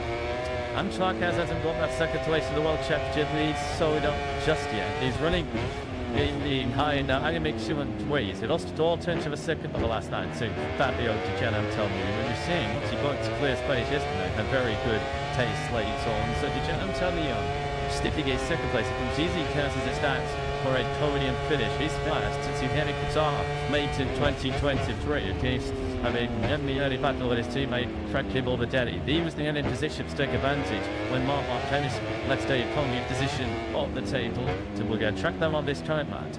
That time just to the stretch through the second sector of this man. But Antonio is saying in the planning that Sparko's rest on that second place here.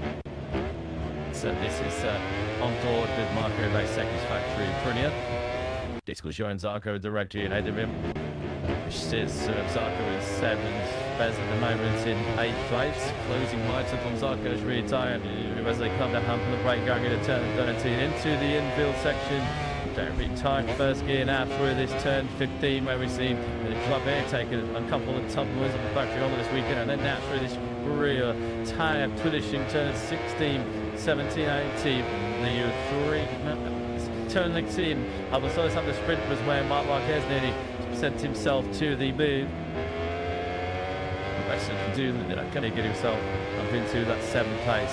Aldeguer, as you can see, just moving out in picture. Already catching Zarco, had made that move into 6th place at the front. Emmanuel now 2 in touch, 1 second to get of Alex Marquez. Albon just find it. St. Marco Vasecki fires the factory Aprilia on the inside of Jean Zarco. They get side by side. Sent that to Lisley, drop out through the 3rd gear, toe, trying to go with the dead one. On the outside was Vasecki. Did about trying to get the inside line through 3, no way through. And again, 202, so it's short like 6.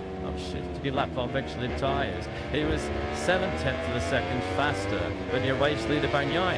It's the second fastest rider on track. That's so red. That's just like the Camp Dreams at 202 to Marc Marquez early on. Max extraordinary left distance. Denaldi, Gilchrist, Miller at a ranted rate of dots. If he continues that sort of pace, he was a suki near enough quicker than Miller. He was only going to take 2 seconds behind him at the start of this lad. That's already come up. Trying to a stiff twice. Great job this, isn't it, by the rookie? You'll remember less anything but a rookie. Here's his teammate. And it's really like this as it's down. Now, this one, 28-year-old Spaniard, a former Moto3 and Moto2 world champion back in the day. On course and lead the MotoGP World Championship. They've already took his time, leading Zarco down. And then this battle was 7th place. Here's Vasecki. Zarco can't Lexi because Enea Bastianini needed.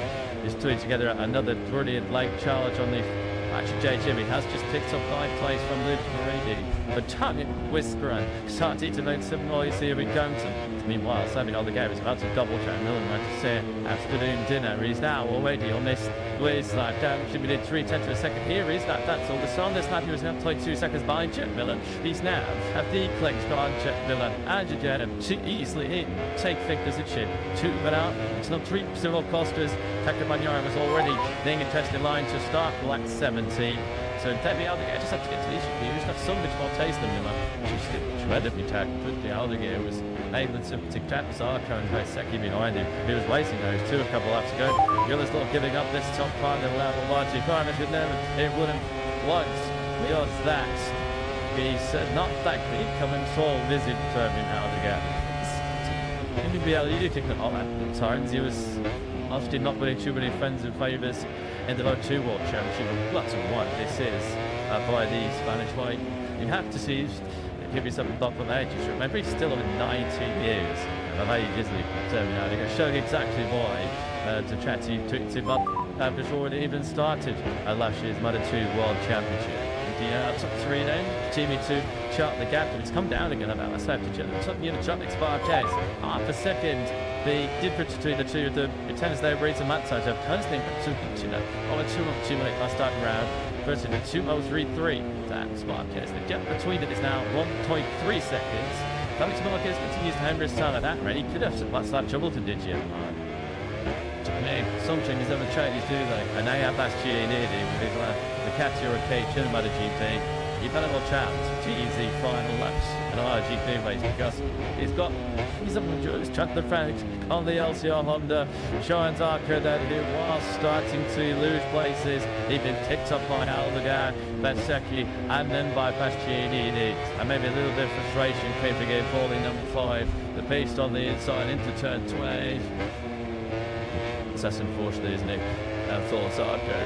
He might actually just lost the rims. He picked up the front. Even has gone down. Well, the drop through line flies, aren't they? Later on here now. And Kota are heading and there's his manager. Turbo 125cc 104 Moto2 star Hector Powell now. So Sammy Aldeguer, it was a sensational. Check side. He's gone down and turned 15. He's humbling away for the sake of the drive.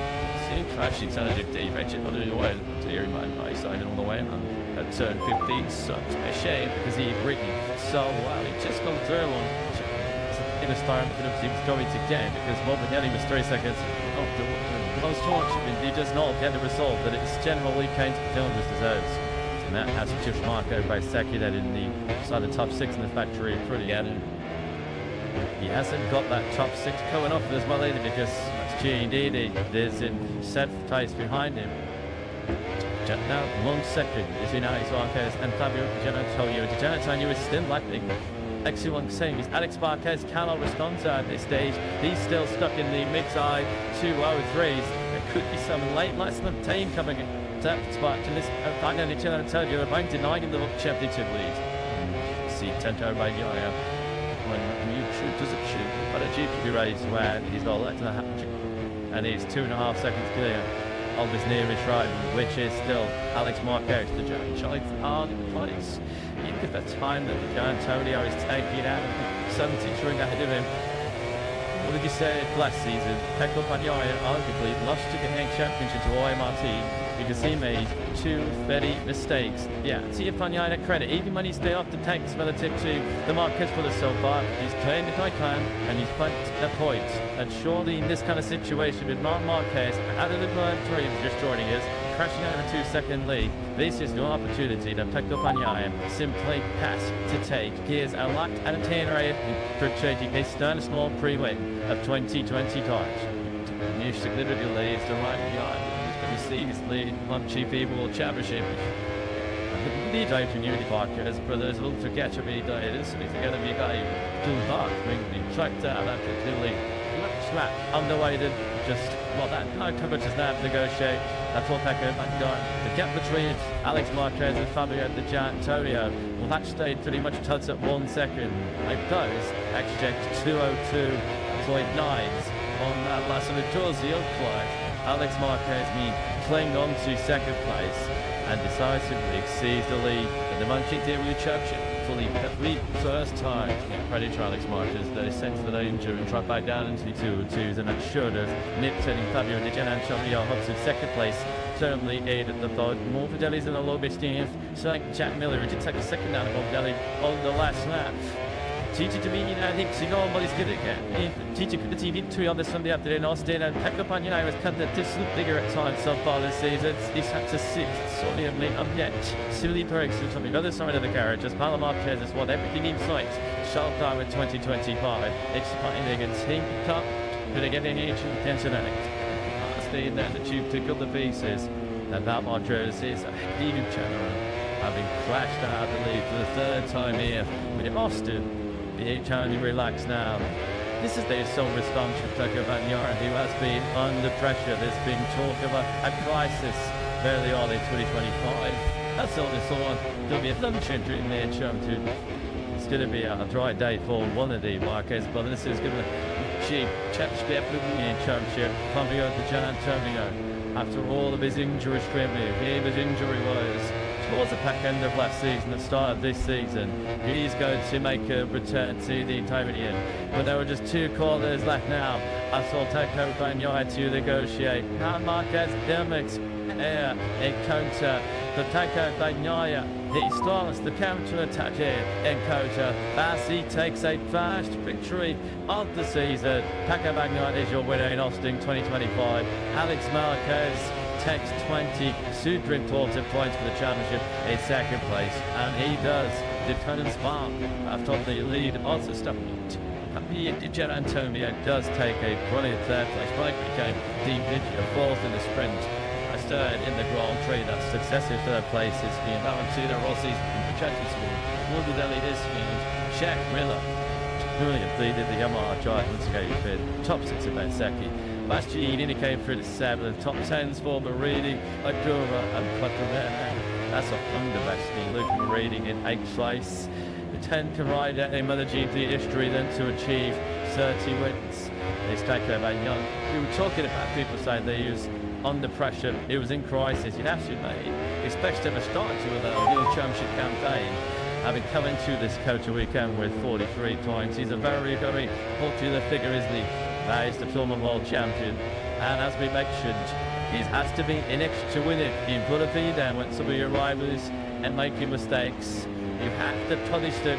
Let that down, and that is exactly what Pecco Bagnaia has done today. His first win of 2025. I'm sure mixed emotions right now down the factory to catch and go. Just get the feels of Gigi Leaderwood. Gigi proves that nothing is a certainty in MotoGP. I'm sure commiserations go to Mark, but just how important a way does that feel to Pecco? Yeah, for sure. It's an important little bit for him because it's a mistake for Mark because he was leading the race without any problem. But the other guys there, you say the MotoGP race is like that, so you never know how did the checkered flag. So anyway, good race from Pecco and good race from Ducati anyway. So yeah, we are quite happy for sure. Quite happy from that half of the boat, not really happy from the other one, but you know, this is above night. Congrats, thank you. Yeah, just a second ever factory Ducati victory on America. So we have to go all the way back to Casey started with Laguna Seca in 2007. Wins in red in the USA, quite rare. Pecco Bagnaia is victorious in the first time in 2025. And what a moment with this special NFL stars and strike shit spot in the American Embassy. Happy at the Giant said it. The American fans will love this. They'll be latching this up, won't they, from the Italian, who just had some real tough time to play. He was suffering in the second half of last season, dislocating out left shoulder initially at the German Grand Prix in the Saxon range. Well, who would have thought sat him to the fish? Unbelievable race day here in Austin. Alex Marquez would be the new leader of the MotoGP World Championship. That's exactly the state to play, though, as it stands right now. Let's get the thoughts of the city. What's James seen of the Jack? Michele consistency. Twilight doing the job for Alex. Second again, leads the World Championship. But is he there? They're going to see me finish there. I think that this week.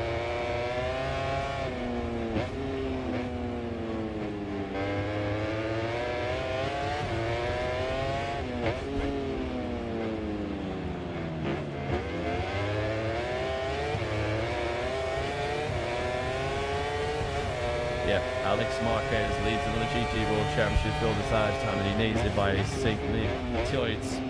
After the one of Mark made them area when he was leading. Back turn for Pecco Bagnaia has enjoyed this race. I think there'll be some check dogs for him in Park family. Well, Sugar's blown it to an appetite after what it felt like a pretty stressful 90-lap Grand Prix. The history books, of course, record decks, make sure that the winner of the 2025 MotoGP entry in the Americas was Italian Pecco Bagnaia, with that and you love controls to tell you anything like the Solstein with all the pre-race drama, which of course I was going to range over that Mark Marquez. And when we finally got the way where it looked like he was streaking away to that elusive 8th win head encounter, when he crashed out on a slippery wet white line and curve at turn 4. And not only did he lose the lead in the race, but he also loses the lead in the MotoGP World Championship. Welcome to Park Ferme, the rider now, numero uno in the MotoGP standings in 2025. We're informed during the commentary mix of some families game on Thursday. We arrived at the circuit in the answer to them. Indy on Sunday, this I win. Well, these can do until that promise. See the Saturday as a hot dog away to our total winner. As an bunch of a hot dog with just this all instead of one Grand Prix. That will just be a massive tick we mounted to Pecco Bagnaia. He will be almost killed being realistic. I say yes, he's a big choice because he's a mistake by Mark Marquez, but as in make sure you have to take opportunities when they come your way. Thinking about taking opportunities when they present themselves. Great scenes with Fabio Di Gianantonio. Looks a lot happier than what he did after the sprint yesterday. Yeah, when he was certainly not active with some early sprint aggression from Frankie Morbidelli. As you mentioned, it is back-to-back third places. Here, the 23 European 46 race. Here in Austin, really good march on the position by Mark Marquez. He runs the outside line, attacking right now. He's made a quick stop the power from the back of the second race 6, although I guess he's not chopped up by the giant champion. Once again, it is the story of MotoGP 2025. It's 73 versus 93. So it's Marquez. Pecco Bagnaia once again getting aggressive. Through Frankie Morbidelli tried to retreat yesterday, but she worked on Marquez. Just on it. Marquez needs to turn right badly twice to he held on to second. Bagnaia made a pretty good start once he got in the back of that second. Not quite as good as the launch he made, the lightning launch yesterday in the sprint. There he is in third place on these 62 bike. He's smart, then the leads, nothing out. It's just that he dropped down through this spectacular 12th gear, turn 10, black on up 19 gear. Schoen's Icon has had an aggressive start. He's already on 3 chases for Elsion. Pecco Bagnaia wasted precious little time to make a move through him. Front Alex Marquez, although on the exit they go side by side, and they merge. Bagnaia getting a flurry through the 2. It's one a little bit wide. Here goes one. Alex Marquez just took the inside line. 73 back in second. Marquez not interested either of yesterday's sprint drama. He's clearing off at the front. Bagnaia through once again makes his second place to Miller Shataki on the KTM. To Pedro Costa and Pratt Linda as Miller now comes through into I think his big tights. Marquez will be a second clear, very, very quickly. Xavier Quattararo gets on the inside of Pedro Costa. Nicely that while the Yamaha rider coming through at the right hander of turn 30. Remind you, over the outlet, Quattararo crashed on the side 2 laps on the slick tyres, so very wet showing to select this. You have to say the track here does try deliberate switching. The advantage is already a second. We're not even completed lap number 1 in Austin, Texas. And Marquez is already producing a massive indicator at the front. Jumping this aggressive on the inside of track tube. Wolver down into turn 20. It's some first lap missed by the Australian on the 43. 1.8 seconds clear. That leads over Alex. Looking now at the down to take lazy start. This race be some 10 seconds off the back end of the field. Wolver trying to attack once again on Jet Miller. So for the clutch of Aero next along with the Yamahas, he ran 7th then about Pullers 2 KTM. Didn't do a constant 8th and 9th. There through turn 2 of the front Yamaha now. We can stake our way through this spectacular first sector. Such a strategy demanding target. Stride 25 kilometre trying to circle. As you go lash right, neck right. With Quattararo. Bagnaia has committed a big curly crash. Here is the from the Gen Anchorio. Bit of the gap and then further back. Such a rattler troll named in 7th Tice. From Triple the Katie up to something behind him in the shade of Grinda Acosta. So this did in the sprint run here to do 2-300 to really get up to speed after that initial great start as we're gonna KTM till the Acosta on to touch the back run for the tourney victory. He nearly did as he now comes through. That's the top that next place to see the Suzuki yet as Mark Marquez continues to blaze a trail at the front. Max Marquez sticks out there on this second lap of Mark Marquez has got the jump he wanted. Pedro Acosta, then all solid KTM is in a straight line because how good it's straight line braking. They start being Quattararo and change back this year, so he's doing next to the car. Pedro Acosta is not matching to the slip through getting sucked into that heavy brake over that. They're stooping on 300 kilometers per hour in less than 8 seconds. On the most harshest point cubes are any plan through the calendar as Morbidelli and Miller go toe to toe. Big winners from that Seshalala and Kester instant edge top was dragged in and move over to Territon and is now pitched 7th place. Altiga, Jason Dunn did the order. He's not so uncustom. He's entered to take 7th place. He's ended up coming out all in 10th. Mark Julie's control about it at the front of this Counter Grand Prix. Check the gap between him and Alex's restarts. Luxury in arc 203.399. Here's the fastest lap so far. He's 1 second to clear. Alex, 7th place. That was the gap within the black one, wasn't it, as well? And Aragonongi's on the insiders. Alex Marquez, 2 Chung, 11, 1 lap more. And there's nowhere near close enough to try and repeat that manoeuvre on lap 2. He's just that he half a second behind. That makes the start this third lap of 19. If you're taking the Bagnaia, just try and stay as close to the 2 ahead of him, or that's more likely to Alex Chase and be next to each other.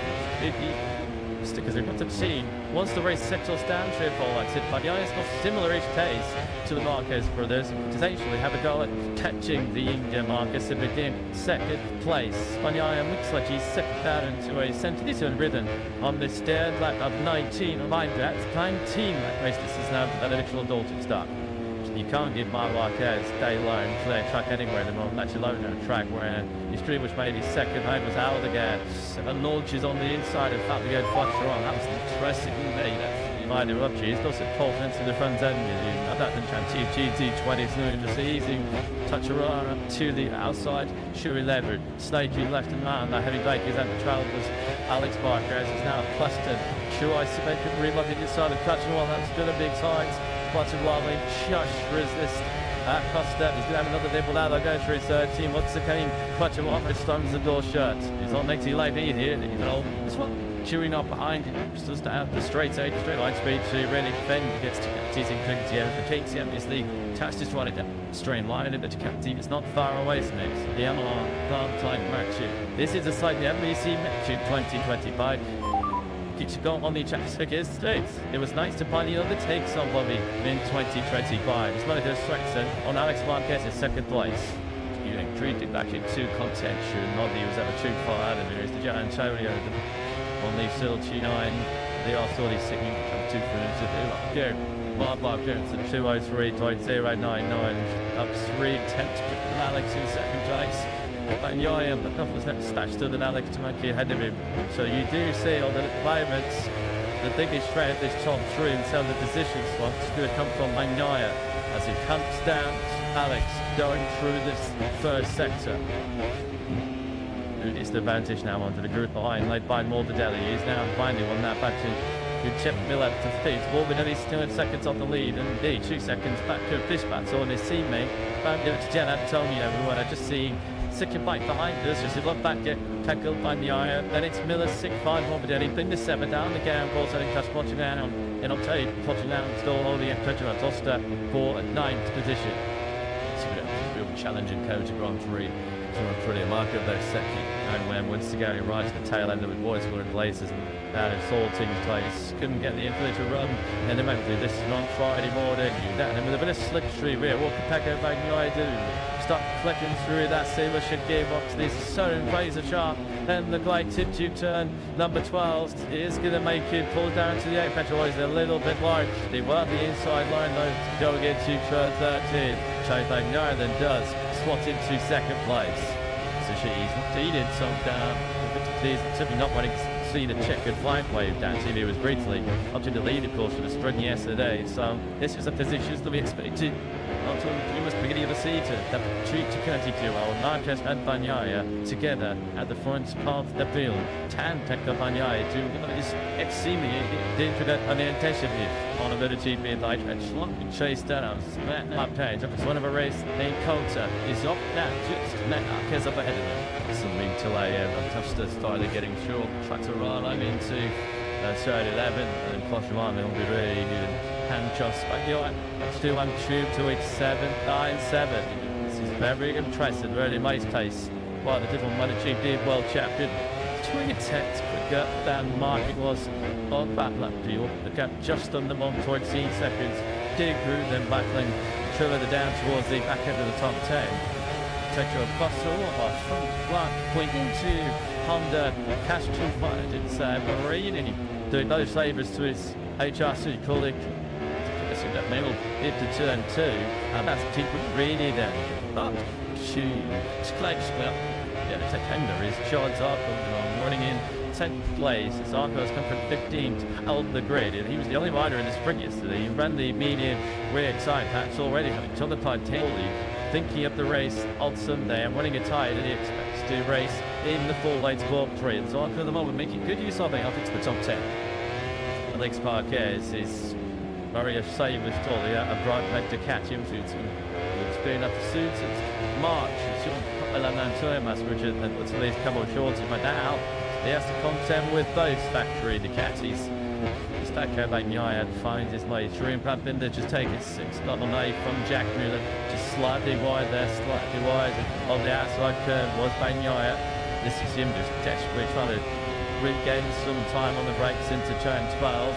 And Keith Alex certainly more than an interested participant in this battle for second. Sip fell yesterday, didn't he, that he was a step in the right direction for Pecco Bagnaia. To be as competitive as he was in the beginning, to actually be able to overtake DT more than he said. He's just been lacking in the normal sprinting confidence and feeling that he requires because he's such a tall wire on the way into corners. He's still, I guess, the edging it to deep Pecco, but this isn't that close in the best we've seen in the double world champion in 2025.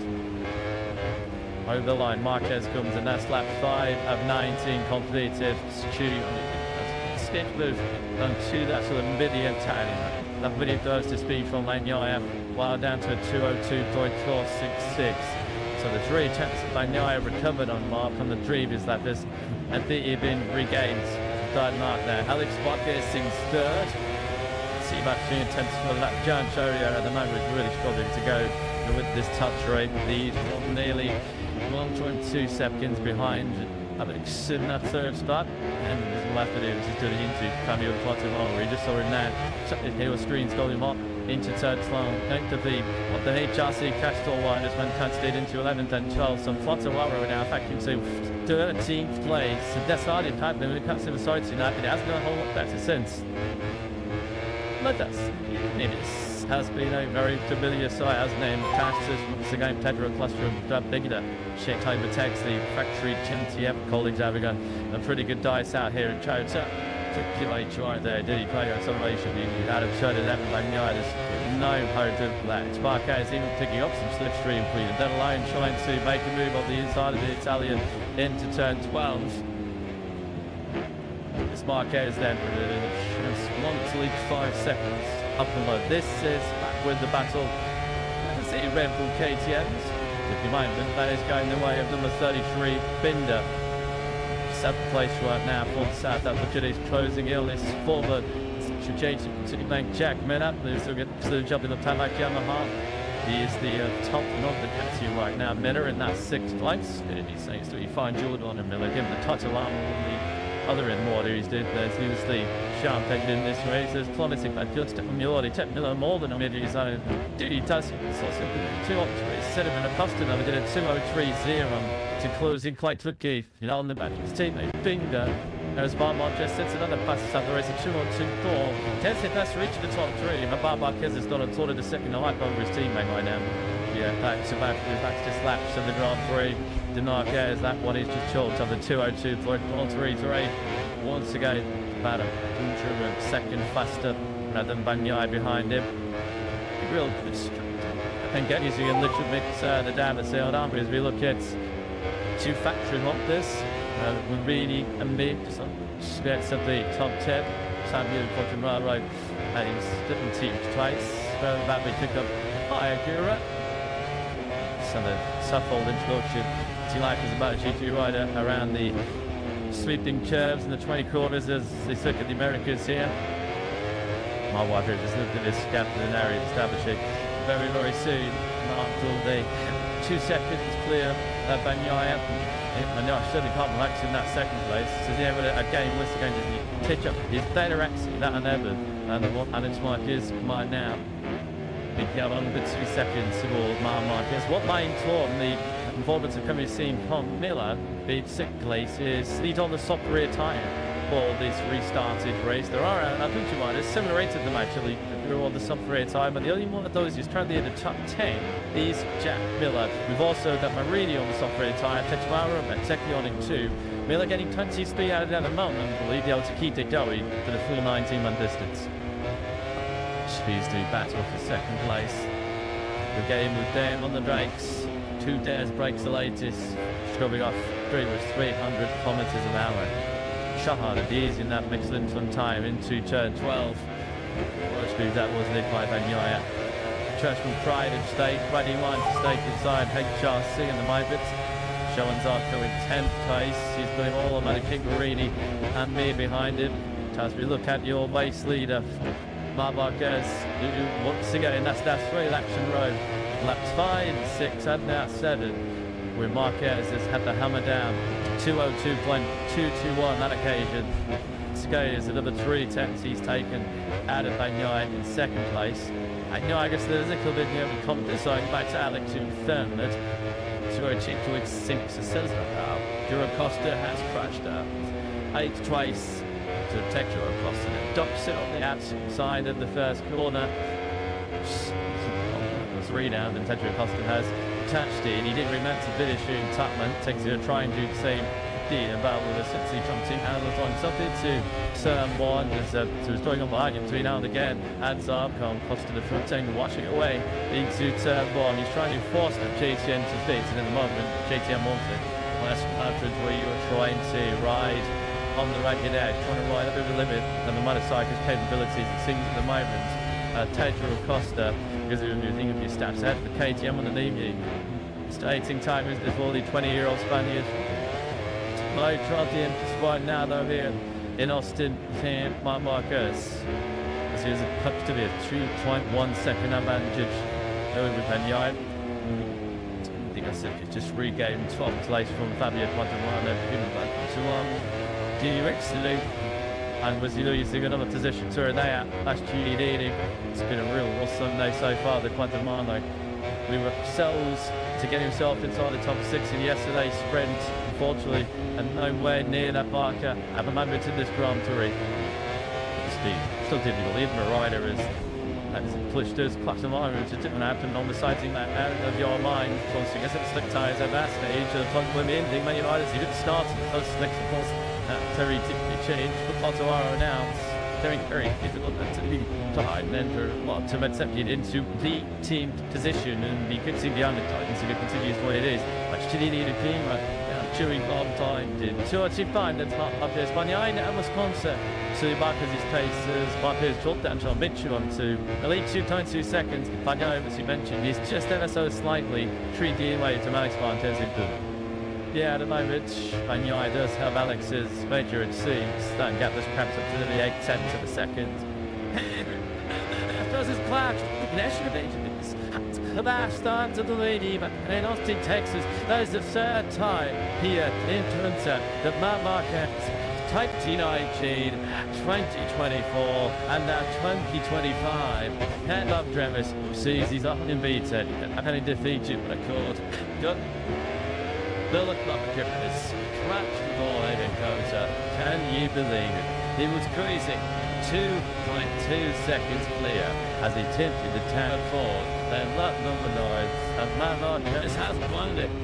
Petrol Bagnaia leaves the Grand Prix d'Amérique in 10th lane. Here we go then into turn 3 and right through there. Tremendous front trim, which is the way of the social launcher. And nice guy Sosa, lucky he was 2 seconds on the road. She came back across the racetrack. Tackle Bagnaia, he goes around, comes around there, and the Bagnaia comes out of the lead 2 years ago. This time the gift moves into his hands. He just got a little bit greedy, I'll lead inside them, and that one line. Marc Marquez, well, it was the major talking time before the Grand Prix. After we did chatted 9 seconds before they started the initial start, it's going to be the major talking point now post Grand Prix after another race as well, because as we mentioned, he is a 7-time winner here in Kota. They're coming back to Austin once again. So the third time he crashes Austin lead. The 93 has rebounds. I think he's going to run top tag. So surely he's going to have to take the.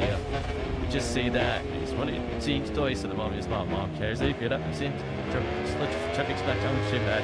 So quickly is around this place. Going to take with Bagnaia now after an instant start to 2025. I did so die standards. All of a sudden, the 63 is staring at a 30th MotoGP victory. He leads at top by 8.3 seconds. It's Christmas in Kota. We just need to pack a Bagnaia. Just as we're gone.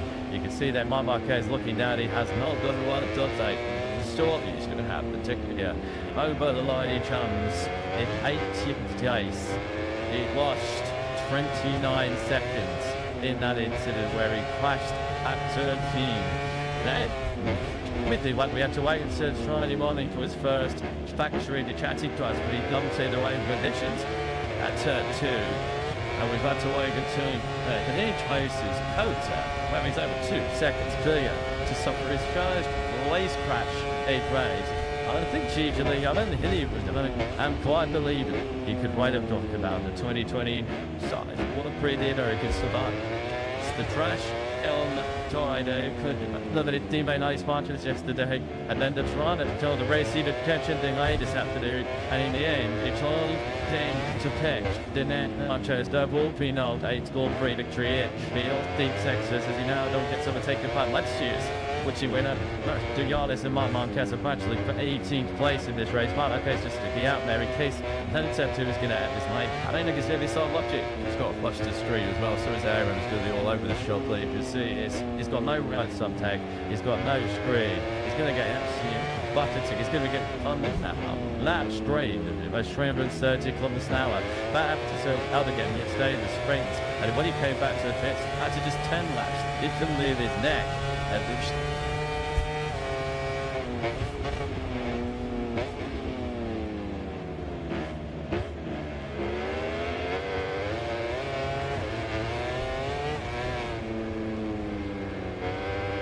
Fabrice Tjadas and Lorenzo Somador. Wow, can you do Willie Johnage? His best to crash and turn 80 in the sprint on that one yesterday. You got away with that one. There was no escaping a crash here today in Kota to Marc Marquez. Drew was crazy in Kota. Over 2 seconds care he was when he crashed at turn 3, slitting the curb on the right side. And that was good night as far as win number 8 was concerned here in Austin. 93. His makeup to 28, giving it when he's all three, didn't start at this stage. The last one, second, some kept champion, was also in United turn and 12. One to yes, now, Marquez did 20. That's because Pedro Costa has now tuned down in race. I can't see what Marquez might do the same, very sure, because there's virtually no points to risking now at this stage of the race. And Yang He Chen do, of course, Jopper Scarabee, Shane, Takapanyae, just racing for scores. Entire this season, surely he's not going to touch this opportunity of he's continued to extend his lead over Alex Marquez. It's 1 time 6 seconds now. Alex Marquez, it was numbers with the technical story. He might still be on course for second place. Of course, all the mayhem for Marquez has meant that Gian Antonio has been chilling to third place. He has not had a podium since his victory at Qatar in 2023. I was afraid to say another Honda crash. George Van Meer has been down the road twice. Or it is weekend at turn 15, including in the sprint yesterday.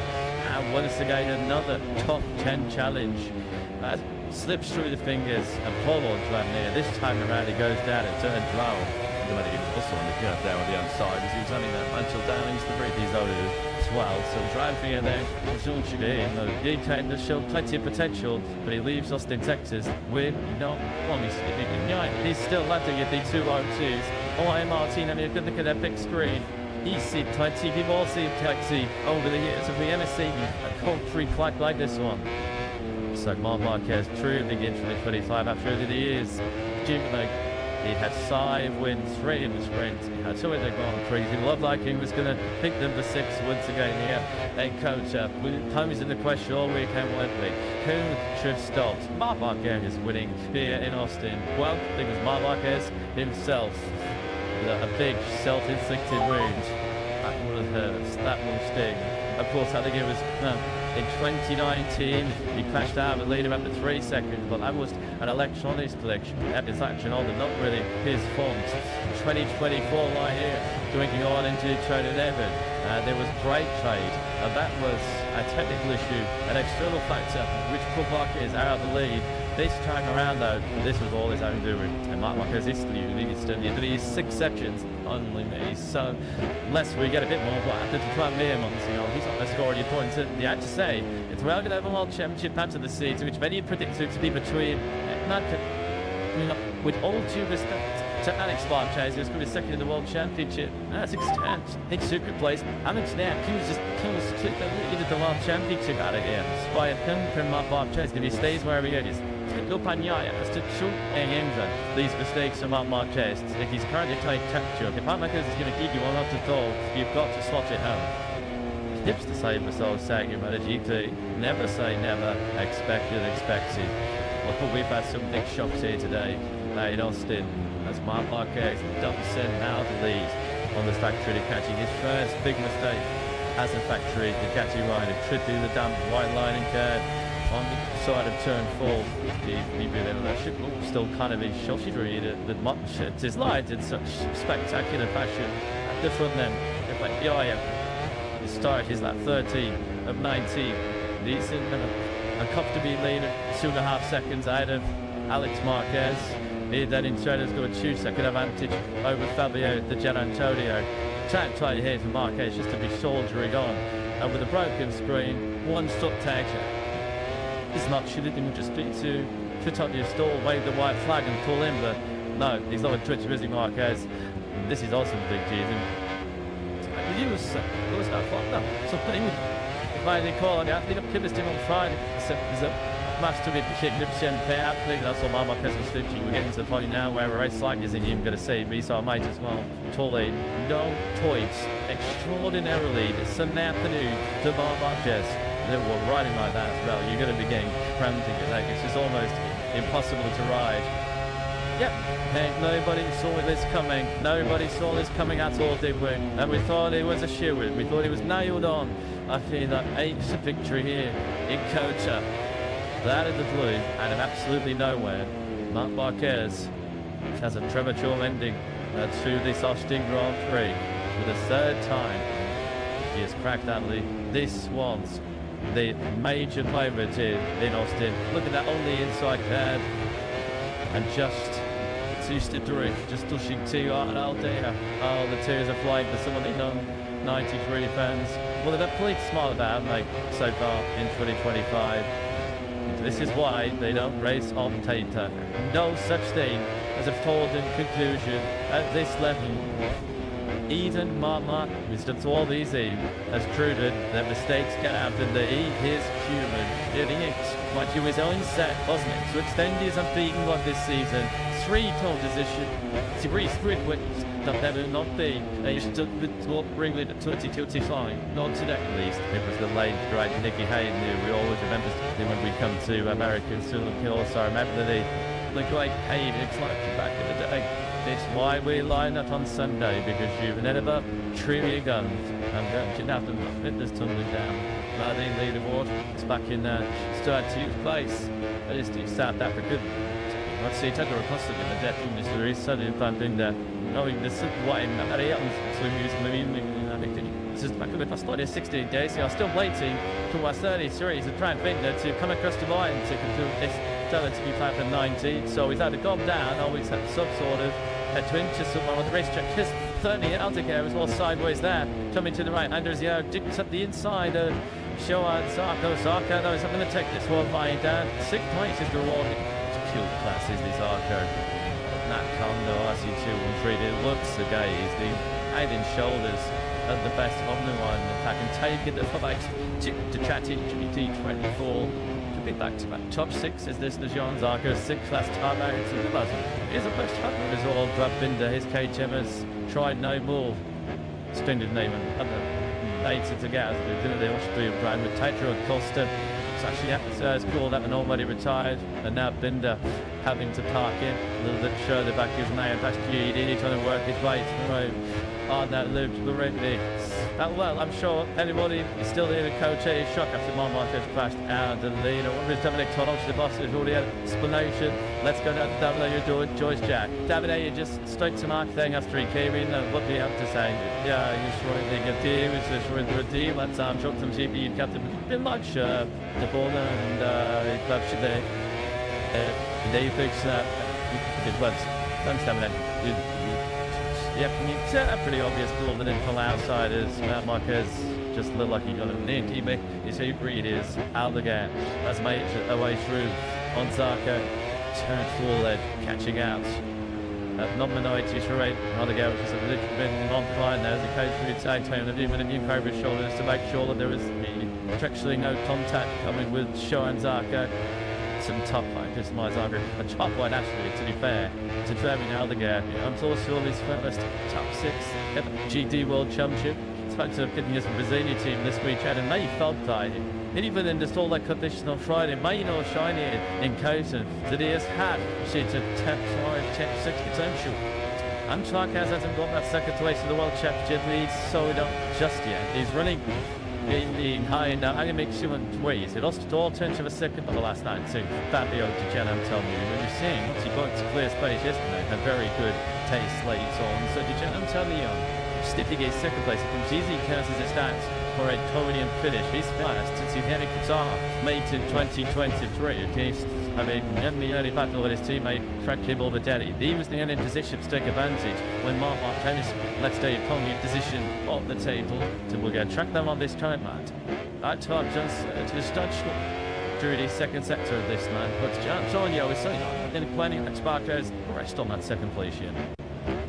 So this is on board with Marco by satisfactory Prunia. This was showing Zarco directly ahead of him. Which says Zarco is 7th, Bez at the moment in 8th place. Closing lights up on Zarco's rear tyre as they come down hump on the brake going into turn 13 into the infield section. very tight first gear now through this turn 15, where we've seen the club here taking a couple of tough moves on the factory on this weekend, and then now through this real tire finishing turn 16, 17, 18, the three turn 19. I was also the sprint was where Marc Marquez nearly sent himself to the move.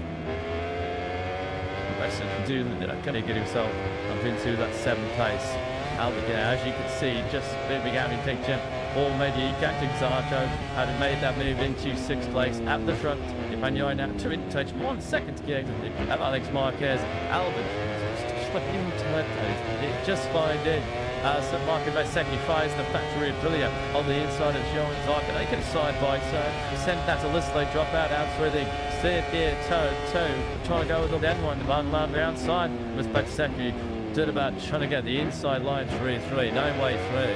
And this again, 202, so it's short like 6.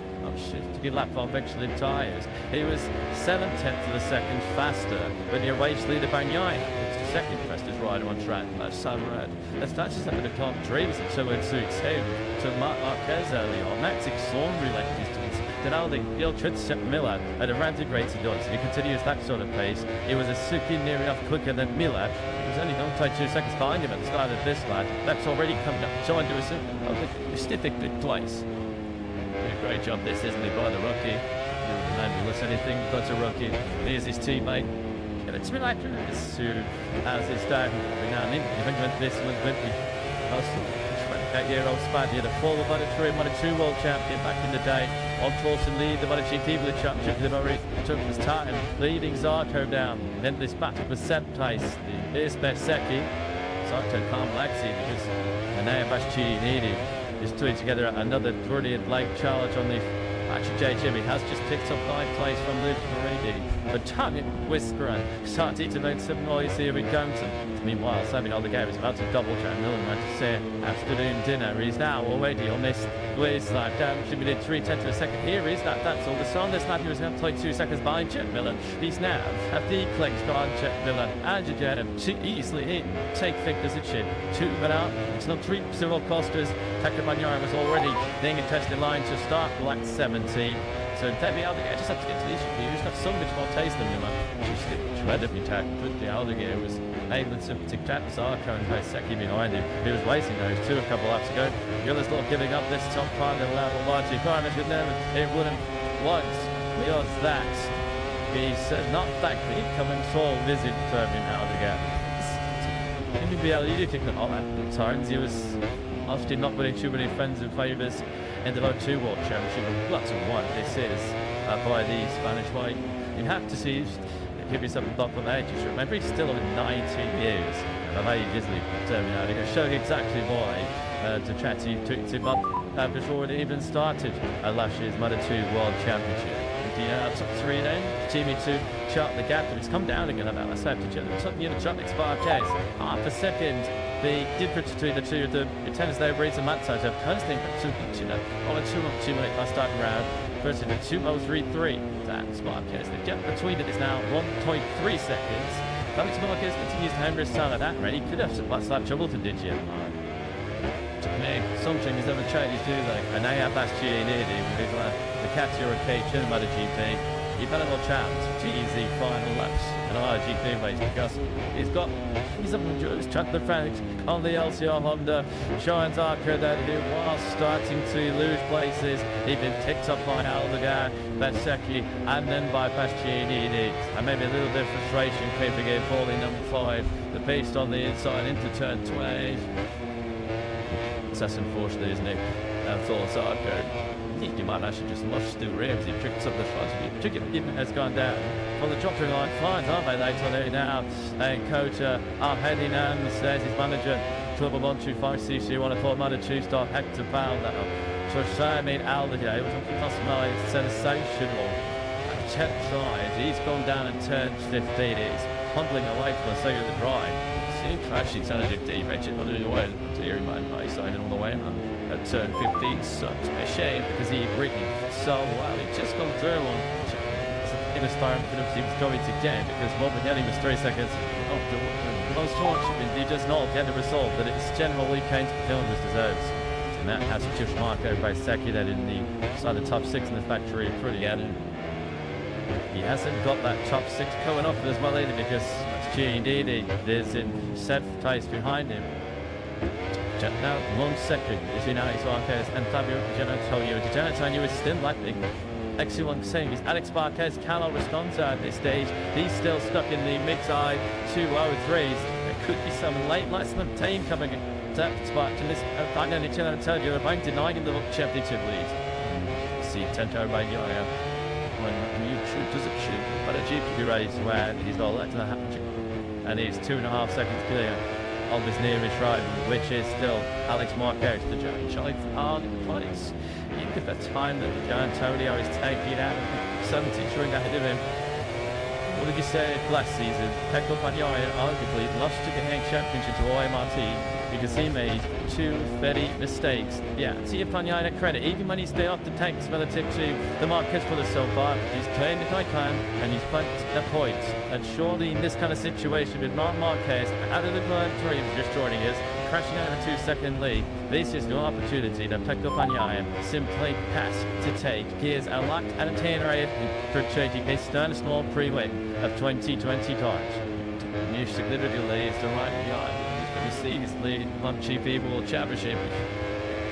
The drive to Unity Parkers, brothers will forget to be dieted, so he's together be a guy who back when we tracked down after clearly slap underweighted, just well that no coverage is now to negotiate. That's what Pecco Bagnaia. The gap between Alex Marquez and Fabio Di Giannantonio, well that stayed pretty much tucked at 1 second. Like those, exchecked 202.9s on that last of the towards the class. Alex Marquez clinging on to 2nd place and decisively exceeds the lead in the MotoGP World Championship for the first time. Credit to Alex Marquez that he sensed the danger and tried back down into the 202s, and that should have nipped turning Fabio Di Giannantonio up to 2nd place. Certainly aided the thought. More Morbidelli's in a low bit Steve. So like Jack Miller, he did take a 2nd down of Morbidelli on the last lap. Gigi Dominion and Nick Sigon, what he's good again. Gigi could have TV2 on this Sunday afternoon. Austin and Pecco Bagnaia has cut the distant bigger at times so far this season. He's had to 6th, sorely of late up yet. Silly breaks on the other side of the garage as Paolo Marquez has won everything in sight. Sharp down with 2025. It's finding a team top, but again in ancient Cincinnati. Staying there, the tube took up the pieces. And that Marquez is a huge general, having crashed out the lead for the 3rd time here with Austin. The totally relaxed now. This is the sole response to Pecco Bagnaia, who has been under pressure. There's been talk of a crisis fairly early 2025. That's all this on. There'll be a lunch entry in there, Championship. It's going to be a dry day for one of the Marquez brothers. This is going to be championship in Championship. Fabio Di Giannantonio, after all of his injury scrambling, here his injury was towards the back end of last season, the start of this season. He's going to make a return to the Italian. But there were just 2 corners left now. I saw Pecco Bagnaia to negotiate. Now Marquez Dermix here in counter. But Pecco Bagnaia, he starts the counter attack here in counter as he takes a fast victory of the season. Pecco Bagnaia is your winner in Austin 2025. Alex Marquez takes 20 super important points for the championship in 2nd place, and he does defend spot after the lead also stopped. Di Giannantonio does take a brilliant 3rd place. Mike became deep into 4th in the sprint. I started in the Grand Prix. That successive 3rd places being Valentino Rossi's projected school. Morbidelli this field. Jack Miller brilliant leaded the Yamaha Giant once again fit top 6 event Seki. Last year he nearly came through the 7th, top 10s for Marini, Agura and Quattromena. That's a thunderbasting Luke Marini in 8th place. The 10 can ride a MotoGP history then to achieve 30 wins. It's Pecco Bagnaia. We were talking about people saying they was under pressure, it was in crisis. You'd have to mate. Expect to have started with a new championship campaign. Having come into this Kota weekend with 43 points, he's a very, very popular figure, isn't he? That is the former world champion, and as we mentioned, he has to be in it to win it. You've got to be there when some of your rivals and making mistakes. You have to punish them Well, that is exactly what Pecco Bagnaia has done today. His first win of 2025. I'm sure mixed emotions right now down the factory to catch and go. Just get the feels of Gigi Leluajab. Gigi proves that nothing is a certainty in MotoGP. I'm sure commiserations go to Mark, but just how important a way does that feel to Pecco? Yeah, for sure. It's an important little bit for him because it's a mistake for Mark because he was leading the race without any problem. But you say the MotoGP races like that, so you never know how did the checkered flag. So anyway, good race from Pecco and good race from Ducati anyway. So yeah, we are quite happy for sure. Quite happy from that half of the boat, not really happy from the other one, but you know, this is about my congrats. Thank you. Yeah, just a second ever factory Ducati victory on America. So you have to go back to case. She started with Laguna Seca in 2007. Wins in red in the USA, quite rare. Pecco Bagnaia is victorious in his first time in 2025. And what a moment with this special NFL Stars and Stripes spot in the American Embassy. Javier the Giant said it, the American fans will love this. They'll be lucky this won't they, from the Italian, who just had some real tough times of late. He was suffering in the second half of last season, dislocating out the left shoulder initially at the German Grand Prix in the Saxon range. Well, who would have thought sat him to the fish? Unbelievable weight stay in Austin that Alex Marquez would be the new leader of the MotoGP World Championship. That's exactly the state to play though, as it stands right now. That's going to force it to see what's James seen in the jack. Michele consistency. Twilight doing the job for Alex. Second again, leads the World Championship. Really, bit is there, the Grazzini finite there. I think that this week.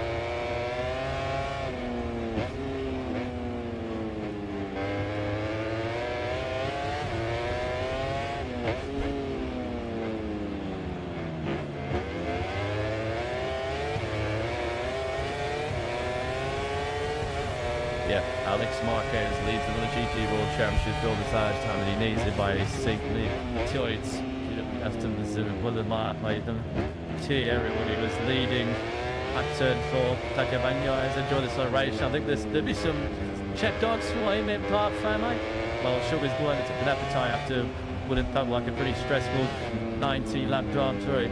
The history that's, of course, record decks, ensuring that the winner of the 2025 MotoGP entry in the Americas was Italian Pecco Bagnaia, with that many love controls to tell you, adding to like the Solstein with all the pre-race drama, which of course, who else could have arranged other than Marc Marquez? And when we finally got the way where it looked like he was streaking away to that elusive 8th head encounter, when he crashed out on a slippery, wet, white line and curve at turn 4.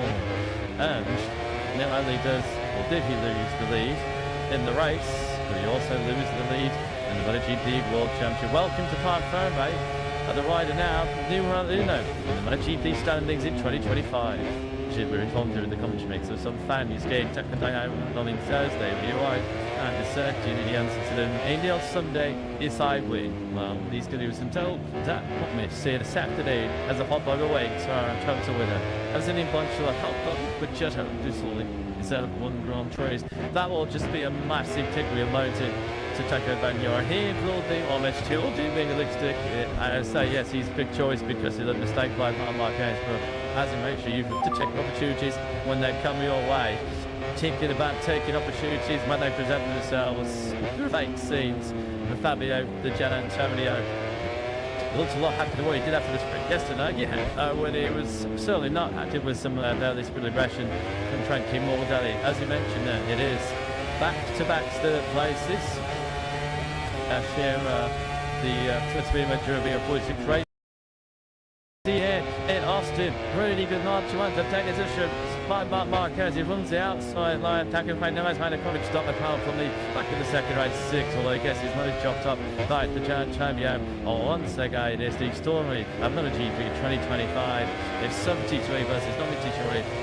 The Alex Marquez. Pecco Bagnaia once again getting aggressive. Jerome Frankie Morbidelli tried to repeat the move yesterday, but she worked on Marc Marquez. Just over the Marquez needs to turn trade. Alex Wise to he held on to second. sort of Bagnaia made a pretty good start once again in the back of that second. Not quite as good as the launch he made, the lightning launch yesterday in the sprint. There he is in third place on these 63 bikes. He's smart, then at least nothing out. It's just that he dropped down through this spectacular 12th gear, turn 10, Blackmore up 19 gear. Showing Zarkon was had an aggressive start. He's already up 3 chases for Elsion. Pecco Bagnaia wasted precious little time to make a move through him. Trying Alex Marquez, although on the exit they go side by side, and they merge. Bagnaia getting a flurry through the 2. It's one a little bit wide. There goes one. Alex Marquez just took the inside line. 73 back in second. Marquez not interested. The review of yesterday's sprint drama. He's clearing off for the front. Bagnaia through once again makes his second place to Miller. Attacking on the KTM for Pedro Acosta and Frank Linder as Miller now comes through into a big kister tights. Marquez will be a second clear, very, very quickly. Xavier Quartararo gets on the inside of Pedro Acosta. Nice thing that while the Yamaha rider coming through at the right-hander of turn 30, remind you of the outlay. Quartararo crashed on the side 2 laps on the slick tyres, showing very wet show to select this. You have to say the track here does try deliberate twitching. The advantage is already a second. We're not even completed lap number 1 here in Austin, Texas.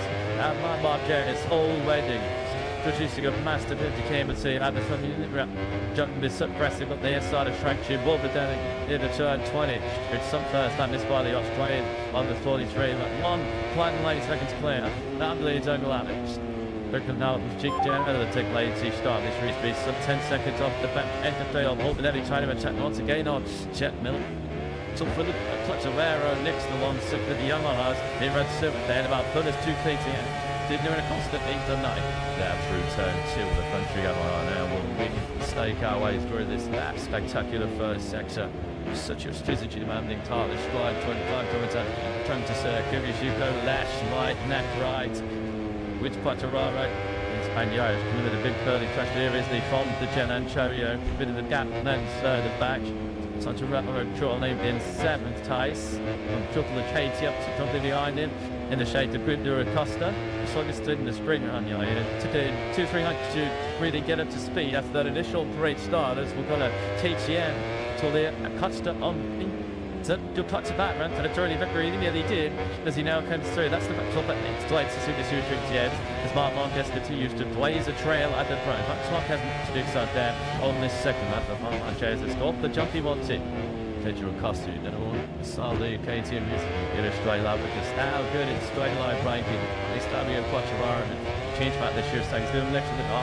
Pedro Acosta just watching to these things to getting sucked into that heavy brake and over that. They're stooping on pretty much 300 kilometers per hour in less than 8 seconds. On the most harsh breakers are heading on to the calendar as Morbidelli and Miller go toe to toe. Big winners from that such a well-known Custer incident there to talk was dragged in who overtook Territon and is now pitched 7th place. Out again, Jason Dunn did the order. He's not so unplussed. He's entered to take 7th place. He's ended up coming out all in 10th. Mark Julius comes shoulder right at the front of this counter Grand Prix. Check the gap between him and Alex's restarts. Lap 3 in Arca 203.399 is the fastest lap so far. He's 1 second to clear. She's 7th place. That was the gap within the black one, wasn't it, as well? And Aragonongi's on the insiders. Alex Marquez to each other. One lap more. And I was nowhere near close enough to try and repeat that manoeuvre on lap 2. He's dropped it in half a second behind. That makes us start this third lap of 19. If you're taking Bagnaia, just try and stay as close to the 2 ahead of him, or that's more likely to Alex Marquez and be up to each other. Because we've got to see once the race settles down, like I said, Bagnaia is not similar each case to the Marquez brothers. Potentially have a go at catching the India Marquez to begin 2nd place. Bagnaia looks like he's second out into a century rhythm on this third lap of 19. Mind that, 19 that race. This is now that initial Dalton start. You can't give Mark Marquez daylight and clear track anywhere at the moment. That's alone on a track where he's pretty much made his second home was out of the gas. And launches on the inside of Fabio Quartararo. That was impressive indeed. You might have up he's got some confidence in the front end. That than GT20 is just easy. Quartararo to the outside. Shuri levered. Snaky left and right. That heavy bake is at the trail. Alex Marquez is now clustered. Shuai Sibek could relock it inside the Quartararo. That's good a big sides. bottom line, just resist.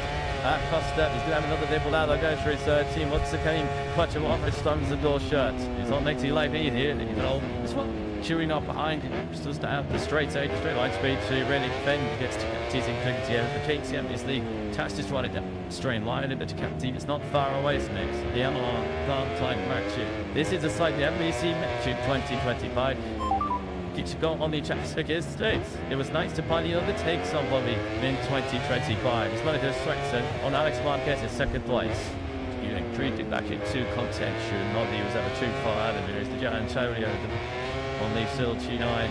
They are sort of sitting from 2 minutes of it. Mark Jones at 203.099. Up 3 tenths to Alex in second place. But Yoyam, the couple was next stashed to than Alex to make ahead of him. So you do see on the moments the biggest threat of this top 3 in terms of position slots is going to come from Magnaia as he hunts down Alex going through this first sector. It's the advantage now onto the group behind, led by Morbidelli. He's now finally won that advantage. Who chipped Miller to feet. Morbidelli still 2 seconds off the lead, and indeed 2 seconds back to a fish battle on his teammate. Found it to Gian Antonio, who I just see second bite behind us, just a lot back, get tackled by Magnaia. Then it's Miller, 6-5, Morbidelli, bring the 7 down the game, ball setting Cash Portugal in Octave. Portugal still holding it, Pedro Tosta for 9th position. It's a real challenging coach at Grand Prix. Pretty market of those second. And when once to go, he rides the tail end of the boys were in places and down in Salting place. Couldn't get the infantry to run. And eventually this is on Friday morning. Down him with a bit of slipstream rear. Walker Pecco Magnaia do. Start flicking through that sailor ship gearbox. This is so razor sharp. And the glide tip to turn number 12 is going to make it pull down to the apex. Always a little bit large. They were the inside line though. Going into turn 13. Chase Magnaia then does slot into second place. So she's needed some down. He's simply not wanting to see the checkered flag wave down. TV was briefly up to the lead, of course, for the sprint yesterday. So this is a position to be expected.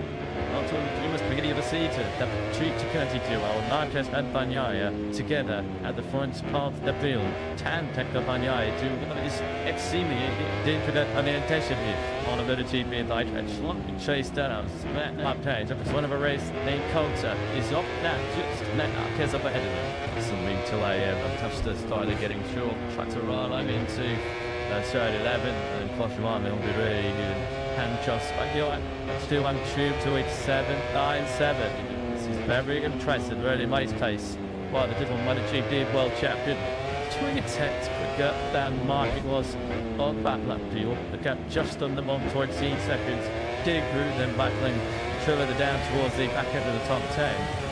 Take a bustle off front flat, pointing to Honda Cash 2 it's Marine doing those favours to his HRC colleague. That middle into turn 2, and that's people really then. But it's close. Well, yeah, the tender is John Zarco running in 10th place. Zarco has come from 15th out the grid, and he was the only rider in the sprint yesterday. He ran the median rear side patch already, having took the part totally. Thinking of the race on Sunday and running a tie that he expects to race in the full late Grand Prix. And Zarco at the moment making good use of it. I think it's the top 10.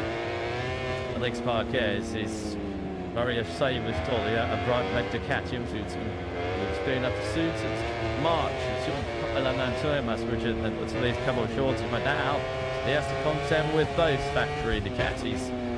Stacco Magnaia finds his way through, and Brad Binder just taking 6 on the knife from Jack Miller, just slightly wide there, slightly wide on the outside curve was Magnaia. This is him just desperately trying to regain some time on the brakes into turn 12. And will give Alex certainly more than an interested participant in this battle for second. Simtel yesterday, didn't he, that he was a step in the right direction for Tekka Magnaia. So he's competitive as he was in the beginning to actually be able to overtake deeply more than he said. He's just been, I think, the normal sprinting confidence and feeling that he requires because he's such a tall wire on the way into corners. He's still, I guess, edging it to deep Tekka. But this is lap pricing the best we've seen in the double world champion in 2025. Over the line, Marquez comes and that's lap 5 of 19 completed. Skip move to that sort of medium time.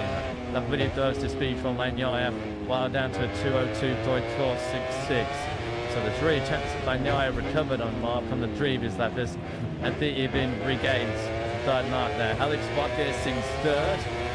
See about 3 tenths for lap. John Choria at the moment is really struggling to go with this touch rate lead, nearly 1.2 seconds behind Alex in that third spot. And his left it is to the into Camille Cotton. We just saw it now. Here was screens going up into third slot. Think of the HRC Castle one just went casted into 11th and 12th. So Flotawaro now back into 13th place. So that's hard in fact. When it comes to the side tonight, it hasn't got a whole lot better since. But that's it has been a very familiar sight, hasn't it? Tashes once again, Pedro Cluster and Bigger. Checked over text, the factory GTF college having a pretty good dice out here in Chota. Took right there, did he play acceleration? He had a shot at that, but there's no hope of that. Marquez even picking up some slipstream for you. That line trying to make a move on the inside of the Italian into turn 12. It's Marquez then just 1.5 seconds up and low. This is back with the battle. Let's see Red Bull KTMs. If you mind, that is going the way of number 33, Binder. 7th place right now for South Africa. Is closing illness for the strategic bank Jack Miller. There's a jump in the Tamak Yamaha. He is the top of the category right now. Miller in that 6th place. He seems to be fine. Jordan and Miller give him the touch alarm on the other end water. He's did there's the champagne in this race. There's plummeting but just Milordi Tep Miller more than a mid. He does so simply 203. Set him in a custom number. Did a 203.0 to close in quite tricky. You know, on the back of his teammate Binger. As Barbar just sets another pass up the race at 2-on-2-4. Test it has reached the top 3. But Barbar has got a sort of the second life over his teammate right now. Yeah, that's just laps of the Grand Prix. Denarquez, that one is just chalked on the 2:02.133. Once again, about a second faster than Banyai behind him. Real good strength. And get using a little bit the down the sailed arm as we look at two factory hop this. We're really amid some skirts of the top 10. Samuel Quattro Railroad and 17th place. That we pick up Ayakura. So the subfold introduction. T-Life is about a GT rider around the sweeping curves and the 20 corners as they look at the Americas here. My wife here just looked at this gap in an area establishing very, very soon. After the 2 seconds clear Banyaya. And I certainly can't relax in that second place. So yeah, but again, once again, just pitch up. He's better actually that and ever. And it's Marquez mine now. Big gap under 2 seconds towards Marquez. What my thought on the involvement of coming seeing Pom Miller being 6th place is lead on the soft rear tyre for this restarted race. There are, I think you might, there's 7 or 8 of them actually through on the soft rear tyre, but the only one of those is currently in the top 10 is Jack Miller. We've also got Marini on the soft rear tyre, Tetuara and Benteke on in 2. Miller getting 20 speed out of the mountain and will be able to keep it going for the full 19-man distance. She's doing battle for 2nd place. The game with Dan on the brakes. 2 dares brakes the latest. Scrubbing off pretty much 300 kilometers an hour. Shahar the easy in that Michelin on time into turn 12. First move that was led by Banyaya. Churchman Pride and Stake, ready one to stake inside HRC and the Mybits. Schoenzacher in 10th place. He's putting all on King Marini and me behind him. As we look at your race leader, Marquez, once again, that's 3 laps in a row. Laps 5, 6 and now 7. Where Marquez has had the hammer down. 2:02.221 that occasion. Skye is another 3 attempts he's taken out of Banyai in 2nd place. I guess there's a little bit of confidence going back to Alex in 3rd. 2:02.6 says that Duro Costa has crashed out. 8th place to Tekturo Costa. Docks it on the outside of the first corner. 3 now than Tekturo Costa has touched it, and he didn't remember to finish in Tupman. Takes it to try and do the same thing about with a 60 something and the front up into turn 1. So it's going on behind him between now and again. And Zarkon Costa the front end washing it away into turn 1. He's trying to force the JTM to fix it in the moment. JTM wants it. Well, that's where you are trying to ride on the ragged edge, trying to ride up over the limit and the motorcycle's capabilities, it seems at the moment. Tekturo Costa, because you're thinking of your stats ahead, the KTM on the knee, stating time is before the 20-year-old Spaniard. Low trotting right now though here in Austin, Marc Marquez. This is up to be a 2.1 second advantage over Bagnaia. I think I said he just regained 12th place from Fabio Quartararo. DRX and was losing another position to Renea last year. It's been a real Sunday so far, the Quartararo. We were cells to get himself inside the top 6 in yesterday's sprint, unfortunately, and nowhere near that marker at the moment in this Grand Prix. Still difficult, even a rider has pushed his Quartararo to didn't happen on the sighting that out of your mind. Of course, I guess it's slick tyres at that stage, the front women, the many riders, he didn't start in the first slick, of course, very typically changed, but Quartararo now, very difficult to be behind then for to accept it into the team position, and you could see the undertitans if it continues what it is. Much to the lead of team, chewing bomb time did 2:25, that's not up to Spaniard and Wisconsin.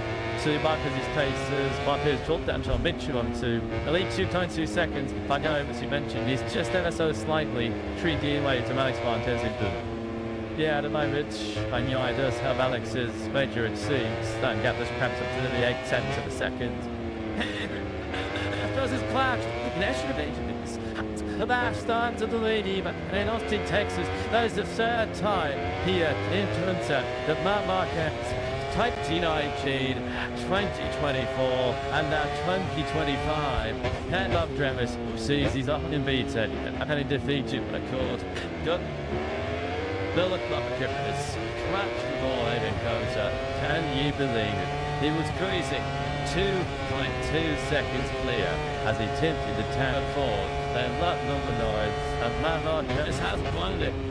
Petrol Bagnaia leaves the Grand Prix Americas in 10th lane. Here we go then into turn 3 and right through there. Tremendous front trim watches away at the social launcher. And nice guy Sosa. Lucky he wants 2 seconds on the run. She came back across the racetrack. But tackle Bagnaia. He goes around, comes around there. And the Bagnaia comes out of the lead here 2 years ago. This time the gift moves into his hands. He just going to be a little bit greedy. I'll lead inside them. And that one line. Marc Marquez, well, it was the major talking time before the Grand Prix. After we did check 8 seconds before they started the initial start, it's going to be the major talking point now post-Grand Prix after another race as well, because as we mentioned, he is a 7-time winner here in Kota. They're coming back to Alger once again. So the third time he crashes ultimately the 93 has rebounds. I don't think he's going to run a stop there, so surely he's going to have to take the just see that he's running teams twice at the moment. It's Marc Marquez. He could have seen traffic spectacular that. So quickly is around this place, going to take with Bagnaia now after an instant start to 2025. And his so-called standards. All of a sudden, the 63 is staring at a 30th MotoGP victory. He leads at top by 8.3 seconds. Catch Christmas in Kota. We just did the Paco Bagnaia. He dropped up because just as we're gone. You can see that Marc Marquez looking down. He has not got a lot of dot. Shortly he's going to have the ticket here. Over the line he comes in 18th place.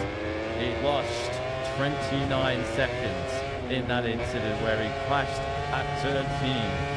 Then, with the one we had to wait until Friday morning for his first factory chatting to us, but he comes in the way of conditions at turn 2. And we've had to wait until he traces Kota, where he's over 2 seconds clear to suffer his first race crash in race.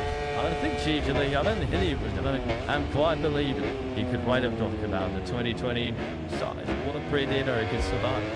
It's the trash on Friday. Another teammate nice matches yesterday, and then the run until the race even catching thing late this afternoon, and in the end it's all thing to catch. The net Marquez double penalty 8-goal free victory. The Austin, Texas, as you now don't get someone taking part last year's which he winner. Dugalis and Marc Marquez are actually for 18th place in this race. Marc Marquez just sticking out there in case Pencev 2 is going to have his lane. I don't think it's going to be so lucky. He's got a flush to street as well, so his Aaron is going to be all over the shop. If you see, he's got no right subtag, he's got no screen, he's going to get absolute buffeting, he's going to get on the lap straight by 330 kilometers an hour. That happened to Aldergate yesterday in the sprint, and when he came back to the pits, after just 10 laps, he couldn't leave his neck.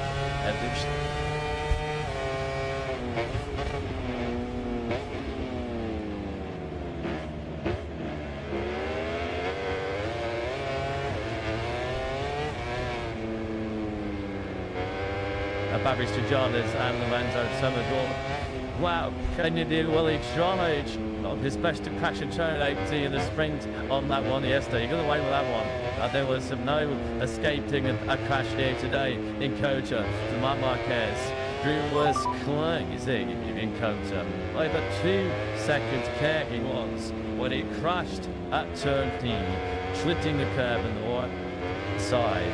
And that was good night as far as win number 8 was concerned here in Austin for the 93. It's not in his makeup, it's a 28 giving it when he's all 3. Didn't start at the stage. The last one, second, some kept champion. I saw when United turned in 12. Marquez in 20th. That's because Pedro Costa has now tuned down in race. Kind of see Marquez might do the same very shortly because there's virtually no points to risk me now at this stage of the race. And Yang Chen do, of course, Jopper lead. Shane, Takapanyai, just racing for sports to entire this season. Surely he's not going to catch this opportunity of he's continued to extend his lead over Alex Marquez. It's 1 time 6 seconds now. Alex Marquez, it was numbers with the tickets already. He might still be on course for second place. Of course, all the mayhem for Marquez has meant that Gian Antonio has been chilling to third place. He has not had a podium since his victory at Qatar. It's 23. I was afraid to say another Honda crash. George Van Meer has been down the road twice. Or it is reaching at turn 15, excluding in the sprint yesterday. And once again, another top 10 challenge. Slips through the fingers and Paul Van Meer. This time around, he goes down at turn 12. Also on the down on the other side as he was running that until down into the break. He's over as well. So driving in there, he came to show plenty of potential, but he leaves Austin, Texas with not long. He's still landing at the 202s. Oh, Martin, I mean, good look at that big screen. He's seen plenty, we've all seen plenty over the years. Have we ever seen a country flag like this one? So Marc Marquez truly into the 25 after the years. Jubilee. He had 5 wins, 3 in the sprint. He had 2 in the Grand Prix. He looked like he was going to pick number 6 once again here. And coach up. Posing the question all weekend, weren't we? Who should start? Marc Marquez is winning here in Austin. Well, I think it was Marc Marquez himself. A big self-inflicted wound. That will hurt. That will sting. Of course, I think it was in 2019. He crashed out of the leader after 3 seconds, but that was an electronics glitch. That is action on and not really his fault. 2024 right here, drinking on into turn 11. There was brake trade, and that was a technical issue, an external factor which put Marquez out of the lead. This time around, though, this was all his own doing. And Marc Marquez is these 6 sections only me. So, unless we get a bit more, what happened to Van Meer months ago? He's not going to score any points. You had to say, it's well going to have a World Championship after the season, which many predicted to be between, with all due respect to Alex Marquez, who's going to be second in the World Championship. That's extent. It's super place. Alex now, he was just close to the World Championship out of here. By him from Marc Marquez, if he stays where he is.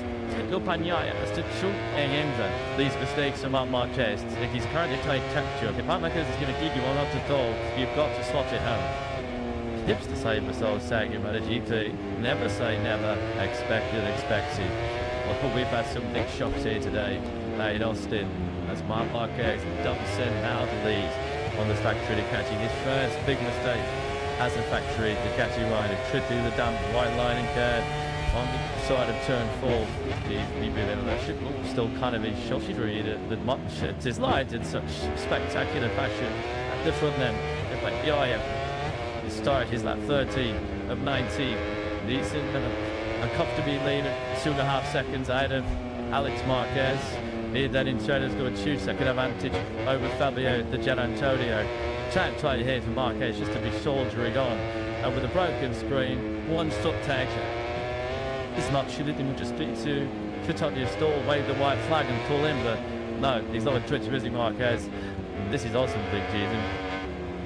It was no fun though. So if I recall, I think I've killed him on Friday. There's a match to be kicked up champagne. I think that's all Marquez was stitching. We're getting to the point now where a race like this isn't even going to save me, so I might as well totally no toys. Extraordinarily, it's an afternoon to Marquez. They were riding like that as well. You're going to be getting cramped in your leg. It's just almost impossible to ride Yep. Hey, nobody saw this coming. Nobody saw this coming at all, did we? And we thought it was a shoo-in. We thought it was nailed on. I feel that 8th victory here in Kota. Out of the blue, out of absolutely nowhere, Marc Marquez has a premature ending to this Austin Grand Prix for the 3rd time. He has cracked that lead. This was the major favourite here in Austin. Look at that on the inside pad. And just 2-3, just pushing 2 on Aldea. Oh, the tears are flying for some of the non-93 fans. Well, they've a complete smile about, haven't they, so far in 2025. This is why they don't race on Tata. No such thing as a foregone conclusion at this level. Even Marc Marquez, that's all easy, has proven that mistakes can happen, that he is human. It is like he was own set, wasn't it? To extend his unbeaten run this season, 3 pole position, 3 sprint wins, that ever not be. He stood with Ringley at 2025, not today at least. It was the late great Nicky Hayden who we always remember when we come to American Southern Hills. So I remember the great Hayden excited back in the day. It's why we line up on Sunday, because you've never true your guns. I'm going to have them fitness tumbling down. Martin leaderboard is back in start 2th place. That is the South African. Let's see, Tata Acosta in the death in this series. Suddenly, I'm doing that. Knowing this is why I'm not this is back up past 16 days. So I'm still waiting for my 30 series of Grand Prix to come across the line to do this. Tell it to be 5 so he's either gone down or he's had some sort of a twin to someone on the racetrack. Just 30 out to go as well, sideways there. Coming to the right, Anders Yo digs up the inside of Shoan Zarco. Zarco knows I'm going to take this one by down. 6th place is the reward. Pure class is this Zarco. Nat Kondo, RC213. It looks again, he's been head and shoulders at the best of the line. If I can take it the fight to Chatty GT24. Back to back top 6 is this the Jean Zarco 6th last time out to the buzzer. Here's a first shot as all Brad Binder, his cage has tried no more. Splendid name and other later to get out the Austrian brand with Tatra Acosta. It's actually called that and already retired, and now Binder having to park in a little bit further back his man past GD trying to work his way through on that loop to the Ringley. Well, I'm sure anybody is still here with Coach A. Shock after Marc Marquez crashed out the lead. What is Dominic Todd to the boss? There's already an explanation. Let's go down to David A. You're doing Joyce Jack. David A. You just straight to Mark thing after he came in. What do you have to say? Yeah, he's right. The deal is just with the deal. Let's chuck some GP. You've got to be much the ball and he loves you there. They fix that. It was. Thanks, David A. Yep, it's a pretty obvious ball that didn't pull outside as Marc Marquez just looked like he got it. Near his hybrid is out the gap. That's made it away through on Zarco. Turned forward, catching out. Not minorities for 8. Another go, which is a little bit non-flying there as he goes through its A-tone with a new over his shoulders to make sure that there is actually no contact coming with Shoan Zarco. Some top line, just my Zarco. A top line actually, to be fair, to Jeremy Aldegar. I'm also on his first top 6 at the GD World Championship. Spoke to getting us a Brazilian team this weekend, and they felt tight. Even in just all that conditions on Friday, may not shine here in Kota. That he has had, she's a 10-5, 10-6 potential. And Marquez hasn't got that second place in the World Championship lead, so we don't just yet. He's running in the high and only makes 2 ways. He lost all turn to the second, but the last night too. Fabio Di Gian, I'm telling you, when you're seeing he got to clear space yesterday, a very good taste late on. So Di Gian, I'm telling you, Stiffy gets second place. It comes easy counts as it stands for a podium finish. He's fast since he had a Qatar made in 2023 against, in the early battle with his teammate Frank Kibble-Vidali. He was the only position to take advantage when Marc Marquez left a podium position on the table. So we're going to track them on this time, Matt. That time just to start through the second sector of this man. But Antonio is saying, in plenty of Sparkers rest on that second place here. So this is on board with Marco by satisfactory. Brilliant. This was showing Zarco directly ahead of him. Which says Zarco is 7th, Bez at the moment in 8th place. Closing right up on Zarco's rear tyre as they come down from the brake going into turn 13 into the infield section. Very tight first gear now through this turn 15 where we see the club here taking a couple of tumblers of the factory over this weekend, and then now through this rear tyre finishing turn 16, 17, 18. The three turn 16. I was first up the sprint was where Marc Marquez nearly sent himself to the move. Do that, can he get himself up into that 7th place? As you can see, just moving out in picture, or maybe Captain Zarco had made that move into 6th place at the front. Bagnaia now 2 in touch, 1 second to get of Alex Marquez. Albon slipping to it just fine in. As Marquez second finds the factory of Brilliant on the inside of Jean Zarco. They get a side by side. He sent that to Lisley drop out through the 3rd gear toe, trying to go with the end one. The one line outside was Batseki. Did about trying to get the inside line 3-3, no way through. And again, 202, so it's short like 6. Oh shit, to get lap on Michelin tyres. He was 7/10 of the second faster, but your race leader Bagnaia. It's the second fastest rider on track. That's so red. That's not just having a can't dream as a 2-2 to Marc Marquez early on. That's extraordinary like distance. Denaldi, Iltritz, Miller at a ranted rate he does. If he continues that sort of pace, it was a second near enough quicker than Miller. He was only going to take 2 seconds behind him at the start of this lap. That's already come up, trying to a stiff place. A great job this, isn't it, by the rookie? The ambulance, anything but a rookie. Here's his teammate. It's been like this as his dad. Now, I think this one went that year-old Spaniard, a former Moto2 world champion back in the day. On course and lead the MotoGP with the championship. They've already took his time, leading Zarco down. Then this battle was 7th place. Here's Bersecchi. Zarco can't Lexi because Anaya Bastianini is putting together another brilliant leg charge on the actually J. Jimmy has just picked up 9th place from Luke Marini. But tongue whisperer starting to make some noise here in Compton. Meanwhile, Sammy Aldeguer is about to double track Millen right to say afternoon dinner. He's now already on this waist line down. Should be in 3/10 of a second. Here is that. That's all the sun. This lap he was going to take 2 seconds behind Chip Millen. He's now at the clicks behind Chip Millen. And Jajem too easily in. Take Victor's a chip. 2 but out. It's not 3 civil costers. Taka Bagnaia was already being interested line to start lap 17. So Debbie Aldeguer just had to get to the issue here. He's got so much more taste than Miller. She's incredibly tackled. But the Aldeguer was able to tap Zarco and Bersecchi behind him. He was racing those 2 a couple laps ago. Miller's not giving up this top part of the level. Largely Primus would never. It wouldn't once. Because that. He's not that clean coming tall visit Turbine Aldeguer. You think that all at the times he was obviously not winning too many friends and favours in the Moto2 World Championship. Lots of one this is by the Spanish way. You have to see, give yourself a block on the edge. You should remember he's still in 19 years. And I know Disney terminating, showing exactly why to chat to Bob before it even started last year's Moto2 World Championship. The top 3 then, Jimmy to chart the gap, but it's come down again about a second. The top next 5 Ks, half a second. The difference between the two of them, it tends to breed some matsage. I've constantly on a 2 minute last starting round versus the 2:03. That's Marquez. The gap between it is now 1.3 seconds. Alex Marquez continues to hammer his time at that rate. He could have some last lap trouble to did you? Some things never change, do they? And they have last year in with the Katia cage in the MotoGP. You've had a little chance to easy final laps in a MotoGP race because he's up in Jules, Chuck the Franks on the LCR Honda. Showing Zarco that he was starting to lose places. He'd been picked up by Aldeguer, Bersecchi, and then by Bastianini. And maybe a little bit of frustration creeping in, falling number 5. The pace on the inside into turn 12. That's unfortunate, isn't it? For Zarco. You might actually just lost the rear as he tricks up the front. Richigamme has gone down. Well, the dropping line flies, aren't they, later there now? And coach heading says his manager, Trouble 125cc, 104 Moto2 star Hector Valdo.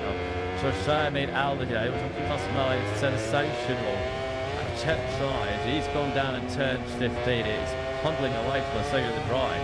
See, crashing turn 15, Richard, but anyway, Terry might side all the way on. At turn 15, such a shame because he written so well. He just gone through on in a start he was going to get because Morbidelli was 3 seconds off the most fortunate. He does not get the result that it's generally Kane's Columbus deserves. And that has just Marco Bersecchi that in the top 6 in the factory pretty good. He hasn't got that top 6 coming off as well either because Indeed, there's in 7th place behind him. Now 1 second between Alex Marquez and Fabio Gianantonio. Gianantonio is still lapping. Excellent saying is Alex Marquez cannot respond to at this stage. He's still stuck in the mid-high 203s. There could be some late lesson team coming to that spot. And this finally Gianantonio are denying the championship lead. See Tento Bagnaia on YouTube does it shoot, but a GP race where he's got left in the hatch, and he's 2.5 seconds clear of his nearest rival, which is still Alex Marquez, the giant hard in place. Look at the time that Gianantonio is taking out 70 showing ahead of him. What did you say last season? Pecco Bagnaia arguably lost to the Hang Championship to OMRT because he made 2 very mistakes. Yeah, see if Bagnaia credit, even when he's still off the tanks relative to the Marquez brothers so far, he's playing the Taycan and he's put a point. And surely in this kind of situation with Marquez out of the Grand Prix just joining us, crashing out of a 2-second lead, this is no opportunity to Pecco Bagnaia simply has to take. Gears are locked and attenuated for changing his Sternest small pre-win of 2025. New significant leads to right behind. You see his lead MotoGP World Championship. The day to Unity Marquez brothers will forget to be there. This is going to be a guy who dark, maybe tracked out after clearly. Slap underway to just that no coverage is now to negotiate. That's what Pecco Bagnaia. The gap between Alex Marquez and Fabio Gianantonio. Well, that stayed pretty much tugs at 1 second. Like those, XJ 202.9s on that last one. Towards the outflight, Alex Marquez clinging on to 2nd place and decisively exceeds the lead in the MotoGP Championship for the first time. Credit to Alex Marquez, they sense the danger and try back down into the 202s, and that should have nipped setting Fabio Gianantonio up to 2nd place. Certainly aided the thought. More Morbidelli's in a low bit Steve. So like Jack Miller, he did take a second down of Morbidelli on the last lap. Titi to me, I think nobody's good again. Titi could have TV 2 on this Sunday afternoon. Austin and Pecco Bagnaia has cut the distance bigger at times so far this season. He's had to 6th, sorely of me up yet. Silly breaks on the other side of the garage as Paulo Marquez has won everything in sight. Sharp down with 2025. Expanding a team cup. Could get in each intensity. Staying there, the tube took up the pieces. And that Marquez is a huge turnaround. Having crashed out the lead for the 3rd time here with Austin. The only relax now. This is the sole response from Pecco Bagnaia, who has been under pressure. There's been talk of a crisis fairly early 2025. That's all this on. There'll be a luncheon during the championship. It's going to be a dry day for one of the Marquez brothers. This is going to be championship Fabio Gianantonio. After all of his injury scrambling, his injury woes towards the back end of last season, the start of this season, he's going to make a return to the Italian. But there were just 2 corners left now. I saw Pecco Bagnaia to negotiate. Now Marquez Dermix air encounter. But Pecco Bagnaia, he starts the counter-attack here encounter as he takes a fast victory of the season. Pecco Bagnaia is your winner in Austin 2025. Alex Marquez takes 20 super important points for the championship in 2nd place, and he does defend spot after the lead also stopping. Gianantonio does take a brilliant 3rd place. Right, became deep into 4th in the sprint. I started in the Grand Prix. That's successive 3rd places being Valentino Rossi's projected score. Morbidelli is speed. Jack Miller brilliant leaded the Yamaha Giants game. Top 6 of Bezzecchi. Bastianini indicated through the 7th. Top 10s for Marini, Agura and Quattromene. That's a thunder Bastianini. Luke Marini in 8th place. The 10th rider in MotoGP history then to achieve 30 wins. It's Pecco Bagnaia. We were talking about people saying they use under pressure. It was in crisis. You'd have to mate. Expects to have started with a new championship campaign. Having come into this Kota weekend with 43 points. He's a very, very popular figure, isn't he? He's the former world champion. And as we mentioned, he has to be in it to win it. You've got to be there when some of your rivals and making mistakes. You have to punish them. Let them down. That is exactly what Pecco Bagnaia has done today. His first win of 2025. I'm sure mixed emotions right now down the factory to catch and go. Just get the feel some Gigi Lily with Jack. Gigi proves that nothing is a certainty in MotoGP. I'm sure commiserations go to Mark, but just how important a way does that feel to Pecco? Yeah, for sure. It's an important little bit for him because it's a mistake for Mark because he was leading the race without any problem. But the other guys, you say the MotoGP races like that, so you never know how did the checkered flag. So anyway, good race from Pecco and good race from Ducati anyway. So yeah, we are quite happy for sure. Quite happy from that end of the boat. Not really happy from the other one, but you know, this is above night. Congrats. Thank you. Yeah, just a second ever factory Ducati victory on America. So we have to go all the way back to Casey started with Laguna Seca in 2007. Wins in red in the USA, quite rare. Taco Bagnaia is victorious in his first time in 2025. And what a moment with his special NFL Stars and Stripes spot in the American Emperor. Javier the Giant said it, the American fans will love this. Nobody liked this about they from the Italian, who has had some real tough times of late. He was suffering in the second half of last season, dislocating out left shoulder initially at the German Grand Prix in the Saxon range. Well, who would have thought sat him to the fish unbelievable race day in Austin that Alex Marquez would be the new leader of the MotoGP World Championship. That's exactly the state to play though as it stands right now. Let's get the thoughts of the city. What's James seen in the jack? Michele consistency. Twilight doing the job for Alex. Second again, leads the World Championship. Really, but is he there? They're going to see me finish there. I think that this week.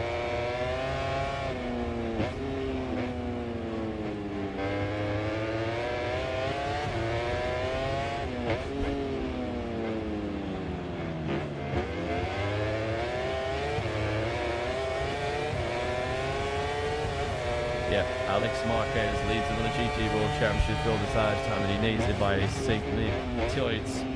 After the one of them, everybody was leading at turn 4. Taco Bagnaia has enjoyed this race. I think there'll be some check dogs for him in Park family. Well, Sugar's going to take an appetite after what it felt like a pretty stressful 90-lap Grand Prix. The history decks, of course, record decks, make sure that the winner of the 2025 MotoGP entry in the Americas was Italian Pecco Bagnaia, and with that and you love controls to tell you adding to lightness Holstein with all the treat race drama, which of course who else could have arranged other that Mark Marquez. But we finally got the way where it looked like he was streaking away to that elusive 8th head encounter where he crashed out on a slippery wet white line curve at turn 4. And not only does, or did he lose the lead in the race, but he also loses the lead in the MotoGP World Championship. Welcome to Park Ferme, the rider now, numero uno in the MotoGP standings in 2025. Should be informed during the commentary mix of some fans gave Takandai on Thursday, right? And the search in the answer to them. India Sunday is I win. Well, he's going to do some told that promise. See the Saturday as a hot dog away, so I'm total winner. As an impartial hot dog, but just this only instead of one Grand Prix. That will just be a massive tick we mounted to Taco Bagnaia. He will be homage to being a lipstick. I say yes, he's a big choice because of the mistake by Marquez, but as in make sure you've got to check opportunities when they come your way. Thinking about taking opportunities when they present themselves. Great scenes with Fabio the Gian Antonio. He looks a lot happier than what he did after the sprint yesterday. Yeah, when he was certainly not active with some early sprint aggression from Frankie Mordelli. As you mentioned, it is back-to-back third places. The first female Derby of 46 race. Here in Austin, really good march to the technician by Mark Marquez. He runs the outside line. Taco Bagnaia has had a coverage stop the power from the back of the second race 6, although I guess he's not chopped up by the giant champion. Once again, it is the story of MotoGP 2025. It's 73 versus 93. So it's Marquez. Taco Bagnaia once again getting aggressive. Jerome Frankie Mordelli tried to retreat yesterday, but she worked on land after. It's just on a slight chase. Needs to turn straight. Alex Wise too. He held on to second. So Bagnaia made a pretty good start once again in the back of that second. Not quite as good as the launch he made the lining launch yesterday in the sprint. There he is in third place on these 63 bikes. He's smart, then at least no front out. It's just that he drew up down through this spectacular 12th gear, turn 10. Blackmore up 19 gear. Scholler and Zarkon has had an aggressive start. He's already on 3 chases for Elsion.